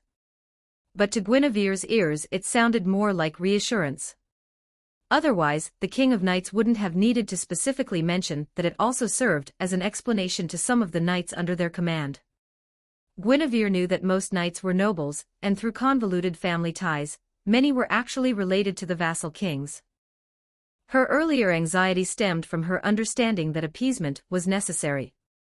Moreover, what pleased Guinevere most was that, in addition to the pledge of non-aggression, the King of Knights had added a clause stating that the vassal kings could not refuse Camelot's commands. Your Majesty, are you certain about adding the refuse Camelot's commands clause? This would interfere with the vassal kings' internal affairs, effectively demanding their submission to Camelot. They're unlikely to agree. Then we'll consider it an act of rebellion. At this, the Round Table fell silent. Even the Round Table knight who had raised the objection was left speechless. After a moment of silence, the King of Knights scrutinized the knights' expressions. Satisfied that she had their majority support, she continued, "Didn't you all support Guinevere's decision to execute King Rien's entire family? Then you must understand that without Guinevere's decisive action, how many lives would have been lost across Great Britain had the plague spread unchecked? It is their foolishness that forces me to impose this condition. However, I can assure you further, any commands issued by Camelot to the vassal kings will be of critical importance to the kingdom's survival." The knights could see that while the King of Knights sought to reassure them, she was also furious at the vassal king's obstinacy. Though their king was sometimes rigid in her methods, she had never hesitated when lives were at stake. The King of Knights was a knight, but above all, she was a sovereign. Her royal path had been forged the moment she drew her sword. A king must protect her people, even if it means slaying the very existence that threatens them most. Artoria's royal path was extreme, burdening her with an overwhelming weight. Yet she did not fear bloodshed, she only opposed unnecessary slaughter, that which violated the knightly virtues. Guinevere's slaughter of King Rien's entire family did not violate the code of chivalry. Most importantly, she had chosen to defy her own orders rather than kill the most vulnerable member of the family, the little girl. "Very well," the King of Knights declared. "If there are no further objections, we shall conclude this discussion." Around the Round Table, knights descended from various vassal kings exchanged uneasy glances. They valued both blood ties and loyalty to their monarch. They knew the King of Knights would not back down. King Rien's foolish negligence that allowed the plague to spread had undoubtedly infuriated her. Moreover, the King of Knights had stated that any orders she issued to the vassal kings would pertain to matters vital to the nation's survival. They were willing to trust the King of Knights. "Your Majesty, we shall obey your command." After exchanging glances, the knights responded with unanimous agreement. Watching them, the King of Knights secretly exhaled in relief, while Guinevere, seated beneath the round table, playfully traced a tick mark on her own waist. Through the thick armor, the King of Knights felt Guinevere's gesture but didn't understand its meaning. When she looked over, Guinevere smiled warmly and playfully stuck out her tongue, signaling that the queen approved of her choice. Unable to suppress a smile, the King of Knights let it slip. But under the round table knight's suddenly suggestive gazes, her expression immediately reverted to solemnity. Since the knights believed she was better when she showed more emotion, she had been trying to express herself more openly. However, due to her lack of practice and constant worry about making inappropriate expressions, the King of Knights had repeatedly suppressed her attempts to show emotion. Guinevere, as the king's personal knight, do you think the king is now slightly more endearing and significantly more popular? Guinevere asked, genuinely finding the King of Knights utterly adorable. She desperately wanted to drag her back to their chambers right then, and reward her with herself. When Guinevere's question fell upon Guinevere, the personal knight who had accompanied the King of Knights to the north, and greeted her upon her return, the smile on his face froze instantly. Seeing this, Tristan, who had become a close friend of Guinevere over their long association, burst into laughter. "Your Highness," Tristan said, chuckling, "this isn't a question Guinevere should answer. If you're so eager to be alone with the king, just say so. We all understand. After all, the king's welcome today, and the choice he made, must have pleased you immensely, wouldn't you agree?" "Indeed, immensely pleased," Guinevere replied with a radiant smile. Guinevere was far more popular than the King of Knights, every round table knight present would agree. After these words from the increasingly cheerful child of sadness, everyone began to take their leave, starting with little Miss Gareth, who couldn't understand the adults' conversation. They resolved to discuss everything further the next day. "Your Majesty, may you and the Queen find happiness together." Kay, ever mischievous, winked and delivered this remark, despite knowing the King of Knights' true gender. Following him, Gawain, Gaheris, and others departed, echoing similar sentiments. Yet among the many round table knights, some remained unaware of the king's true gender. When these delicate topics arose, they would earnestly wish their king and queen would soon bless Camelot and themselves with a prince or princess. Soon, the bedchamber belonging to the King of Knights and Guinevere had been tidied up, the room as fresh and clean as ever. Only the King of Knights wore a stiff expression, her long-dormant guilt toward Guinevere resurfacing. "I'm sorry. I can't give you a child. How would you know if you don't even try?" "Guinevere, it's not about trying or not. It's a fundamental matter of procreation. If you don't understand that." Inside the chamber, Guinevere had long lost patience.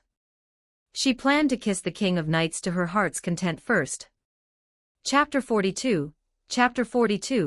The King of Knights knows everything. 1464 words. Hee, Lia, hee, Lia. Rarely, Guinevere didn't grow dizzy after their deep kiss.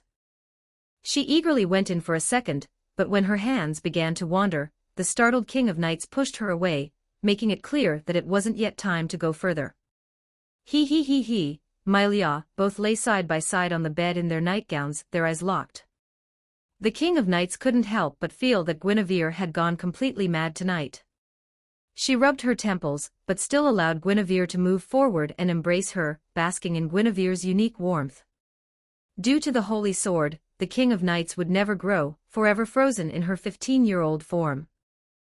But Guinevere was different. Guinevere would continue to grow. In just 4 months apart, Guinevere had grown taller again, forcing the King of Knights to stand on her tiptoes to meet her gaze, her toes barely touching Guinevere's instep. "Guinevere, are you almost 1.7 meters tall? Just a little bit more. That's wonderful."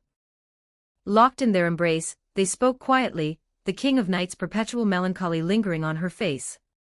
Before other knights, she had to carefully curate her expressions, but only with Guinevere could she freely show any emotion without restraint. "Lia, do you wish you were taller?"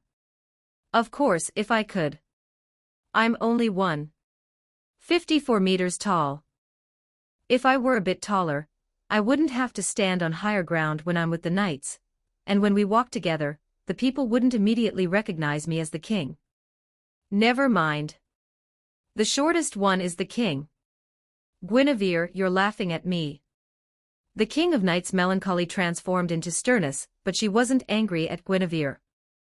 After a prolonged gaze, the feigned seriousness melted away, leaving only the urge to tickle Guinevere's soft waist. In Guinevere's presence, the King of Knights didn't need to maintain her regal facade. She could freely express her emotions, a sign that she remained a young woman in her early 20s at heart. So, when the impulse struck, she acted on it, tickling Guinevere until tears welled in her eyes, and she curled into a ball, begging for mercy. When two people are in love, their personalities blur into one, their actions becoming intertwined, regardless of their usual temperaments. This was especially true for Guinevere and the King of Knights, both strong-willed individuals who, beneath their occasional moments of tenderness, always followed their impulses wholeheartedly. Exhausted from their play, the King of Knights watched Guinevere sprawled on the bed, panting heavily. She, too, struggled to catch her breath. Guinevere didn't resist, she retaliated directly. "Lia, if you truly want to grow taller, try letting Excalibur leave your side for a while. Isn't that what's been stunting your growth? During that time, you could use my replica, it looks exactly like me. Just be warned," she added with a mischievous glint in her eye, "if you choose to grow, you might end up growing sideways before you get taller." Lying beside Guinevere, the King of Knights mimicked her unreserved posture, listening attentively to her suggestion and pondering it earnestly. When Guinevere mentioned horizontal growth, the King of Knights paused for a few seconds, then her gaze drifted to Guinevere's own, horizontal growth. The King of Knights felt a twinge of envy. "No, never mind. If my true gender were revealed, it would only cause unnecessary trouble." "Oh, then pretend I didn't say anything." Guinevere had merely been thinking of the Lanceclas King of Knights, recalling how she had grown again after losing the Holy Sword, and the suggestion had slipped out. However, noticing the King of Knights' regret about not growing, Guinevere was struck by the terror of her own continuous growth. She was only 19, after the new year, perhaps too young to dwell on such matters. But if she couldn't find a way to freeze her appearance, in a decade or two, standing beside the King of Knights, she might be mistaken for the king's mother. Should I ask Morgan again? Or continue deluding myself with unreliable Merlin? Or pose this challenge to the mages who just formed a cooperative pact with me? Fortunately, while true immortality is rare in this world, methods to freeze one's appearance are plentiful. The establishment of the Magecraft department had brought Guinevere both threats from the Holy Church and offers of service from various mages, giving her new options when she needed to rely on magecraft. However, when it came to something as crucial as creating children, Guinevere would never entrust such a task to someone she didn't fully trust. Though Morgan hated the King of Knights, if she were to ask Morgan to create the King of Knights' child, the result would undoubtedly be the King of Knights' own offspring. "Guinevere, you're drifting off. What's on your mind?" Tilting her head, Guinevere gazed at the King of Knights, whose breathing had finally evened. After a moment's hesitation, she decided to tell the king everything, about the Holy Church, the mages, and Morgan's request. So many misunderstandings arise from things left unsaid. "Lia, rest assured, now that I've told you this, I have no intention of sleeping with her. You mustn't suggest you'd allow it for the sake of the kingdom's stability." If Guinevere hadn't spoken so plainly, the King of Knights might have reluctantly endured it, prioritizing the nation's welfare over her own feelings. In the original tale, she had genuinely endured Guinevere's affair with Lancelot, enduring it for a long time. Alas, her forbearance only paved the way for the kingdom's downfall. "Guinevere, I understand. I'll find time to speak with my sister and ask what conditions she requires to help us conceive an heir." At tonight's round table meeting, the King of Knights and Guinevere were blessed in such a manner that the King of Knights had no choice but to consider the matter, especially now that she knew Morgan possessed a way to achieve it. However, when the King of Knights offered to negotiate with Morgan herself, Guinevere immediately seized her hand and shook her head vehemently. In the original story, the King of Knights had been drugged by Morgan, and then. In short, Guinevere's sudden, electric-like start was born from her fear that destiny might force this matter into its preordained path. Leah, you believe I can see the future, don't you? Then promise me you'll leave this matter to me. Confusion, bewilderment. Guinevere, what have you seen? I've seen my heart shattering into pieces. In any case, you must be wary of Lady Morgan and prevent her from making a move against you. The King of Knights wasn't stupid. At this point, she understood exactly what Guinevere had seen. I was violated by my sister. I can't get pregnant. Cough, cough, cough, cough. Guinevere choked, and the King of Knights realized she had misunderstood. She found the idea absurd. Even if drugged, she could never bring herself to attack her own sister. I understand. I'll be wary of my sister, and never let her succeed. After drinking her potion, could I use my hand? For the sake of the kingdom, the King of Knights would do anything. As a knight who had fought on countless battlefields, she knew all that needed to be known. But Guinevere resolutely refused to let this happen. She pressed herself firmly against the King of Knights, gazing down at her with intense seriousness. She spoke slowly, each word deliberate, their eyes locked. The King of Knights understood Guinevere would never back down on this matter. Her heart jolted and she shrank back a little, murmuring, I swear on the honor of my father, King Uther, that I will never do such a thing. Having the King of Knights swear on her father's honor, Guinevere finally believed her. Guinevere breathed a sigh of relief. She knew that if she hadn't brought up Morgan's matter today, and Morgan had approached the King of Knights herself, her Leah might actually have gone through with the very thing she had just sworn against. In short, Leah, if you ever do something like that again, I'll abandon you and run off to a convent to live out my days in solitude. Guinevere, I'm sorry. Despite having already sworn an oath, Guinevere continued to press the matter, making the King of Knights realize that her girl-loving queen was genuinely furious. Guinevere, do you still want a kiss now? Overcome with shame, the King of Knights was particularly adorable at that moment. And out of embarrassment, when Guinevere's hand once again strayed to where it shouldn't, she hesitated briefly before letting it linger without protest. Chapter 43, Morgan, Gu 13:11 words. For several days, Guinevere basked in bliss. Even her sword practice at the training ground felt unusually listless. Yet once she laid down her sword, she had to confront the urgent matter of having children. Though the King of Knights had made her promises, Guinevere knew she couldn't rest easy until this issue was resolved. To this end, she resolved to leave no stone unturned. Tristan, after the Lady of the Lake received Lancelot's letter, that Merlin still hasn't replied. A fairy named Nimue told me that Merlin didn't even read the letter. He simply had his pet devour it. That old bastard, Merlin. In a corner of the royal palace, Guinevere spoke with her personal knight, Tristan. Lancelot might not be able to return, but at least his letters could. Yet Merlin's silence suggested he had foreseen the future, but still chose to remain uninvolved. Tristan, thank you for your efforts. Standing rooted to the spot, Guinevere watched Tristan depart. Having abandoned all hope of Merlin's intervention, she now had no choice but to confront Morgan directly. Ever since the Magecraft department was established, Morgan had been frequently seen wandering the Knight Academy, personally selecting over a dozen children with promising magic circuits from among the students. These children became Morgan's first disciples, guided by her into the world of Magecraft. However, Morgan lacked patience. After completing their initial instruction, she released them to practice independently, planning to resume formal lessons once they had mastered the basics. Meanwhile, the mages who had formed contracts with Guinevere arrived in Camelot City. After obtaining permission, they began excavating a new dungeon beneath the Knight Academy, intending to use it as a base for teaching and collaboration. Morgan's first cohort of disciples was granted the opportunity to seek guidance from these experienced mages. With her formal teaching duties temporarily suspended, Morgan retreated into her usual state of secretive activity, leaving everyone to wonder what she was truly up to.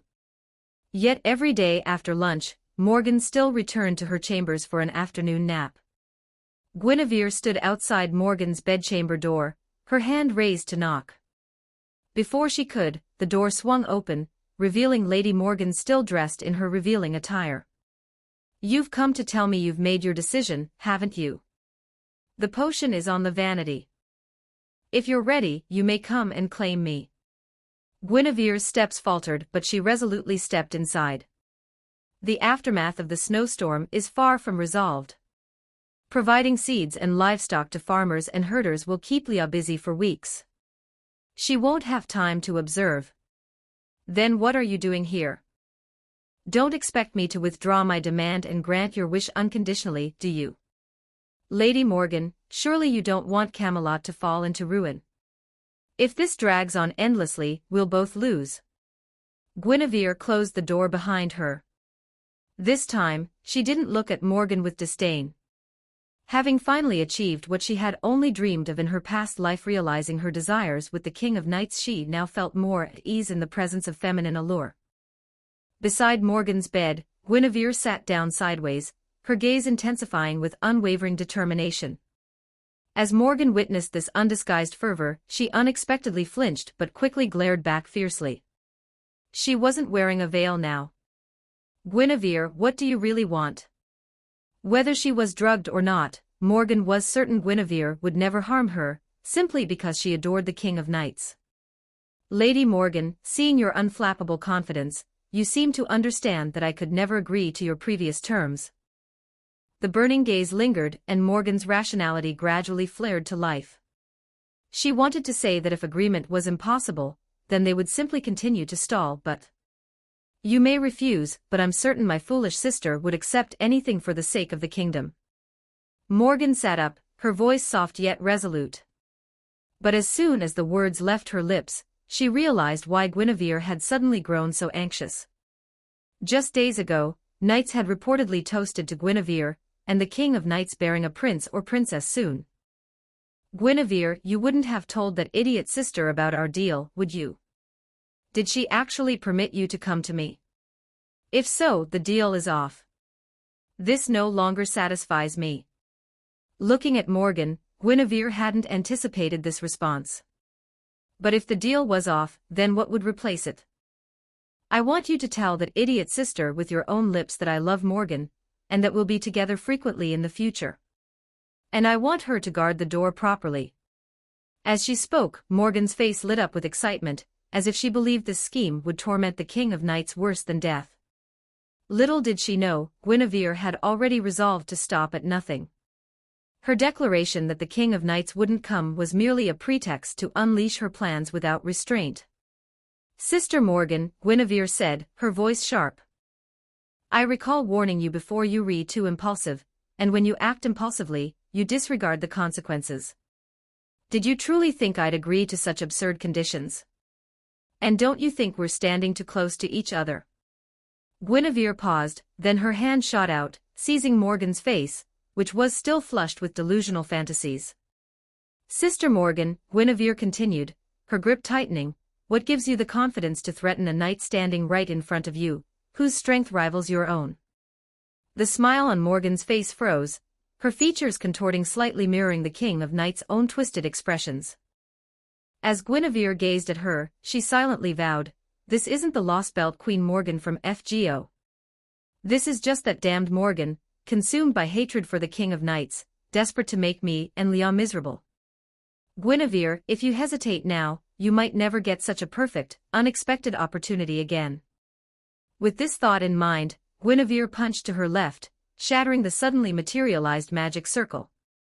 Simultaneously, she squeezed Morgan's cheek with intense force, momentarily disrupting her thoughts. Though an immensely powerful mage, Morgan rarely engaged in direct combat, and possessed an exceptionally low pain tolerance. When Morgan regained her senses, she found her magic circuits disrupted, and around her neck, a beautiful emerald necklace capable of suppressing her magical abilities.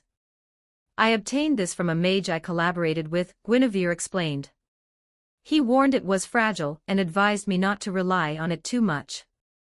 Already struggling to resist, now further restrained by the necklace and the constant threat of suppression, Morgan merely glared coldly at Guinevere, trying to discern what she intended to use to force her submission.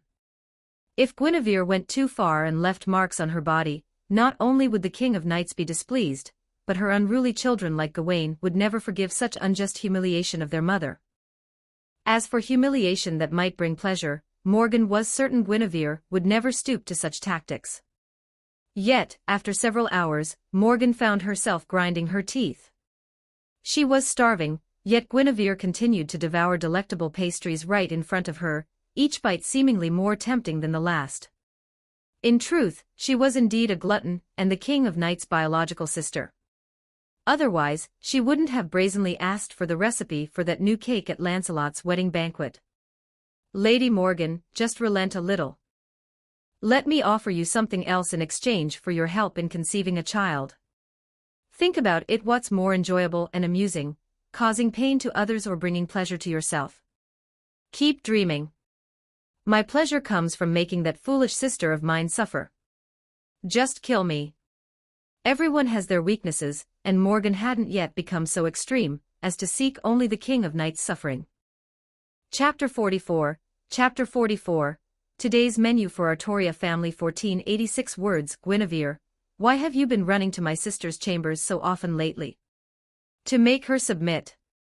Guinevere, how do you always manage to create such novel and delicious dishes? Because I can see the future. Guinevere, what about my share?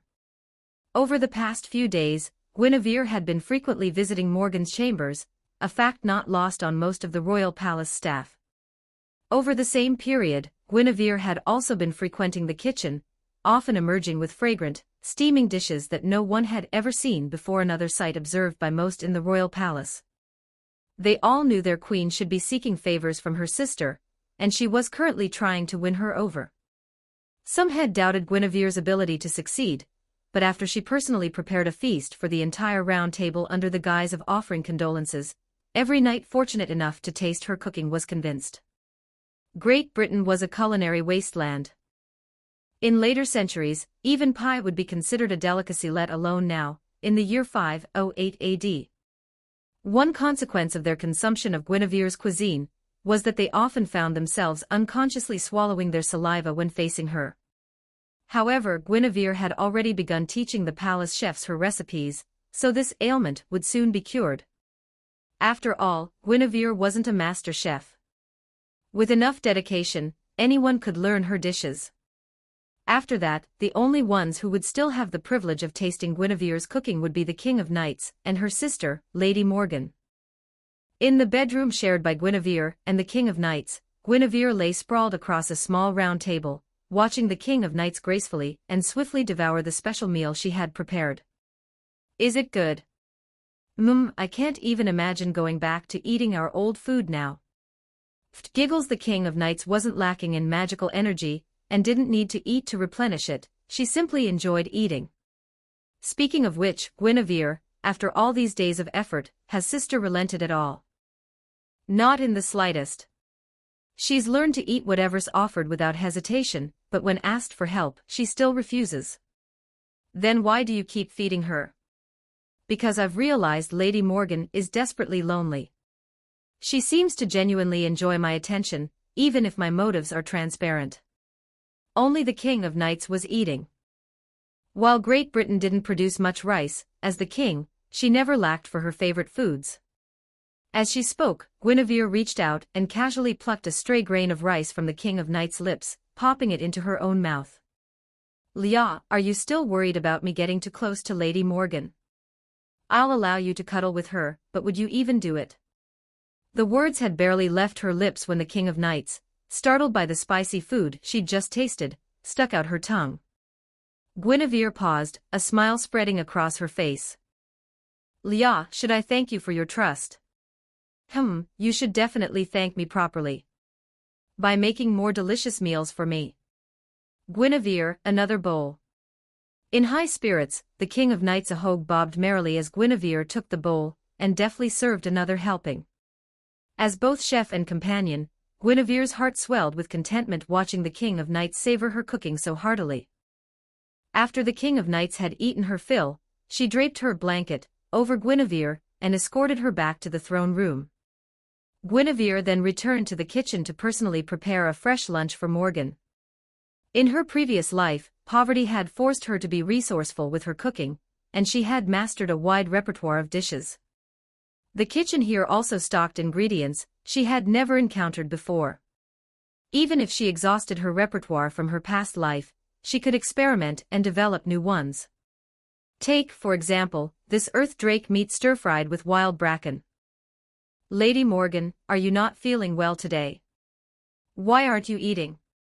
The earth drake meat came from genuine earth dragon men, a type of magical beast with a trace of dragon blood. The wild bracken was equally authentic, with a slightly bitter taste. As the snow melted and spring arrived, knights across the land frequently encountered famished giant beasts, and gathered newly sprouted wild vegetables.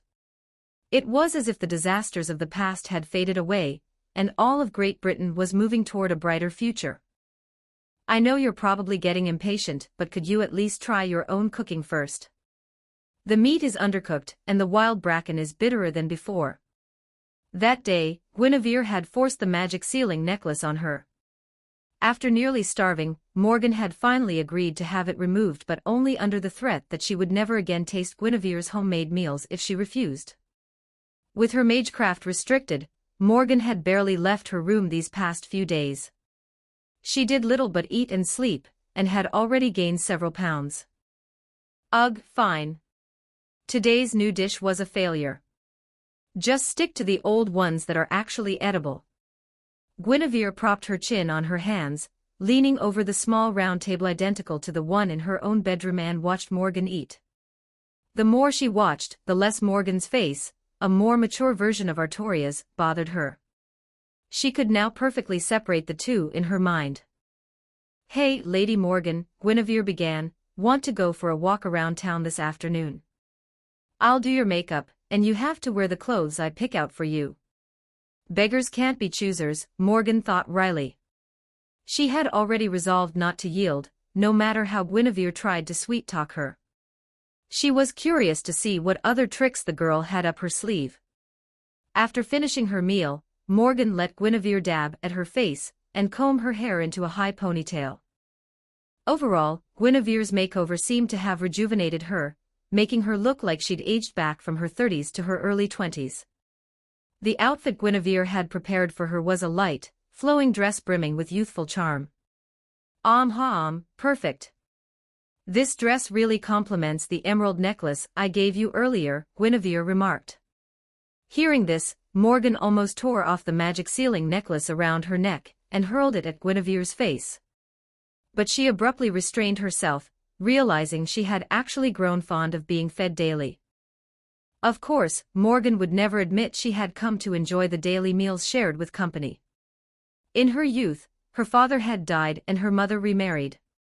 Her betrothal had been forced upon her by King Uther. How could Morgan ever have loved him? Now she had 4 disobedient children, each one a king of knights fan she longed to kill and be done with. Yet after countless interactions and growing understanding of Morgan, Guinevere believed she should have gone mad long ago, though not by taking out her rage on the ever-patient king of knights. Sister, let's go. Let's take a stroll through the streets together. Only then did Morgan notice that Guinevere was wearing a girlish dress similar to her own, and her hair was styled in a matching single ponytail. Morgan could imagine the scene: if 2 women with nearly identical hair color, dressed alike, walked down the street, onlookers, captivated, would likely assume they were sisters. Lady Morgan, why are you sitting there so stiffly? Are you afraid to be seen in public? Does my refusal to give you a veil frighten you so much? A blatant provocation, but Morgan took the bait. She straightened up, extended her hand, and struck a pose like a noble lady accepting an invitation, a playful glint in her eyes as she gazed at Guinevere. What's this? You're inviting me for a stroll but too afraid to hold my hand. Afraid my foolish sister will see? No, it's just that girls don't usually hold hands when they go shopping together. We link arms, getting even closer. She had no ulterior motives, she was simply retaliating. This level of normalcy was truly unremarkable. As Guinevere stepped forward and proactively took Morgan's hand, she even had the audacity to taunt, Lady Morgan, is this your first time experiencing something like this? At that moment, Morgan couldn't quite describe the mix of emotions swirling within her. She wanted to pull away, but how could she possibly break free from Guinevere's knightly grip?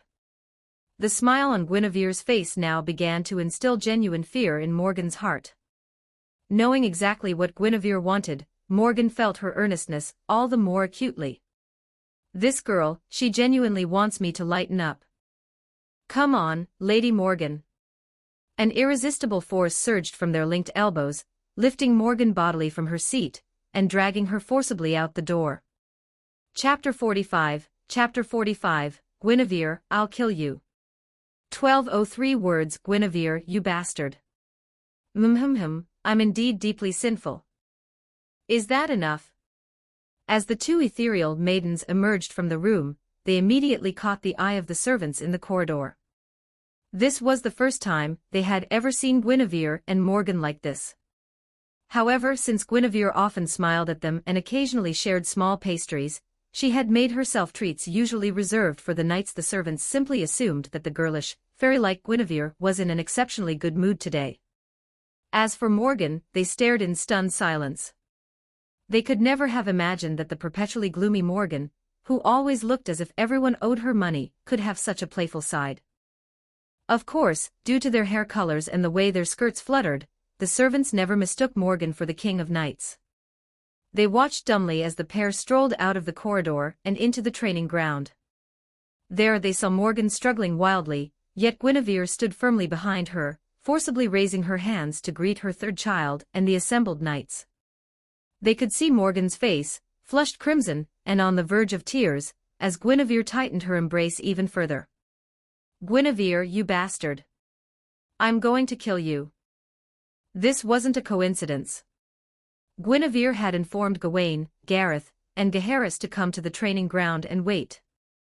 Besides them, the King of Knights, Agravain, and the others in the throne room, situated diagonally above, also witnessed the scene. In the training ground, the steadfast Gawain, and the still youthful Gareth and Gaheris managed to maintain their composure. Only in the throne room did Agravain, ever gloomy, look like his eyes were about to pop out of their sockets. Morgan had specifically sought him out, urging him to destroy the King of Knights' kingdom. He still vividly remembered her crazed fury that day, and he could never have imagined his mother having such a girlish side. Beside him, the King of Knights wasn't surprised by Morgan's current state. Having herself been transformed by Guinevere's influence, she believed in Guinevere's power to change others. Yet, the King of Knights' gaze fell on Guinevere's arms encircling Morgan, noting their bodies pressed chest to back. Suddenly, she wondered if she was truly capable of sacrificing as much for the kingdom as she had imagined. Her hands clenched unconsciously into fists, her expression reverting to its usual solemnity, concealing all traces of emotion.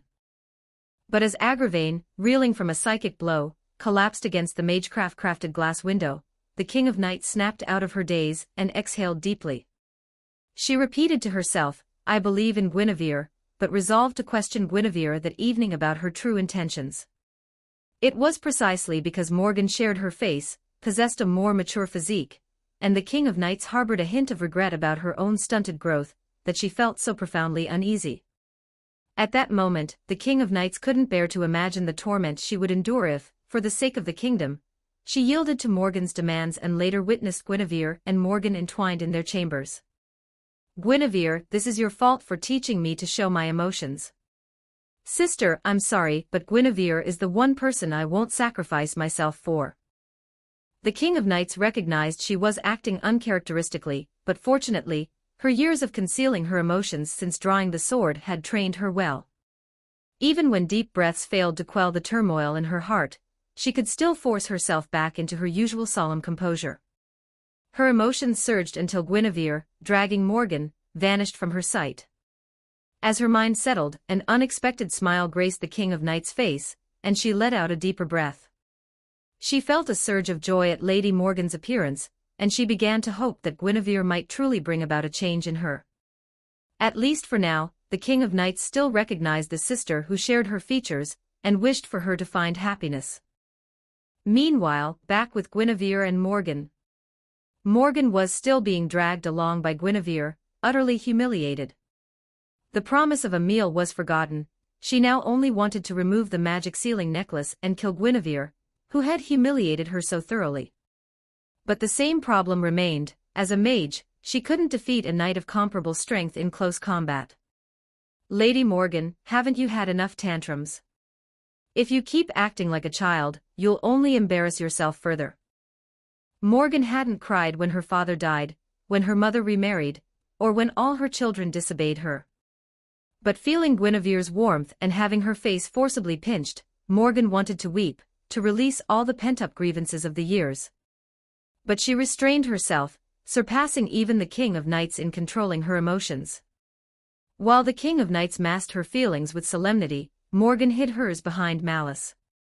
She took a deep breath, ceasing her struggles, but her gaze toward Guinevere sharpened with menace, making Guinevere wonder if she had administered too strong a dose of the potion. But after that fleeting moment of menace, Morgan unexpectedly smiled, taking Guinevere's hand. Just now, in the throne room, I noticed my dear sister's expressions shifting constantly, utterly fascinating. Her lips curled upward, like a fox who had stolen a chicken. This mischievousness made Guinevere momentarily lose her composure, as if Morgan had truly become a young girl again. Hey, Guinevere, why don't we head back to the training ground for a while? I'll give you a shoulder massage and a back rub, as long as my dear sister is still there. Guinevere's heart skipped a beat, her thoughts snapping back from their days. She finally understood why Morgan had reverted to her youthful self. Despite her injuries, she had gained something she had long desired but couldn't obtain, something that brought her both physical and emotional satisfaction. From Morgan's words, it was clear that the King of Knights was deeply disturbed by their earlier physical contact. Lost in thought, Guinevere instinctively wanted to pull away, but Morgan tightened her embrace. Morgan said, "You don't have to return to the training ground right now. But if you struggle again, I'll never help you with my sister's child." Morgan's smiling threat was far more intimidating than her usual dark, crazed outbursts. Now it was Guinevere's turn to take a deep breath. Yet as she gazed at Morgan's radiant, smiling face, she felt no regret for wanting Morgan to be more cheerful. "I'm the one asking for her help. I can't bear to see Artoria's face so gloomy," Guinevere thought. Still, just in case, she spoke up, even knowing she might be accused of being presumptuous. "All right, let's keep this up. But I need to make something clear first. I only love Leah. If you develop feelings for me, you're not allowed to go mad if I reject you. Guinevere, aren't you a bit too narcissistic?" Morgan released Guinevere's arm, as if she had touched something filthy. Guinevere shrugged and smiled. After glaring at her for a moment, neither woman moved to hold hands again, as if both harbored some lingering fear. Chapter 46. What is the King of Knights doing? 1422 words. They exited the royal palace, and walked onto the bustling streets. Guinevere and Morgan walked one after the other, maintaining a tense silence. This silence only lasted until they both had time to process the situation. Then, Guinevere took the initiative, linking her arm through Morgan's once more. In Guinevere's eyes, the King of Knights had already seen everything. To avoid suspicion now would only betray her distrust. She believed the King of Knights wasn't a stubborn fool incapable of understanding explanations, and she trusted that her affection for the king could withstand scrutiny. Besides, abandoning everything out of fear of choking would render her determination to stop at nothing meaningless as good as feeding it to the dogs. But what about Morgan? Why didn't she pull away? You want to know? Fine, I'll mercifully tell you, I've figured it out. Even if I fall for you and suffer from your rejection, as long as I stay close to you, it will torment my sister. That's my victory. Stunned by Guinevere's forceful gesture and humiliated by the children's stares, Morgan had been flustered. But after cooling down during their walk, she regained her usual composure and elegance, now looking even more like the big sister she was meant to be. Hearing Morgan's explanation, Guinevere felt a pang of discouragement. But after patting her cheeks with both hands, she rallied her spirits. Her clever scheme had reached its limit. Now it was a matter of patience and perseverance. She remained confident that Morgan would eventually change. Arm in arm, they strolled through the upper district under the watchful eyes of the nobles. After more than an hour, they arrived in the lower district. Amidst the shocked gazes of the lower district residents, they bought food and purchased a large quantity of clothing for the poor children. With the final purchases overwhelming their carrying capacity, Guinevere summoned Tristan and a detachment of knights. "Where are you going with all this?" Tristan asked. "Outside the city," Guinevere replied.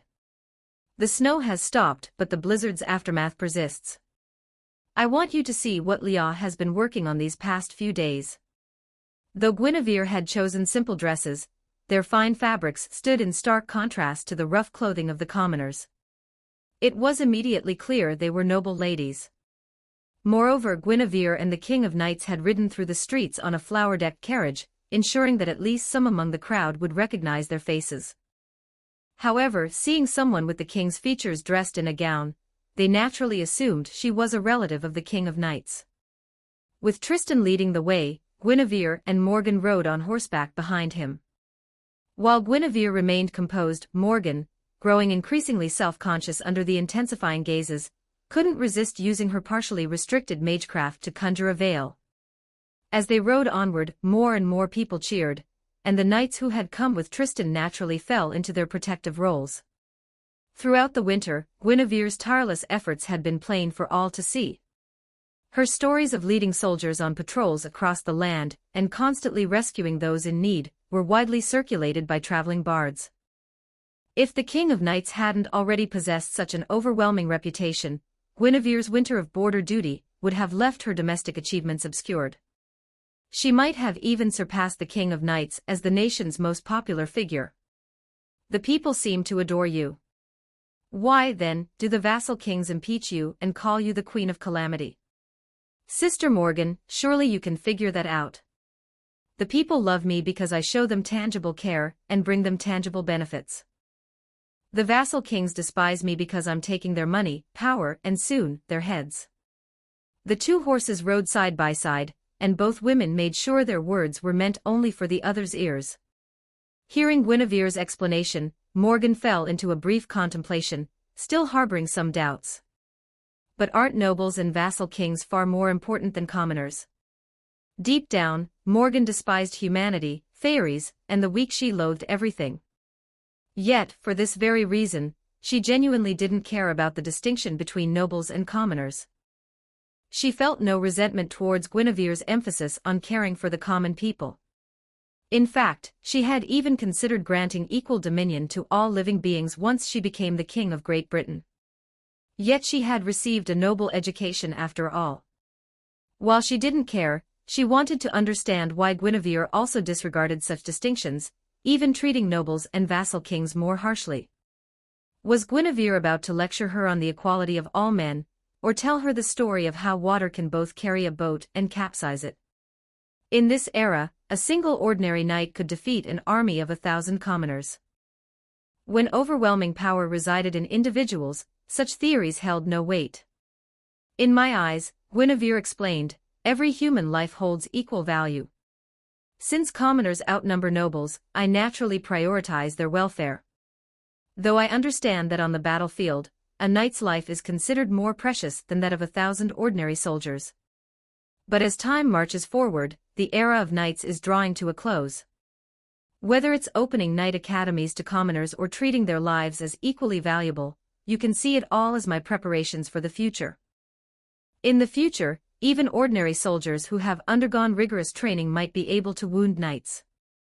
Guinevere spoke from the perspective of her era, blending her own insights, which allowed Morgan to understand and appreciate her words. After listening, Morgan was most surprised by Guinevere's vision of the future. As a mage with greater insight into the future, Morgan's own foresight seemed far more limited. "Guinevere, are you serious? I've already taken these actions. Do you think I'm not serious?" A dozen knights, several large wagons, and the two maidens, Guinevere and Morgan, set out from Camelot amidst cheers.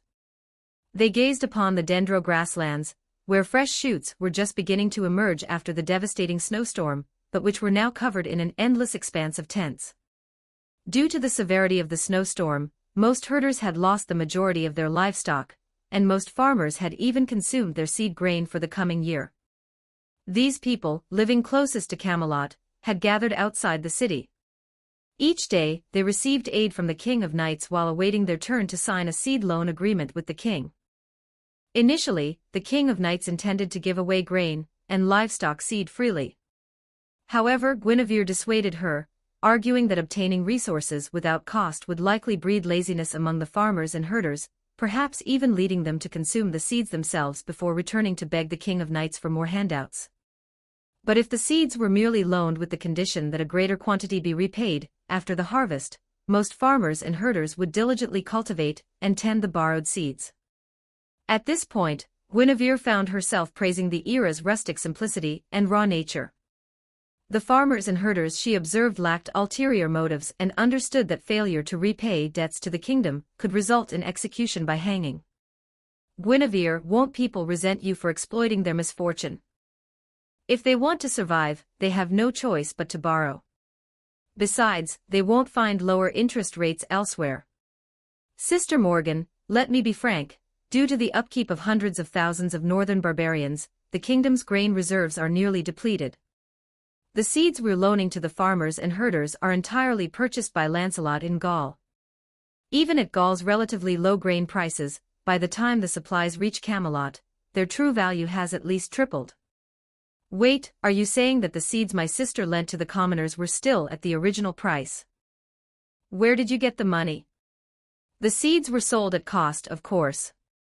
As for the money to buy grain from Gaul, Kay extorted quite a bit.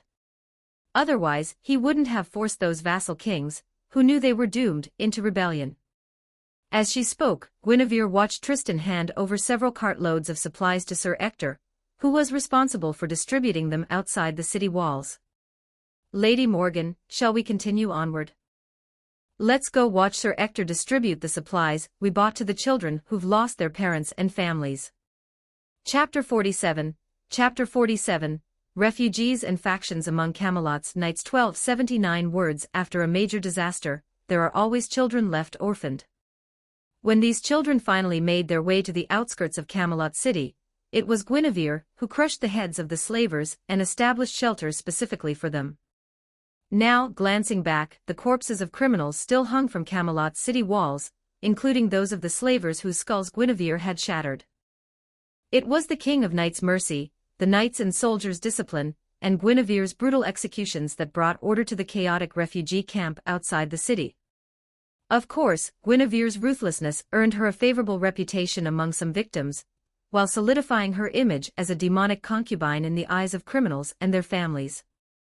At present, rumors of Guinevere as a queen of calamity had not yet spread widely. Most citizens refuted such claims upon hearing them. However, fueled by the machinations of certain individuals, the label continued to circulate. Unable to gain influence through the upper echelons, some began attempting to sway public opinion. Upon arriving at the orphanage, the children there were divided into two groups. The larger group consisted of those who had been orphans since their arrival, while the smaller group still had family members hanging on the city walls. Even for the children of criminals, Guinevere refused to cut the weeds at the root. With so many knights watching, such a drastic measure was impossible. In this era, knights were unwilling to harm the weak and innocent. They widely accepted revenge, firmly believing it was a knight's duty to display such courage.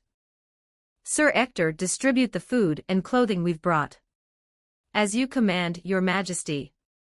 Near the city walls, in a small camp set up specifically for them, over 100 children flocked toward Guinevere and her entourage. They were grateful for Guinevere's rescue, and when she smiled at them, they returned her smile. Only the children of the executed criminals were different. Some were too young to understand right from wrong, knowing only that their families' deaths were connected to the queen before them. The most foolish among them even threw stones at Guinevere. She caught the stone, her gaze lingering on the angry stares of the surrounding children fixed on the foolish child. For now, these children couldn't act on their impulses, but once they were out of the knight's sight, they would undoubtedly settle the score with the foolish one. Whether this foolish but spirited child would survive would depend entirely on his luck. After the snow disaster, these children, who had long lost their parents, had already lost their innocence before Guinevere rescued them. Most of the smiles they now wore were merely masks. Doesn't it bother you?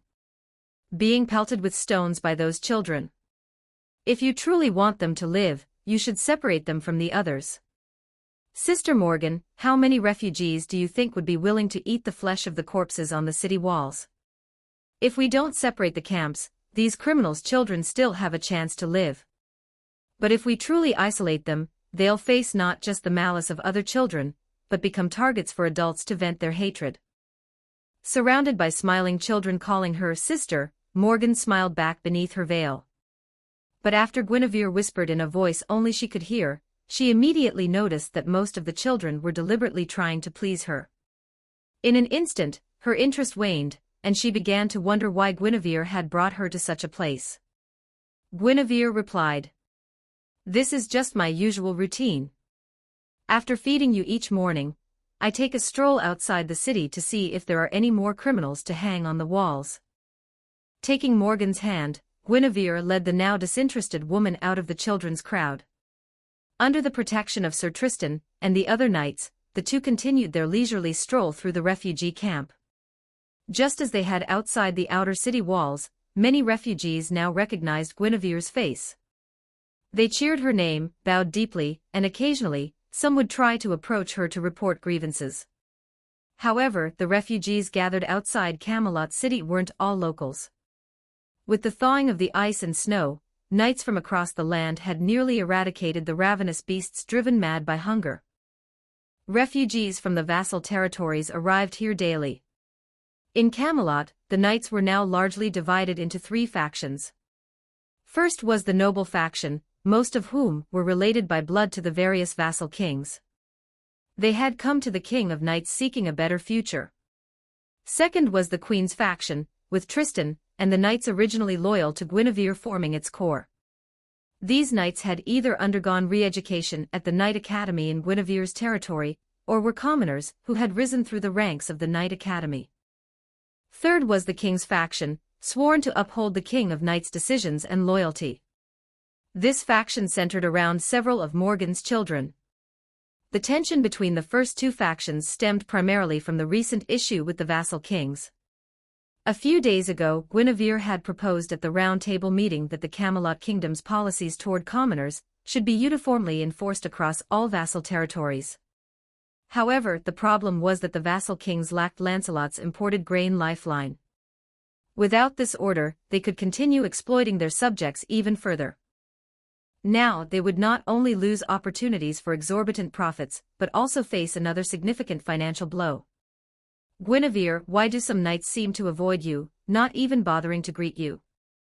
"Sir Tristan, tell Lady Morgan about the recent events at the Round Table."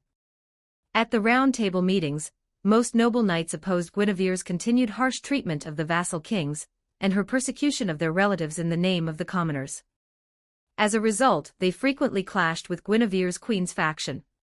Could Guinevere afford to back down? If she did, how many more commoners in the vassal territories would die? Even in the refugee camps, knights debated these recent events. They had heard of the disputes at the Round Table, but when asked to take sides, their opinions contradicted each other.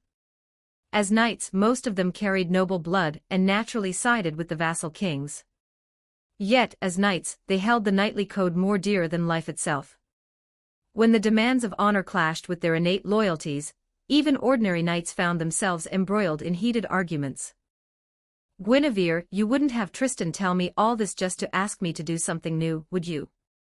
Like having me intervene and demand the vassal king's obedience." Riding alongside her, Morgan's calm voice reached Guinevere's ears, leaving her momentarily stunned. She couldn't fathom the source of Morgan's confidence. "The man I was forced to marry is dead, but his vassal kingdom still exists, and I currently govern it." Guinevere was even more stunned.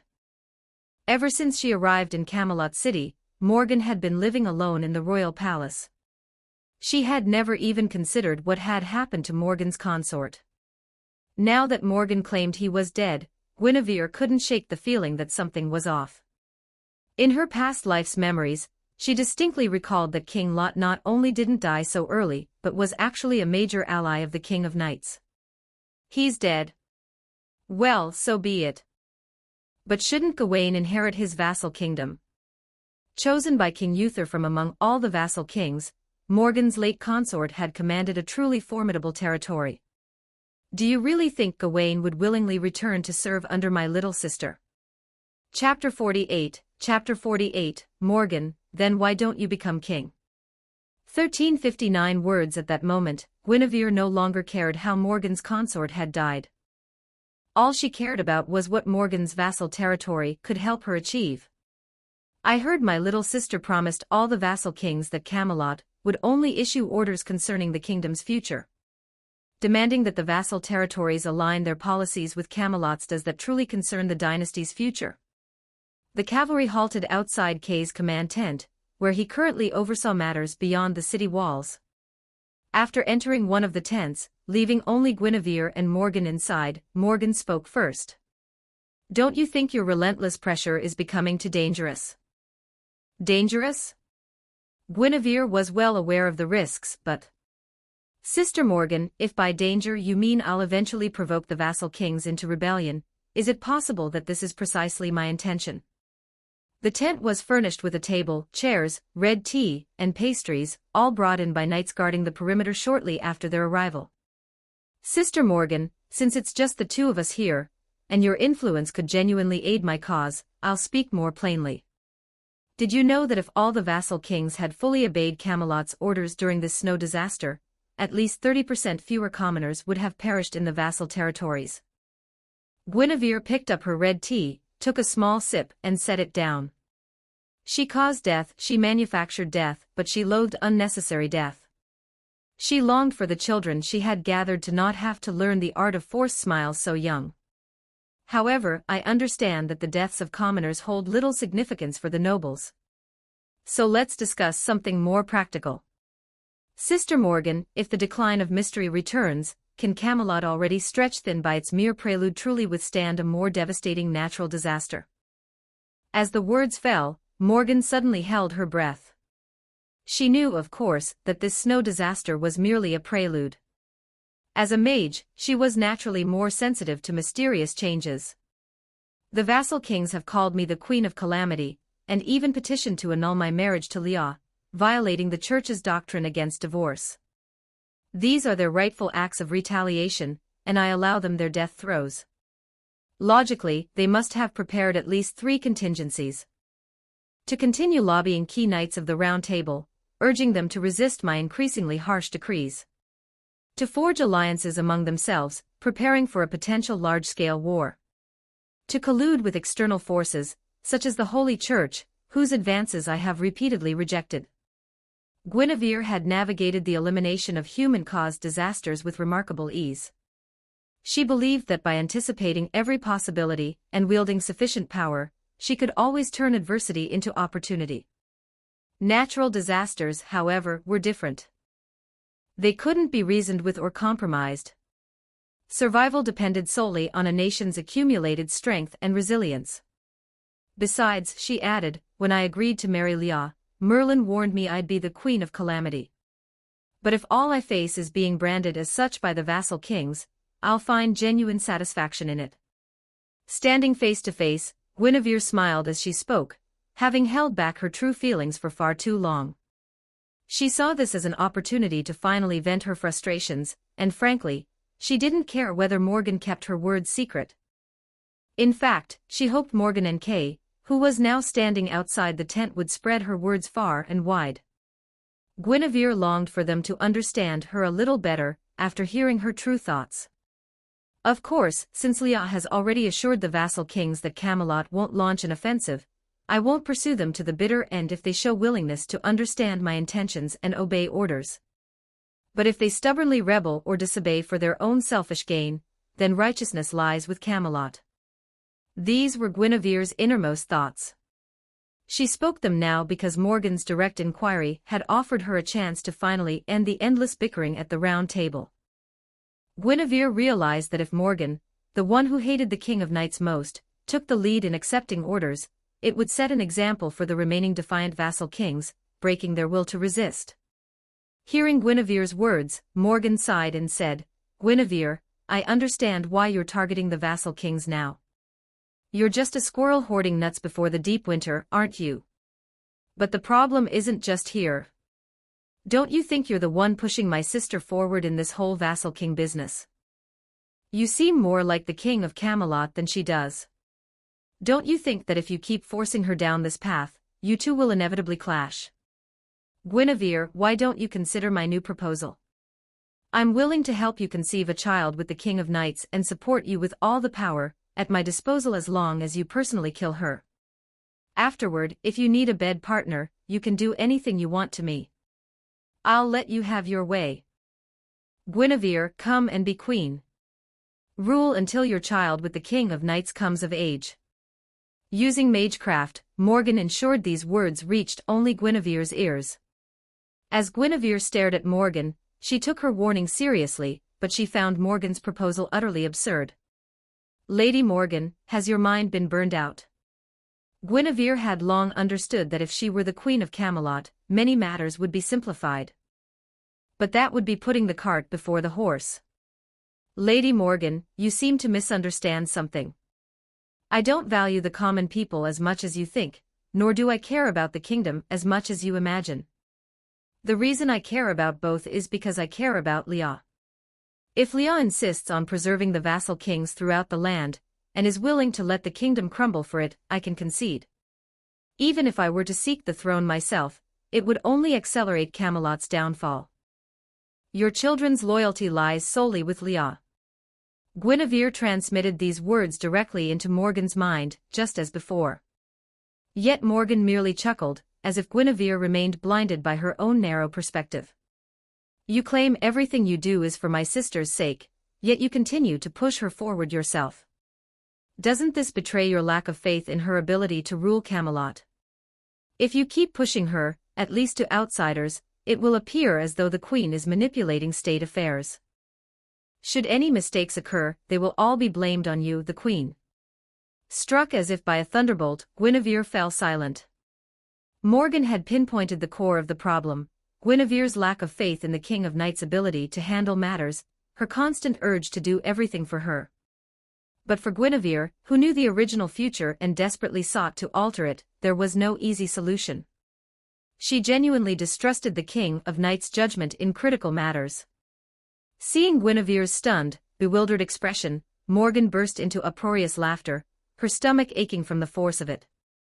It was the first time she had ever seen Guinevere so utterly helpless.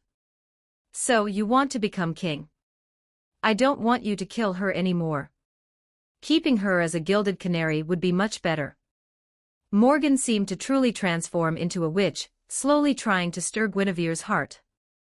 Guinevere lifted Morgan's chin, and said with a disdainful tone, "Sorry, I have no interest in old women. Besides, I'm fine with taking all the blame." Because of Morgan's face, Guinevere's insults were restrained, but even so, Morgan's composure snapped again. No woman likes being called old to her face. She swung a palm at Guinevere, but Guinevere gripped her wrist tightly. Gritting her teeth, Morgan hissed, "From now on, I'll spend my time mastering close combat. By the time you can beat me in close combat, I'll probably be dead and buried." Inside the tent, the atmosphere was tense, yet neither woman left.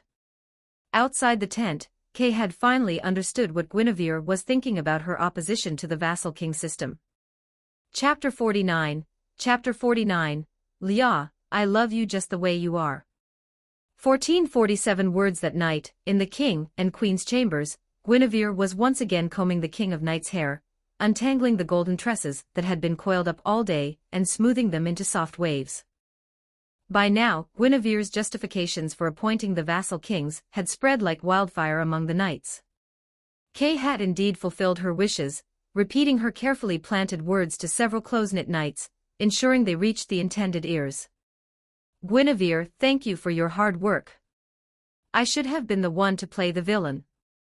Having accepted Guinevere's ability to see the future, the King of Knights attributed her recent, drastic actions to her having witnessed a future far too bleak to bear. Thus, everything Guinevere had done truly fell under the king's own responsibilities as ruler. Sitting ramrod straight with perfect posture, the King of Knights felt Guinevere lean down and give a quick peck to the ahog cowlick on the crown of her head. Her entire body froze. Just then, Guinevere spoke through a mouthful of food. "What's mine is yours between partners.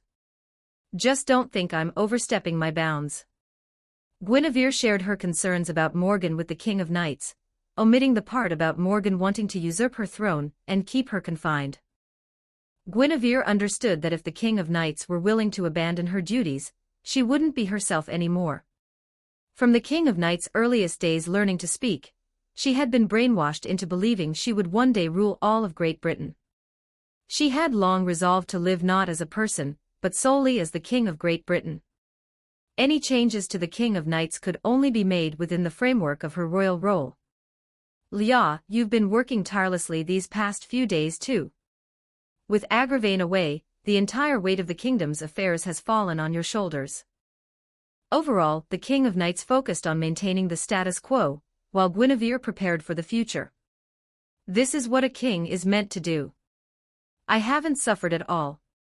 Besides, Sir Agravain will be returning soon. Just as you predicted, the barbarians prefer returning north to settling here. According to Sir Agravain's report, only some elderly, weak, and orphaned individuals are willing to stay and cultivate the borderlands." As Guinevere spoke, she tidied the King of Knights' hair. Her long, loose tresses lent her a touch of softness, yet this gentleness clashed with her regal bearing, prompting Guinevere to rearrange her hairstyle. This works better. If too many had stayed, Camelot wouldn't have been able to support them. Now that the snowstorms have subsided, we can no longer bleed the vassal kings dry. The funds we used to buy grain will soon, well, run short. Guinevere carefully chose her words, but these past few days, the King of Knights had become even more acutely aware of Camelot's dire financial straits than she was. Beyond the northern barbarians, Camelot had also provided substantial aid to newly reclaimed Ireland during the blizzard. To put it bluntly, the King of Knights had even harbored a secret hope that some vassal kings would rebel. Yet she understood that milking the vassal kings was no long-term solution.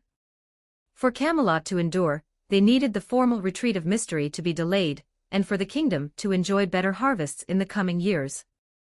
"Guinevere, do you have any idea when the formal retreat of mystery might occur?" "I don't know the exact date, but it should be within the next 20 years at the latest." "Lia, could you ask Merlin? He might have a clearer grasp of the details." In her previous life, Guinevere had never known the exact year when the mysterious force would wane. She could only guess a general timeframe. As the King of Knights fell silent, she realized she couldn't rely on Merlin either. She stood up, gently removed the King of Knights' stray hair from her mouth, and used her magic to dry it. Watching the hair spring back to its upright position, Guinevere clicked her tongue softly. She shifted her arms to encircle the King of Knights' neck, pressing their cheeks together. "Lia, you really are different from Lady Morgan. She's so much more womanly than you." The King of Knights froze, an indescribable emotion churning within her. She knew the statement was true, yet she disliked hearing such words from Guinevere's lips. Unable to articulate her conflicting emotions, she adopted her usual stern expression and replied in a flat, monotonous tone, "Guinevere, do you wish I were more womanly? As I've said before, in the bedroom, I will indulge your every whim. But outside the bedroom, I can only be king. Or do you truly want my sister instead?" The King of Knights couldn't help but say it. Though she claimed to trust Guinevere, her growing affection for her only intensified her worries about Morgan's allure. In her heart, the more feminine Morgan was the one who should be receiving romantic attention. Yet as the words left her lips, a pang shot through her chest. She tried to pull away from Guinevere's embrace, surprised by her own petty reaction. It was partly rejoicing in the King of Knights' jealousy and partly regret over her teasing, but Guinevere had to find a topic to speak about. She tightened her grip on the King of Knights, preventing her from rising, and lowered her head to gently nip at her neck, leaving a damp, barely visible mark. "Lia, I've told you more than once, I have no interest in married women. I even said it to Lady Morgan's face. I have no interest in older women either. She didn't kill you. At close range, I could subdue her with a single strike. Guinevere said, her tone still proud. Noticing that the King of Knights had stopped trying to pull away, and seeing the mark on her neck, Guinevere suddenly swallowed hard, mustered her courage, and said, Leah, I love you precisely because you lack femininity, because of your righteous and awe-inspiring presence. This didn't seem to be the first time Guinevere had confessed her feelings to the King of Knights.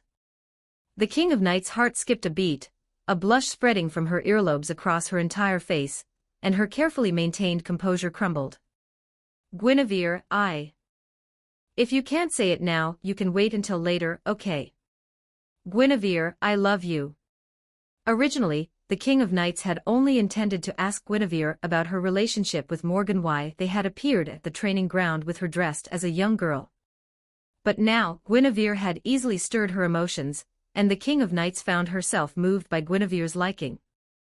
As for the King of Knights herself, she had long understood what loving someone meant, and she was not a soft, gentle girl unable to speak her mind.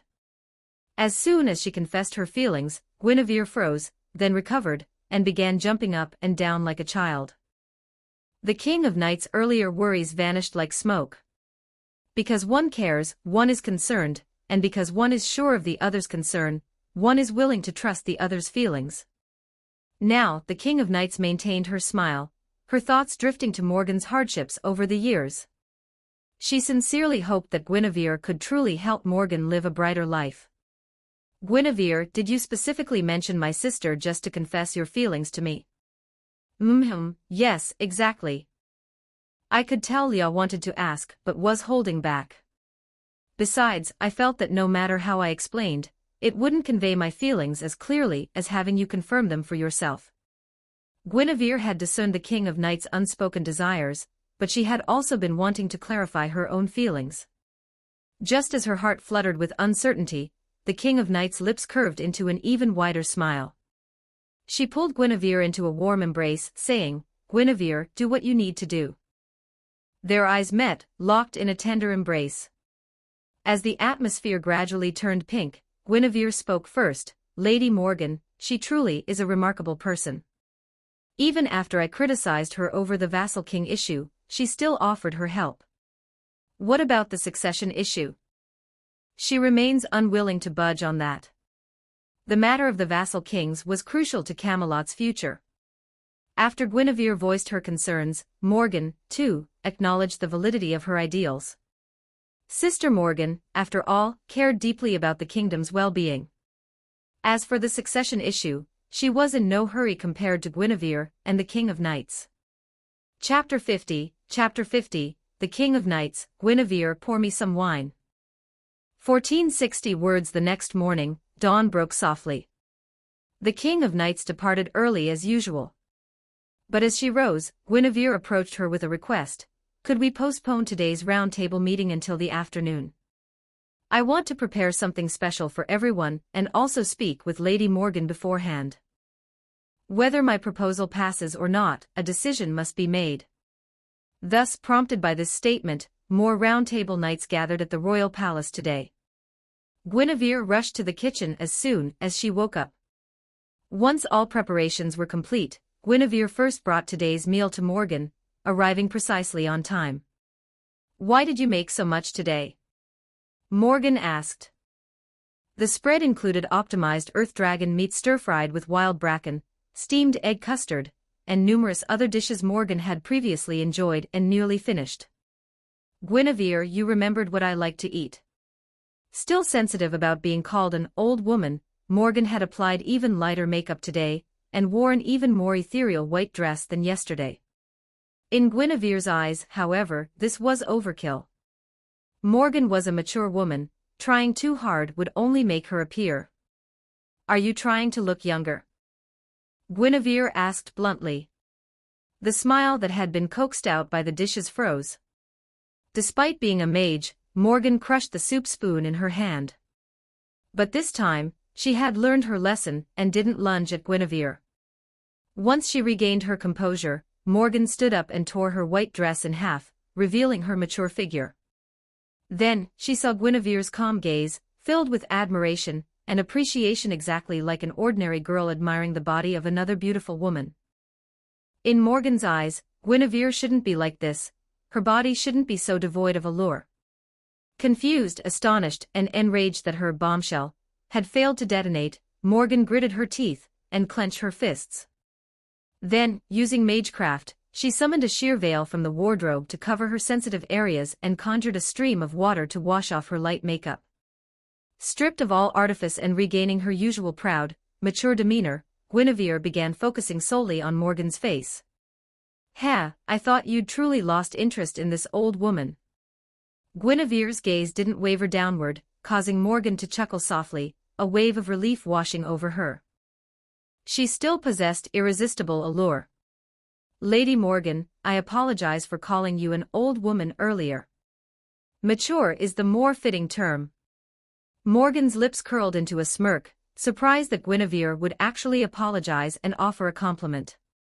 As she ate, Morgan gestured for Guinevere to join her, but Guinevere replied, "I'll have plenty to eat at the round table meeting later. You've been preparing meals for them all morning."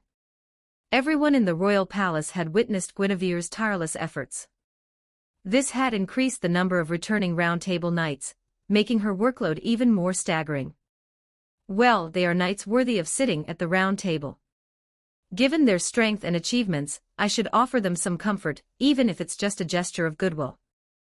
Guinevere was preparing this hit and offer a treat strategy. Having retained memories of her past life, and having lived fully in this world for 19 years, she understood the need to employ manipulative tactics when necessary. To Morgan, however, this wasn't merely a symbolic gesture. In this era, there was no tradition of a queen personally cooking for her vassals. Last time you cooked for the round table, you could justify it as a reward for their service. But this time, everyone knows why you're doing it, Guinevere. You may need to cook for them again in the future, but you shouldn't do it too frequently. "I understand, Lady Morgan." Their gazes locked easily as Guinevere focused on Morgan's face. To call it merely a gesture of goodwill was an understatement. This meal represented the Queen's highest recognition of their worth, possibly even a prestigious honor they could boast about. But whether these assumptions would translate into reality remained to be seen. "Sister, are you only eating the finest parts of each dish?" Lowering her fork to take a bite, Guinevere looked up to meet Morgan's gaze. Morgan seemed to lack appetite, barely touching even her favorite dishes. "You can be more direct." "I'm just saving my appetite because I'm worried about your affairs." "I won't break my promise." "Silence, then." "Thank you." Afterward, in the throne room, beside the round table, Guinevere remained seated beside the King of Knights, while Morgan unhesitatingly occupied the opposite side, as if their conflict never existed. Without preamble, she demanded a vote, glaring fiercely at Gawain and the other royal heirs, and declared that the vassal territories under her control supported Guinevere's proposal. "The voting is now concluded. After this meeting, messengers will be dispatched to inform the vassal kings of the results." As the voting ended and the King of Knights announced the outcome, some knights cheered, others sighed in relief, while still others frowned in dismay. Yet all eyes turned to the dishes finally being served, and ultimately focused on Guinevere, who tapped the table. "Gentlemen, this feast is my token of appreciation for your willingness to sacrifice for Camelot's future, and for granting a lifeline to commoners who were destined to perish." By this point, over 100 dishes had been served, prepared with the assistance of court chefs trained by Guinevere herself. "Gentlemen, I pledge this, if the vassal kings sacrifice a small portion of their present wealth for the sake of our future, I will demand nothing more. Moreover, I promise to compensate their losses in the days to come. I harbor no ill will toward any of you. Everything I do is for my king, my Arthur. The wealth Kay has collected from the vassal kings is entirely devoted to the prosperity of our kingdom." With these words, Guinevere raised her goblet and drained it in one smooth motion. She leaned forward naturally and shared a long, passionate kiss with the King of Knights. Guinevere was deliberately showcasing her affection for the king, aiming to reassure those knights who felt she was overstepping her authority. Finally, I know some of you may still be dissatisfied with the outcome of the vote. Therefore, I permit anyone who objects to challenge me to a duel. If you defeat me, we can reconsider this matter. The murderous intent and madness radiating from Guinevere's magical aura sent a chill down the spines of the knights who had abstained from voting in favor. They recalled her daily presence at the training ground. Among Camelot's knights, only Lancelot and Gawain during the day could consistently best her in combat. Queen, there's no need for such measures. Though we abstained, we will obey the decision and carry it out. They might have harbored resentment, but Guinevere had spoken with such conviction that anyone with a shred of sense knew it was time to back down gracefully. Guinevere's combination of appreciation, reassurance, and intimidation proved far more effective than she had anticipated. After all, they were sworn knights, and Guinevere was the queen of the very king they had sworn to serve. The King of Knights, who had always upheld her dignity and never touched alcohol, raised her glass to them. The saying goes, a scholar will die for one who truly understands him. Noble knights might defy their lord for the sake of their lineage or interests, but they could also betray their heritage for their lord's favor. After 3 rounds of drinks and 5 courses of food, the noble knights' pent-up resentment began to boil over. Unable to challenge Guinevere to a drinking contest, they instead focused on the King of Knights, trying to get her drunk. As for the King of Knights, she actually couldn't hold her liquor. The consequences of her drinking too much were that she would brandish the sword of promised victory, stomp one foot on the round table, and pound the massive table until it rattled. Guinevere, pour me more wine. Drunk, the King of Knights abandoned all pretense of dignity and became boisterously jovial. Her ahogue cowlick even drooped without her noticing. Why are you all laughing so quietly? Your laughter lacks spirit. Yes, Your Majesty. Yes, Your Majesty.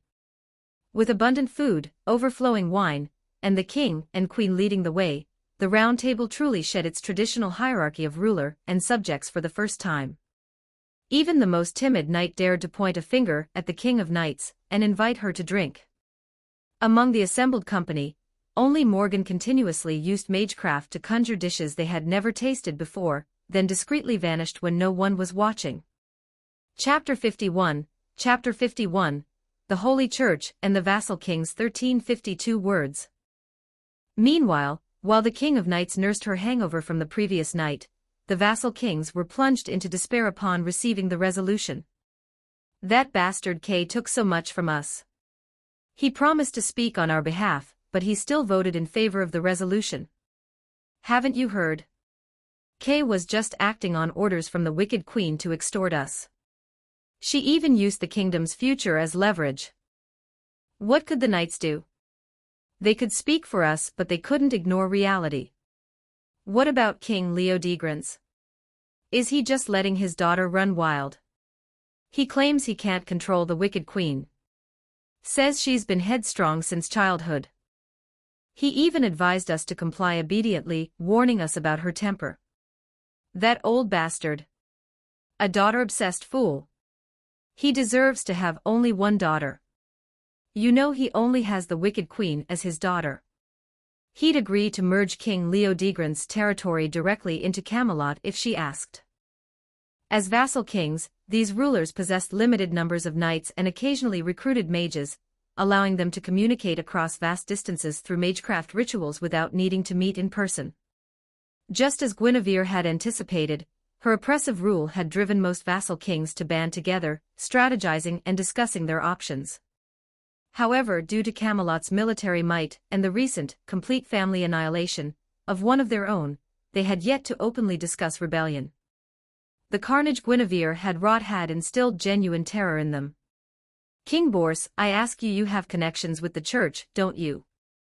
What's their take on the decline of mystery the wicked queen keeps mentioning? King Idris, what are you implying?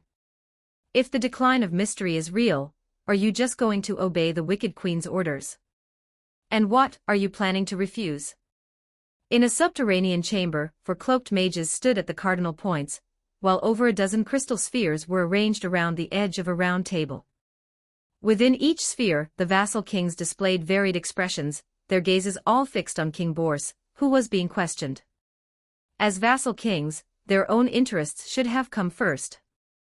However, if Guinevere's predictions of the future proved true, they might be willing to sacrifice their present circumstances. If the future disaster is many times worse than the recent snowstorm, I am willing to obey the wicked queen's commands. King Clydman, are you betraying us? If we blindly obey, the wicked queen will slaughter us all. King Bors, the wicked queen has made her promises again, and I am willing to trust her. I'm now curious what benefits the church has offered you, that you would not only promote the title wicked queen, but also defy her orders, even at the risk of your territory's future. Have you forgotten how deeply the church has meddled in the affairs of the kings across continental Europe? Do you want the church to control every aspect of your realm, from your coronation to every detail of governance? Even in the British Isles, where the church's influence was weaker, the King of Knights had formally sought investiture from the bishop of the time during their coronation, and sent envoys to the Pope on the European mainland. The Camelot kingdom was the vassal king's enemy, and the insatiably greedy church was no less of one. King Clydman, his hair streaked with grey and his gaze icy, spoke these words. Instantly, over half the vassal king's eyes shifted as they looked at King Bors. King Idris, who had first posed the question, interjected to smooth things over. King Bors, selling out your kingdom is your own affair. Answer my question, what is the church's view on the decline of mystery? Within the crystal sphere, only a single face was visible. King Bors, already drenched in sweat, froze in panic. Just as he was about to stammer a response, someone shoved his corpulent frame aside. A man in a black clerical robe stepped into view, replacing him in the crystal sphere. Greetings, esteemed lords. I am Priest Andrew Godbeback of the Holy Church. His voice, resonant and youthful, carried the oppressive weight of authority. What truly silenced the vassal kings was the man's face. Though seemingly featureless, it shifted with each glance, revealing different facial features, leaving them in unnerved awe. Though you are merely provincial vassal kings from the backwoods, you are still kings. Surely you've heard of the Holy Church and of my name. The man calling himself Andrew exuded confidence, but he was destined for disappointment. After all, the Holy Church was a secretive organization at best, and Great Britain was truly a backwater. In this backwater, the title of vassal king might sound grand, but their actual territory rarely rivaled that of a powerful baron on the European mainland. Among the dozen or so vassal kings attending the meeting, more than half had never even heard of the Holy Church, let alone the name of its radical faction. Andrew had come for the mages gathering in Camelot, planning a direct assault on the magecraft department under construction. However, the Archbishop of Canterbury in Camelot City refused to cooperate, even declaring that they were seeking their own deaths. Subsequently, this self-proclaimed radical priest abandoned his radicalism. He first spent time investigating the strengths of Camelot's knights, and during this delay, he finally learned of Lancelot's legendary exploits in Gaul. Deeply shaken, the reverend priest abandoned his plans for a pointless suicide mission. Instead, he resolved to adopt a long-term strategy, aiming to solve the problem at its root. For example, by directly plotting the downfall of the entire Camelot kingdom. Once the kingdom collapsed, the so-called magecraft department would cease to exist.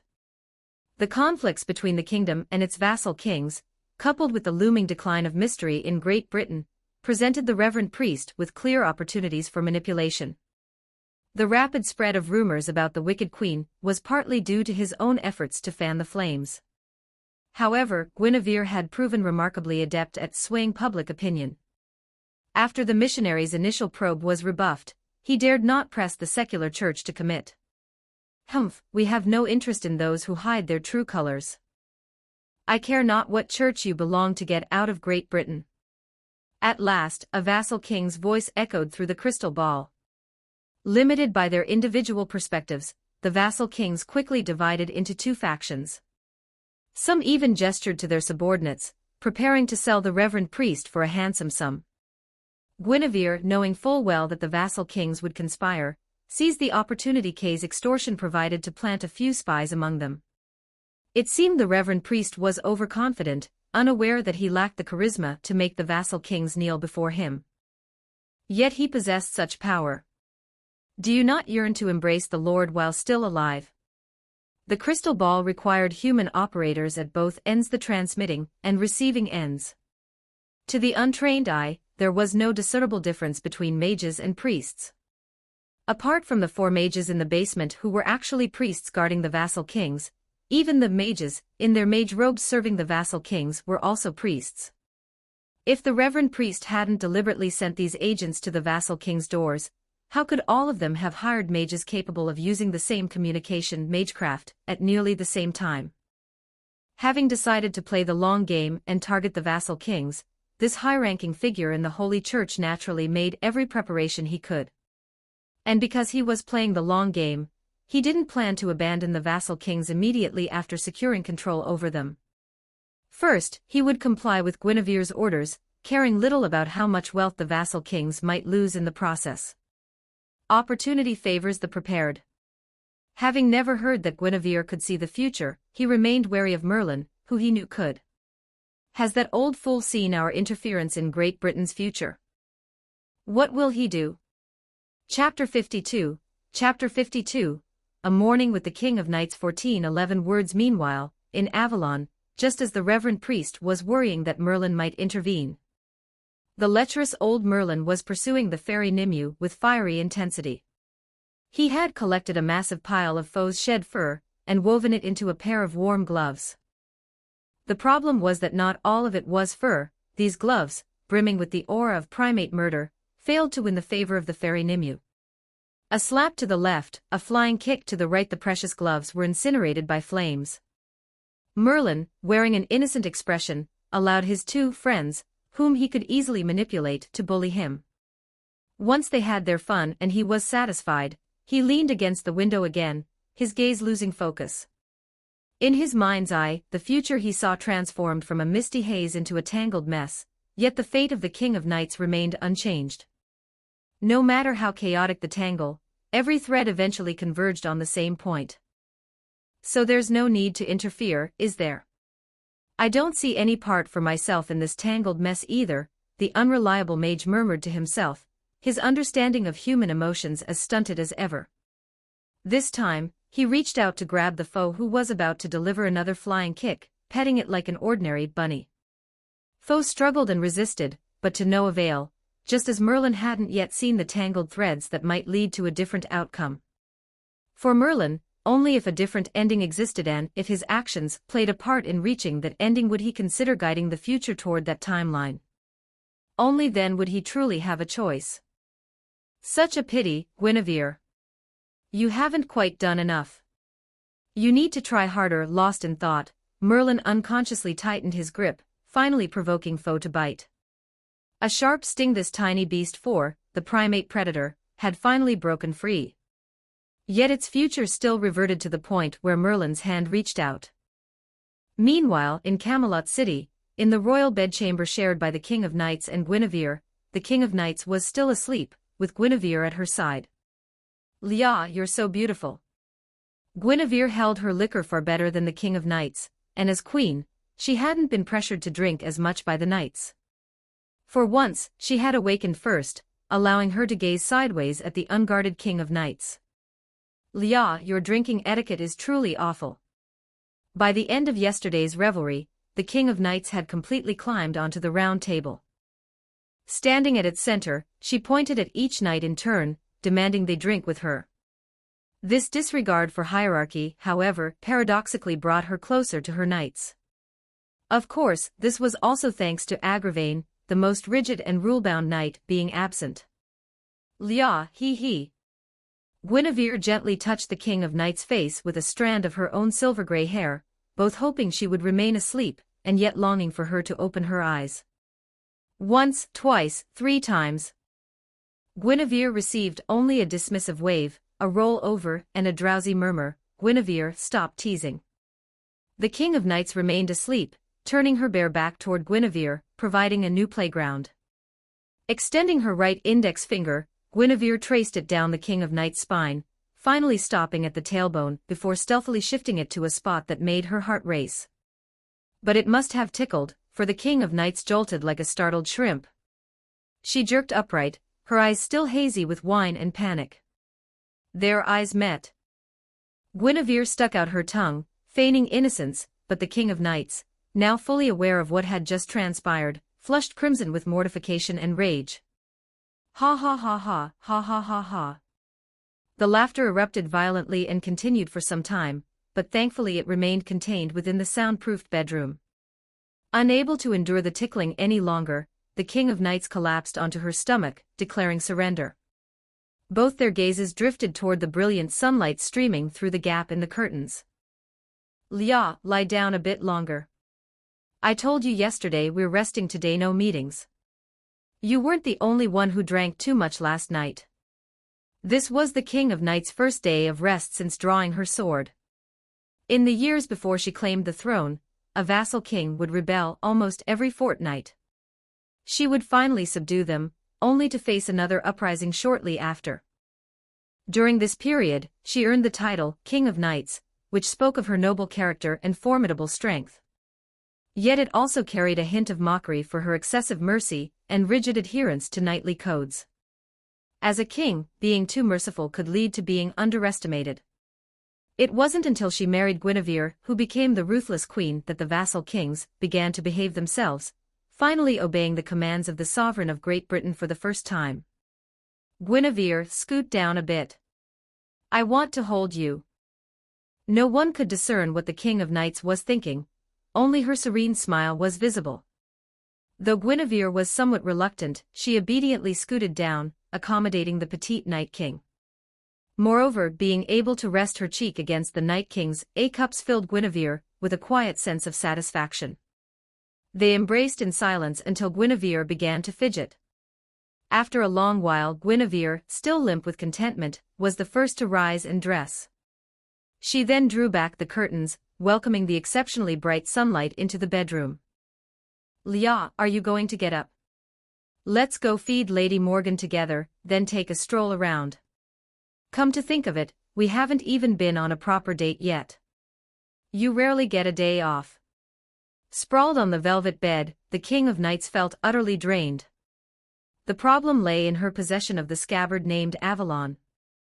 This scabbard rapidly healed its wielder's wounds and ailments, and even provided a degree of relief from excessive physical exertion.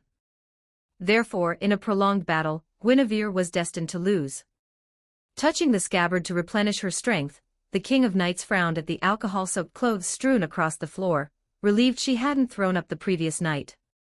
As she headed to the wardrobe to change into clean casual attire, the King of Knights let Guinevere assist her, warning her never to play with fire on her own again.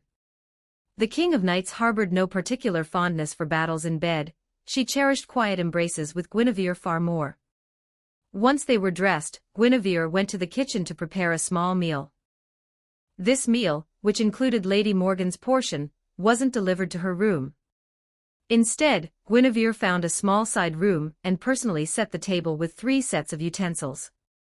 After a considerable wait, just as the King of Knights was urging Guinevere to deliver the meal directly and Guinevere was convinced Morgan wouldn't come, Morgan strode steadily into the room, fully dressed in her usual attire, the magic sealing necklace still around her neck. The moment she arrived, Morgan seized Guinevere's wrist and glared defiantly at her younger sister. Foolish sister, Morgan purred, maintaining her regal arrogance. Did you invite me here just to make yourself miserable? She maintained her haughty demeanor, and leaned in to kiss Guinevere's cheek. But under the King of Knights' watchful, smiling gaze, Guinevere firmly blocked the kiss. Sister, the King of Knights said calmly, her voice unwavering, you can't take her from me. Her voice was confident, unwavering as if stating an unshakable truth. Seeing the King of Knights' composure, so different from her disarray at the training ground that day, Morgan grew confused, then panicked, her hatred for the King of Knights intensifying. Why do you deserve happiness? Morgan spat, momentarily losing her composure. The root of her hatred for the King of Knights lay in her resentment toward King Uther, stemming from his treatment of her mother. It was also fueled by envy for the King of Knights' divinely ordained destiny to rule. Now, she hated that this King of Knights possessed what Morgan had long since lost. But having come this far, leaving without a fight was impossible.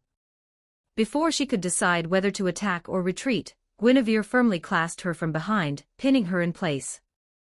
Chapter 53, Lady Morgan, the King You Wish to Be. 1411 words. Looking back on her life, Morgan's existence could be divided into two distinct periods. The first was her girlhood, during which she enjoyed the blessings of Great Britain and flourished as a rare and exceptional witch. Rumor had it that she was the most promising candidate to become the ruler of Great Britain, destined to transcend her mortal form and ascend as the fairy queen, Vivian.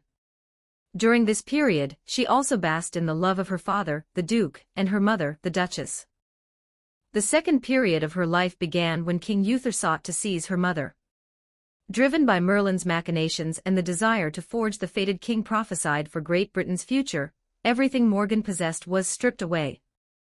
Despite bearing the blessing to rule, she was forcibly married to a vassal king she despised. Having lost everything, how could Morgan possibly not harbor resentment? "Guinevere, let go of me." Murderous intent radiated from Morgan's voice.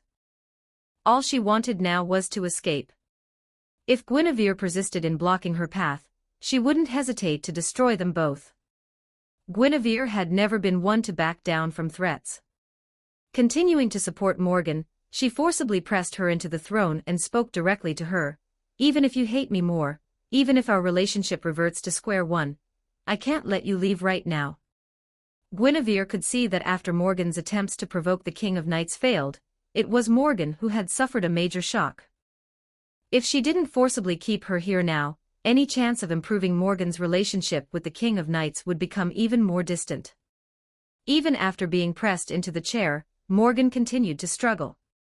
The magic sealing necklace around her neck glowed, but she ultimately couldn't break free. Her plan for a suicidal gamble was doomed. After a long while, Morgan grew weary and stopped resisting. The anger and affection had vanished from her gaze, replaced only by cold indifference. She loathed this feeling of being controlled and dominated. Even when Guinevere released her grip and brought her favorite dish to her lips, she refused to open her mouth. No resistance, no cooperation, only a simmering resolve to reclaim dominance someday. "Foolish sister, what are you staring at? Enjoying my humiliation so much?" Guinevere withdrew the offered dish and ate it herself, further infuriating Morgan. She couldn't resist the urge to unleash her fury on the King of Knights as well. From the moment Morgan entered, the King of Knights had been watching her intently. Not long ago, when Guinevere suggested having dinner with Morgan, the King of Knights had objected. But Guinevere insisted that as sisters, they should reconcile, saying, "Don't worry, I'll be there. Just observe Lady Morgan closely and see if she truly is the malicious witch you remember." At the time, the King of Knights had retorted, pointing out the many cruel and foolish acts Morgan had committed against her since she drew the sword and claimed the throne. But now, as the King of Knights scrutinized Morgan, she realized her sister's anger manifested in such an unexpected way. I just think you're unexpectedly adorable, sister." Morgan was stunned, utterly baffled by the compliment and even more perplexed by how her wooden-like younger sister could utter such words. She watched as the King of Knights continued to stare intently, a faint smile flickering in her eyes. In that moment, Morgan panicked, as if she suddenly remembered she still had family who cared for her and that this caring relative was none other than the sister she despised most. "I mean, you're both adorable, really." Still holding on to Morgan, Guinevere lifted her gaze and met the King of Knights' eyes. Thinking of the King of Knights' usual sternness, and the fact that she could now say such things with a smile, Guinevere felt nothing but satisfaction. The King of Knights could say this, ultimately, because she harbored no malice toward Morgan and, under Guinevere's guidance, had begun to appreciate the beauty of girls. But the King of Knights and Guinevere's adorableness only added fuel to the fire, forcing Guinevere to clutch Morgan even tighter. "You bastards! I'll kill you both sooner or later." Back in Guinevere's eyes, with the two Artorias, one large and one small by her side. The younger one was happily devouring her homemade meal, savoring every bite. The elder still wore a cold expression, this time refusing to even open her eyes. Guinevere wanted to say. It seems it's working. Even arguing is better than not speaking to each other at all. Hey, Leah, say the words I just taught you.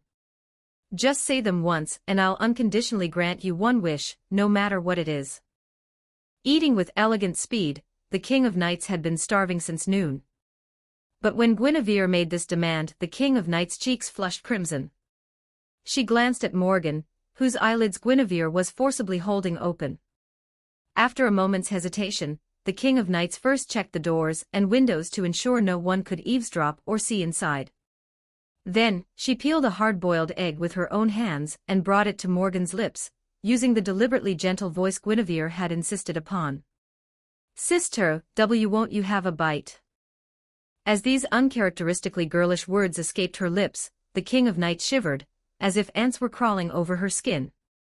Without waiting for Morgan's response, she thrust the boiled egg into Guinevere's hand and buried her face in her food, devouring it ravenously. Meanwhile, Morgan no longer needed Guinevere to pry open her eyelids. The murderous glint in her eyes had vanished, replaced by a blank stare that quickly dissolved into amusement. This time, she easily pushed Guinevere away, clutching her stomach and laughing uncontrollably. She laughed so hard she collapsed to the ground, her body curling into a shrimp-like shape. The King of Knights' sister had stunned her speechless. The King of Knights' mortified expression was as refreshing as a cool breeze on a sweltering summer day. Artoria, look at yourself. Do you still consider yourself a king? Of course Leah is, Guinevere replied. I believe I am, the King of Knights added. Morgan, exhausted from laughter, uttered this challenge from the ground. Guinevere and the King of Knights responded almost simultaneously, nearly causing Morgan to choke. Guinevere had to pat her back vigorously for a while. Lady Morgan, Guinevere said, has anyone ever decreed that a king must never smile? I once read a line in a certain work. A true king should laugh louder and rage fiercer than anyone else. Only then will his subjects envy and adore him, and the light of aspiration I, too, wish to be king will ignite in the hearts of all under heaven. The words Guinevere spoke now were originally said by Iskandar, the king of conquerors, to the King of Knights in the future, but she had omitted the parts she disagreed with. She didn't believe. Whether pure or sullied, a king must ascend to the pinnacle. She believed. My king should be noble, just, and unburdened by personal desires. One who places the welfare of all people above all else, and who will usher in an era of peace and prosperity for all under the heavens. For the first time, Guinevere revealed her true feelings without reservation. Her words left Morgan speechless, and even the King of Knights doubted her own ability to become the ruler Guinevere envisioned. I know I'm asking for the impossible, but Leah has already achieved the latter half of my ideal. She is noble, just, and willing to sacrifice even her humanity to become a worthy king. Moreover, she genuinely desires an era of peace and prosperity. That's why I love Leah, and will follow her. That's why I long to see her laugh more joyfully, rage more fiercely, live her own life fully, and truly become the king I've always envisioned. That's why I will personally mold Leah into the king I envision. Morgan's question had led Guinevere to this point. Now her words turned back to Morgan, as she asked a question that had been burning within her for a long time. Lady Morgan, you said earlier that you wanted to become king, but now you say that a king shouldn't be like Leah just was. So what kind of king do you aspire to be? Chapter 54, He 1508 words. What kind of king does she want to be? Until this day, Morgan had never truly considered this question. From childhood, blessed by Great Britain, she had been seen as destined to become king, yet she had never received any formal education on kingship. Her ideal king was likely King Uther, the most deeply ingrained figure in her memory. Therefore, if she were to become king, she would probably emulate Uther, seizing everything she desired and arbitrarily dominating all under her rule just as Uther had seized and dominated her own life. But as king, Uther met his end in utter ruin. After his death, the kingdom fractured into warring factions. If you follow his path, the kingdom you rule will inevitably suffer the same fate. Guinevere had asked the question, Morgan had answered, and this was Guinevere's response to Morgan's answer. Moreover, since Uther's downfall had always been Morgan's desired outcome, she found herself genuinely unwilling to argue against it. "You're right. The path of forceful conquest and domination will inevitably lead to destruction. But I can forge a different path to kingship. I will devote my time to cultivating the qualities of a true king, and I will never abandon this goal easily." Through this exchange, Morgan only relinquished her vague notion of how to become king, but her ambition to rule remained unshaken. Yet as she watched Morgan fall into deep thought, Guinevere, who had merely spoken on impulse, felt unexpectedly satisfied. The silent Morgan was breathtakingly beautiful. With Morgan silent, it was now the King of Knights' turn to speak. She had been listening quietly the entire time, feeling uneasy about Guinevere's reasons for liking her, about Guinevere's declaration to mold her into an ideal ruler, and about Morgan and Guinevere's discussion of the path of forceful conquest and domination. In that very discussion, King Uther, her own father, had been used as a negative example. Guinevere's response showed not the slightest consideration for the King of Knights' position as Uther's daughter. "Guinevere, my father was indeed a bastard, but he's dead now. Can't you show him a little respect?" As a child, the King of Knights had heard Merlin's tales of King Uther in her dreams. She had imagined him as a great hero, nearly unifying Great Britain. It wasn't until she grew older, especially after learning about Uther's villainy due to Morgan's hatred, that the King of Knights' reverence for her biological father quietly began to change. However, the King of Knights' legitimacy as king rested on two pillars: the legendary sword in the stone, which proclaimed its wielder the fated King of Great Britain, and her bloodline as King Uther's daughter. Thanks to this bloodline, the fact that King Uther was her biological father was undeniable. No matter how awkward it made her feel, she had to uphold his name. When introducing herself, she would still occasionally refer to herself as the son of King Uther. But when she made her request, she received. "Sorry, Leah. If we're going to keep talking about King Uther, I'll try to make my insults more creative." Stiffly, the King of Knights focused on eating and could only focus on eating. When Guinevere dug her heels in, she refused to listen to reason, and the King of Knights had no intention of arguing with her in front of Morgan. She mouthed the words, "Just you wait." Then, the sight of the King of Knights furiously eating her food sent Morgan into another daze. She realized her impression of the King of Knights was fracturing. Can two people in love truly change this much? The fact that the King of Knights no longer reacted with anger to Guinevere's touch was a blow. The fact that her once vague ideals of kingship were now dismissed as worthless was another. But the King of Knights' transformation itself was the greatest blow of all. Lost in a daze, Morgan murmured to herself, her expression turning bitter again. Her hatred for the King of Knights had only intensified. Once again, she hated her for possessing something she herself had never known. But after taking a deep breath, Morgan remained silent, listlessly waiting for the agonizing luncheon to end so she could retreat to her room and shut herself away. "Leah, you can trust me with this.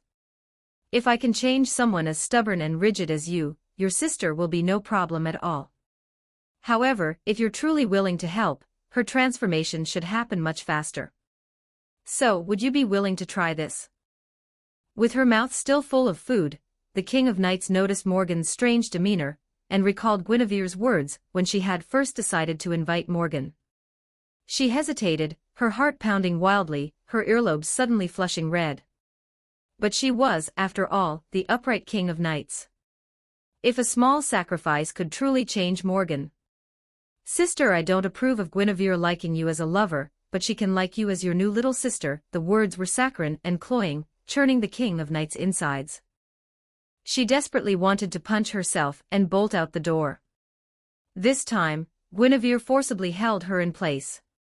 Stunned, bewildered, her lips stretched to their limit, an overwhelming urge to burst into laughter welled up from the depths of her soul.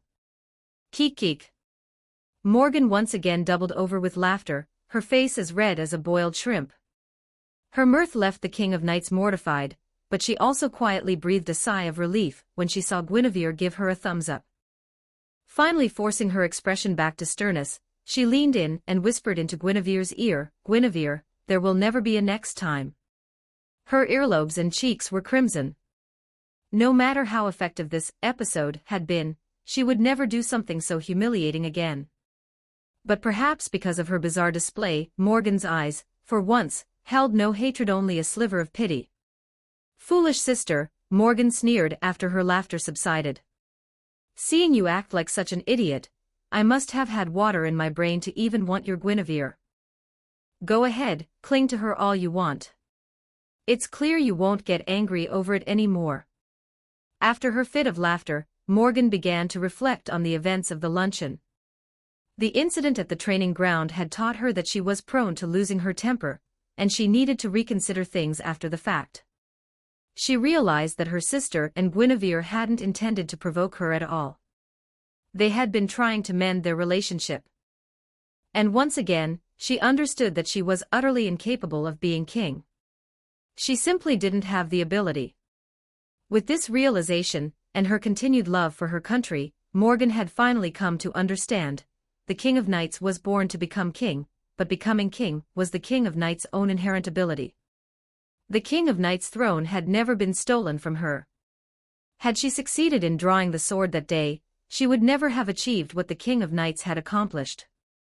"Foolish sister, I won't attack you again until I've learned how to be a proper ruler. You can trust this promise." Though Morgan lacked foresight, she could face the present squarely and wouldn't stubbornly deny reality. Now her hatred for the King of Knights stemmed solely from the fact that she was King Uther's daughter. Guinevere. Recalling the King of Knights' ridiculous transformation, she politely declined the memory. If all that remained was this. He, Sister Morgan. Don't call me that. Ahem, then Lady Morgan, were you satisfied with Leah's recent display of affection? Do you want to play the wicked older sister and bully her mercilessly again? I support you, you know. For instance, you could snatch that roasted chicken wing she's about to fork. Guinevere's words were like a demon's whisper, causing Morgan's body to move faster than her mind could process. By the time she regained her senses, the chicken wing was already in her hand, while the King of Knights stared at her in dumbfounded shock. There you go, you've snatched the chicken wing. Now you can go for that drumstick. Once she had done it once, doing it again came naturally. Though Morgan knew it was wrong, a violation of the noble upbringing she had received, she couldn't help but find satisfaction in stealing things from the King of Knights. Whenever she succeeded, an involuntary smile would creep across her face. Whenever she failed, she would seethe with inner fury. But when Guinevere occasionally helped her snatch food the King of Knights was reaching for, and she could relish her meal under the king's clenched-jawed glares, her sense of satisfaction grew even deeper.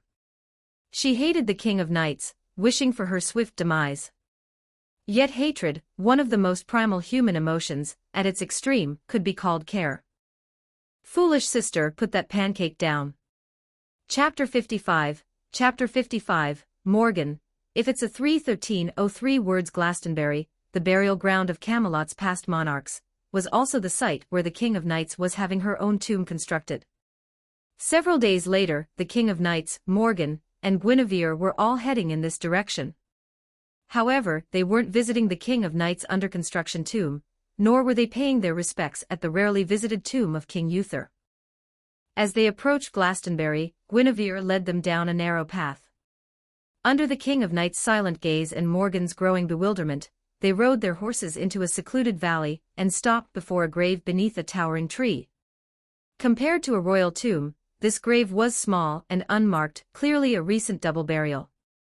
Dismounting, they stood solemnly.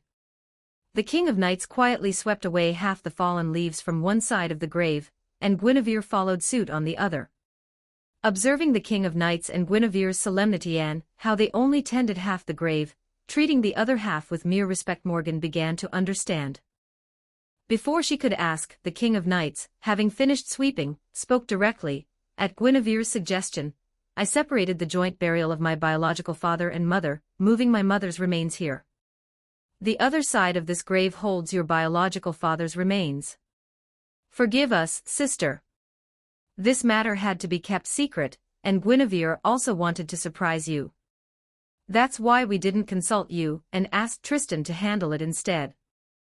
Sister, if you're not satisfied with the location, you can move it again. But once you've done so, please let me know. She was also my mother. That day, Guinevere said, my mother was taken back by force by my father.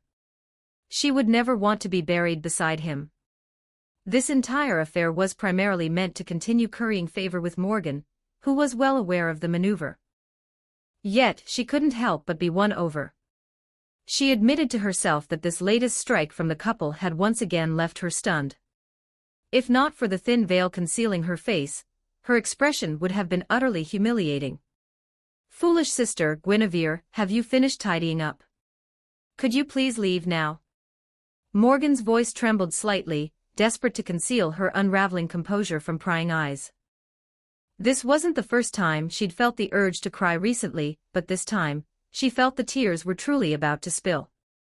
Morgan understood the immense risks the King of Knights had taken by making this decision. If word of this spread, she would inevitably be branded as unfilial, and any future claims of being Uther's heir would only be met with ridicule. Guinevere, do you really think this will soften Lady Morgan's hatred toward me? Outside the valley, beyond earshot of the sobbing on the mountain peak, the King of Knights and Guinevere led their horses by the reins, speaking in hushed tones. It should. Lady Morgan isn't heartless, she has normal human emotions. But Leah, don't pretend you're doing this just to please Lady Morgan. You agreed to move Mother's tomb, and have her buried with the Duke of Tintagel because you genuinely believe it's the right thing to do. The somber mood wasn't right for laughter, so Guinevere merely curled the corners of her lips into a faint smile, and reached up to gently cup the King of Knights' face. So do you think Lady Morgan will choose to help us now? I don't know, but I imagine she won't refuse to have lunch with me every day anymore. But I don't have time. I usually eat lunch with the Round Table. Then we'll have dinner together. To help you reconcile with Lady Morgan, I can sacrifice a little of our alone time. An ordinary jest, but when their eyes met, the King of Knights' decision carried a weight of guilt toward King Uther. Her emerald eyes flickered with a hint of evasion. Come on, don't be like that. If father ever fakes his death, I'll personally stuff him back into his coffin. He made this mess himself, you're just cleaning up his mess a little. He should be praising you for doing such a good job and feeling ashamed instead. Anger, silence, and sighs. After lunch that day, the King of Knights tried to talk to Guinevere about King Uther again, but Guinevere wouldn't listen. She was stubbornly biased, making the King of Knights feel ashamed of her own origins. Leah, let me say this one more time, Uther and Merlin are the ones who should feel guilty. They created this foolish situation. A person can't choose their birth, they can only choose how to live. Besides, if you truly believe your ancestors did wrong, aren't you already compensating the victims? How should I put it? Whether they forgive you is up to the victims, but you've already done everything you possibly could. Leah, the Church says we're born with original sin, and can only ascend to heaven by atoning for our sins. You don't actually believe that nonsense, do you? Guinevere forcefully cupped the King of Knights' cheeks, and launched into a persuasive speech. The King of Knights very much wanted to say that she actually did somewhat believe the Church's teachings after all. Her coronation had been performed by the Archbishop of Camelot. The King of Knights was well aware of the Church's machinations across the European continent, and its encroachments upon royal authority. She also knew that, given the choice between the Holy Church and the mages, Guinevere had unhesitatingly chosen the latter. All right, I don't believe in the Church's nonsense anymore, and I no longer feel guilty about my origins. Is that enough? Also, you were shouting just now. The only living beings in sight were the King of Knights and Guinevere, with Morgan in the valley counting as the third. As such, the King of Knights saw no need to maintain a facade of majesty. As for why Guinevere had deliberately raised her voice earlier, of course, it was so Lady Morgan could hear too. Indeed, Morgan had heard everything, even through her tears, which had completely ruined her makeup as she crouched before her parents' graves, gasping for breath. She understood perfectly why Guinevere had spoken those words so loudly. "Father, mother, do you think I should forgive Artoria? She's nothing like that bastard King Uther. She's truly a good child. I'm finding it harder and harder to hate her." Her voice was soft and questioning, but no one could answer her. After finally catching her breath, she began to tell her parents about her experiences since their deaths. As she sorted through her thoughts, Morgan realized she had little to tell. She didn't want to unleash her hatred on her parents. Then, aside from hatred, "Father, mother, do you know? Guinevere is truly a strange person. She changed my foolish sister, and she changed me too.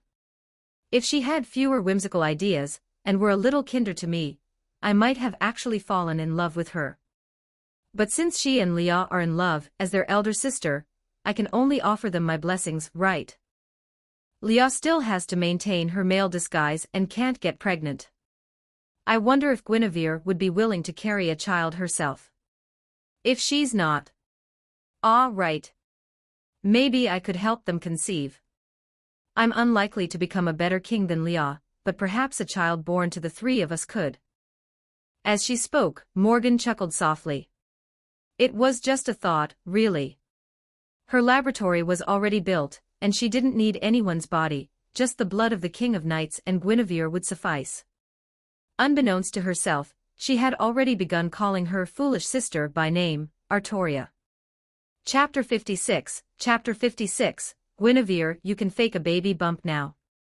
1,200 words. 1 day, 2 days. March, April, half a year passed. From the day she took Morgan to visit her parents' graves, the King of Knights, Guinevere, and Morgan began sharing regular evening meals. They would lock the doors, soundproof the room, and since all three were hearty eaters, the meals would often last over an hour. But this very pattern, the absence of servants, and the unusual duration began to fuel speculation. Rumors even started circulating among the common folk that the King of Knights and Morgan were having an affair, and that their shared meals were actually part of a ménage à trois. Head of the Bartholomew family, are you certain the Holy Church is behind these rumors?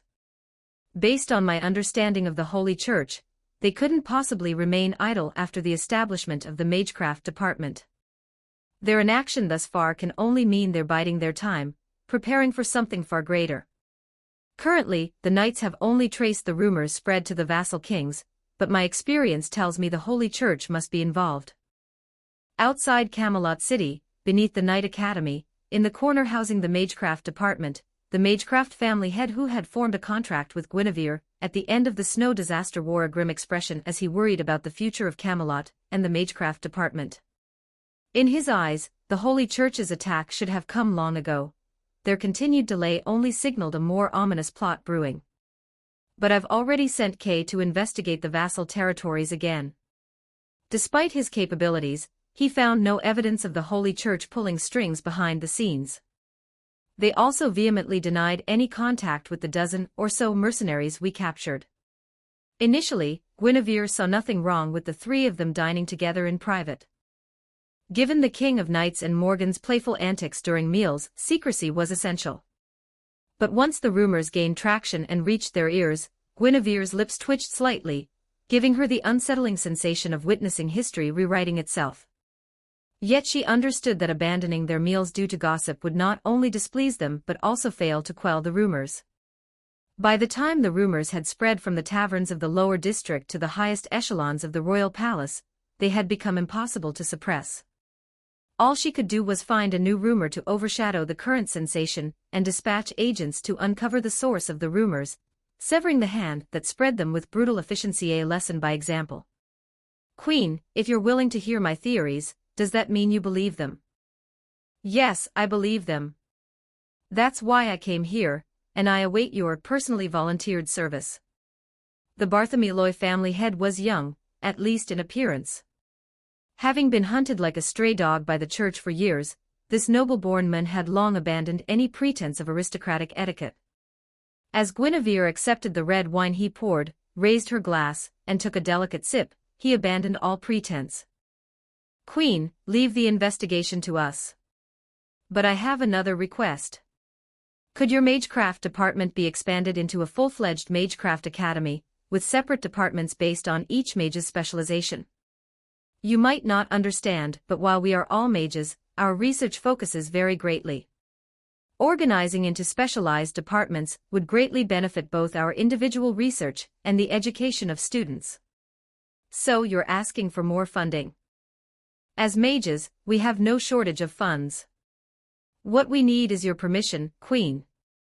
After all, you are the true ruler of this land.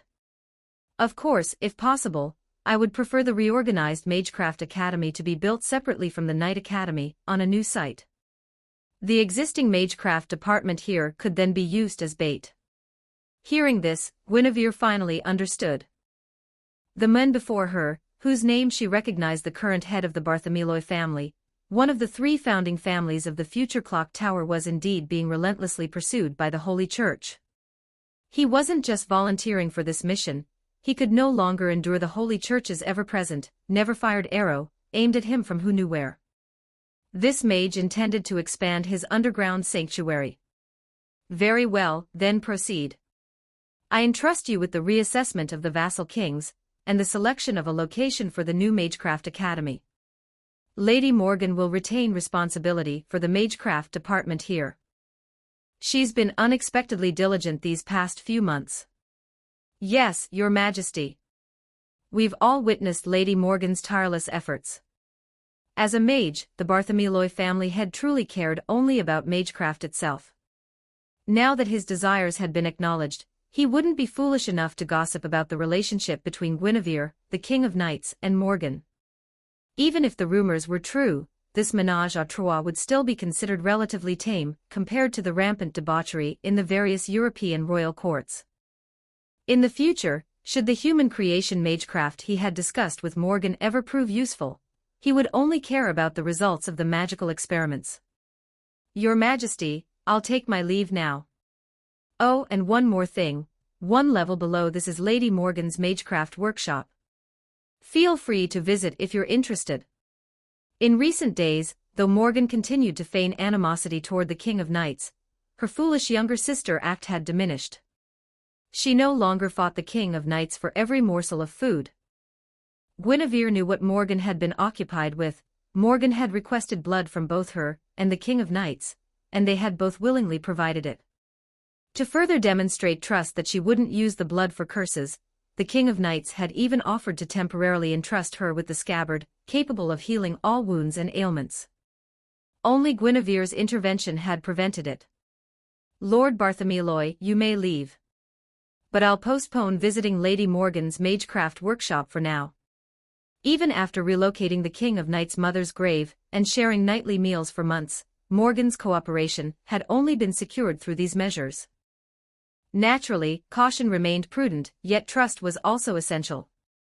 Especially now, with Morgan's emotional volatility often shifting abruptly from laughter to cold detachment, Guinevere had no intention of provoking her needlessly. The problem was, even without Guinevere seeking her out, Morgan herself came to Guinevere after Lord Bartholomew departed. What did he say to you? He said he exchanged some Magecraft knowledge with you. Speaking of which, is it really impossible for someone without magic circuits like me to learn Magecraft? Of course not. You have power and authority. You can simply find a mage you like and forcibly transplant their magic circuits and crests. Then I'll hold off for now. Even if I got the transplant right away, I wouldn't have time to train my Magecraft. In the not-too-small basement, Morgan's attire remained unchanged. Her navel, which she usually left exposed, was still visible, allowing Guinevere to feast her eyes once more. Guinevere, you should start preparing your fake pregnancy belly. If you don't disguise it, do you intend to let this already formed child be rumored to be the offspring of me and my foolish younger sister? Chapter 57, Mordred Embryo 1196 words. So, should I fake a pregnancy? Guinevere recalled the major man-made disasters that led to the collapse of Camelot. 3 key events stood out. First, the Queen's affair with Lancelot, which directly caused the Round Table schism and the deaths of over a dozen Round Table knights, including Agravain. Second, in the quest for the Holy Grail, a significant number of Round Table knights, including Galahad, returned to the embrace of the Lord.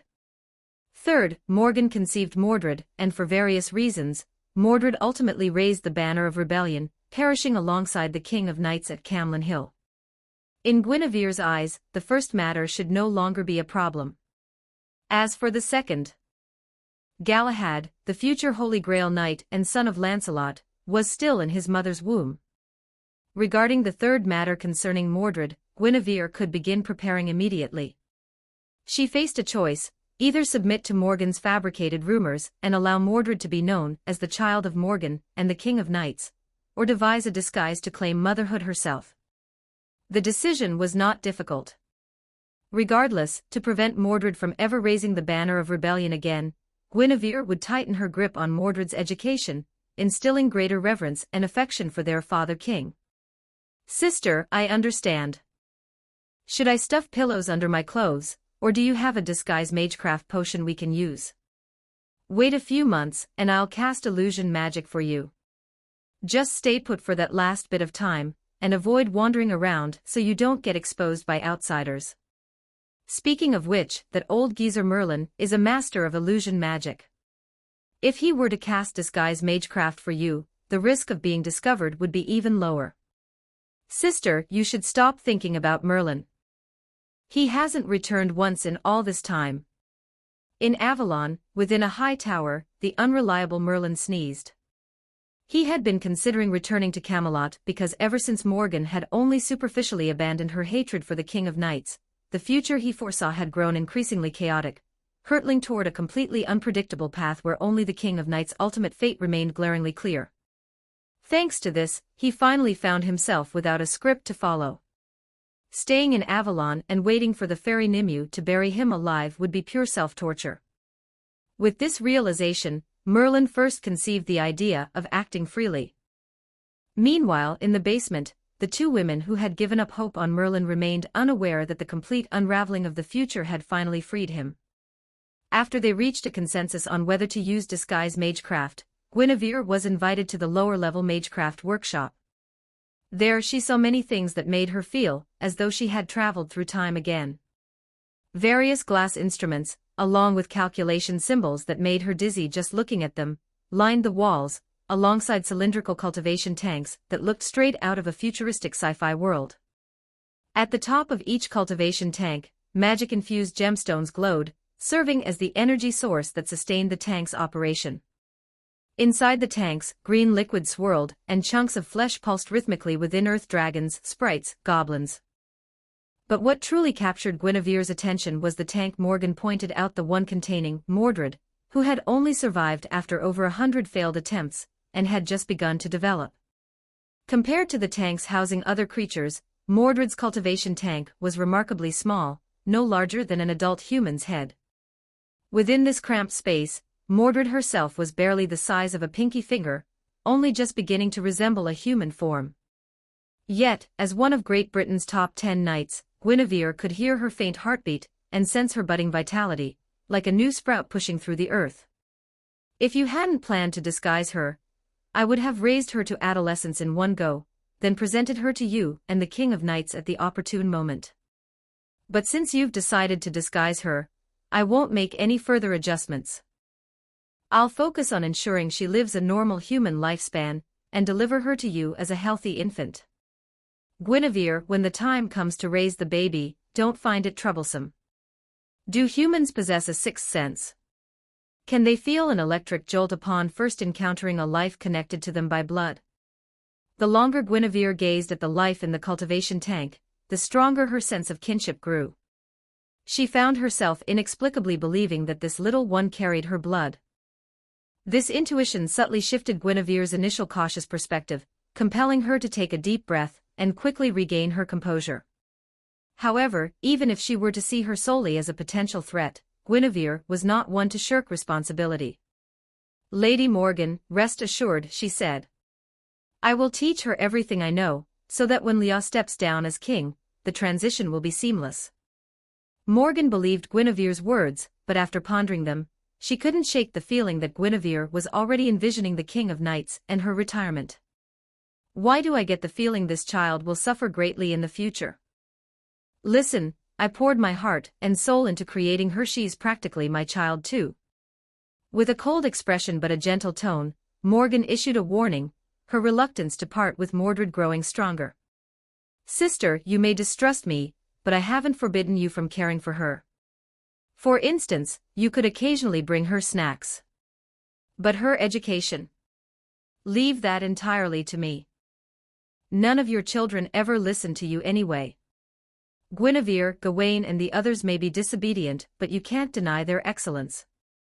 Every one of my children is worthy of a seat at the round table, exceptional children all. What achievements do you have in child rearing? As her two mothers quarreled over her, the newly born Mordred seemed amused.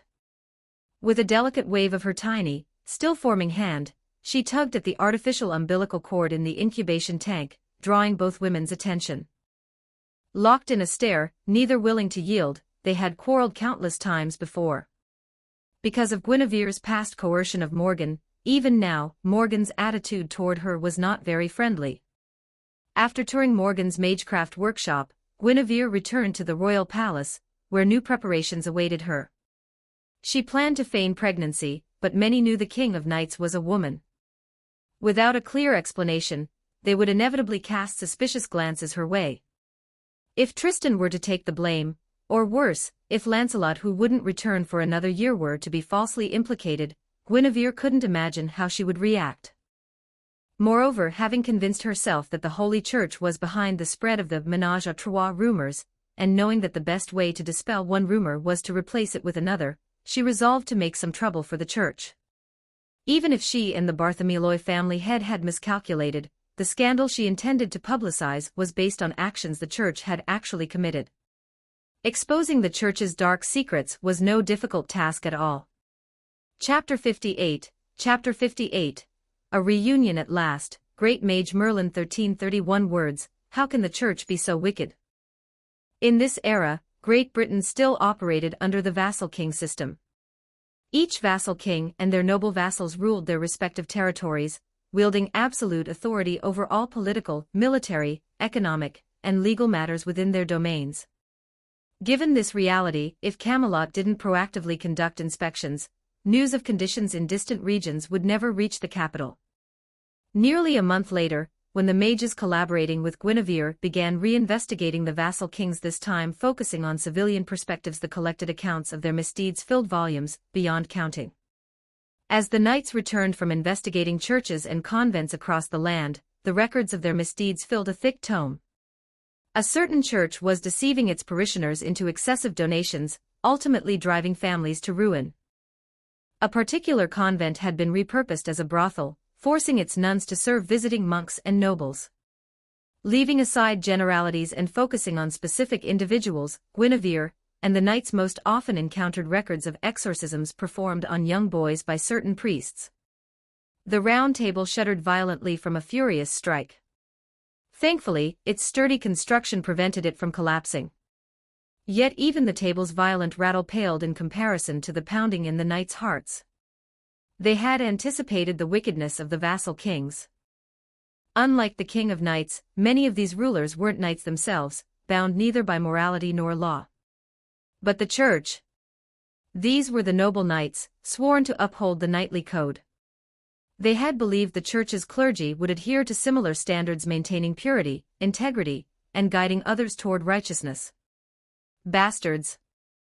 They preach that all are born in sin, and that good deeds and sincere repentance are the path to salvation, yet they themselves scoff at these principles.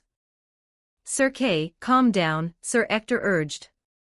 At least this infestation of vermin is relatively small. There are still true followers within the Church who genuinely uphold its doctrines. In the throne room, gathered around the massive round table, were the participants of today's round table meeting, Kay, Ector, and other knights who knew the King of Knights was a woman, along with those Guinevere and the King of Knights had deemed trustworthy after careful deliberation. Whether it was announcing to the knights that the King of Knights was a girl, and that she and her consort had asked Morgan to create an artificial child for them, or the subsequent counterattack against the Church and its cleansing, the full scope of these actions could only be entrusted to knights deemed trustworthy. Sir Gawain, what are your thoughts? Your Majesty, you and the Queen are correct. The Church is deeply entrenched in Great Britain, and complete eradication is impossible. Only by first exposing the rot in the Church's roots to the public can we justify cleansing those roots, and seize the opportunity to infiltrate and reform the institution. Having served as the vice-principal of the Knight Academy for over half a year, Gawain had undergone extensive re-education. He had also thoroughly studied the textbooks Guinevere had written when establishing the first Knight Academy. Regarding the sections of the textbooks emphasizing loyalty to the Lord, Gawain had offered supplements, deeming Guinevere's original explanations too superficial. Gawain was a devout Christian, or rather, all knights were to some extent, but his faith in the King of Knights surpassed all else. Should the king's grand ambitions clash with the Church, he would unhesitatingly side with the king. This sentiment was shared by his younger brothers, Agravain and Gaheris, as well as his sister, Gareth. Thus, all three knights were present at the meeting. In addition to the King of Knights' foster father and foster brother, Morgans for children, Bedivere the king's personal knight, and Tristan the queen's personal knight were also in attendance. Your Majesty, I would risk my life to carry out your command, Bedivere declared. My lords and ladies, would you care to hear a new piece I composed recently? Tristan asked. With only trustworthy individuals present and undeniable evidence of the Church's transgressions, they unanimously endorsed Guinevere's proposed purification plan. In Guinevere's memories, Great Britain had its own independent Church faction, but that wouldn't emerge until nearly 1,000 years later. However, the fact that something happened in the future didn't mean she couldn't act now. While both shared the name, Purification Plan, hers aimed to purify the Church itself, largely following the methods Gawain had outlined earlier. Less than a month ago, after leaving Morgan's residence, Guinevere had initially intended only to counter the rumors. But upon witnessing the Church's actual atrocities, she found herself unable to remain silent. As for the vassal kings, since the King of Knights had pledged not to initiate military campaigns, Guinevere had no choice but to restrain herself, however reluctantly. As the mages continued their investigations, Guinevere learned that her patience wouldn't need to last much longer. Some vassal kings were showing clear signs of collusion with the Holy Church. Guinevere's only concern now was whether Camelot's current military strength would suffice if they openly clashed with the Holy Church. Guinevere, are you truly going to do this? My king, I'm not demanding Lancelot return immediately. I'm simply requesting that he bring his wife and child back as soon as Lady Elaine gives birth. Until then, I'll carefully manage our retaliation against the Church. There was no other choice. The more Guinevere personally clashed swords with Lancelot, the more she was awed by his strength. Urging his swift return was simply an extra layer of security. After all, Guinevere had some understanding of the Holy Church, knowing just how formidable this intersectarian organization for hunting heretics and the occult truly was. In her memories, the Holy Church housed not only ancestor-level beings from the dead apostles, but also beast-class entities like Chiara Sessioine, being capable of threatening entire planets and representing one of humanity's 7 deadly sins. However, according to Guinevere's recollections, Chiara Sessioine should not yet have been born. The Holy Church of the present would therefore not be identical to the one she remembered. Even so, the current Holy Church still drove mages to flee like stray dogs. Guinevere's caution was hardly excessive. Moreover, I'll explicitly forbid Lancelot from returning early in the letter, to prevent any unpleasantness with Lady Elaine. If possible, she'd even ask Merlin to add extra safeguards. Oh ho, you're calling for me? It was the fragrance of flowers, and Guinevere recognized the exceptionally gentle voice she had heard before. As she regained her senses amidst the floral scent, Merlin, draped in a white robe adorned with cascading flowers, and wielding a black magic staff, had already materialized beside the round table, visible to all. Don't stare at me like that. I simply received the letter early. Leah said she wants to announce to everyone that she's actually a girl. Well, I've watched Leah grow up, after all. When something this unexpected happens, of course I'd come back to see it for myself. The King of Knights had indeed written to Merlin, but neither she nor Guinevere held any real expectation of his return. After so long apart, Merlin's charm remained undiminished, his tone still carrying that characteristic light-heartedness. As his words hung in the air, all eyes turned toward the King of Knights, waiting for her to personally confirm the truth. In truth, the knights had long suspected the King of Knights was a girl. But since she wished to keep it hidden, they were content to play along, pretending ignorance. They weren't blind. After spending so much time together, how could they not have discerned the King of Knights' true gender? Even Tristan had seen through her disguise during the drunken feast where the King of Knights lost her composure, realizing she was, in fact, a girl. Everyone else was stripping to the waist and chugging ale, so why was the King of Knights the exception? Why was Guinevere baring her teeth at the boisterous crowd? Chapter 59, Merlin, my blade hand is numb, 1246 words. At that moment, there was no shock in their eyes. This made the King of Knights, who had been inwardly anxious since preparing to reveal her secret, feel even more conflicted. She understood now. Everyone had already seen through her disguise long ago. She regretted only choosing to confide in those present, believing she should have revealed the truth directly to all the knights eligible to attend the Round Table meetings. "Lia, don't overthink it," Merlin said, his voice calm. "This is the kind of thing you can't reveal to everyone. As long as you don't speak of it, people will only speculate. But if you confirm it publicly, you'll be declaring it to the entire nation. There will inevitably be those who resent having a female king, and they'll seize upon this fact to cause trouble. If the Holy Church, already our adversaries, fans the flames, things could truly spiral into chaos. So your choice was the right one. You can only confide in those you trust absolutely." The King of Knights' guilt was genuine, reflecting her noble character. As her companion, Guinevere, who understood her deeply, could discern her thoughts. Glaring at Merlin while observing the knight's expressions of admiration, Guinevere continued, "If you still feel guilty about the knights who weren't chosen, remember that this guilt is shared by all of us, me, everyone here, and you." As she spoke, Guinevere stepped behind the King of Knights, embraced her, and whispered softly in her ear, "If you don't openly acknowledge this truth, you can dismiss any future accusations as baseless rumors. And if proof is ever needed, I'll allow you to drink Lady Morgan's potion." After a long pause, the knights nodded in agreement, murmuring affirmations like "that's right." The King of Knights' guilt resurfaced, and with a stern expression, she suppressed her inner turmoil. She clasped Guinevere's hands, which were wrapped around her, and patted them, saying, "Guinevere, I entrust this to you." Guinevere shot another glare at the still smiling Merlin, straightened up behind the King of Knights, untied the braids coiled at the back of her head, and neatly arranged her flowing golden locks. As the cascade of golden strands fell, the King of Knights nervously clenched her fists. It was Kay who whistled first, exclaiming loudly, "I always said my sister was a great beauty." Marrying Guinevere was a complete bargain for her. With her hair unbound, revealing her delicate feminine features, Artoria no longer faced the knights as their king. It wasn't just Kay, every knight present smiled, relieved, and offered Artoria their goodwill in their own ways. "Now, would you all like to hear a song from me? To celebrate the King of Knights finally being able to be honest with everyone." Tristan's song was neither mournful nor sorrowful, but filled with joy and exuberance, stirring Artoria's emotions once more. After the song ended, she rose solemnly, bowed slightly, and sincerely apologized for her past concealment. "Your Majesty, please don't misunderstand. Our loyalty lies with the true you before us.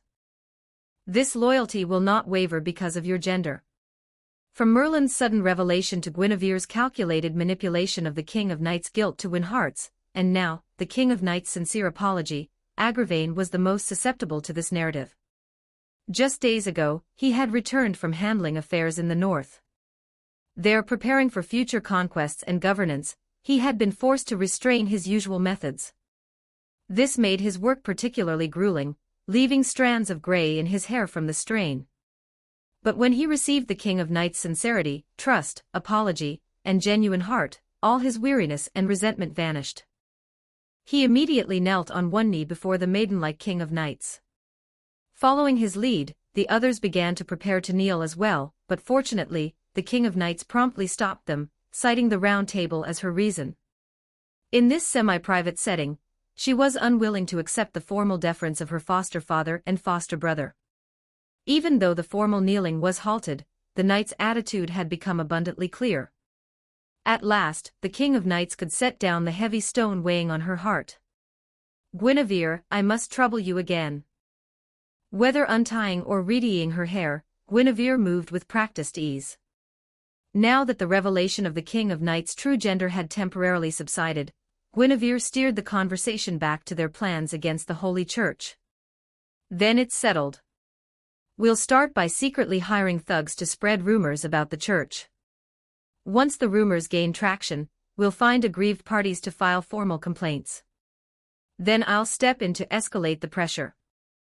Their scheme required meticulous planning and absolute secrecy. After over an hour of detailed discussion, laying out specific strategies and contingencies, Merlin, who had remained silent throughout the entire deliberation, suddenly volunteered to handle the thug recruitment himself. He guaranteed that no one would ever trace his involvement. "Master Merlin, was this also part of the future you foresaw?" the King of Knights asked. Guinevere had been about to ask the same question, as she recalled Merlin never intervening in matters beyond the prophecy. "Not at all," Merlin replied with his usual flippancy, a rare moment of self-deprecation. "I told you long ago, I can no longer see the future clearly. Your Master Merlin is now just a useless old fool." His gaze shifted to Guinevere, as if he had something he wanted to tell her. Whatever Merlin and Guinevere might discuss later, the Round Table meeting had now concluded. Soon, even Agravain chose to withdraw temporarily to attend to his duties, leaving the King of Knights, Guinevere, and Merlin alone in the throne room. "Master Merlin, if there's anything you wish to say, you may speak now." Only Merlin knew that the King of Knights' letter was but the smallest part of his reasons for leaving Avalon. He could no longer discern the process clearly, having lost the ability to follow the script. One reason for this was his deliberate attempt to explore too many possibilities, before his vision faded completely. When his sight still held, no matter how the tangled threads of fate twisted and turned, those countless strands invariably converged on a single, clear conclusion. In other words, he had witnessed Artoria's death countless times. In these countless scenarios, Artoria would resent her own incompetence, regret choosing Guinevere as queen, and hate herself for. Yet across all those countless outcomes, Artoria never once resented Merlin. Even though she knew he foresaw her fate, he kept it secret from her time and time again. Countless times, Merlin had glimpsed Artoria's heart-wrenching final smile. Countless times, he had felt her regard him as the person she trusted most. Yet the very person she trusted most had concealed the truth from her, allowing her to walk blindly into the abyss. Amidst Artoria's countless smiles and unwavering lack of blame, Merlin's guilt had slowly grown from nothing. He finally experienced his first true human emotion. Unable to bear witnessing the process any longer, he returned to Camelot of his own free will. But the inevitable outcome remained unchanged. All he could hope for. "Guinevere, as the old fool who watched Leah grow up, can I truly entrust her to you? Are you truly willing to bear the weight of her future?" Guinevere was taken aback by Merlin's unexpected question, his tone unusually earnest and grave. Chapter 60, Merlin, if we trim away the bad routes. 1319 words. What was Merlin truly thinking? What was the real reason for his return? Guinevere had no answers, but she could answer his question without hesitation. She stepped forward, embraced the King of Knights tightly, their eyes locking, and declared, "No matter what the future holds, I will never let go of Leah. Together, we will reach an ending of absolute happiness." Flames seemed to burn in her eyes, their fervent intensity threatening to incinerate the doubt in Merlin's heart. But alas, Merlin had yet to glimpse the rewritten ending, and his doubts remained unchanged. He merely exhaled deeply, a smile spreading across his face, for he already understood. Regardless of Artoria's ultimate fate, before it arrived, she had already attained a happiness that none of the countless Artorias across infinite timelines had ever achieved. Guinevere, thank you. I hope the future truly unfolds as you say. His words dissolved with the fragrance of flowers as Merlin departed, leaving the King of Knights and Guinevere alone in the throne room. Still holding her close, Guinevere snapped out of Merlin's bewildering words and couldn't resist nipping the King of Knights' earlobe, whispering, "Leah, you have a biological father, an adoptive father, and Merlin, shouldn't he be considered your godfather? I neither want nor could obtain your biological father's blessing. I already received your adoptive father's blessing on our wedding day. Now I've finally earned your godfather's approval, haven't I?" Wicked Queen, this prophecy had originated from Merlin himself. Therefore, gaining his acknowledgement filled Guinevere with extraordinary joy, convincing her that her recent efforts had borne partial fruit. As for the King of Knights in her arms, while she remembered Merlin's words, her thoughts were more focused on Guinevere's hand inching forward, forcing her to push Guinevere away. "Guinevere, don't forget this isn't the bedroom." Guinevere pressed herself against the King of Knights, showering her with affection, only to be met with the king's stern refusal. Though she was undeniably delighted, she remained stubbornly rigid. When the sun hung high in the sky outside the window, she would never agree to retreat to the bedroom for battle with Guinevere. Meanwhile, in the castle of a certain vassal king, a reconnaissance mage had finally infiltrated the stronghold, coming face to face with the hypnotized monarch and an agent of the church. Death bloomed instantly. His death and the final vision he witnessed were directly transmitted into the mind of another through the eyes implanted in his sockets. Yet even with this sliver of his schemes exposed, priest André Godback, number 2 of the Holy Church Burial Agency, remained unfazed. A greater crisis loomed before him. Merlin. As the floral fragrance dissipated, Merlin reappeared, standing directly before André and his faction of agents. By any conventional means, it would have been impossible for anyone to locate them so easily. A black key slipped from his sleeve and hurtled toward Merlin, but instead of piercing through the floral shadow, it was cleanly struck down by the holy sword in Merlin's hand. How should I put it? Magecraft isn't really my forte. I prefer solving problems with my sword. He casually held the sword in one hand while scratching his head with the other. To the priest, number 2, Merlin was a renowned prophet, so he could accept his sudden appearance. But Merlin drawing his sword. He raised his right hand, pointed forward, and the dozen or so executioners around him revealed their black keys, and attacked in their respective fighting styles.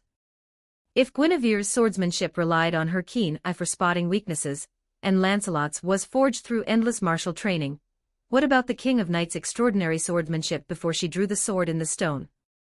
Even back then, Kay and Sir Ector were no match for her, and her methodical, precise sword techniques differed completely from theirs, suggesting she hadn't been taught by either of them.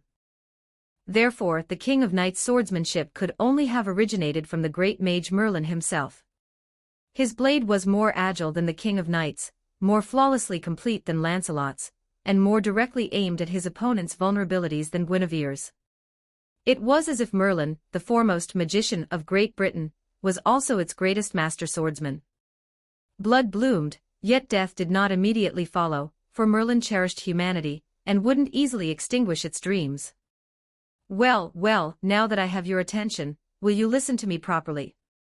Merlin's holy sword, identical in form to the King of Knights' blade, or the replica in Guinevere's hand, gleamed in the twilight. After effortlessly cutting down over a dozen formidable agents, his hair remained perfectly unruffled, and neither his sword nor his robes bore a single drop of blood.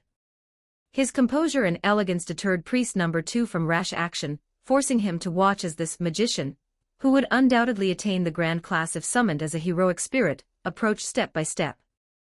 When Merlin, leaning on his sword, halted 3 paces away, the priest's face continued to shift rapidly, yet beads of cold sweat began to trickle down his brow. Observing this, Merlin smiled gently.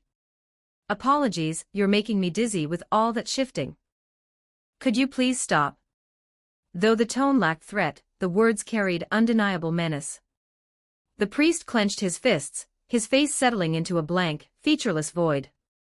Once again, he understood, Great Britain, still steeped in mystery, truly teemed with monsters.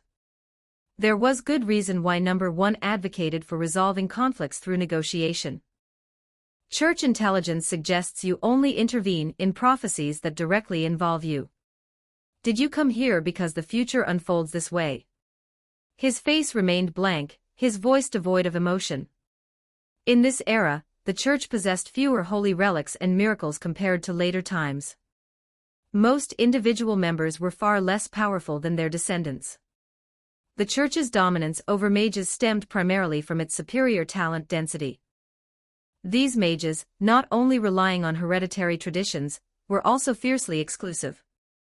Before Guinevere established the Magecraft department, there wasn't a single educational institution in the world open to commoners. Well, don't you think you're asking too many questions? Though Merlin had sheathed his sword, the priest remained frozen in place, his composure gradually returning as he accepted the possibility of death. Too many.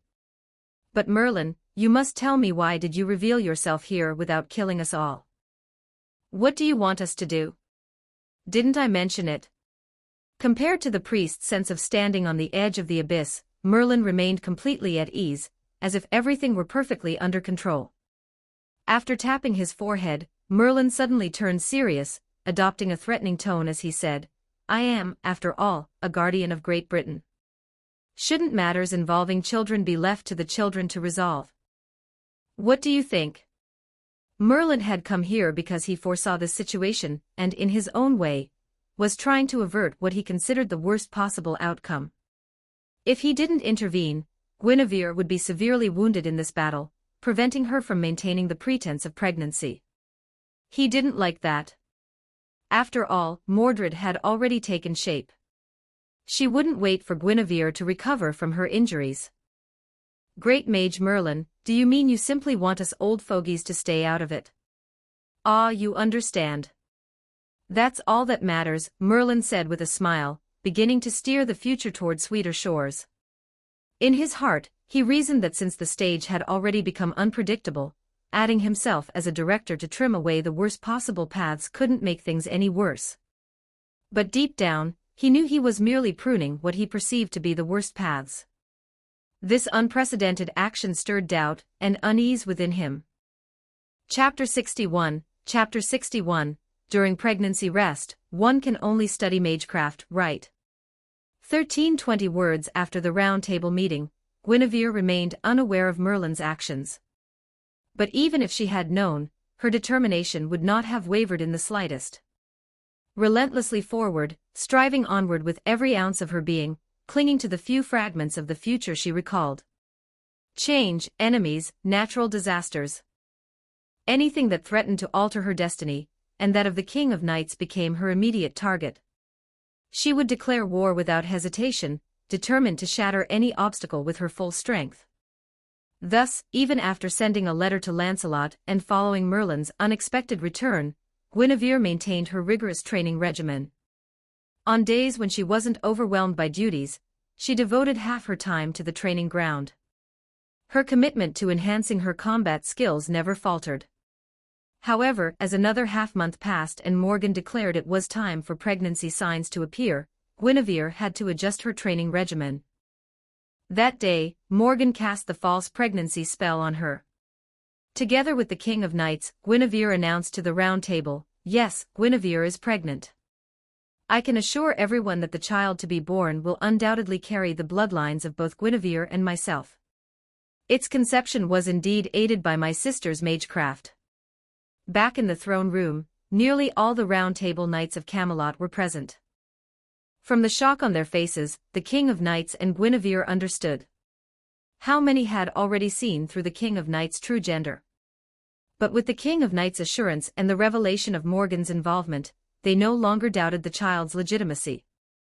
Instead, they harbored an indescribable mix of emotions about the Queen's pregnancy. "Queen, are you sure you still want to spar with us? Queen, you should abandon the idea of inspecting the realm for now. Rest and recuperate, that's what truly matters. Queen, don't rush the church matters. We must wait until Merlin's rumor-spreading phase proves effective before we make our move. Queen, even though we know this pregnancy is a ruse, a truth known only to a few of us. If anyone dared to harm you, we'd all gang up on them." Guinevere was indeed pregnant. With their heightened senses, the knights could hear a faint, distinct heartbeat within her womb. This inevitably changed their attitude toward her. Daily sparring sessions in the training ground came to an abrupt halt. Even Gawain and the others, who later learned of her false pregnancy, refused to engage her in combat. As for the kingdom's administrative duties, Guinevere had never participated in them to begin with. In the end, Guinevere could only practice swordsmanship alone, though the knights insisted she reduce her intensity. After preparing meals in the kitchen each day, she would endure Lady Morgan's taunts during the meager three-person dinners. "How's the pregnant treatment? I experienced it 4 times. Everyone fawning over you, afraid you might break or shatter. And you're still not satisfied." During these dinners, Morgan no longer wore her veil. Though she maintained a veneer of hostility, a cruel smile would occasionally flicker across her face, especially when mocking Guinevere. Slumped at the table, listless, Guinevere felt utterly out of sorts. After a lifetime of spending her mornings clashing swords in the training ground, she was suddenly confined to practicing alone. She pressed her lips together, gritted her teeth, and glared resentfully at Morgan. What was supposed to be a simple illusion magic to make her look pregnant had transformed into a full-blown magecraft spell for false pregnancy. Guinevere could even feel something moving within her womb, as if a living mass were stirring inside her. Morgan hadn't actually let Mordred in. With a snap of her fingers, she dispelled the illusion, and the sensation vanished from Guinevere's perception. This magecraft required daily replenishment and updates, but could be temporarily cancelled when no outsiders were present. "All right, Guinevere, you wanted to learn magecraft, didn't you? How have you been finding the books I gave you? Now you finally have the time to study properly." Morgan continued to smile, her amusement growing with Guinevere's discomfort.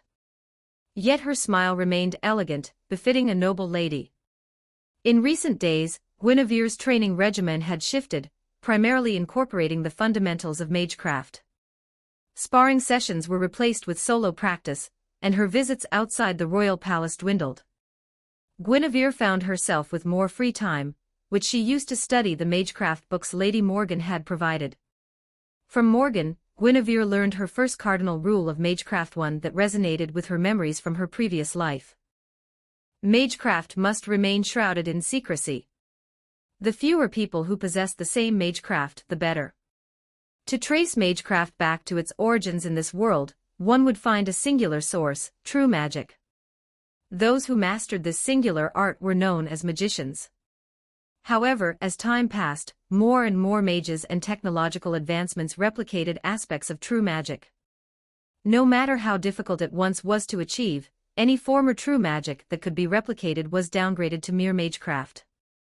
If this magecraft continues to spread, making it easily accessible to more people, it will cease to be magecraft at all. This is why mages instinctively guard their secrets jealously. Only when driven to desperation by the Holy Church do they consider preserving their knowledge and banding together under the protection of Camelot. "Lady Morgan, I've read your book, but I understand very little of it. Magecraft has its own complex system of knowledge, with countless runes and symbols that require a teacher's guidance to decipher." Morgan's expertise lies primarily in water-related magecraft and human alchemy. She even boasts that she surpasses Merlin in crafting minor artifacts like transformation potions and sleeping draughts. "Excellent. I'll teach you myself, hand in hand. But as my student, you must achieve perfect scores in all related courses within the allotted time." When teaching students in the magecraft department, Morgan doesn't impose such stringent demands. Her current expectations are reserved solely for Guinevere. As her words hung in the air, Guinevere's expression grew even more strained. Seated between them, the King of Knights, oblivious to the tension and focused solely on her meal, suddenly chuckled, drawing both their gazes. "Sister, you shouldn't be too harsh on Guinevere." "Foolish sister, who asked for your opinion?" With her chin held high and a disdainful expression on her face, Morgan's eyes no longer held their usual hatred. It was precisely this absence of hatred that left the King of Knights even more bewildered, causing her to abandon her defense of Guinevere and resume eating. She knew that the two women were actually quite close. Morgan's continued hostility toward Guinevere stemmed from the latter's overly forceful attempts to mend their relationship. Speaking of which, Guinevere, how far do you want to take your magecraft studies? Master Merlin taught me the basics and fundamentals of magecraft back in the day, and I can teach you that part too. Also, which branch of magecraft are you planning to study? Which branch? For the former, Guinevere naturally wanted to delve as deeply as possible. As for the latter, after staring at countless arcane symbols until her head swam, she realized she lacked any innate talent for magecraft. She also knew that advanced magecraft calculations were even more complex than the advanced mathematics of her previous life, and that the experimental workload far exceeded that of research students in her past world. And back in her previous life, she had always struggled with science. Now that she had been reincarnated, I want to learn magecraft that doesn't require extensive calculations, something that can enhance my physical strength, stimulate my mind, and aid me in close-quarters combat. Indeed, Guinevere only grasped the fundamentals of magecraft. She knew she was still best suited for being a brute. Her swordsmanship had already reached a plateau. Perhaps magecraft could provide the boost she needed to break through. Chapter 62, The Enforcement Knights. 1,394 words. Get out of here. Report this to the king immediately. Over half a month ago, Merlin confronted the Holy Church's priest, using his power to force the old men into retirement. This effectively eliminated the route through which Guinevere might have been severely injured due to the priest's actions. However, beyond this intervention, Merlin made no further demands, allowing the church to continue its machinations unimpeded. After his departure, with the church's access to top-tier martial power restricted, their plans grew even more intricate. They managed to perfectly conceal the controlled vassal king, ensuring he remained undetected during the mage's inspections. Furthermore, they used the discovered controlled vassal king as bait, setting a trap for the Camelot knights who came to investigate again. A squad of knights, led by two non-core Round Table knights, fell into the ambush. Only one escaped with his life, while the rest perished. The Round Table resounded with a sharp rap as Guinevere, her belly still flat despite the false pregnancy magecraft, took her seat at the Round Table meeting. As queen, she shouldn't be here. Yet beyond her royal status, she remained one of the kingdom's foremost knights. Moreover, after receiving the mage's investigation results implicating her, she had tacitly approved Sir Agravain's proposal for a second review by a team of Round Table knights. While Guinevere trusted the mages, the knights did not. The mage's investigation results were a direct slap in the face to the knights who had conducted the initial inquiry. Your Majesty, I beg forgiveness for our previous distrust. It was this distrust that led to the deaths of Will and the other 11 knights. Sir Agravain, the decision to send them was approved by a vote of the Round Table. If blame is to be assigned, it should be shared by the entire Round Table. But, Your Majesty, Sir Agravain, your plea for forgiveness should not be empty words. Bring me the heads of those murderers as penance. Having not drawn her sword in battle for far too long, and with the frustration of studying magecraft adding to her agitation, Guinevere decisively cut off Agravain's continued apologies, abruptly shifting the topic. As this was a Round Table meeting, where all members had the right to speak, Guinevere's interruption wasn't considered a breach of protocol, and wouldn't provoke any discontent among the Round Table knights. The moment the discussion turned to revenge, the knights, who had been bowing their heads in shame, immediately lifted their gazes. They too felt deeply ashamed and furious, their hands itching for action after months of inactivity. Ever since the King of Knights drew her sword, war had typically followed within half a month. But after the battle outside Hamburg a year ago, many of them hadn't seen blood for far too long. Without war, without martial glory, how could knights earn promotions or receive land and titles? Moreover, as rumors about the church spread, most knights had grown indifferent to waging war against it, eager to purge the corrupt church's underlings, those hounds who dared bare their teeth at Camelot. Your Majesty, allow me to lead the Academy army into battle this time. The senior students will graduate soon, and there is no better graduation exam than blood and fire. Known as the son of the sun and the origin of the term Prince Charming, Gawain was handsome, radiant, and the dream lover of countless maidens, the object of their fantasies and handcrafts. Yet when it came to seizing glory, he showed no restraint whatsoever. His reason for requesting command left the other knights unable to find fault. As the Vice Academy head, and with Academy head Guinevere expecting, it was only natural that Gawain would lead the first graduating class into battle. However, given everyone's eagerness for action and Guinevere's high regard for the Holy Church's strength, how could she and the King of Knights possibly let Gawain lead the student corps alone? Sir Gawain, in this battle, aside from Sir Agravain remaining behind to guard Camelot and Guinevere resting to focus on her pregnancy, I will lead all Round Table knights, as well as the student corps you mentioned, into battle. We will concentrate our forces and strike swiftly to achieve a decisive victory. This was overkill, using a sledgehammer to crack a nut, and Guinevere might have been overly cautious due to her past life memories. But she felt compelled to err on the side of caution. Moreover, before the Round Table meeting, she had instructed the King of Knights to send another letter to Merlin. Everyone, I implore you, show no mercy to the enemy forces. Crush their every scheme completely.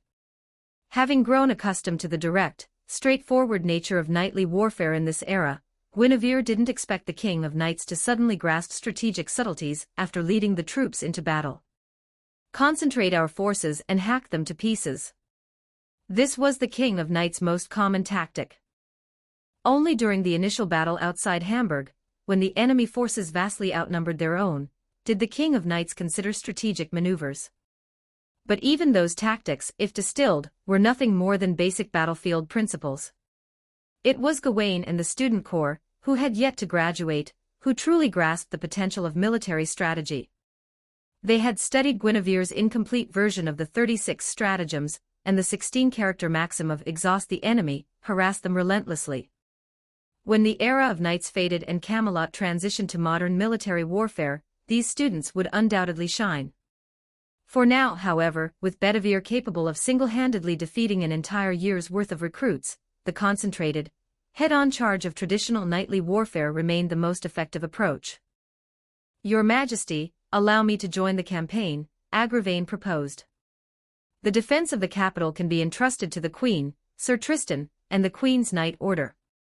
Though no one blamed him for suggesting a second reconnaissance mission, Agravain held himself accountable.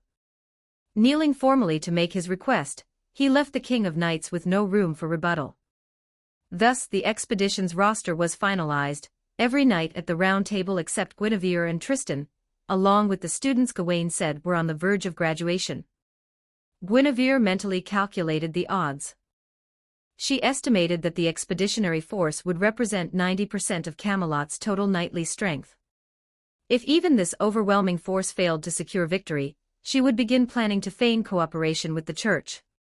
In Guinevere's eyes, if the Church's goal was to lure the majority of Camelot's forces to seize the vassal territories, then their next objective. They're unlikely to be able to defeat the expeditionary force. This was merely a prediction based on incomplete knowledge of the enemy's strength, but even taking them seriously, Guinevere couldn't believe they could pull off such a feat. Her caution, at its core, stemmed from her desire to minimize casualties on their side. By the way, Your Majesty, once the student corps goes to battle, we can't keep calling them the student corps, can we? They've been trained according to the Queen's vision for future warfare, operating as a knight order. Would you consider bestowing a name upon the soon-to-be formed knight order? Guinevere, you decide. You're their headmaster. Though her train of thought had been interrupted, Guinevere now understood that her remaining behind might not be an easy task. Bringing her focus back to the present, she continued to ponder under the watchful eyes of the assembled knights. What should they be called? Guinevere was immensely proud of the Berserker Knight order she had forged. But for this future cornerstone of the kingdom, her first thought went to the sixth singularity divine realm of the Round Table, Camelot, from the first part of Fate/Grand Order, the Enforcement Knight Order. This was the name Guinevere had chosen, reflecting her hopes for their future. As one of the most crucial tools for reshaping destiny, she desired their absolute loyalty above all else. Even if it meant betraying their own beliefs, the weakest and most vulnerable among them would wield their swords wherever the king's sword pointed.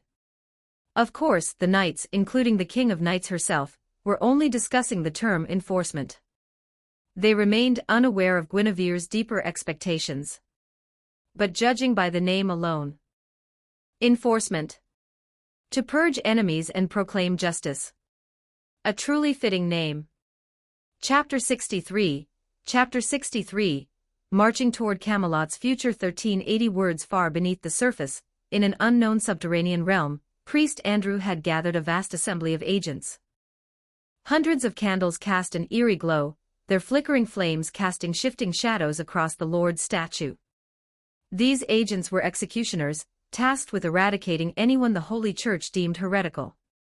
Ever since Guinevere rejected the moderates' overtures and insisted on establishing the Magecraft Department, she and the entire kingdom of Camelot had been branded heretical by the Holy Church. Thus, they spread rumors of a scandalous love triangle between the King of Knights, Guinevere, and Morgan, hoping to undermine their prestige among the knights and the populace. They controlled numerous vassal kings, bestowing secret arts upon their knights at the cost of their lifespans to forcibly enhance their strength. They had also prepared to launch the grandest war against Camelot, intending to burn it to the ground. But their most arrogant ambitions shattered like foam the moment Merlin single-handedly crushed them, leaving their number 2 priest too terrified to even move. Abandoning their goal of annihilating Camelot, they settled for a lesser objective, assassinating the wicked Queen Guinevere with their remaining resources. Their investigation had revealed that Guinevere was the driving force behind the Magecraft Department, manipulating Morgan as merely a teacher. Therefore, by eliminating Guinevere, severing this driving force, they believed the problems of the Magecraft Department might be resolved, and the assembled mages would once again become lost dogs. As for any retaliation from Camelot, the agents were not the type to consider consequences. Reverend Priest, isn't turning your schemes against the Queen a violation of your agreement with that old fool Merlin? Merlin only forbade me from intervening directly, not from speaking or scheming. Execute the plan as devised. If we fail this time, we'll devise a longer-term strategy. We and the heretics will never rest until one side is annihilated. Understood, Reverend Priest. A dozen voices responded in unison.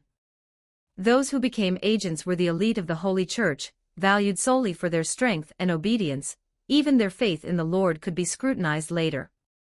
Trained in this manner, these agents typically possessed exceptional solo combat capabilities.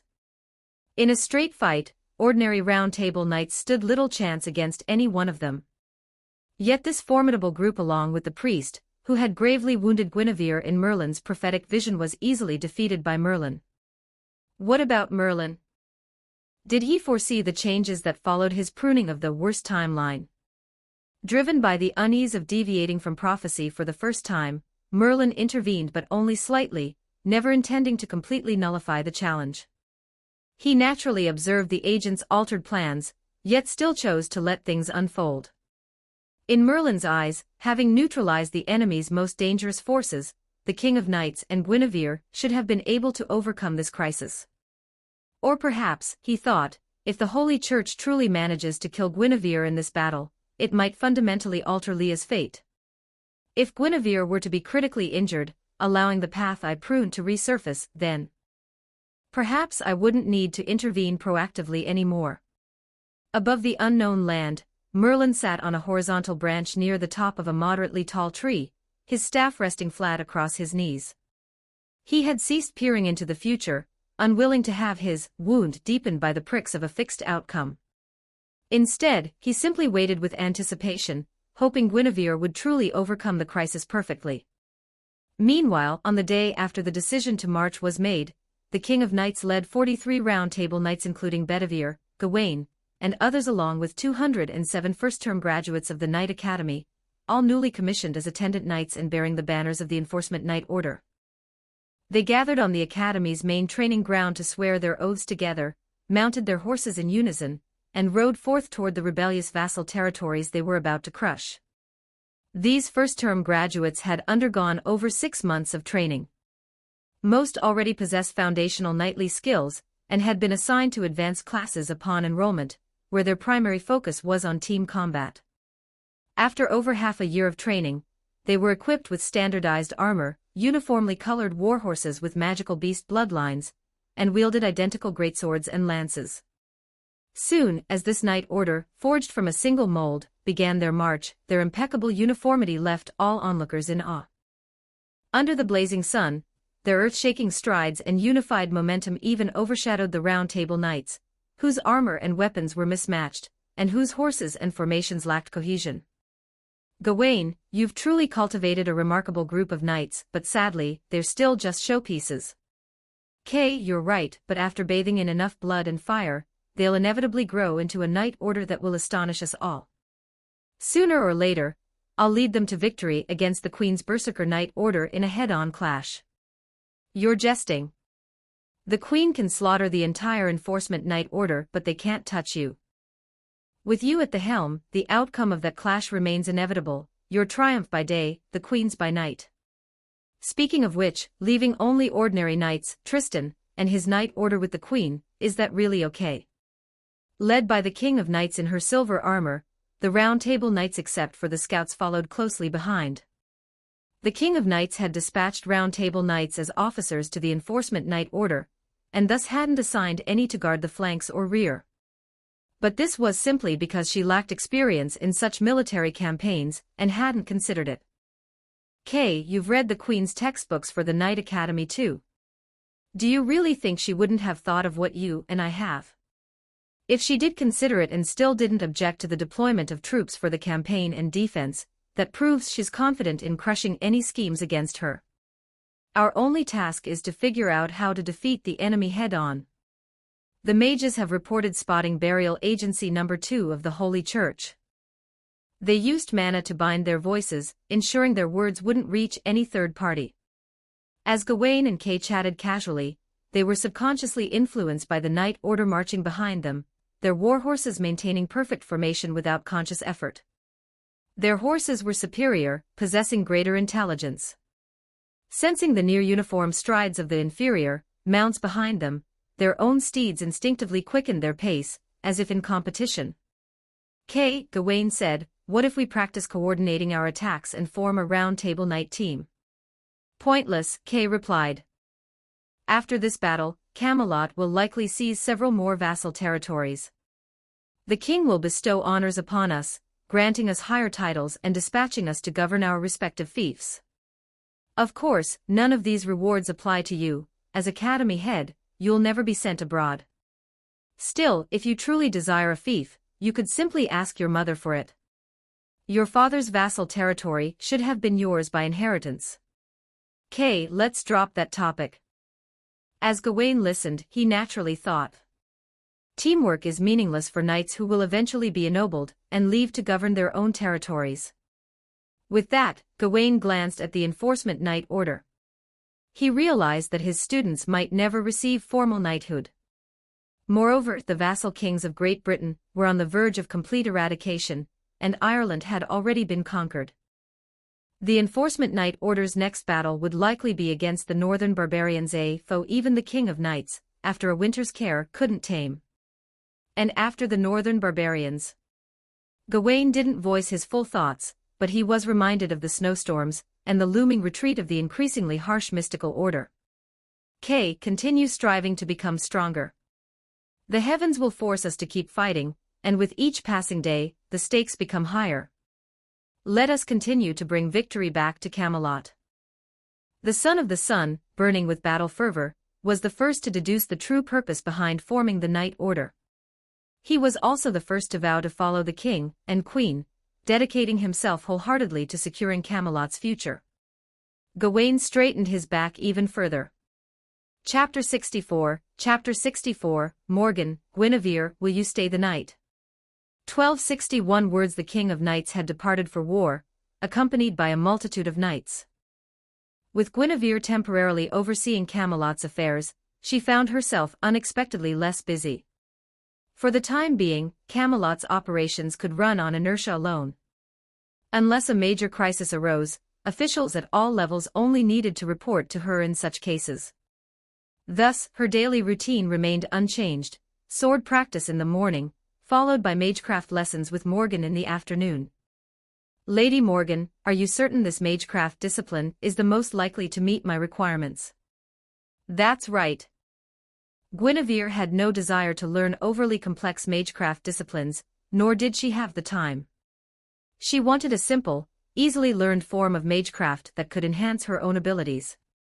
To this end, Morgan presented her with two subjects to choose from. The first was potionology, which primarily involved identifying, mixing, and brewing potions. In critical moments, one could simply consume these potions for immediate effects. But if her sole purpose was to take potions, Guinevere could simply ask Morgan for them directly, making the extra effort unnecessary. After eliminating potionology, Morgan offered the second subject, jewel magecraft. While she wasn't an expert in this field, possessing only a basic, superficial understanding, it was more than enough to satisfy Guinevere's needs. As a major branch of magecraft within mineralogy, the greatest barrier to entry for jewel magecraft lay in the gemstones themselves. In mineralogy research, minerals that have slumbered deep within the earth are most likely to develop natural spirits. Gemstones with inherent elemental properties are essentially simplified magic crests. Teacher, what are nature spirits? The explanation is too complex, and you don't need to know. In Morgan's room, a ruby and a sapphire lay on the table between them. Morgan, her face cold, rebuked her unambitious disciple in a frosty tone. All you need to know is that to perform the most basic jewel magecraft, one doesn't even require a magic crest. You merely need to be able to store mana within the gemstone. Constantly infuse the gemstone with mana to store it, and when you need to use it, simply throw the gemstone to detonate it. The gemstone's inherent magical properties will then harm your enemies. It's quite simple, isn't it? If you can find gemstones naturally imbued with properties that enhance the user, you can easily achieve the self-enhancement you desire. Given how few opponents could force you to enhance yourself with magecraft, carrying a few such gemstones should suffice. Morgan's face, unhidden by her veil, grew unexpectedly earnest as she spoke, genuinely considering Guinevere's future. Gazing at that face, so like Artoria's, Guinevere couldn't help but feel a flutter of emotion. She found herself thinking about creating a new dish to reward Morgan. Come to think of it, ever since their first battle outside Hamburg, Guinevere had owed Morgan a considerable debt she hadn't repaid. Thank you, sister, she said earnestly, even rising slightly to give a small bow. Guinevere had no intention of deliberately provoking Morgan's displeasure. Yet her unusual behavior stunned Morgan. She rose and touched Guinevere's forehead, checking to ensure she hadn't been possessed by some evil spirit. Just a thank you? Morgan asked. I'm already calling you sister. What more could I possibly say? Guinevere replied, her small mouth slightly agape. Morgan was once again taken aback by Guinevere's shamelessness. Yet faced with Guinevere's innocent expression, she couldn't bring herself to curse her. Instead, she grabbed the ruby from the table and pressed it against Guinevere's face. Yet the same problem persisted. In close combat, Morgan was no match for Guinevere. Guinevere seized Morgan's wrist, her face icy as she gritted her teeth. Despite her earlier intention to avoid angering Morgan, she had done just that again. Releasing Morgan's hand and catching the ruby, Guinevere sat down awkwardly and steered the conversation back to jewel magecraft. Afterward, she massaged the root of her magic circuit, began channeling mana into the ruby, and focused on maintaining a stable flow. Perhaps due to Guinevere's innate talent for spotting weaknesses, she immediately noticed when the mana structure within the gemstone became unstable. By adjusting the mana input, she quickly restored its stability. With this ability, Guinevere successfully infused the first ruby with mana on her very first attempt. She easily filled the subsequent rubies the second, third, and so on. See, sister. I am a genius. Is that so? Then open the Mineralogy Fundamentals textbook I gave you. We'll start learning gem appraisal. To use jewel magecraft, you need to understand how to identify a gem's inherent properties and its naturally formed magic crests. Initially, Morgan taught Guinevere with the intention of seeing her make a sour face. However, she meticulously covered every required topic. Guinevere, you already know the basic usage of jewel magecraft: infuse gems with mana, throw them, and detonate them. You must understand that you won't always have the chance to test a gem's effects in real combat. This knowledge is essential. Could I also ask you to appraise these gemstones? Few mages were fools. As soon as Guinevere spoke, Morgan understood she wanted to delegate this task to her. But was that her only motive? Unlike potions, most of the mages under Morgan's command were capable of appraising gemstones. After helping her create a child with the King of Knights, Morgan became even more certain that Guinevere's true purpose in approaching her was to make her smile more often. Otherwise, Guinevere could have gradually grown indifferent to her after achieving her goal. Guinevere was the first person after the deaths of Morgan's parents who openly bullied her, asked for her help, and showed genuine concern for her. Too bad she's with that foolish younger sister of mine. Guinevere, since my foolish sister is away these next few days, would you care to stay with me? I wouldn't mind confining our relationship to physical intimacy. Though Morgan appeared young, she was still the mother of 4 children. While Guinevere had made her slightly more cheerful, the core of her personality remained unchanged. Just like the Morgan of proper human history that the Lost Belts Morgan knew, she was cruel, capricious, and never hesitated to use her own body as a weapon.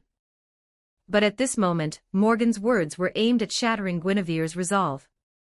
She reveled in being cared for, but despised being treated like a pitiful wretch. A faint smile curled her lips as she watched Guinevere flinch backward, nearly toppling her chair. How rare to find someone like you among the royalty of Great Britain, someone who actually refrains from causing chaos. Her tone was gentle, almost wistful. Morgan drew her veil back across her face, regaining her initial aura of mystery. But just as she prepared to continue her teasing, her expression suddenly turned grave. As you wished, I've erected a detection barrier covering the entire Camelot royal city. Just now, a group of individuals brimming with potent mana has breached it. Their destination appears to be Canterbury Cathedral, under the Archbishop's jurisdiction. Wait, they've entered and my perception is cut off. What do you plan to do? Naturally, I'll go hunting outside the city to prevent it from being ravaged. You're rather overconfident. To be honest, Guinevere didn't want to be so confident, but the letters she'd sent to Gaul had been exceptionally effective, so effective, in fact, that she feared they would cause even greater trouble than the Holy Church's assault. Lancelot, that fool, had disregarded her warnings and abandoned his wife, who was about to give birth, to return.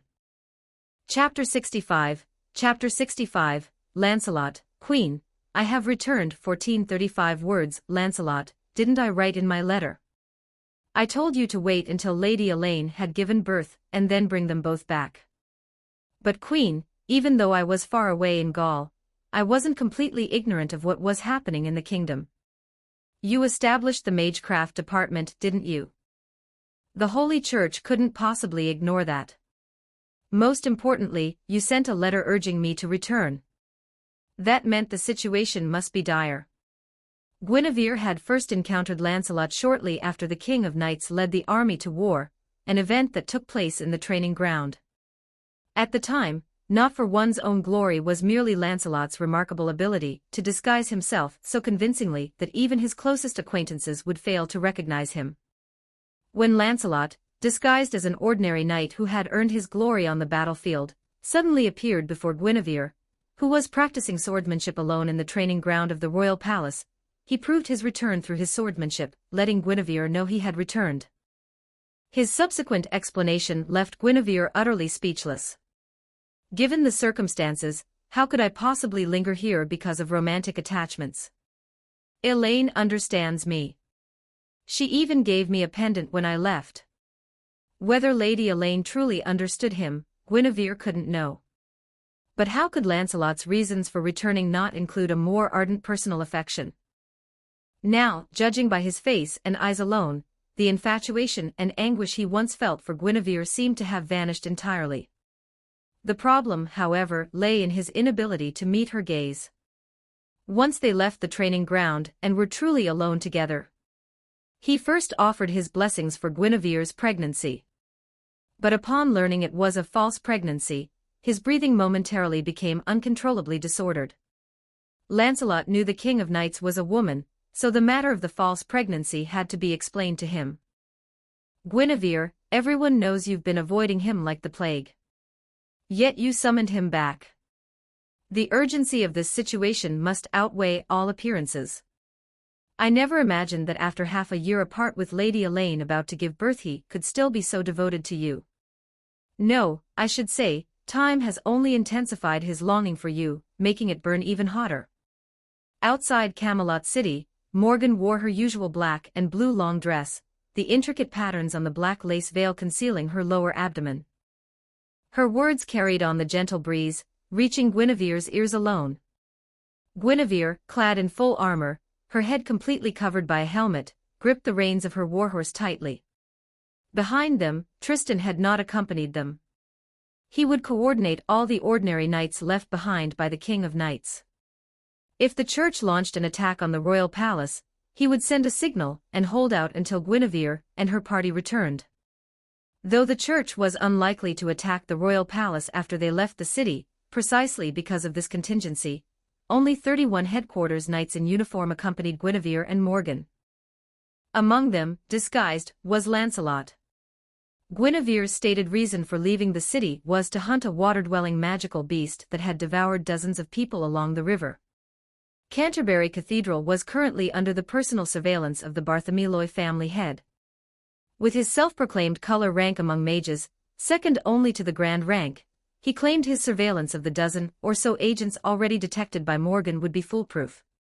"Speaking of which, I wonder how Leah and the others are doing," Guinevere mused. She had no further words on the Lancelot matter, fretting instead about the potential chain reaction his return might trigger. Yet she couldn't deny the joy his presence brought. With Lancelot by her side, Guinevere's only concern was that the fish wouldn't take the bait. As their group advanced intending to lure their prey, the agents unaware they were being lured and believing themselves to be the net casters began their own maneuvers. Just as Guinevere had predicted, the agents had no intention of attacking the deserted, royal palace after she proactively left the city. Meanwhile, elsewhere, the priest was seething with anger at the knights under the vassal king's command. "These knights are too rigid. Even when their vassal kings issue direct orders, they absolutely refuse to resort to ambushes." Priest Andrew could only watch helplessly as they arrogantly accepted their orders and sent envoys to challenge the King of Knights to a decisive battle. "Are these the knights of Great Britain? A bunch of worthless fools whose strength has been artificially boosted, making them overestimate their capabilities." "Priest Andrew, I disagree. They merely possess the chivalrous pride of knights." Merlin materialized in the same basement, using the same method as before, but this time they were alone. Despite witnessing everything and having the power to intervene, Merlin had allowed the controlled vassal kings to unite and order their knights to attack the King of Knights. Merlin had returned here only to prevent Priest Andrew from resorting to desperate measures. If the priest faced imminent defeat, it was uncertain how much reason he would retain. "Merlin, do you truly believe my defeat is inevitable?" Priest Andrew wasn't a fool. He could clearly see the situation. He didn't believe the enhanced knights of the kings could inflict any significant damage on the forces in a direct confrontation. Their only remaining purpose was to stall for time. Meanwhile, from Camelot City, he had received news that Guinevere had left the city with only 32 companions for a hunting expedition. After pressuring the Archbishop of Canterbury into assisting, he saw no reason for concern. After all, Priest Andrew had never personally witnessed Guinevere leading a charge and still believed she was pregnant. "Priest Andrew, I too am eager to see the outcome of this battle, whether it will align with my previous visions or diverge." Before the faceless priest, Merlin sat cross-legged on the ground, his voice calm and gentle, showing no fear of a sudden attack. Watching Merlin, sensing his unwillingness to speak further, Priest Andrew felt an overwhelming urge to become a chatterbox, to vehemently challenge his placid composure. "Tell me, great mage Merlin, if your interference forced us to resort to extremes, to use that thing as a substitute for the me you suppressed, so, you accept this future, and are willing to bring it to fruition?" Merlin looked up at the faceless priest, an ominous premonition rising in his heart. He considered proactively glimpsing into the future once more. But there was no need. The priest continued, "Great mage Merlin, you should know that while the burial agency is responsible for entombing heretics, we don't object to heretics joining our ranks, do we? In fact, the founder of the burial agency was himself the greatest of heretics, an ancestor level being among the dead apostles." If the faceless priest could smile, he surely would have, for he saw on Merlin's face. The heretic nation deserves to be entombed. But alas, even using the transformative blood poison of that one, we'll only manage to kill your queen. I will make your king personally send your queen to the pyre. Shock and rage, these were the emotions the priest saw on Merlin's face, and the second and third human emotions that surfaced in Merlin's mind as he considered the myriad uses of the ancestor-level dead apostle's blood poison. Moreover, he knew that since the priest had spoken so plainly, any attempt to intervene would be too late. Moreover, the priest's words, "I changed my plans because of you," had plunged Merlin deeper into self-doubt, paralyzing him with indecision. Urgency and anticipation became Merlin's fourth and fifth emotions. Yet, amidst this emotional turmoil, he gradually regained his composure, his gaze fixed silently on Priest Andrew. "In the timeline where I don't intervene, you would severely wound Guinevere, and she would kill you," Merlin said. "Perhaps I should hand you over to her for judgment." After speaking, Merlin silently guarded Priest Andrew, determined not to give him another chance. But the most critical factor was that as he witnessed the timeline sliding toward an even darker path, his self-doubt rapidly morphed into self-destructive torment. Merlin had initially refused to act, but now he dared not. He now found himself desperately hoping that the blood poison would be used solely on Guinevere, rather than in some more brutal manner. Yet he knew that a mere blood poison, without the direct blessing of the ancestors' embrace, could never transform a powerful knight like Guinevere. At most, it would cause a stomach ache.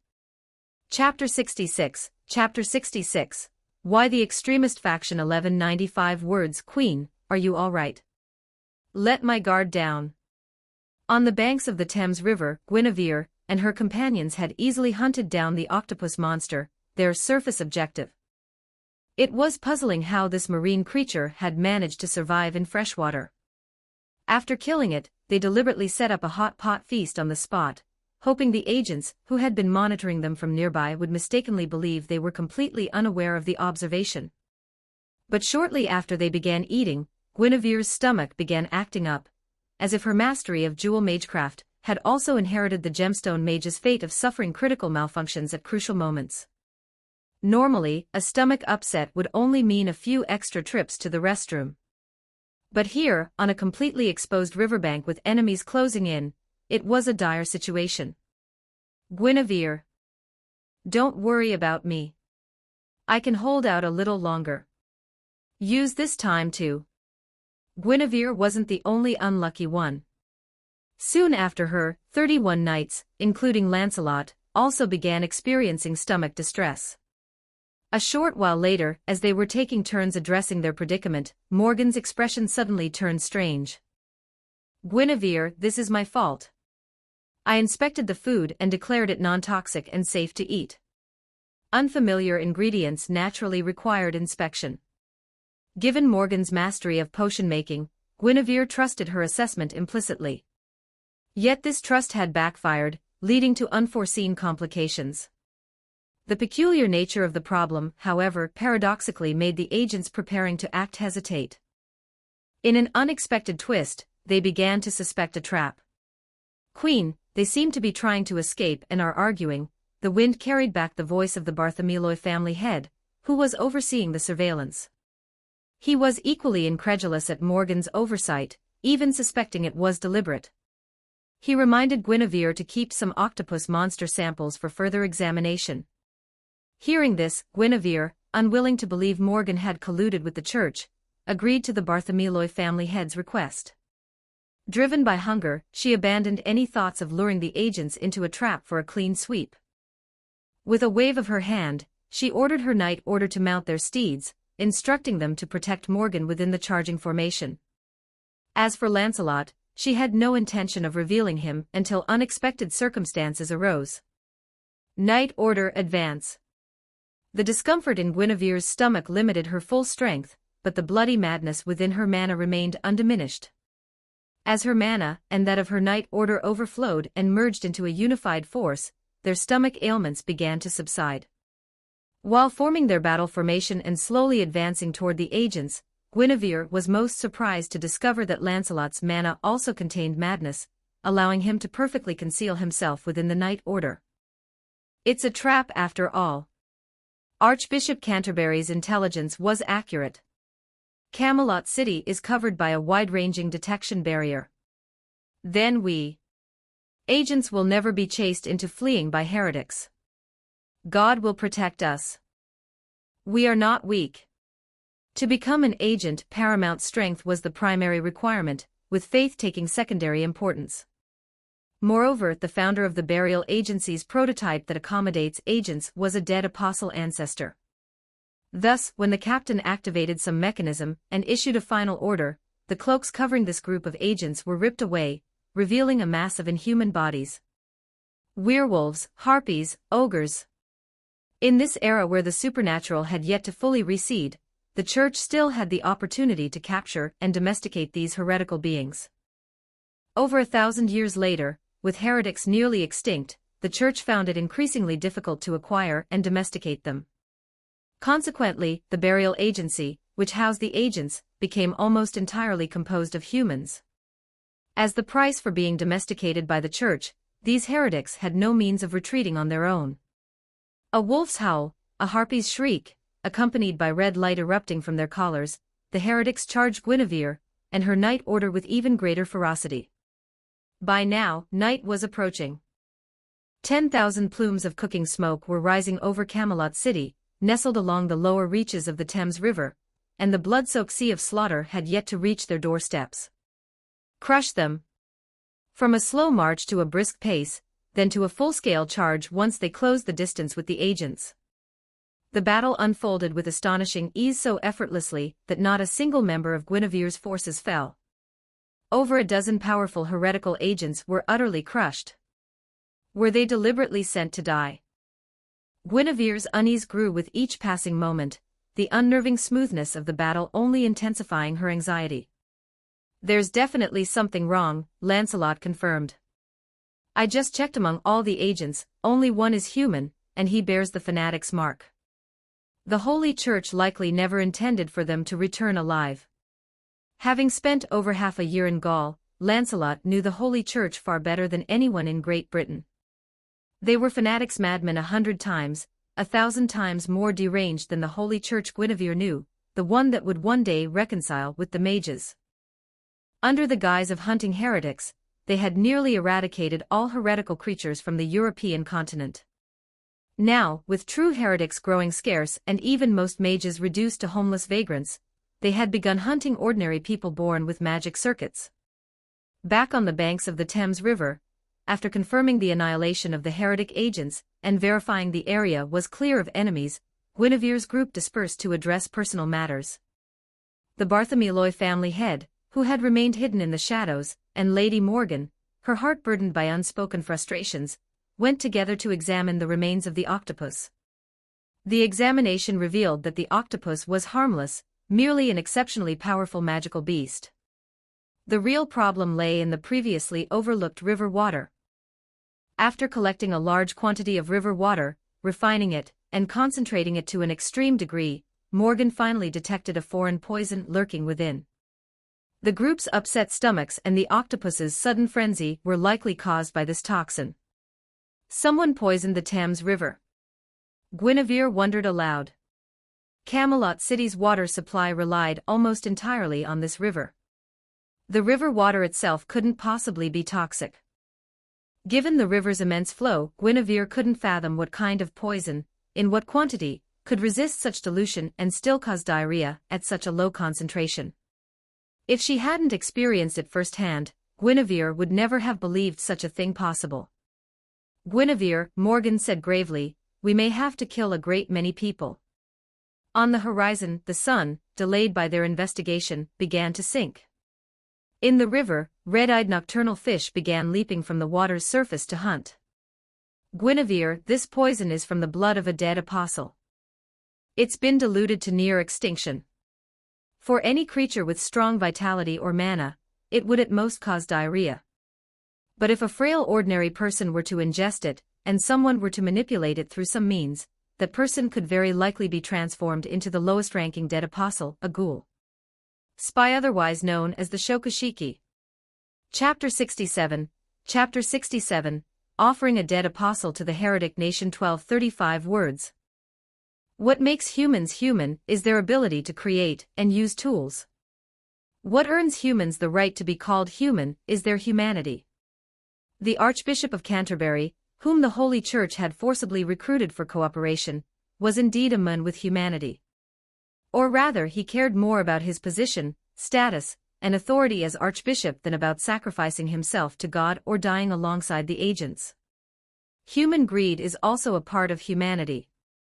But alas, as a secular church archbishop, he couldn't resist the transformation and control exerted by a certain dead apostle among the agents. What exactly do you want? Originally, the Archbishop of Canterbury was a man with snow-white hair and deeply etched wrinkles. After his transformation, however, he reverted to his appearance from his 40s. This rejuvenation, fueled by the youth coursing through his veins, coupled with his forced servitude under a greater dead apostle, reduced the unfortunate archbishop to little more than a grumbling puppet, feigning indignation. To survive and maintain his restored youth, he complied when ordered to administer the spiked communion. You'll soon understand our plans, Archbishop of this heretic nation. How laughable. You arbitrarily label us heretics. As both a dead apostle and one of the agents, you can't possibly believe in the Lord, can you? This so-called Lord is nothing more than a pathetic wretch, crucified and powerless to save even himself. Archbishop of Canterbury, you blaspheme. You transformed me into a dead apostle and forced the secular church to war against an entire nation. That is the true blasphemy.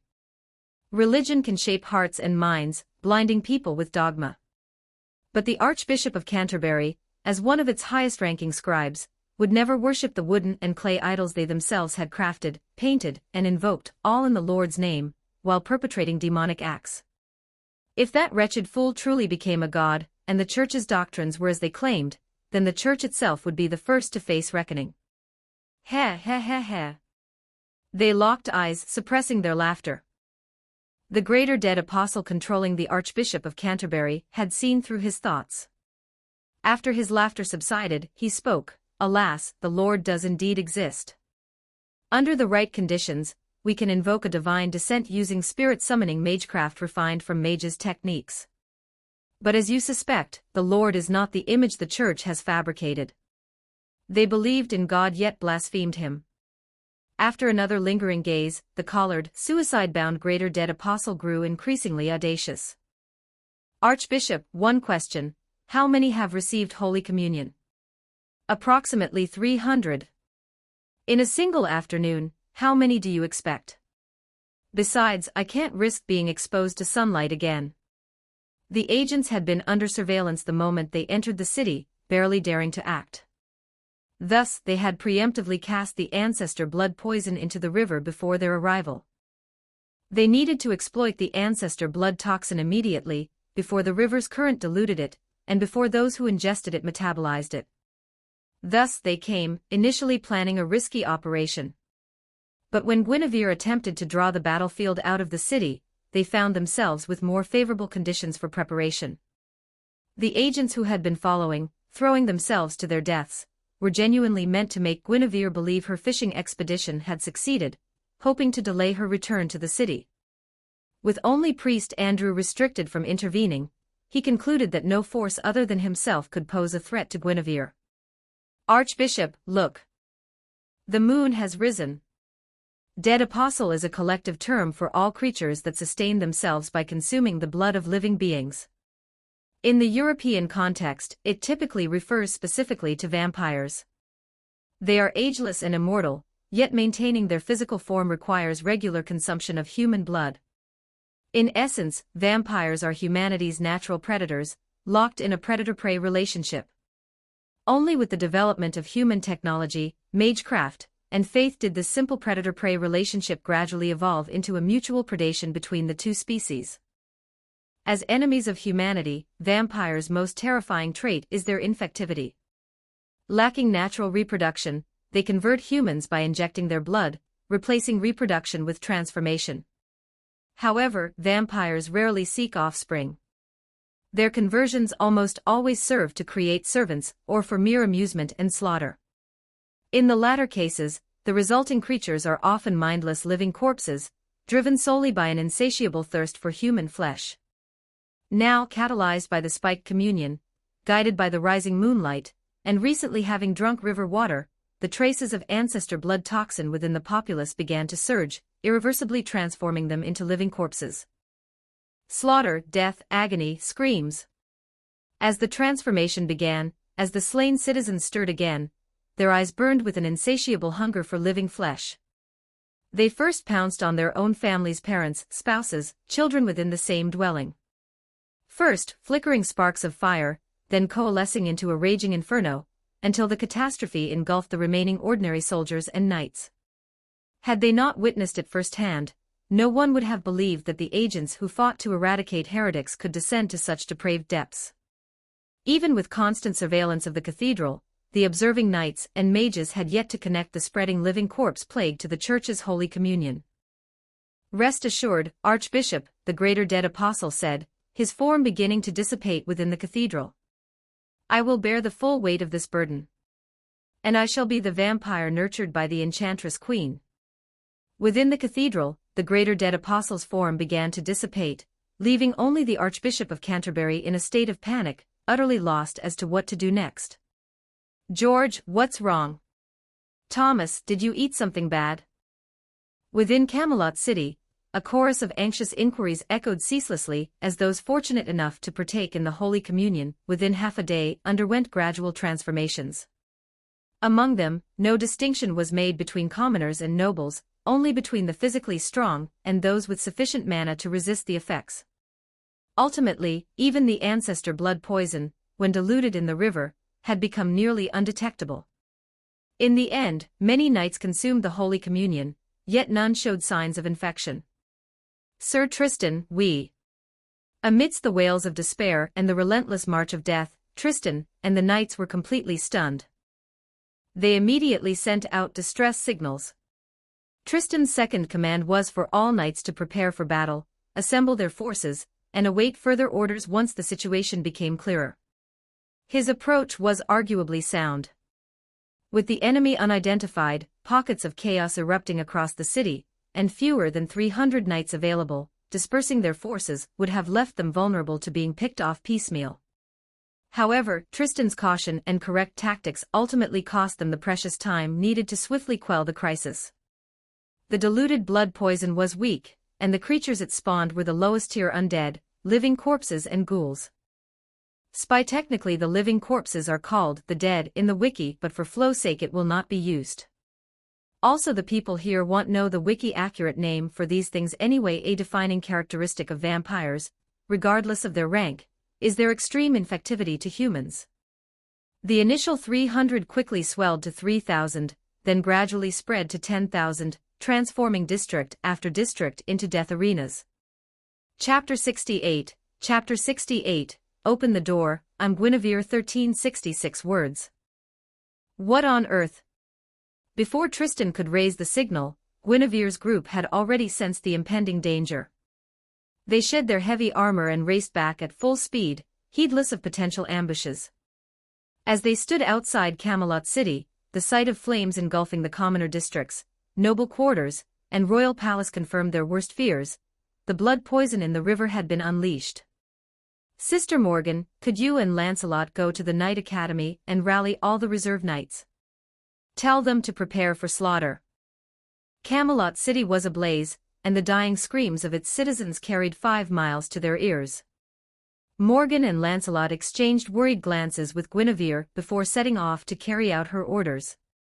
Morgan's status and reputation would command the students' respect, while Lancelot's abilities assured Guinevere that the task would be handled effectively. As for her and the 30 knights under her command, one advantage of possessing memories from a past life is the explosion of information in later eras. Through constant exposure, I've absorbed bits and pieces of countless schemes and strategies, Guinevere mused inwardly as she gazed at Camelot City. The scene before her reminded her of Stratholme from World of Warcraft, and Arthas, the man mockingly dubbed the Second Idiot. In the game, grain infected with the undead plague was smuggled into Stratholme. By the time Arthas arrived with his army, the city's populace had already begun transforming into undead. Choosing to slaughter the citizens would brand him a mass murderer, a stain he could never erase. Yet inaction meant allowing the entire city to turn into undead, leaving no one alive to save. Faced with this trolley problem, Arthas unflinchingly chose the former, accepting eternal infamy. Now, faced with a similar dilemma, Guinevere realized her only viable option was also the former. She couldn't simply stand by and watch Camelot City, the very city entrusted to her by the King of Knights herself, fall into ruin. However, Guinevere's situation was far more favorable. The ancestor blood toxin in the river wasn't as terrifying as the undead plague. According to Morgan's research, it required a catalyst to detonate. Therefore, Guinevere only needed to eliminate the already transformed citizens, and the innocent who couldn't understand orders. As for the true culprits, their deaths were certain. Moreover, her moral compass was far lower than Arthas's, the paladin. When she decided on the massacre, she had already planned how to shift the blame. I'll take responsibility for ordering the slaughter, but everyone must understand who forced me to make such a decision. Unlike the knights who refused to believe the church capable of such an act, Guinevere had already concluded that the church was behind it. Or rather, even if the church wasn't truly responsible, she would make sure they were framed as the culprits. What's your condition? Your Highness, after purging the filth and replenishing our rations, we've recovered about 70% of our strength. 70%? That's enough. Confidence was etched across Guinevere's face. Even if she felt uneasy, she had to reassure her subordinates. Let's go. Follow me. Without questioning their destination, the 30 knights responded in perfect unison, spurring their war horses into a coordinated gallop. As they approached the city gates, they saw them already sealed shut. The knights guarding the gate paced anxiously along the ramparts. Open the gate. We've returned. Send word to Tristan, tell him to organize the knights to clear the city district by district, and have the common soldiers garrison the secured areas. Tell him all surviving civilians must remain where they are. Any who wander will be killed. Your Majesty, we can't open the gate. The citizens have blocked it completely. Some among them may already be infected by the living corpses. We can't let them out. Open the gate. The living corpses can't survive past sunrise. They can't withstand the sun. Outside Camelot City stretched a flat plain, offering no shelter. If these people truly became living corpses, their retained intelligence would prevent them from straying far. Fueled by Guinevere's unwavering resolve, the Camelot gate creaked open. At the narrowest gap, someone was crushed into a bloody pulp. As the gate widened enough for people to pass, others were trampled to the ground. 100 meters from the gate, Guinevere and her 30 knights watched the carnage unfold. Only their restless steeds stirred uneasily. Your Highness, we likely won't be able to wait for all the civilians to evacuate. The crowd is so dense that even a full-force charge might not break through. Guinevere's knights were veterans who had served her for years. Though their individual combat skills couldn't match those of the Round Table Knights, they possessed considerable experience and insight. Influenced by Guinevere, their moral standards were lower than those of typical knights. So neither waiting nor charging seemed viable. What could they do now? As they surged with the crowd, the tail end of the procession remained out of sight behind the city gates. Guinevere instinctively placed her hand on her replica holy sword. Unleashing a single strike would clear the gateway, but it would also sever her bond with the King of Knights. Should I be grateful that I value the King of Knights far more than ordinary civilians? If I place the King of Knights on the lesser side of the scale, I could, without hesitation, sacrifice the many to save the few. She would bear the blame for ordering the slaughter, but Guinevere would never act in a way that she couldn't explain to the King of Knights. She could only try reasoning with the crowd, shout to them. If they want their families and friends to live, if they trust me, Guinevere, then stop the chaos, clear the path, and allow us to enter the city to save more lives. To shatter the hell within these walls. At Guinevere's command, her 30 knights began channeling their mana and shouting in unison.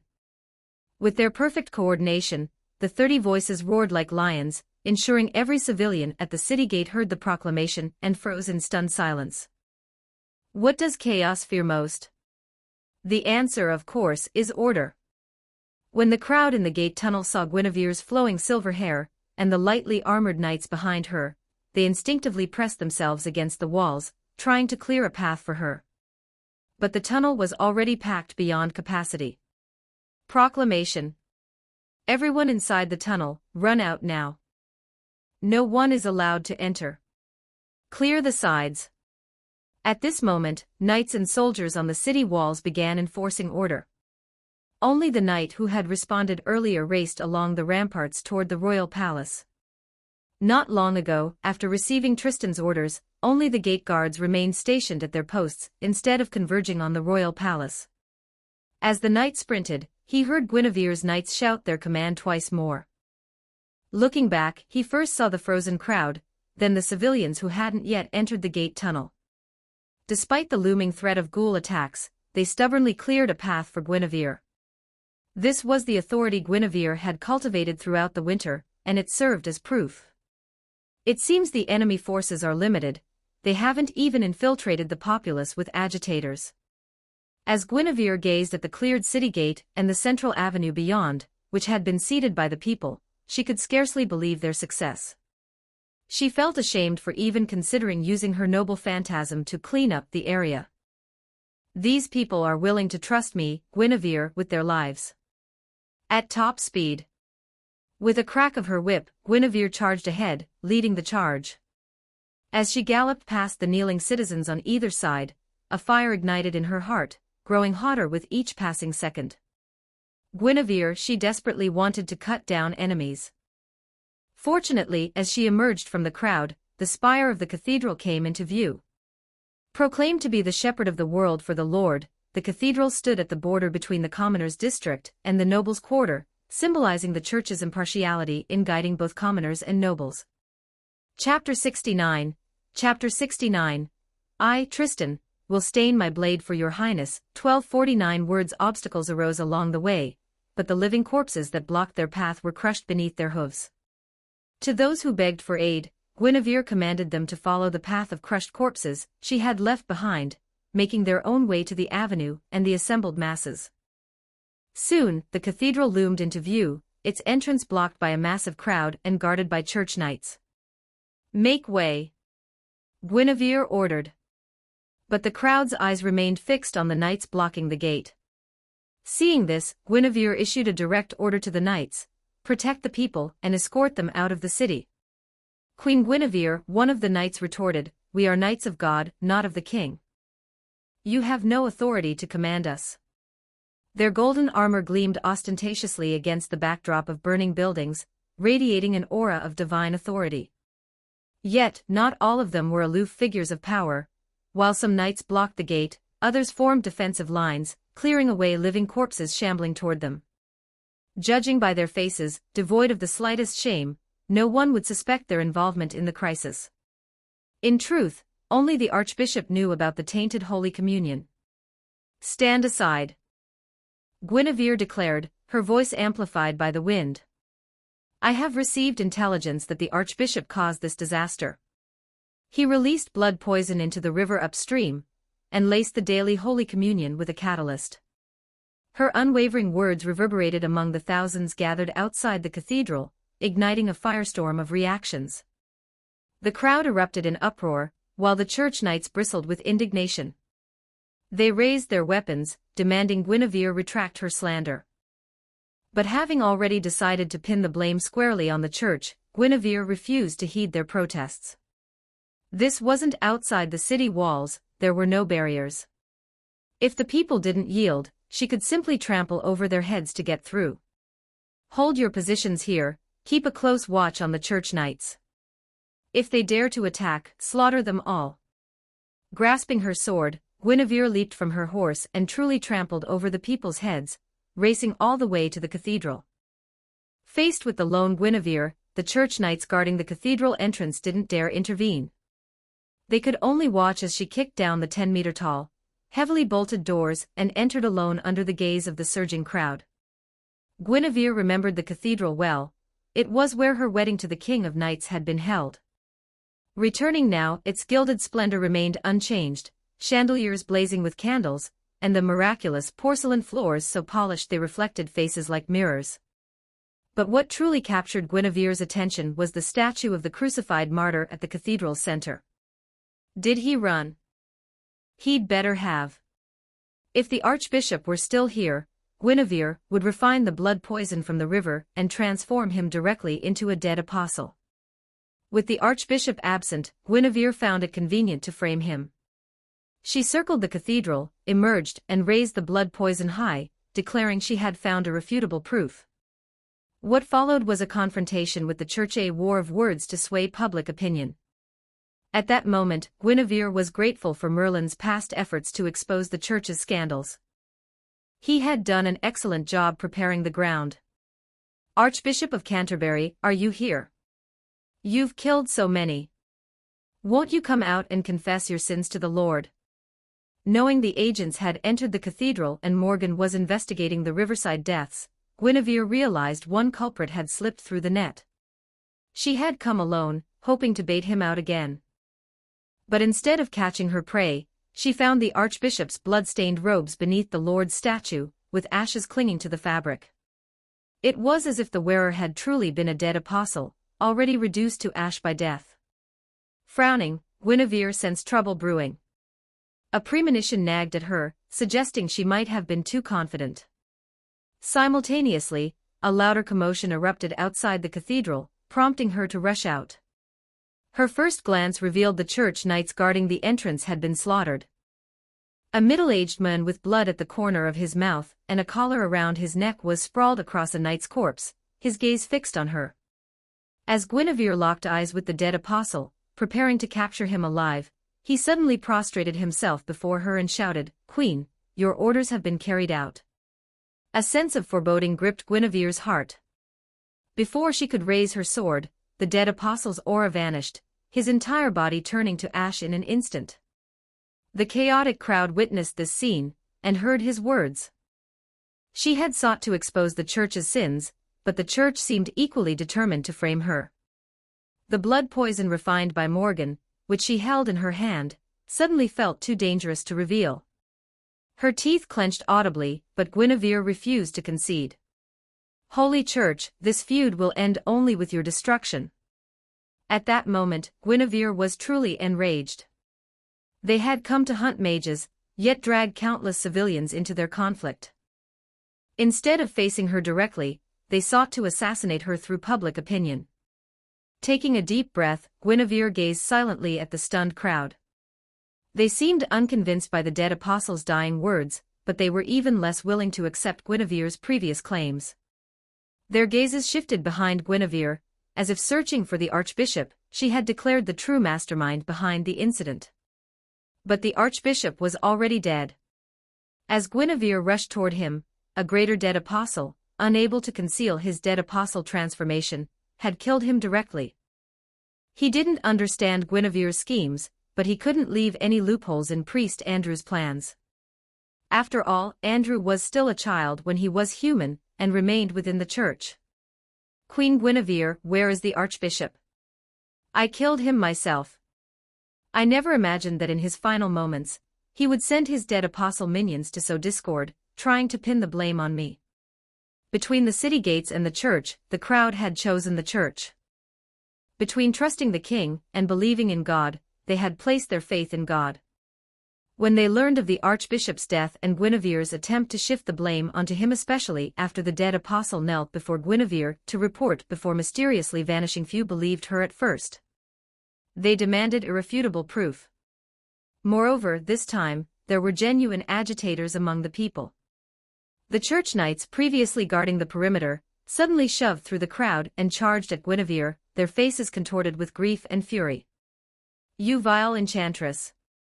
How long will you continue twisting truth and slandering God's servants?" Knights shouted, stirring up the already agitated crowd.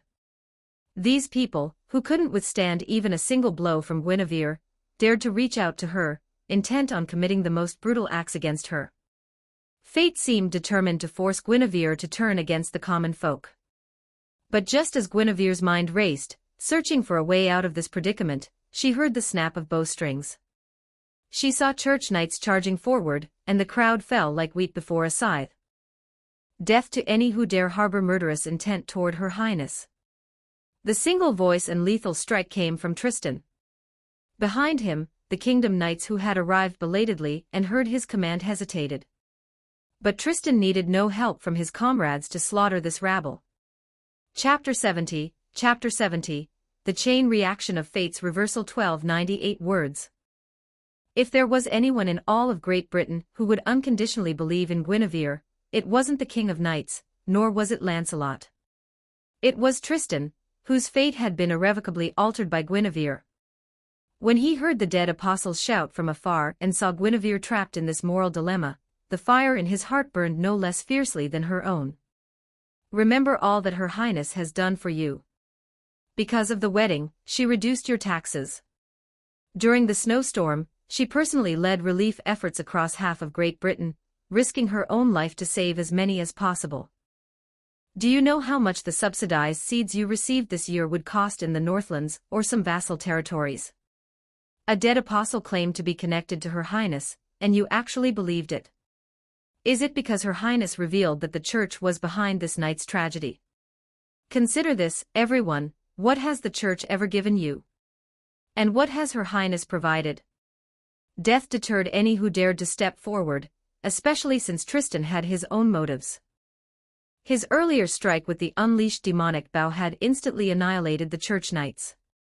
If Guinevere said the church was responsible, then the church was responsible. Since these church knights and the mob had attacked Guinevere, they deserved to die. Only he and the knights under Guinevere's command still called her Your Highness, cared solely for her well-being, and pledged unwavering loyalty to her. Meanwhile, at the cathedral entrance, Guinevere bit her lower lip fiercely. She cared deeply for the King of Knights, and slaughtering the populace herself would tarnish her righteousness. Yet she couldn't bring herself to flee. Just as she was about to draw her sword, Tristan arrived, taking the blame for the slaughter upon himself. His words plunged the surviving populace into deep thought. The church gave us our faith. And then what? Death resonated with the strumming of his strings, beheading those who couldn't discern Tristan's fury. As blood splattered, the remaining dissenters immediately fell silent. In an instant the path cleared. Tristan ordered the berserker knight order to charge ahead, clearing the way to Guinevere. As he led his squadron to her side, he dismounted before Guinevere, kneeling on one knee. His crimson hair was stained with blood, his fairy-like beauty striking even in this grim moment. Your Highness, he said, I, Tristan, have betrayed your trust. While you were hunting river ogres outside the city, I failed to detect the church's movements, leading to tonight's tragedy. Your Highness, I alone bear the full responsibility for this night's disaster. Tristan continued to shoulder the blame. If Guinevere had been dim-witted, she could have seized this opportunity to shirk her own responsibility. But she was no fool. How could she possibly cast the blame onto the one who had taken the people's hatred upon himself for her sake? Sir Tristan, what do you mean by full responsibility? Your fault is no different from mine. Both of us failed to exercise proper vigilance. The true culprit of tonight's carnage is undoubtedly the church. Taking a deep breath, Guinevere's mind raced as she pieced together the day's events. This morning, when Leal led her troops into battle, the archbishop was still blessing them under the sunlight during the oath-taking ceremony. But just now, when I entered the cathedral, I found dead Apostle Ash clinging to his blood-stained robes. Did his transformation occur this afternoon, after the agents entered the city? Guinevere pondered, her gaze sweeping over the crowd's varied expressions: confusion, hatred, resentment, yet most still refused to believe the church was to blame. Take your men into the cathedral now. Go beneath the statue of God and collect all of the archbishop's remains. With a snap of her fingers, Guinevere summoned a bird to perch on her shoulder, the Bartholomew family head's familiar, which had been shadowing her and maintaining communication. Ask the mage who was monitoring the cathedral after we left the city how many people entered and whether they consumed anything. Your Majesty, I have already inquired on your behalf. After we left the city, the Archbishop, under the guise of sharing Holy Communion, invited Camelot's most devout believers to an additional service. My son has completed a thorough search of the cathedral's kitchens, the remaining Holy Communion, the Archbishop's residence, the basements, and other locations. The catalyst you requested has been found by my son. Your Majesty, if you wish, you may send someone to follow my familiar. It will guide your envoy to the residences of the most devout believers. Among them, some survivors, either humans or ghouls, should remain and provide corroborating evidence for your accusations. The Archbishop's transformation occurred in the afternoon. Since then, he should have been unable to leave the cathedral or venture into sunlight. Given the Church Knight's genuine grief and apparent ignorance, the Archbishop must still be within the cathedral, personally bestowing upon those who drank the river water. The catalyst. Lady Morgan mentioned the catalyst essential to triggering the blood poison in the river. Just as Guinevere was fretting over the lack of personnel to send, an even more violent earth tremor shook the city, originating from the direction of the city gates. The Knight Academy, excluding the graduates who had departed with the King of Knights, still housed over 2,000 students of various grades, along with the ordinary soldiers who had followed Guinevere during the snow disaster. After the snow disaster, Guinevere had promised them castles in the air, reserve student status, permission to stay and train at the academy, and priority admission to the following year's exams. Now, under Morgan and Lancelot's leadership, these nearly 4,000 individuals were organized into units based on their grade and class, equipped with the Knight Academy's ample supply of armor and weapons, and marched into Camelot City as an infantry legion. Living corpses and ghouls were the primary monsters ravaging Camelot City. While stronger than ordinary humans, they were far weaker than formal knights. However, their superiority over ordinary humans only applied to those who were unarmed. Against these fully armed, knight-trained, and legion-trained ordinary soldiers, they stood no chance. With courage and proper execution of their training, not a single living corpse or ghoul could harm them. Thanks to Lancelot's organizational skills, he had already begun systematically clearing each district, without needing further orders from Guinevere. Your Highness, we have secured all suspicious items within the cathedral and confined all nuns and monks within its walls. What are your orders? Tristan, you will personally guard this location. Lead the rest of our comrades to follow the movements of the bird on my shoulder and bring all communion living corpses and survivors to the royal palace. Yes, Your Highness. What about you, Your Highness? I'm going to join Lady Morgan and Lancelot to quell the chaos in the city as quickly as possible. Tristan, you were previously in command of the Kingdom Knights. Select a squad to stay and assist you, the rest will revert to my command. Yes, Your Highness.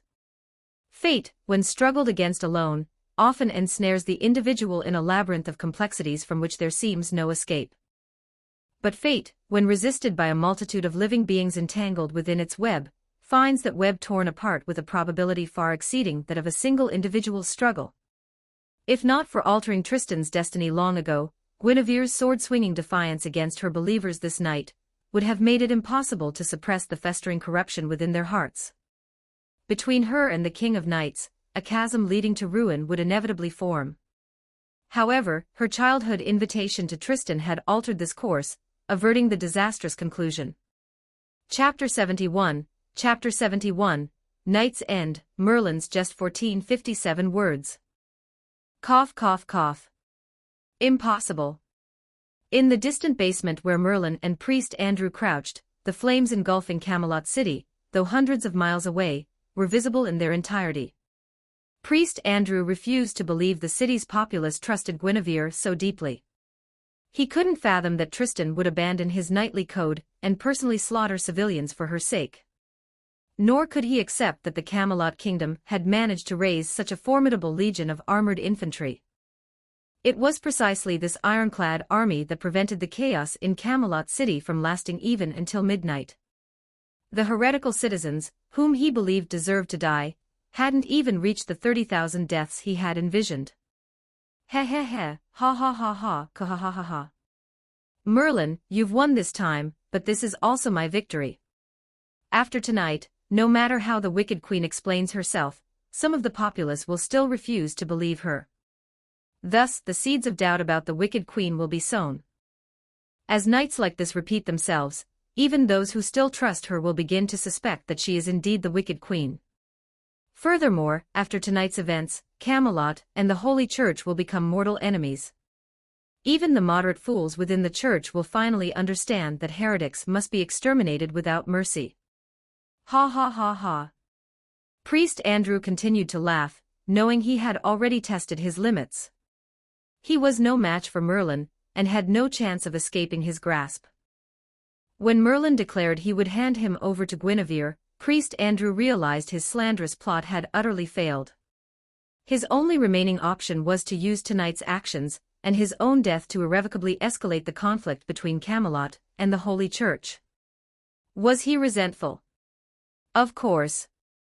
But having been defeated by Merlin, he still felt a sense of honor in his defeat.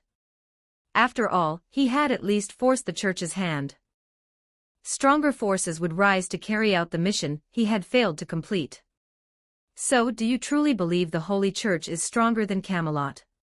Since you know me, you must have heard of my prophecy regarding the King of Knights, haven't you? The Church crusades against heretics, and Merlin, a half-incubus hybrid and top-tier grand mage, naturally appears on their list of heretics. By prophesying about Merlin, the Church would have inevitably uncovered the truth about him. Priest Andrew knew two prophecies. The first concerned the sword in the stone, and the King of Knights who fulfilled this prophecy was indeed on the verge of uniting all of Great Britain under his rule.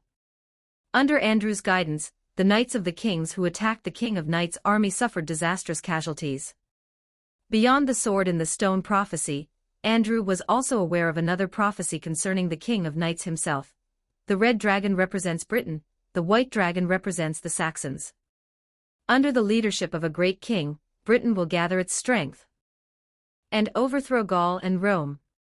Recalling this, the faceless priest Andrew momentarily revealed his aged features for the first time. He was indeed an old man, already half-buried in his coffin. Even if this campaign in Great Britain succeeded, his secular church status would require him to retire upon returning to the Holy See in Rome. His title within the Holy Church would then pass to the next generation. Merlin, are you suggesting that the King of Knights mobilized his forces and chose to strike against Gaul and Rome because of my actions tonight? Humph, absurd. Oh, absurd, is it? But you know I only ever play the role assigned to me within the prophecy, don't you? This was mere mockery. Merlin had long ceased peering into the future. He simply found Priest Andrew's boisterous laughter irritating. He knew all too well that his nascent human emotions were growing stronger, as if his half-human bloodline were finally asserting itself. And indeed, these few words alone had plunged Priest Andrew into a daze, igniting fierce resentment at the realization that everything he had done was part of someone else's scheme. He wanted to retaliate, but all his holy relics had been stripped away, and his mana was sealed within him, leaving him as helpless as a novice just entering the world of the arcane. Even that was beyond him. Meanwhile, back in Camelot City, order was being restored through the combined efforts of Guinevere, Morgan, Lancelot, and countless knights, academy students, and even ordinary citizens who took up arms in self-defense. By the early hours of the morning, only occasional incidents of wounded survivors turning into zombies occurred within, and around Camelot City, and these were swiftly dealt with by vigilant soldiers. The cries and wails never ceased. "Lady Morgan, can't we save those who haven't transformed yet? I'm already working on it." Even diluted, the ancestor blood poison remains potent. Once activated, it becomes exceptionally stubborn. After temporarily stabilizing the situation, Morgan and the mages retreated to the royal palace to concentrate their efforts on researching the blood poison, desperately trying to develop a life-saving antidote in the shortest possible time. But as Morgan had warned, the ancestor blood poison was no easy foe to vanquish. Stepping out of the laboratory where over 30 mages were working tirelessly, Guinevere leaped to the highest tower of the royal palace, and gazed out at the refugee camps sprawling beyond Camelot City's walls. Lancelot, along with the academy students and knights, were working themselves ragged. "They trust me, yet I can't even save the wounded among them," Guinevere murmured, her voice tight with anguish. She vowed to never forget the Holy Church, to never forget the number of lives lost today, and swore in her heart that they would pay for their blood debt in full. Soon after, the knights who had ventured out to capture the living corpse victims and survivors returned. Leaving aside the living corpses, they had actually managed to find 2 survivors. All of them were nobles possessing mana within their bodies. After their first sip of river water tainted with the ancestor blood poison, they had suffered severe stomach cramps. They had partaken in the Holy Communion that afternoon and returned to their duties, but even when the moon hung high in the sky, they showed no abnormal reactions. Now they were immediately laid down on Morgan and the mages' experimental tables. After a brief period, Morgan and the mages' preliminary research results revealed that the blood poison reacted with the mana within the human body, causing varying degrees of abdominal distress in those who ingested it. The Holy Communion itself was harmless. However, this preliminary understanding was still 1,000 miles away from developing a reversal potion. "Wait, so you're saying?" Instead of leaping from the highest tower, Guinevere learned of these research findings through the Bartholomew family head's familiar. In that instant, Guinevere's mind felt as if struck by a hammer. She leaped from the tower with lightning speed and rushed toward the nearest triage area for the wounded. Moments later, she located a conspicuously injured patient one the soldiers had already marked for observation and began channeling mana into him. Having practiced channeling mana into gemstones, Guinevere quickly grasped the technique of infusing mana into the human body. As for why these visibly wounded civilians were still alive, and why treatment was delayed until after their transformation, that, of course, was Guinevere's order. Why had Guinevere issued such an order?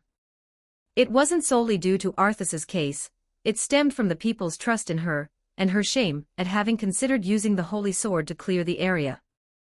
She wanted to give her trusting subjects as many chances as possible, hoping they would survive until Morgan developed an antidote.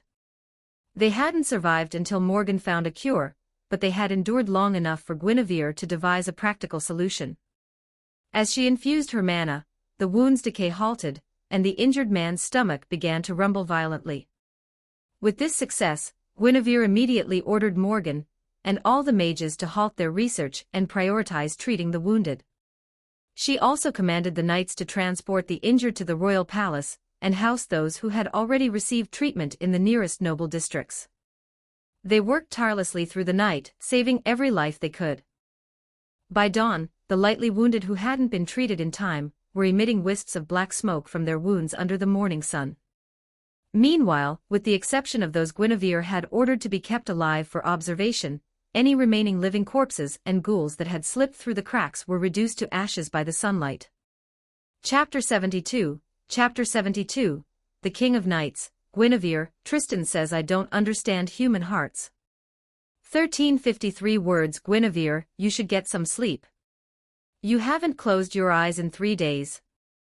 If you keep pushing yourself like this, they'll start worrying you might miscarry.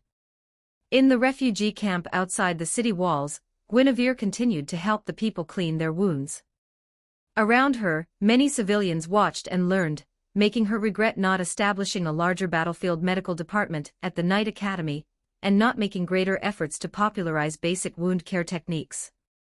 Now, she could only encourage interested civilians to learn as much as possible, hoping they could provide even a little assistance. Your Majesty, please heed Lady Morgan's advice, and return to the royal palace to rest. Yes, Your Majesty. We can handle these minor injuries ourselves. There's no need for you to exert yourself. The crowd buzzed with chatter as countless injured citizens lay in the makeshift hospital. Since the night of the disaster, Guinevere was no longer needed on the front lines of recovery efforts. Yet she remained unwilling to betray the people's trust and determined to do everything she could for them. Thanks to her tireless efforts, few now believed she had any connection to the dead apostle from the cathedral. Meanwhile, fanned by a few agitators, more and more citizens began discussing the confirmed crimes of the church in various regions. One man claimed his knight relative had leaked information. They said that before that fateful night, the queen had already conceived the purification plan. The disaster, they argued, was born from the church's own vermin, those who refused to be purged. Was the queen guilty? Of course she was. She admitted to the sin of oversight, to prioritizing the church's influence over timely action, and for failing to purge the vermin within its ranks. In the throne room, Guinevere returned with Morgan. In the end, Morgan had still failed to develop a reversal potion for the blood poison, making it her long-term research project. Sister, you know I'll be fine. I do, but the common knights don't. Ever since news of your pregnancy spread, you've been fighting tirelessly for the people for the past 3 days. You've surely won over all the hearts you aimed to. Or are you truly planning a public miscarriage to completely seize their hearts? Sister, I wouldn't go that far. Besides, my actions these past 3 days weren't purely for winning hearts. It had been 3 days since that night. The consequence of this sleepless, tireless effort was Guinevere's skin, now dull and dusty. Even her usually smooth, silver-gray hair had become dry and split. Yet she wasn't alone in her sleeplessness, many others, including Morgan, had endured the same ordeal. Her elaborate silk gown restricted her movement, so she changed into a simple mage's robe, concealing her mature figure and the dark circles beneath her eyes. Forget it, it's fine, let's not talk about that anymore. I'm back with you now, aren't I? Sister Morgan, would you like to rest together? No, I'll pass. By now, my foolish sister should have finished dealing with the vassal king's final madness. I don't want to be here when she returns and finds us sleeping together. Pfft, Leah wouldn't think we were doing anything. Guinevere, are you losing your mind from lack of sleep? Where did you get such boldness? Because I truly wouldn't do anything to you. Besides, I just really want something to hold while I sleep right now. Wait for my foolish sister to return, then go hold her. Do you really think she'd be able to sleep? Hey, don't look so tempted. I'm not joking about that. Seeing signs that Morgan was being persuaded, Guinevere quickly changed the subject. She feared that if she continued, Lady Morgan, distracted by her busy day, might suddenly remember her true purpose to torment the King of Knights.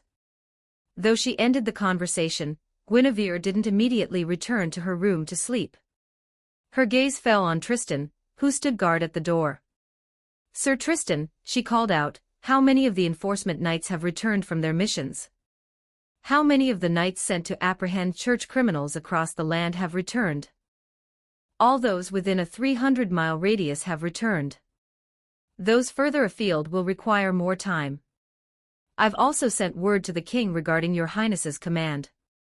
She will bring back all criminals from the newly conquered vassal territories. The king also declared that she will not spare the vassal kings' reputations this time. She intends to have them publicly denounce the church during the public trial you'll convene. The secular church and the holy church aren't entirely the same entity. In fact, the secular church could be considered victims forcibly dragged into the Camelot incident. But Guinevere had no intention of making such distinctions. Without the secular church, there would be no holy church, the former is the foundation upon which the latter rests. Therefore, the secular church is far from innocent. Moreover, the crimes of some local churches are too numerous to list. If Guinevere didn't seize this opportunity for a purification plan, she'd wake up seething even in her sleep. Tristan, you've worked tirelessly these past few days. As for the cathedral, the entire Berserker Knight Order is guarding it. Absolute security is assured. Upon hearing that they would be returning, Guinevere briefly considered raising an objection, but she immediately abandoned the idea. The cathedral would serve as the execution grounds, and the living corpses who had received Holy Communion must be secured without fail. In that case, I'll go rest for now. When Leah returns, please wake me. After reflecting on her actions, plugging any gaps, and ensuring she had done everything possible to account for the King of Knights' return, Guinevere finally sighed in relief, and headed back to her shared bedroom with the King of Knights. In just over 3 short days, her heart had grown weary, and she began to doubt whether she had been too lenient. In the Type Moon world, whether it was the formal mages or the fanatical zealots of the Holy Church, their capacity for humanity was as meager as dust. Stripping off her clothes without bothering to heat water for a bath, Guinevere collapsed naked onto the bed, desperately inhaling the lingering scent of the King of Knights. Tristan had said he had betrayed Guinevere's trust, leading to tragedy through his negligence when she left the city. But Guinevere blamed herself just as harshly, believing that the fault lay in her overestimating the Holy Church's bottom line that night. Leah, when you get back, hang me up and beat me. I won't resist. Burying her face in the pillow, Guinevere continued to breathe deeply. She had no desire to be beaten, yet at this moment, she longed to be scolded by her Leah, hoping it would release the remorse that gnawed at her heart. Just then, she heard the almost imperceptible click of the door opening, deliberately softened footsteps, and the familiar, comforting scent of Artoria. Guinevere's body stiffened. She knew Artoria must have overheard her earlier actions and those foolish, lovelorn words. As she fought the urge to turn around, she felt Artoria's slender frame slip under the covers and wrap her in a tight embrace. When we arrived, I wanted to start working immediately, but Sir Tristan publicly rebuked me. He said the King of Knights doesn't understand the human heart, and if I were truly human, I would have come to you first, to hold you in my arms. Do you know? Everyone agreed with Sir Tristan. I was practically driven back to the royal palace by the people. Guinevere, let's get some sleep first. We can talk about everything when we wake up. Guinevere listened silently, her heart clenching when Tristan criticized the King of Knights' lack of understanding of the human heart. But she soon relaxed, a soft chuckle escaping her lips. She nestled deeper into the King of Knights' embrace, murmuring into her chest, "Hum." The quiet bedroom soon echoed only with the even breathing of the king and queen. Chapter 73, The King of Knights, Guinevere take a bath first. 1386 words. Guinevere woke up the next day. The moment she opened her eyes, she was surprised to find the King of Knights still holding her. "Leah, you're so beautiful," Guinevere murmured. Warm sunlight streamed through the curtains, a single ray falling perfectly across the king's hair, making it gleam brilliantly. Shifting from being held to holding, Guinevere adjusted their positions. She reached one hand into the sunlight, gently grasping a strand of the king's golden hair as if it were pure gold. Warm, silky, just as she remembered. As Guinevere continued to gaze foolishly at the king, her cheeks flushed crimson, and she pressed her other hand tightly against her face. "Leah has put aside matters of state for me. Does that mean I'm more important to her than the kingdom itself?" Guinevere wondered to herself, though she knew deep down this was impossible, a lie she was telling herself. But even if I know it's impossible, what's wrong with dreaming? Her expression twisted into something almost Yandra-like, but her movements gradually woke the king. Guinevere quickly replaced the twisted look with a gentle smile. "I heard it. I saw it too." The King of Knights' voice struck like a thunderbolt in a clear sky, causing Guinevere to shrink into herself momentarily. 3 seconds passed, and the King of Knights remained solemn, lost in thought. Her head throbbing with heat, Guinevere decided to throw caution to the wind. Meeting the King of Knights' gaze with her usual candor, she declared earnestly, "Leah, it's just because I love you so much." Her eyebrows arched slightly, a gentle smile curving her lips. The King of Knights' eyes flickered away, her heart racing. Guinevere's affection felt overwhelmingly heavy, leaving her meticulously prepared response inadequate, and her earlier hesitation embarrassingly obvious. Taking a deep breath, the King of Knights cupped Guinevere's face in her hands. She thought of Guinevere's tireless efforts over the past few days, and the tales of her anguish that night, trapped outside the cathedral. In that instant, the King of Knights, not one to misunderstand human emotions, felt a surge of compassion. Finally, she spoke the words she had carefully rehearsed. "Guinevere, though I cannot promise you that you will always be more important than affairs of state, on days like today, when everyone is forcing me to return to your side, I can devote my entire attention to you. I'm sorry. You love me so deeply, yet I cannot reciprocate in equal measure." As she spoke, the King of Knights' face flushed crimson, and the courage she had mustered before speaking gradually slipped into the void. Having finished her words, the King of Knights lowered her hands from her face, and dared not meet Guinevere's gaze again. Little did she know, even just one day of "you are more important than matters of state," would have been an unimaginable joy for Guinevere, who had long since resigned herself to the king's priorities. Guinevere understood better than anyone the profound importance the nation held in the heart of this King of Knights, who would willingly sacrifice her own life for her people. Moreover, Guinevere believed that if she were to ascend the throne, she would never grant the King of Knights even a single day of "you are more important." As a ruler, she would bear the weight of countless lives and the future of the realm, leaving no room for personal sentiment. "Lia," Guinevere said, her smile widening, "if I were you, I would have said only for today, not only for the day everyone forced me to return." Her gaze bored into the King of Knights' eyes, as if trying to penetrate her very soul. Simultaneously, Guinevere's one hand still cradled a sunlit strand of the King of Knights' hair, while her other hand had already settled on her slender waist. The divine power of the sword in the stone had not only halted the King of Knights' aging, but had also preserved her skin from the ravages of countless battlefields, leaving it eternally smooth and flawless. The delicate, familiar sensation filled Guinevere's heart with joy, making her long to devour Artoria all over again. "Let's get up and bathe first. We're not entirely clean yet." Guinevere didn't dwell on the word at first. She sniffed her hair and naturally detected the faint scent of sweat, lighter than she'd expected. Her smile froze. Her cheeks, still flushed from their earlier intimacy, deepened to crimson as she jolted out of bed like she'd been electrocuted. Dazed, Guinevere hastily threw on some clothes and poked her head out the door, asking the waiting maid for a bathing tub. Moments later, her request was swiftly fulfilled. She carried the tub inside herself. For a knight at the pinnacle of Camelot's hierarchy, lifting a half-full wooden tub just 2 meters in diameter was as effortless as grabbing a chicken. Once the door was sealed shut again, the soundproofing magecraft reactivated, and the King of Knights returned from the window, carefully masking the worry etched between her brows. "Lia, I'm also concerned about the situation in Camelot City. After we bathe, let's go take a look around together. If we walk side by side, Tristan and the others can't accuse you of being out of touch with the people's feelings anymore." "No, I just promised I'd only look at you today." The King of Knights rubbed her face, offering an apologetic smile. She walked over to the wooden tub, tested the water temperature with her hand, and stepped in first.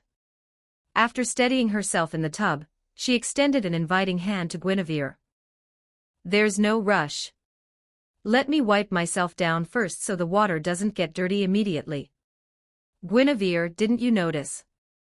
I already wiped you down once while you were sleeping like the dead. I even changed the sheets and blankets. Otherwise, I wouldn't have been able to sleep soundly."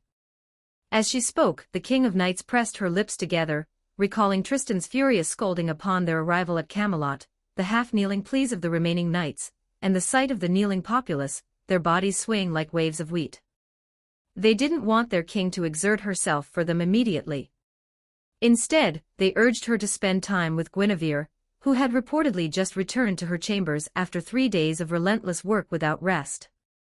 The common people were simple. They remembered those who treated them well, unless their minds were already blinded by prejudice before the kind person appeared. Lost in thought, the King of Knights spoke from the depths of her heart. The sweat on your body is proof of your hard work. How could I ever disdain it? In this world, the most profound declarations of love were often simply the honest truth, especially from the King of Knights, who never bothered with flowery words or contrived flattery.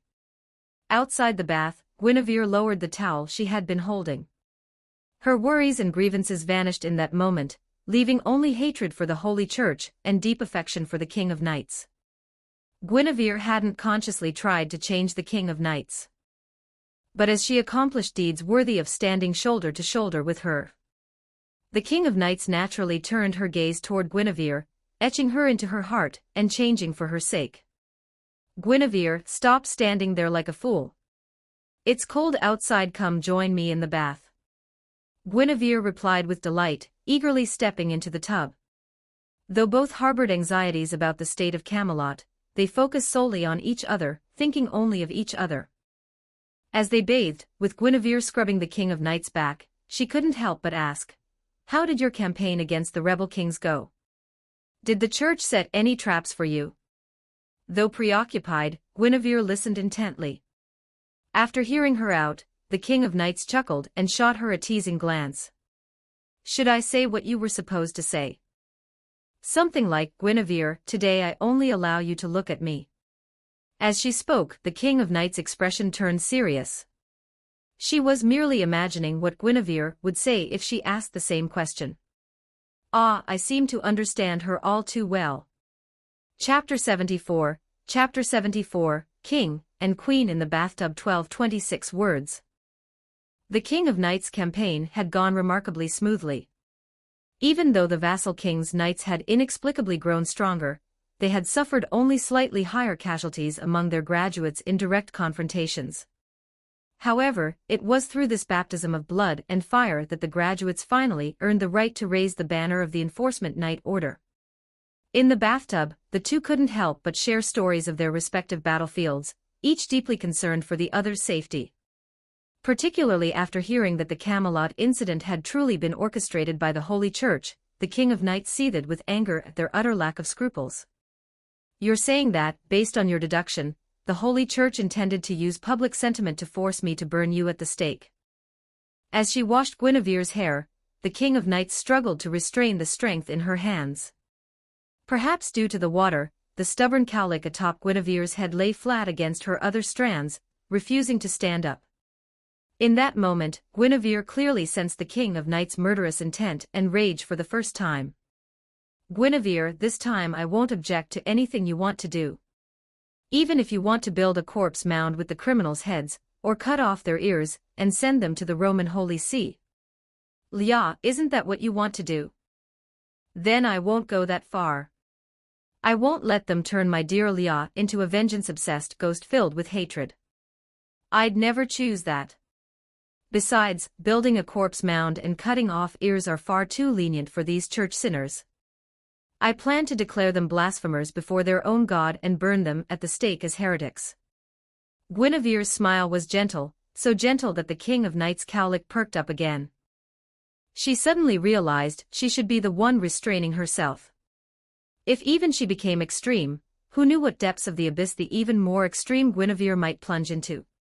Yet this time, the King of Knights agreed with Guinevere's plan. She too believed the church sinners deserved the crimes of blasphemy and death by heresy. The King of Knights had been crowned under God's gaze, holding deep respect and reverence for both the divine and the teachings of the Holy See. Her fury stemmed in part from genuine disgust at the Church's hypocrisy in violating its own proclaimed principles. Moreover, this time, it's not just me. Most of the Round Table Knights will support you in implementing the purification plan, bringing all the churches in Great Britain under the dynasty's supervision and management. With her ahogue perked up, the King of Knights' demeanor softened considerably as she began to seriously contemplate the future of the kingdom. Lost in thought, her hand unconsciously tightened as she brushed Guinevere's hair, accidentally pulling a little too hard. Guinevere turned, deliberately puffing out her cheeks and glaring at her. "You promised you'd only look at me today." The King of Knights' ahogue drooped, her hands flustered. Faced with Guinevere's feigned tears, her heart pounded wildly, and genuine remorse surged through her. I'm sorry, Guinevere. You can punish me however you like. Joking with someone so earnest is a risky gambit that can easily backfire. Take Guinevere, for instance. She parried the King of Knights' apology with a counterattack of her own. What should she do now? The answer came without a word. First, thoroughly tease this earnest fool. Water splashed everywhere, filling the room with a sensual atmosphere, punctuated by sounds both appropriate and inappropriate. As the water began to cool, Guinevere retrieved a fire attribute gemstone from her vanity table. Using it with careful precision, she reheated the bath water. Taking advantage of the warm water, they resumed their playful battle, only for Guinevere to initially gain the upper hand, before ultimately losing to the King of Knights' Red Dragon bloodline and the scabbard's assistance. Next time, give me the scabbard. Guinevere pouted playfully, eliciting a serious response from the King of Knights. You can have it right now. Our swords are identical anyway, you can use it immediately. This time, Guinevere suffered an even more severe counterattack, especially when she recalled the consequences of the King of Knights losing the scabbard in her past life. She also remembered the words she should have spoken when she stopped the King of Knights from giving the scabbard to Morgan. Leah, promise me you'll never entrust your scabbard to anyone else for safekeeping. Guinevere, did you see something?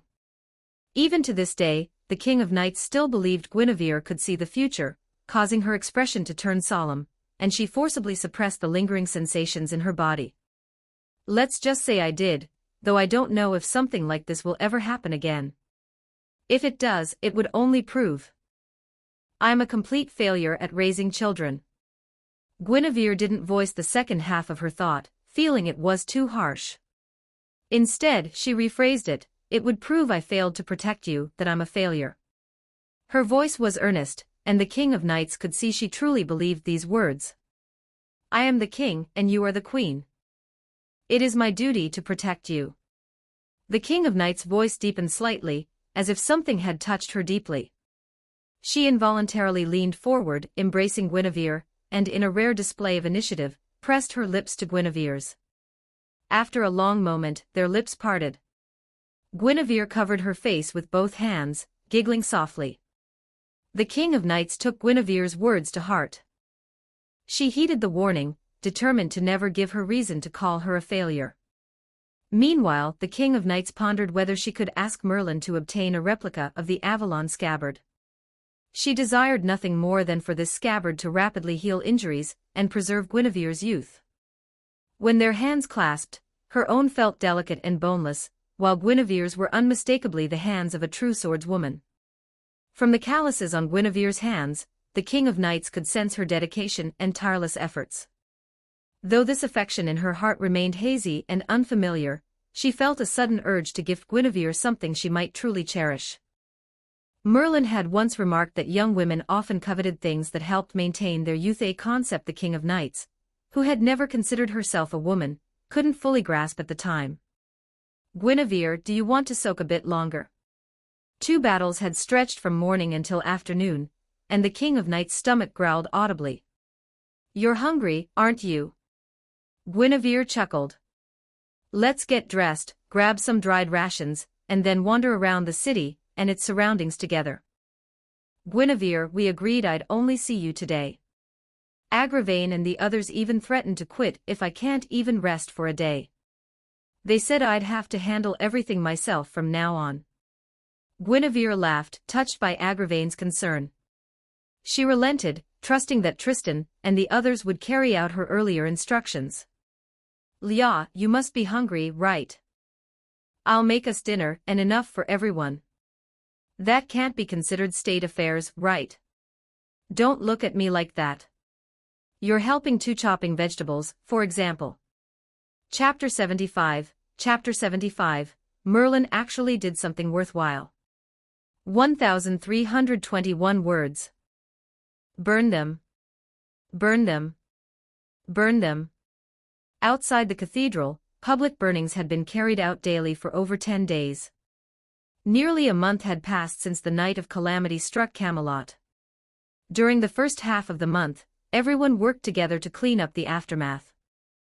The second half was dedicated to public trials of sinners from churches and convents across the land. With solid evidence and witnesses, each trial was focused and precise. As time passed, even the most staunch believers gradually acknowledged the need for a purification plan within Great Britain's church. However, Guinevere not only punished the guilty, she also rewarded the virtuous. Those condemned to death were burned at the stake outside the cathedral. Those deemed worthy of recognition had their good deeds publicly proclaimed, allowing these virtuous individuals to restore some of the church's tarnished reputation and lay the foundation for Guinevere's subsequent reorganization efforts. With a solid foundation of faith, most would support a purification plan. But if the church were to be abolished entirely, even the King of Knights would raise objections. Great Mage Merlin, one of the knights asked, "Are you saying this man is number 2 of the Holy Church Burial Agency, and the mastermind behind this entire incident?" "Indeed," Merlin Ambrosius replied. In the throne room, today's roundtable meeting welcomed an unexpected guest, Merlin Ambrosius, Great Britain's most powerful mage. He had come bearing gifts for Camelot, along with his sincere apologies. As Merlin explained, he had had the opportunity to completely prevent this disaster, but his indecision had allowed events to spiral out of control to their current state. Despite Merlin's self-reproach, none of the assembled knights, including Guinevere, held him accountable. Perhaps this was because they had never expected much from him. Bringing back the culprit was already the greatest surprise they could have hoped for. "Master Merlin, thank you so much." This was the King of Knights. "Merlin, you old geezer. You actually did something useful for once." This was Morgan. "Merlin. What's gotten into you?" This was Guinevere. Apart from these three, the expressions of the Round Table knights present were a colorful array, with not a hint of blame among them. "Never mind. Do as you see fit." As Merlin spoke, he felt a wave of shame. He struggled to maintain his usual detached demeanor, continuing, "The magical restraints I've placed on him will last for 7 days. But for safety's sake, you should have Lancelot and Gawain take turns guarding him." Merlin still had much he wanted to say, but he couldn't articulate his thoughts. He remained unaccustomed to the chaotic interference of so many emotions churning within him. He departed once more, leaving behind his captive and the lingering fragrance of flowers in the throne room. To be honest, for this one time only, Guinevere genuinely thanked Merlin from the bottom of her heart. After he brought back the gift and personally declared that the culprit behind the Night of Calamity was none other than himself, no Round Table knight doubted who the true mastermind was. Some knights still distrusted Guinevere, but they placed complete faith in Merlin. "Your Majesty," one knight exclaimed, "I never imagined the church could be so corrupt from within." "Queen, I agree with your plan. After purging the church in Great Britain, we must one day shatter the Roman Holy See and purify the entire church. As the saying goes, love deeply, criticize fiercely." Guinevere had only briefly mentioned retaliating against the Holy See headquarters at the start of the meeting, hinting at future conquests of Gaul and Rome. Yet this knight, who had once trusted the church and believed in the Lord, immediately declared his intention to storm Rome, after the truth struck him like a hammer. "Yes, exactly. We must breach Rome and thoroughly cleanse his worldly servants." Once someone spoke up, the Round Table knights erupted into a cacophony, transforming the throne room into a bustling marketplace. Meanwhile, only Priest Andrew, who could barely maintain his human form, sneered. Having heard Merlin emphasize the prophecies of the red and white dragons, he had mentally prepared for this spectacle. He couldn't fathom Camelot's full strength, but he knew the Holy Church only revealed a fraction of its true power, just the tip of the iceberg. Even now, he refused to believe Camelot's prophecy of conquering Gaul and Rome would ever come to pass. "A bunch of arrogant fools," he muttered, closing his eyes and snorting coldly, determined to shield the final moments of his life from their idiocy. His words reached the knights' ears, and one of them immediately kicked him. Watching this, the King of Knights moved to intervene, but Guinevere restrained her. Afterward, Guinevere herself rose and delivered a satisfying kick with all her might. "Everyone, join in. Put some force into it." Those who don't kick hard enough next time might not get my food. But be careful not to kick him to death outright. Having kicked him herself, Guinevere's mood improved. She watched as the Round Table knights lined up shoulder to shoulder, each taking turns kicking him in waves, her satisfaction growing with each wave. But this was still far from enough. Guinevere, he is, after all, an important figure in the Holy Church. That's why we should vent all our anger on him. If appearances weren't a concern, I'd do something even more vile and satisfying. What are you doing taking your pants off? You're not allowed to pee in the throne room. This isn't a toilet. Younger and more daring in her love and hate, Gareth had no reservations. Yet she was still a girl, and among the Round Table knights, only she and a few others warranted Guinevere's immediate restraint. But after stopping her, Guinevere lamented that, apart from Gareth, all the other Round Table knights were proper knights who would never behave unbecomingly before the king. Gareth, the actions you want to take can be entrusted to the families of the victims. Nearly 30,000 had died, and nearly 100,000 were wounded. Had it not been for Guinevere and the mage's efforts that night, the death toll would have risen by another 10,000. In Camelot City, with a population of less than 500,000, such catastrophic losses meant almost every household was in mourning. The people of Camelot harbored a hatred for the mastermind behind the disaster that none in the throne room could possibly match. "My king, may I?" Guinevere gazed at the King of Knights, her face alight with anticipation. Though some knights felt this went too far, they dared not contradict Guinevere, whose emotions were clearly running high. Despite Merlin's suppression of his magical power, Priest Andrew's physical resilience remained. Even after being brutally kicked by dozens of Round Table knights, he could still move, spitting blood-flecked saliva toward Guinevere. At that moment, the wind shifted, blowing the bloody spittle back onto Priest Andrew's face. The King of Knights, who had initiated this act, clenched her fist, her resolve hardening. "Guinevere, handle this as you see fit." "Understood." Having obtained the answer she sought, Guinevere felt a twisted gratitude toward Priest Andrew for his lack of tact. She immediately issued her orders: "For the next 3 days, Sir Lancelot and Sir Gawain will take turns parading him through the streets. The people may inflict any retribution they deem fit, but ensure he doesn't die. 3 days hence, I will summon the newly appointed Archbishop to declare him a heretic. Then, before God, we shall slowly burn him alive over a small fire. If God does not save him then, it will prove his guilt and confirm the righteousness of our actions. Interrogating him for information. Torturing him for the miracle. Demanding ransom." Guinevere needed none of it.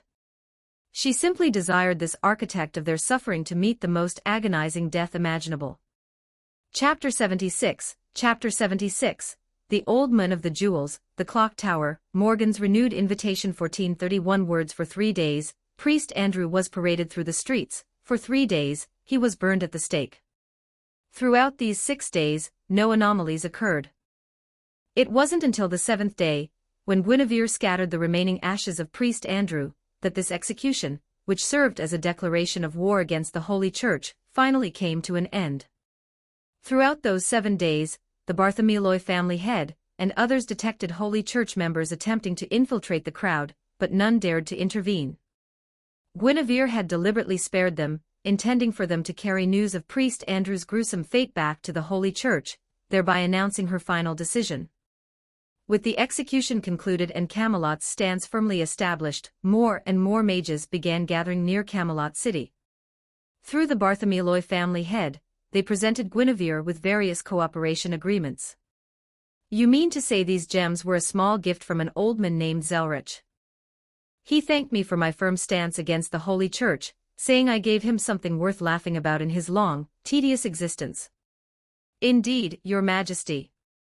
You may not know him, but he's a venerable figure among us mages, someone who can even share a joke with the great mage Merlin." Across from her sat the current Bartholomew family head, holding a badge inlaid with a gem that shimmered with iridescent light. Zelrich's small gift. Hearing only the name, Guinevere might have suspected it was a coincidence. But holding the magecraft mystic code adorned with an artificial gemstone, and hearing him casually converse with Merlin, she knew her initial intuition was correct. Kister Zelrich Schweinorg, one of only 5 magicians in the Type Moon world, bore titles such as the Old Man of the Jewels, Archmage Marshal, and Kaleidoscope. He wielded the second magic, allowing him to traverse countless parallel universes. Guinevere knew this man was a genuine grand magician. For him to take notice of her, it could only mean her uncompromising stance against the Holy Church had pleased him. In Guinevere's memories from her previous life, the Old Man of the Jewels had been notoriously inflexible, viewing the later Mages Association clock tower as weak and spineless. Lord Bartholomew, please convey my gratitude to Lord Zelrich. At its center lay an artificial gemstone shimmering with iridescent light. Surrounding it were metal emblems, the Red Dragon of Camelot and Guinevere's own family crest. The overall design gave the Magecraft Mystic Code a striking resemblance to a magical girl's transformation device. The moment Guinevere grasped the gift, she realized she had been overthinking things. This Magecraft Mystic Code was truly a small, simple object perfect for her, and aligned with her original purpose in practicing dual magecraft. Contained within it were 7 reinforcement magecraft spells, each activated by channeling varying amounts of mana. As long as it remained undamaged, it could be used infinitely. Furthermore, as a mystic code constructed around a gemstone core, it shared a fundamental property of dual magecraft. It could be detonated as a last resort. Guinevere couldn't yet gauge the explosive force, but she suspected it would at least match the destructive power of her replica Holy Sword release. Your Majesty, I'm delighted you appreciate the gift. Lord Zelrich will be pleased to hear this as well. Bathed in sunlight, Guinevere conversed with the Bartholomew family head in the Magecraft department of the Knight Academy. As time passed, they had identified the site for the planned independent Magecraft Academy. Not far from present-day London, they had discovered a natural underground maze. Preliminary exploration revealed it to be a spirit tomb, piled high with the remains of countless phantasmal beasts. They had set their sights on this location, intending to establish a new Magecraft Academy here, and jointly develop the Spirit Tomb with the Camelot Kingdom, sharing the profits. The Camelot Kingdom, and Guinevere's name, would be eternally etched into the founding history of the soon-to-be-built Magecraft Academy. Then let's formalize a contract, Guinevere said. The profits from the Albion Spirit Tomb will be split 7 shares to the Camelot Kingdom, and 3 shares to you mages. Even if the Camelot Kingdom falls in the future, this share of the profits will continue to be granted to my descendants, the Pendragon bloodline. Your Highness, this is a fair agreement, the Bartholomew family head replied. The Spirit Tomb lay within the Camelot Kingdom's territory. Should they choose to develop it independently without the mages, it wouldn't be impossible. Moreover, the kingdom would provide support and protection during the Academy's construction and the tomb's development. In the eyes of the Bartholomew family head, the fact that he and the mages could secure 30% of the profits was thanks to Guinevere's lack of understanding of the Spirit Tomb's significance and the lingering influence of the Old Man of the Jewels' lavish gifts. Of course, Guinevere's need for the mages' power remained the most fundamental reason. Your Highness, may your upcoming campaigns be successful for you and the Camelot Kingdom. The contract was sealed, with violators facing the severing of their bloodline. From that moment forward, any mage wishing to participate in the Spirit Tomb's development would first have to sign the contract, bearing witness to the Camelot Kingdom and her name. Guinevere Pendragon, this was now her full name, after marrying the King of Knights. After the Bartholomew family had departed, Guinevere, dragging her slightly protruding belly from the false pregnancy magecraft, made her way to Morgan's underground workshop. Here, Mordred, a creation born of the King of Knights and Guinevere's combined efforts, infused with the essence of Morgan's magecraft, was growing steadily. You're here again today. Don't you have anything else to do? Morgan asked, her voice laced with amusement. The tiny Mordred, no bigger than 2 fingers, already displayed the distinct form of an infant. Beside her, Morgan, who could be considered her mother, sat reading a newly acquired book of magecraft, providing Mordred with prenatal education. Must I have a reason to visit? Guinevere retorted. Besides, you don't need to be here all day. You've set up so many magical traps nothing could possibly go wrong. But what if? What if we have to announce you miscarried from overwork? What's that in your hand? Still wearing her white lily dress, Morgan, illuminated by candlelight, exuded an aura of quiet refinement, as if her recent days spent studying at home had truly infused her with scholarly refinement. Under Morgan's watchful gaze, Guinevere tactfully shook the gem old man of the jewels had gifted her, and offered it to Morgan. You said the old man of the jewels gave this to you. Do you even know who he is? Aren't you going to seize this opportunity to meet him? Lady Morgan, precisely because I know who he is, I'm taking what I can get and leaving it at that. Such powerful figures tend to be capricious. Getting involved with them could be a blessing or a curse, and it's hard to tell which. Besides, I can't just demand an audience with him. If he wants to meet me, he'll come to my door himself. Holding the old man of the jewels gift and listening to Guinevere's words, Morgan felt a flicker of surprise. She had only heard of this Archmage Marshal, yet Guinevere spoke as if she understood his very nature.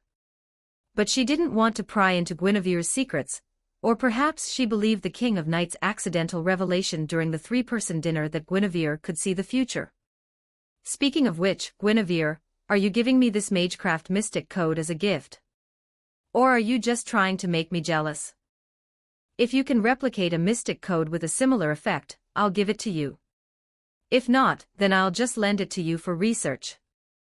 I can't decipher its intricate mechanisms, but I suspect you might understand some of them. Perhaps it could help you advance your magecraft further. Though Morgan's offer to give it to herself was meant as a jest, the implication that Guinevere had been thinking of her made Morgan set down the Magecraft Mystic Code and open her arms. I really want to thank you, so why don't you come and do it with me? I promise my foolish sister won't find out. No need, Guinevere replied stiffly. Oh, then no reward for you, Morgan said, picking up the Mystic Code again. Ignoring Guinevere's twitching lips, she immediately began studying it, a smile playing on her lips. She wouldn't mind at all if Guinevere lunged at her. Chapter 77, News from the North. 1324 words, Lady Morgan, she's becoming increasingly audacious. At the Night Academy, Guinevere muttered to herself. After receiving another false pregnancy magecraft application from Morgan, she quickly departed, returning to the King of Knights, who was inspecting the academy. Meeting the king's gaze, Guinevere suppressed her annoyance and forced a smile. Following the Night of Calamity, the Night Academy had expanded its admissions, and the Magecraft department had selected promising new recruits. This time, it wasn't just the King of Knights and Guinevere who knew. All the Round Table Knights who attended that day understood that they needed to wait only a few more years, until several more classes of knights graduated, before Camelot would launch its expedition to Gaul. Moreover, during these years of preparation, Camelot would also need to further pacify Great Britain and accumulate more provisions. Have all the vassal kings who didn't rebel sent their sons to the Knight Academy? They have. Your ruthless treatment of the Church and the king's invincibility in that battle have thoroughly intimidated them. After the meeting, the King of Knights inspected the training grounds, noting each face striving to wield their swords with dedication. On the high platform overlooking the training grounds stood Gawain, Kay, Tristan, and the other knights. Everyone was present except Lancelot, who had performed exceptional service during the Night of the Calamity. Shortly after that night, he had taken his leave from the King of Knights and Guinevere, then used a disguise to slip back into Gaul. His wife was still there, and by now, she should have given birth.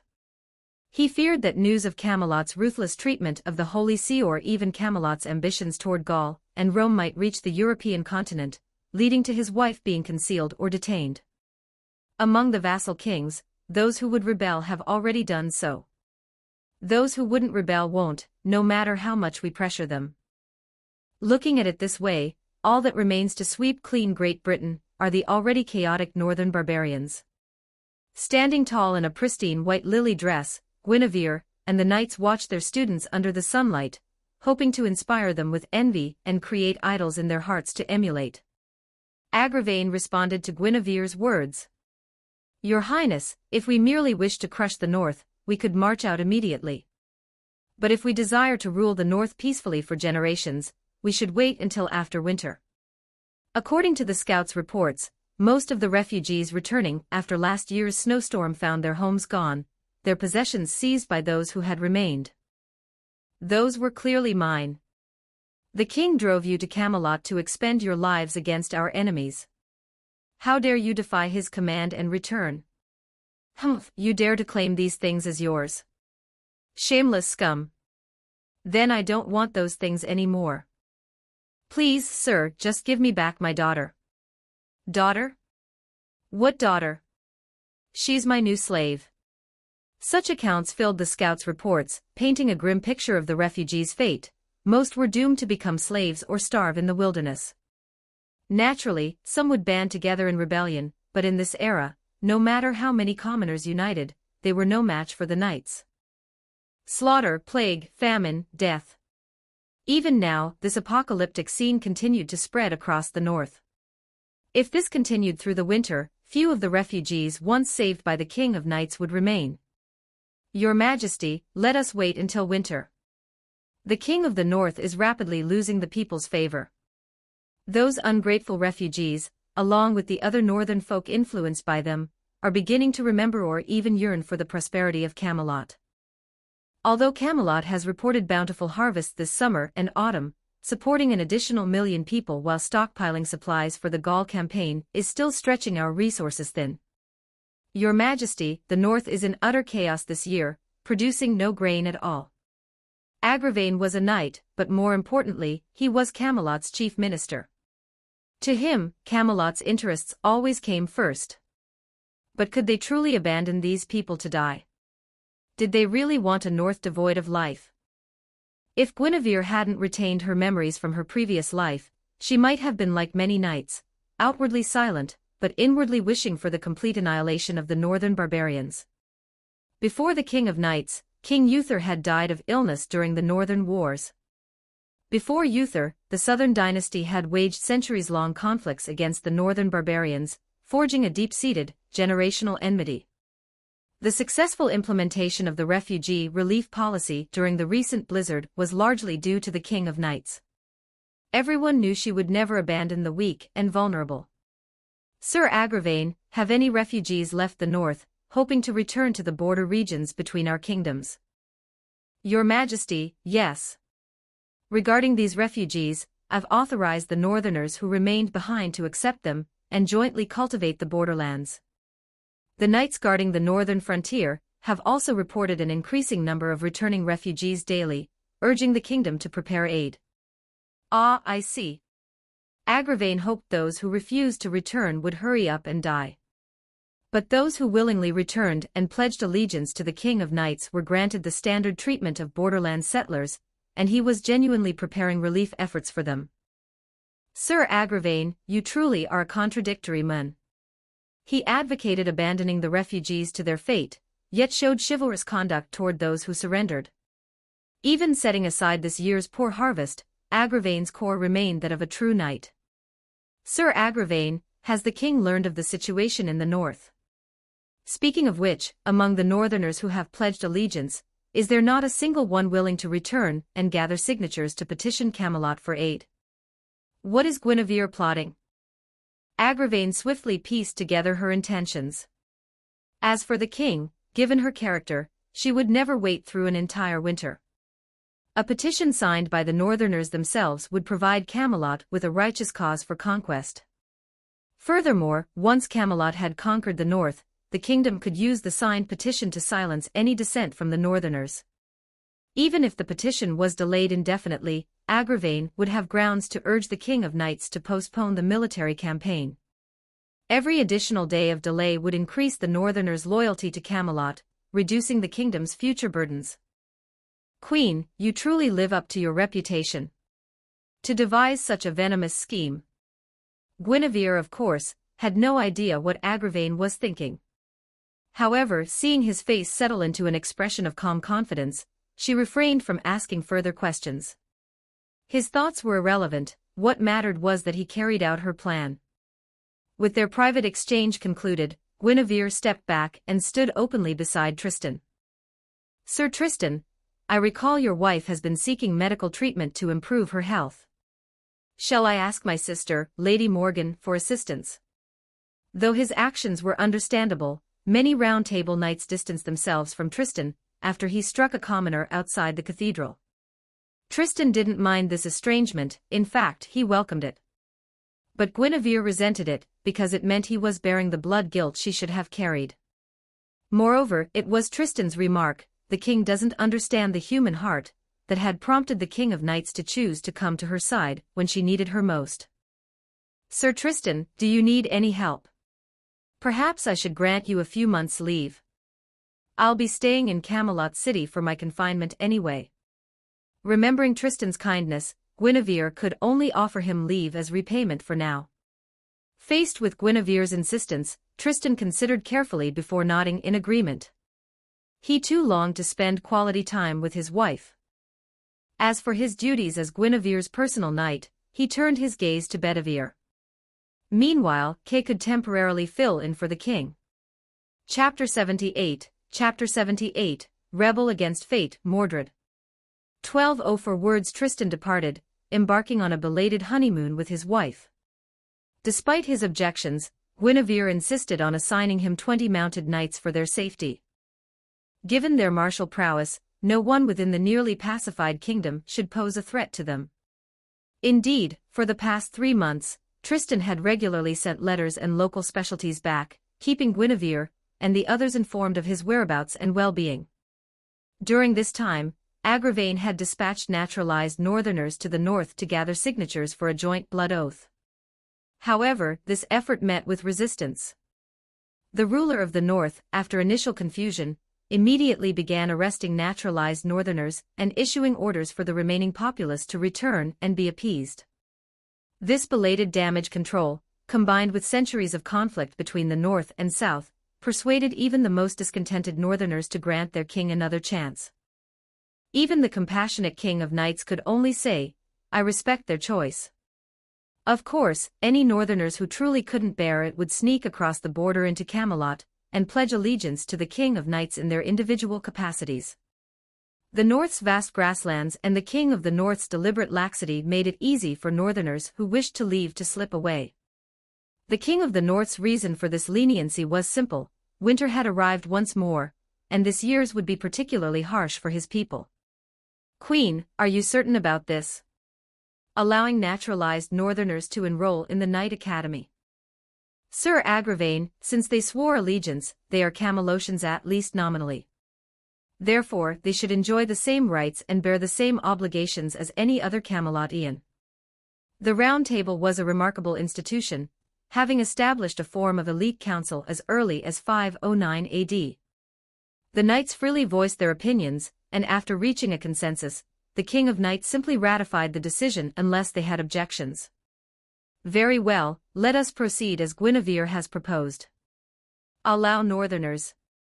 "No, allow new Camelocians to enroll." "Yes, your majesty." Outside the window fine, salt like snow drifted down, while a gentle breeze carried the sounds of birdsong. This unusually mild winter seemed to be Great Britain's final, nostalgic glimmer before the decline of mystery.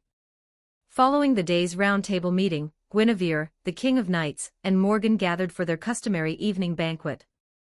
"Merlin says the favorable weather will persist for several years, not just this winter." "Is that so? Then we must launch our campaign against the north immediately after winter. We cannot allow them to recuperate and regroup. By the end of winter, only the most stubborn holdouts would remain in the north. Even if they suffered heavy casualties, Guinevere would feel no remorse." Guinevere's feelings were one thing, but the King of Knights felt differently. She found Guinevere and Agravain's scheme too cruel, yet understood that this was the best outcome for the kingdom, as decreed by the Round Table. Thus the King of Knights kept her torment to herself, not feeling compelled to intervene, as she had during last year's snow disaster. "Lya, don't overthink it. Last year, they would have died without your help. But this year, they have a choice: they can either come to Camelot for survival, or remain in the north to face certain death. Haven't you accepted this?" accepting others' fates and blessing their happiness. After this winter, Camelot had gained the disaffected populace of the north. On the surface, it seemed like a win-win situation. But deeper down, the north had been weakened while Camelot had grown stronger, pushing the entire northern region further toward becoming a lamb awaiting slaughter, or a skeleton in its tomb. As she spoke these words, envisioning how much easier future wars would be, Guinevere rose and wrapped her arms around the King of Knights. But because she was currently in her 5th month of false pregnancy, her slightly swollen belly prevented them from embracing closely. Though a false pregnancy, Guinevere exhibited all the expected physical signs, making it almost indistinguishable from an actual pregnancy with Mordred. "Sister, can you dispel the magecraft now?" Without removing her veil, Lady Morgan snapped her fingers. Guinevere's swollen belly immediately vanished, allowing her to snuggle close to the King of Knights. For the past 3 months, in preparation for the final birth, Morgan had established a state-of-the-art magecraft workshop within the royal palace, and had already introduced the fist-sized Mordred into the palace. Only now could the trio resume their banquet. "Guinevere, are you truly decided to name the newborn Mordred?" Having grown accustomed to snuggling with Guinevere, the King of Knights no longer blushed. She channeled her inner turmoil into her appetite, biting off a morsel Guinevere offered. "If I remember correctly, Mordred means traitor, doesn't it?" "Yes, it means traitor. But if my child is named Mordred, then Mordred's destiny will diverge from the moment of her birth.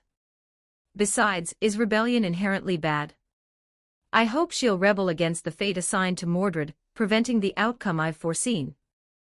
The King of Knights had always believed in Guinevere's ability to see the future, but Guinevere rarely spoke of it directly, often offering only cryptic remarks, as if wary of revealing too much.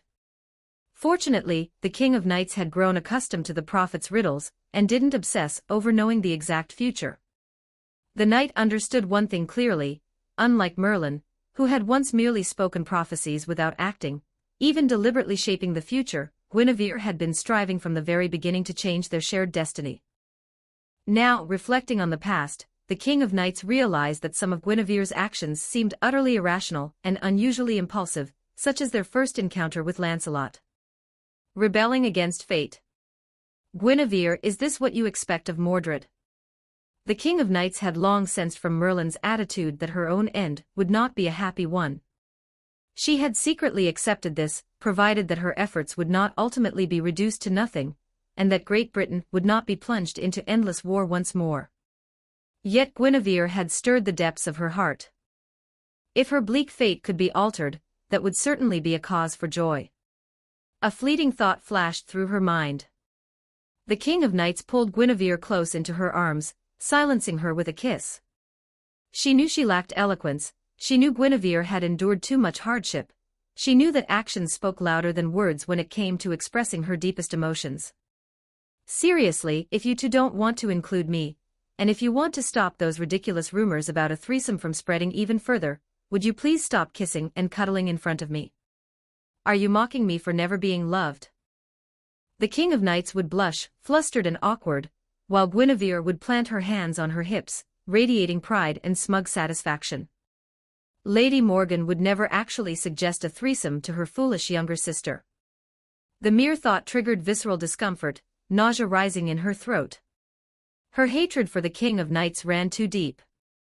Even if it was now just a facade, her body still remembered the feeling. Chapter 79. 5 years later, little Mordred wants father to lift her up. 1244 words summer, 509 AD. Following the King of Knights' decisive victory in the Northern Campaign, all of Great Britain officially fell under her rule. Guinevere no longer needed to maintain the false pregnancy magecraft. Mordred, the future King of Great Britain who bore the Pendragon name from birth, had finally arrived.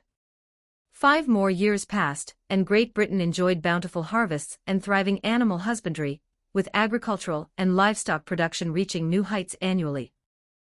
The Knight Academy alone provided nearly 1,000 qualified knights to the realm. As a result, Great Britain's titles and land were quickly running out. Driven by their desire for nobility and fiefs, the new generation of knights eagerly awaited war against Gaul and Rome. On the European continent, news of Camelot's Knight Academy had already spread far and wide. Alarmed by this, some smaller nations had begun to emulate it. Soon after, word reached them that Camelot, having purged its own church through the purification plan, intended to strike against Gaul and Rome. While Gaul and Rome scoffed at Camelot's audacity, they were also secretly preparing for war, influenced by certain powerful forces. By this year, Gaul and Rome could no longer restrain themselves, and were eager to launch the first attack. Sir Lancelot, has Emperor Lucius of Rome truly amassed an army of 10,000? Deep within the royal palace, Guinevere watched Mordred and Galahad playing together. The two young ones, being of similar age, were practically childhood sweethearts. With Galahad present, Lancelot and his wife were also in attendance. "Yes, your majesty," Lancelot replied. "According to my informants in Gaul, Emperor Lucius has not only recalled knights from distant occupied territories like Egypt and Cappadocia, but has also sought aid from Greece, Cyprus, Macedonia, and other nations. 16 kings alone have rallied to his banner. And these 16 kings aren't mere vassal kings, but true monarchs with vast domains and hundreds of knights under their command. Since they've already gathered such a large force, what's the point of even bothering with a pretext for war?" Guinevere said with a chuckle. She smiled at little Mordred, picked up the feather-stuffed leather ball that had rolled to her feet, and tossed it gently to the child. "I recall that just yesterday, those 12 envoys demanded that Leah acknowledge Emperor Lucius of Rome as her monarch, and demanded that Camelot pay the back taxes for the past 20 years. In the days of King Uther and even earlier, Great Britain had been a Roman vassal, obligated to pay tribute to Rome. Great Britain's independence hadn't come through resistance, but simply because a weakened Rome was unable to govern its distant overseas territories. Now, with both sides itching for war, Emperor Lucius of Rome had dispatched 12 envoys bearing olive branches to Camelot City, seeking a just cause for war. They were currently in the Round Table Hall, displaying their arrogance and insolence." "Yes, those were their demands," Lancelot confirmed. 5 years had passed. Watching Galahad and Mordred grow up day by day, and sharing nights with his wife, Lancelot rarely thought of Guinevere anymore. Only occasionally did her beauty still captivate him. 5 years had passed. His wife had matured into a woman of full-bodied grace, while Guinevere's beauty remained frozen at 20. "Your Majesty," Lancelot asked, "regarding the favor the king requested from great mage Merlin on your behalf, might I still have a chance to request another such favor?" Lancelot hadn't completely let go of Guinevere, but his gaze now held the warmth of a husband and father. Princess Elaine's initial confidence had been half realized through her relentless efforts. However, while Princess Elaine harbored no resentment toward Lancelot, the 5-year-old Galahad held a profound grudge against his own father. Just as Lancelot had feared when he fled back to Gaul 5 years ago, the Gallic nobility had hidden his wife and son, forcing him to make numerous life-or-death decisions before finally finding them when Galahad was 2 years old. During that time, Galahad had heard daily, "Your father doesn't want you anymore. He abandoned you and your mother for Guinevere, another man's wife." How could Galahad not resent his father? And when they finally reunited, Lancelot, disdaining to lie about this half-truth, offered no excuses. "Sir Lancelot, you're asking me. I have no idea either. But didn't you grow up in Avalon? Why not ask the fairy directly? I'm sorry, but that replica scabbard is a treasure Leah gave me. I have no right to give it away, and even if I did, Lady Elaine wouldn't want it." A moment of silence hung in the air as both men turned to watch Lady Elaine playing with the children, along with the king's sister, Morgan. "Queen Guinevere," Lancelot ventured, "forgive my impertinence, but is there any truth to the rumors about you, Lady Morgan, and the king?" Lancelot was grasping at straws, but he genuinely wanted an answer. The rumors had become so persistent that he was starting to waver in his disbelief. Guinevere could do nothing but grind her teeth in frustration. And who could blame her? She was constantly pushing Mordred to study, assigning endless homework, while Morgan always brought the child treats and toys, forcibly dragging her away to play. As Morgan put it, "You agreed to let her call me mother, and even before she was born, you promised me I could participate in her training as a knight. Yes, Mordred called the King of Knights father, Guinevere Queen Mother, and Lady Morgan Mother. The more often the little one used these titles, the more rampant the rumors of the trio's scandalous affairs became. Even tales of Guinevere being bullied by both Artoria faces circulated with lurid detail. Lancelot. If you know this is disrespectful, why do you dare ask? Or would you believe me if I said it wasn't true? Lancelot fell silent. Deep down, he secretly hoped the rumors were true. Only then would there be a chance the queen might stray, and that tormenting part of his mind could finally find some satisfaction. But before he could speak, Guinevere swept past him, scooped up little Mordred, and kissed her soundly. Lancelot found himself envying the child. What truly shattered his composure, however, was when he reached for Galahad, only to be met with evasion and a look of disdain. Galahad, stop it. It was father's fault back then. He already knows he was wrong. You still dare look at Sister Guinevere like that? You don't seem to regret anything at all. Little Galahad stood with his hands on his hips, showing no respect for his father and freezing the atmosphere in the small garden. Pfft, ha ha ha. Morgan laughed. She loved seeing Guinevere's mix of disdain and reluctant politeness toward Lancelot, who was too useful to scold outright. Her laughter earned her a playful pinch on the cheek from Guinevere. As long as it didn't involve overnight stays or anything too intimate, Guinevere didn't mind friendly touches with Morgan. Deep down, she knew that no matter how scandalous the rumors might become, a relationship between her and Morgan was impossible unless she could somehow travel back in time to when Morgan was still unmarried. Amid their playful banter, the King of Knights appeared, looking serious and visibly headache-ridden from the day's tumultuous round-table meeting. It's father. Little Mord wants father to give her kisses, hugs, and a piggyback ride. Chapter 80, Little Mordred loves her father most. 1208 words. 5-year-old little Mordred was remarkably well behaved, except for her aversion to reading and writing. She preferred playing games and practicing swordplay. Among her 3 family members, she loved her father most, followed by her mother, and least of all, the wicked Queen Mother Guinevere. As the tiny golden-haired, clear-eyed girl rushed toward the King of Knights with a joyful shout, the usually stern knight's face softened into a smile as she caught the leaping child securely in her arms. Mordred, did you study diligently today? The question froze the joy on little Mordred's face, replacing it with a squirming expression.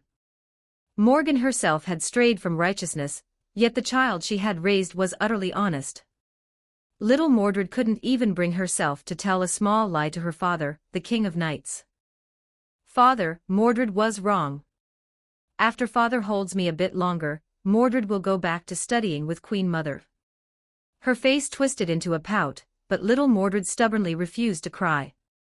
Ever since she could understand human speech, she had known she would one day be the King of Camelot, and she didn't resent her destiny. She deeply admired her dignified and virtuous father, the king. There's no need to rush, father still has matters to discuss with your Queen Mother. Cradling her in his arms and stroking her hair, the King of Knights had watched Mordred grow from the moment she emerged from the cultivation tank, truly witnessing her development. From the moment she learned to speak, she had listened daily to her joyful cries of "Father." Whether Mordred could inherit the throne remained to be seen, dependent on her growth. But whether the King of Knights recognized her as her daughter was never in doubt. She cherished her dearly. Mordred, do you feel wronged? Just because this era favors male rulers, just because a male heir would bring greater stability, you can't wear beautiful dresses like your Queen Mother and Mother. Instead, you must endure extra training in governance and knighthood every day. Are you unhappy because of that? Besides, didn't you wear little dresses when you were alone with the Queen Mother? Little Mordred's face flushed crimson, and she couldn't finish her sentence. The King of Knights, still inexperienced in raising children, didn't realize that with her as a role model, little Mordred would never feel resentful. Being just like you, father, only makes me happier. I love you even more. Little Mordred's smile remained radiant, her tone still gentle and obedient. As if to reassure the King of Knights that she truly wasn't unhappy, she reluctantly wriggled out of his embrace, picked up her small wooden sword from the nearby corridor, and tossed Galahad's sword and shield to him. The adults present could easily guess what the little ones were planning. Though both children were only 5 years old, they had already undergone 2 years of knight training.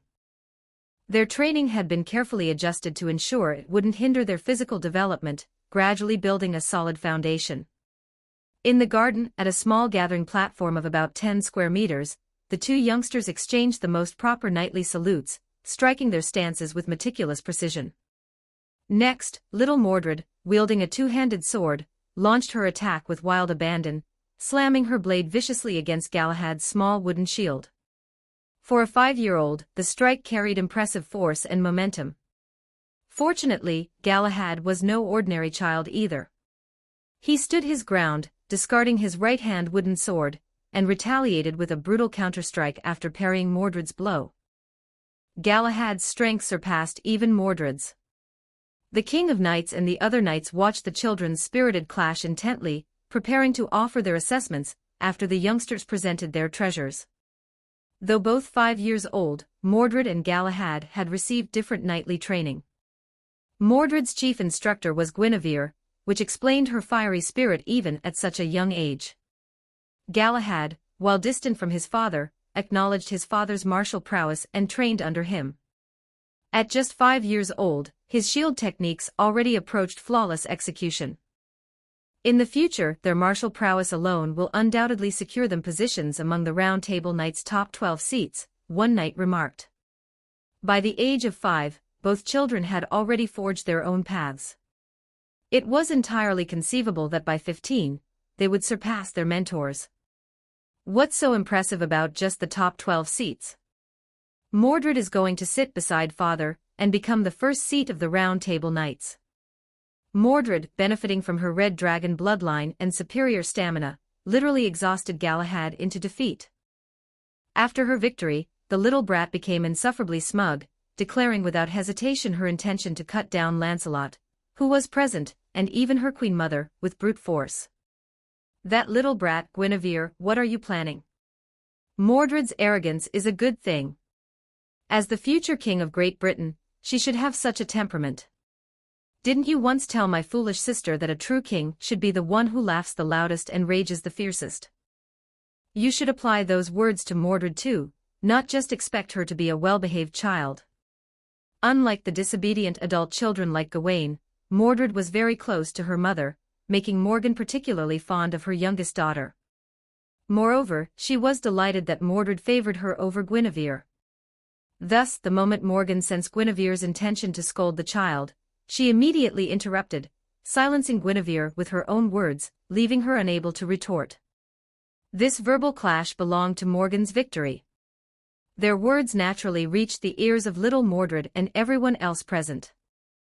Seeing little Mordred's eyes shining with admiration, and her face beaming with approval, Guinevere simply couldn't bring herself to scold her. Anyway, just keep playing here for now. I need to borrow your father first. The borrowing merely meant walking to the nearby corridor. They weren't alone, however. Lancelot, the kingdom's strongest knight, followed them. Leah, have you decided to declare war? Emperor Lucius of Rome has already launched an undeclared war, Leah replied. Our intelligence networks across the European continent were purged 3 days ago. Master Merlin personally informed us during the recent meeting. You mean our intelligence networks were completely wiped out without sending a single message? What about the past 3 days? Yes, Emperor Lucius's men have been feeding us false intelligence. Despite herself, Guinevere gasped. Camelot's intelligence network was still relatively new, and its presence on the European continent was particularly weak. But to completely crush them and prevent them from even sending out news of their annihilation, the enemy's power must be overestimated as much as possible. Is it the Holy Church? Yes, the King of Knights nodded, then continued, how are the mages who are cooperating with you? Can they join the campaign this time? I'll contact them immediately. Leah, let's strike with all our might in this battle. If we lose, Camelot's future will become even more hellish. Great Britain had enjoyed 5 years of bountiful harvests, but this year the weather had turned ominous. Even though it was barely summer, temperatures had already soared past 30 degrees Celsius. The decline of mystery was accelerating, its final stage imminent. Chapter 81, Camelot, Hearts and Minds United 1374 words that afternoon. After lunch, Guinevere set out directly for the Magecraft Academy near London. The discussions with the mages didn't take long. Their fates were inextricably linked to Camelot's. They prospered or perished together. If Camelot fell in this battle, returning to Roman and Holy See rule, the mages, who had only enjoyed 5 years of stability, would once again become homeless wanderers. Conversely, if Camelot triumphed and annexed Gaul and Rome, the mages could finally return to their ancestral homes on the European continent. Queen Mother, are those mages really reliable? Weren't they hunted down by the Holy Church until they ended up like this? Guinevere had originally planned to bring only Tristan and a squad of veteran knights from the Berserker Knight Order. But when little Mordred insisted on coming, Guinevere brought her along. With little Mordred present, Morgan wouldn't stay behind in Camelot to face the King of Knights alone. As a result, during their twilight return journey, little Mordred nestled in Morgan's arms and posed her question to Guinevere, making Guinevere so jealous she barely wanted to speak. Mordred, you must show proper respect to old man Bartholomew and the others. It's true they're no match for the Holy Church, but they are far from weak. When you become king, you will need their help. Besides, if I hadn't considered them your future allies, I wouldn't have brought you to meet them so soon. Guinevere's horse rode alongside Morgan's. Since their official business was concluded, the party could travel at a more leisurely pace than on their outward journey. Taking advantage of the trip, Guinevere also wanted to observe the effects of the recent heatwave on the populace. 5 years had passed. The vassal kings who had not rebelled remained loyal, while the territories of those who had rebelled were all converted into knights' fiefs, now completely subordinate to Camelot's commands. Why continue granting fiefdoms instead of centralizing power entirely? Even under central control, knights would still manage the territories, while commoner officials would remain confined to advisory roles. If Guinevere truly wanted to change this to abolish land grants, she would first need to transform knights and commoners into the same species, and prepare for the chaos that would inevitably follow. Sister, isn't that land ahead Knight Gaheris's fief? I couldn't care less about those rebellious brats. I only need little Mordred, right, little Mordred. Mother, don't you like brother Gaheris? Then little Mordred won't play with him anymore. When I grow up, I'll kick his butt hard. Good little Mordred. Just like Mama's best boy. Listening and watching this exchange, Guinevere's teeth ached. She had only been pressuring little Mordred to study more, yet Morgan had already won her over so completely. As a novice mother, Guinevere was utterly outmatched by Morgan, the seasoned veteran, when it came to winning a child's affection. Guinevere clicked her tongue but said nothing more. Little Mordred was already reaching out to her, tilting her head for a hug. The little one still loved Guinevere, of course, just not as much as the King of Knights or Morgan. Guinevere ranked third in her affections. When little Mordred hugged her, Guinevere's anger dissipated after playfully pinching the girl's cheek in mock ferocity. Deep down, Guinevere understood that parents who forced their children to study and do homework could never win their hearts like those who indulged them with play and treats. Yet she had to play the villain. If she didn't, who else would? Would she rely on the King of Knights or Morgan to do it? Hee, at least little Mordred hasn't completely forgotten her Queen Mother. With such low expectations, satisfaction came easily. After cuddling Mordred for a while, Guinevere set her down in front of her and turned her gaze to the grassy fields lining the road, where listless cattle and sheep grazed, along with their equally listless shepherds. Without needing reins, a gentle nudge with her foot was enough for her warhorse equipped with an improved saddle and stirrups to turn instinctively toward the shepherds, who were uncertain whether to approach. Early summer had brought several days of scorching heat, turning the grass brittle and yellow. The sweltering shepherds wore only knee-length skirts and carried linen cloths. Far from elegant but certainly cool. To ward off mosquitoes, they had even draped themselves in whole sprigs of lavender, filling the air with its pungent aroma. At around 30 degrees Celsius, this was the perfect temperature for lavender to thrive. "Greetings, Your Majesty the Queen, Lady Morgan, the little prince, and Sir Knights." 6 or 7 shepherds remained composed despite being surrounded by a full squadron of knights, a testament to their trust in the knights' integrity. Since transitioning from vassal king rule to knight rule, they had rarely suffered from the abuses of power-forced marriages, exorbitant taxes, and other oppressions. Now, all the regulations they were bound by stemmed from the kingdom's unified legal code, first promulgated 4 years prior and continuously refined and supplemented in the years since. Their composure relieved Guinevere of the need for questioning. It was clear that Knight Gaheris had governed his fief well. "How have things been lately? Any challenges you're facing?" Though initially composed, the shepherds grew uneasy under the knight's intense gaze and the questioning of the fairy-like queen. Their discomfort stemmed from their summer attire. They had adopted the Northerners' the new Camelosians style of wearing knee-length skirts without undergarments. Shifting nervously, they remained kneeling, unwilling to rise. The knights tactfully avoided circling behind them. "Your Majesty," one shepherd finally spoke, "if we're talking about challenges, I want to know, are we truly limited to merely watching? The kingdom has been preparing for war against Gaul for 5 years now, hasn't it? We want to enlist too, even as auxiliary soldiers responsible for transporting supplies. 5 years ago, if you hadn't initiated the judgment against the church, I would never have learned that my daughter had been murdered long ago in the convent. My daughter's vengeance has been served. The ringleaders have all been burned at the stake. After the purification plan, the church will reopen to the public, allowing citizens to supervise and report any wrongdoing. But the church in Gaul remains unchanged. I yearn to punish those hypocritical demons in the Lord's name, and do it quickly." As she listened, Guinevere's expression froze like a mirror. The shepherd's request pleased her, proving that the people's hearts were ready to be swayed. Yet the Lord's faith remained so deeply ingrained, extinguishing her joy as quickly as it had ignited. "Shepherd, for now, you need only pray to the Lord, pray that Camelot achieves a swift and decisive victory."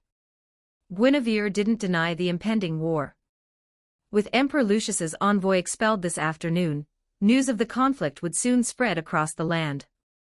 This war currently belongs to the knights alone. Camelot does not yet require auxiliary troops or cannon fodder. With that, Guinevere turned her horse, preparing to move on to another area. Having endured so much hardship and only recently begun to see a glimmer of improvement, the shepherds were easily satisfied. Perhaps their inability to see the difficulties ahead stemmed from their deep-seated belief that the kingdom could never alleviate their existing struggles.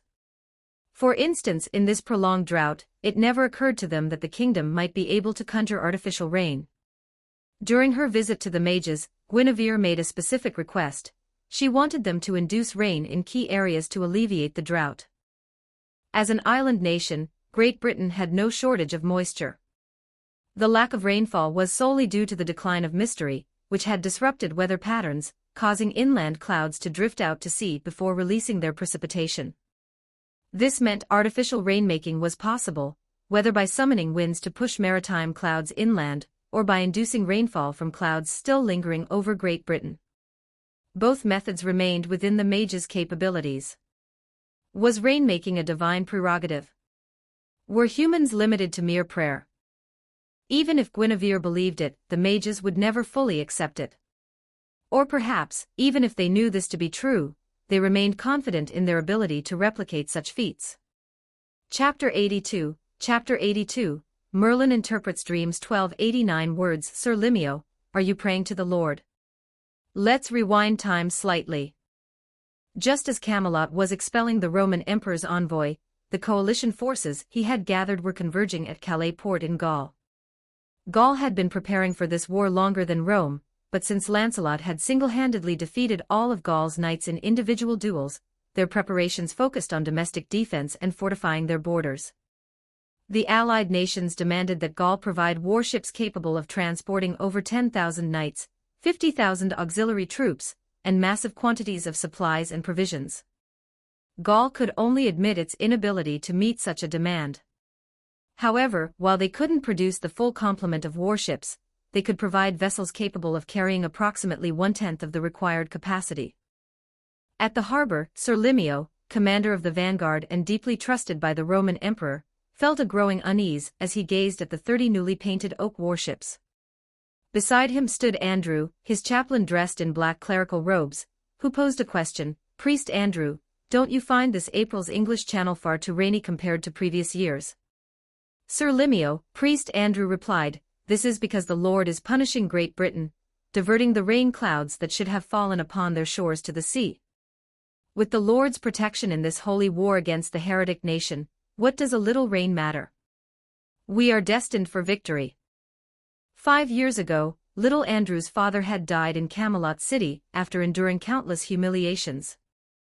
Beyond inheriting his family name and status, little Andrew had also inherited the holy churches in human training, and old Andrew's unfinished mission. Consumed by vengeance for years, he was the most zealous advocate for this war within the Allied forces. Moreover, he believed that mere rain was insignificant. The Church possessed miracles capable of dispelling it. "Sir Limio," the priest continued, "the Emperor has granted you permission to plunder and ordered you to secure and maintain a landing foothold before the main army arrives." "Yes, Lord Imperial Guard. I will inform the Emperor immediately." Sir Limio set sail now. Preparations had begun several days prior, and the vanguard was ready to depart some time ago. However, after further urging from the Emperor, Sir Limio, despite his inner unease, had no choice but to order the vanguard to board the ships. The first wave consisted of over 400 Roman knights and 100 Roman clerics, who carried no auxiliary troops or baggage, intending to sustain themselves through plunder. Once the vanguard was aboard, experienced Gaulish sailors navigated the ships toward Britain. The vast sea stretched endlessly before them. Shipbuilding technology in this era paled in comparison to later advancements, and Europe lacked compasses. For the vanguard fleet led by Sir Limio to reach Britain. Even if everything went smoothly and the cleric's celestial navigation proved accurate, their arrival was expected by tomorrow morning at the earliest, and the precise landing site remained uncertain. The turbulent sea and the Roman knights' limited maritime experience were taking their toll. A small number of them had already begun vomiting. "I told the captain," Knight Gaheris grumbled, "even if we had to force the issue, we should have assigned veteran seafarers from coastal nations to the vanguard. Just because the First Legion is strong and Rome wants to prove its continued power to other nations doesn't mean we should have monopolized the vanguard duty." Rome was an empire, its legions long accustomed to coordinated warfare. This starkly contrasted with Great Britain, where just 5 years ago, battles still revolved around knightly charges. However, unlike Britain's current knight legions, Rome's legions, even when composed of knights, primarily fought on foot. Only this way could they maintain their formations with maximum effectiveness. "I'm telling you, just stop complaining," one Roman knight grumbled to another. "If those priests overhear you, they'll lecture you for another half-hour about sacrificing yourself for the holy war." He continued, "Speaking of which, the winds have been strangely calm on this voyage. The British barbarians probably don't even know our army has set sail." The Gaulish warships were small, many of them converted merchant vessels once used for the grain trade with Britain. Most of the sailors were the same men who had crewed those ships. Many of them despised the Roman knights. While the British invasion was merely a rumor, Rome had brutally oppressed Gaul for centuries. Even now, with Rome in decline, Gaul still paid tribute. A portion of every sailor's earnings went directly into Roman coffers. "Humph, a bunch of ignorant fools," a sailor muttered from his lookout post high atop the mast. "They'll all be fish food soon enough." From his vantage point, he saw the Roman knight's arrogance and overconfidence. He also saw something else, a thick bank of dark clouds looming on the distant horizon. The message was relayed, and soon the entire fleet furled its sails, ordered to prepare for the approaching storm. Meanwhile, Guinevere had just returned to Camelot with her party, and was immediately summoned to the tense atmosphere of the throne room. There, Merlin, who had once again brought news, This time that Rome's vanguard had set sail was speaking to the King of Knights. Guinevere was already aware of the prophecy of the red and white dragons, the prophecy foretelling the defeat of Gaul and Rome. The knights had drawn immense morale from it. It was no surprise to her that Merlin, the source of the prophecy, was here to participate. Holding Mordred and Morgan, Guinevere walked toward her designated seat beside the king and his knights. Just as she was about to reach it, Merlin finished speaking. The last words she caught were, "My king, though the dream was terrifying, it signifies that you will soon become a conqueror." Curiosity piqued, Guinevere looked at the King of Knights. The king did not keep her queen waiting and explained directly, "After you departed, I took a short rest and had a dream. I dreamed of a terrifying dragon flying from the west. Its head was the color of enamel, its chest shone like gold, and its belly resembled a suit of mottled armor. From its mouth it spewed raging flames, setting the sky and sea ablaze. Then, from the dark clouds in the east, a magnificent black boar emerged. After a fierce battle, the dragon tore the boar apart, scattering its remains across the sea to feed the fish. Master Merlin told me that the dragon represents me, and the boar represents the Roman emperor." Guinevere's lips parted slightly, a flicker of daze in her eyes. She recalled a similar description in Le Morte d'Arthur. Before she could dwell on it, the King of Knights, having finished her tale, took Mordred from her. She pressed their foreheads together and kissed Mordred's slightly flushed brow, instantly brightening the somber atmosphere of the throne room with laughter. Once the laughter subsided, the King of Knights, a smile still gracing her lips, asked, "Guinevere, what is the situation with the mages?" Over 5 years had passed, enough time for the King of Knights to grow more human. Watching Mordred sit obediently in the king's arms, Guinevere replied, "My king, everything with the mages is proceeding smoothly. They will cooperate with our operations. Furthermore, to address the recent drought, I asked them to help bring rain. On my way back, they were already preparing a large-scale ritual magecraft to summon rain. They can control the rain." It wasn't just the King of Knights, Guinevere also realized. Merlin had said the Roman vanguard was currently adrift at sea, and the King of Knights' recent dream. The boar torn to shreds at sea. Don't forget to like and subscribe to Novels Wonderland.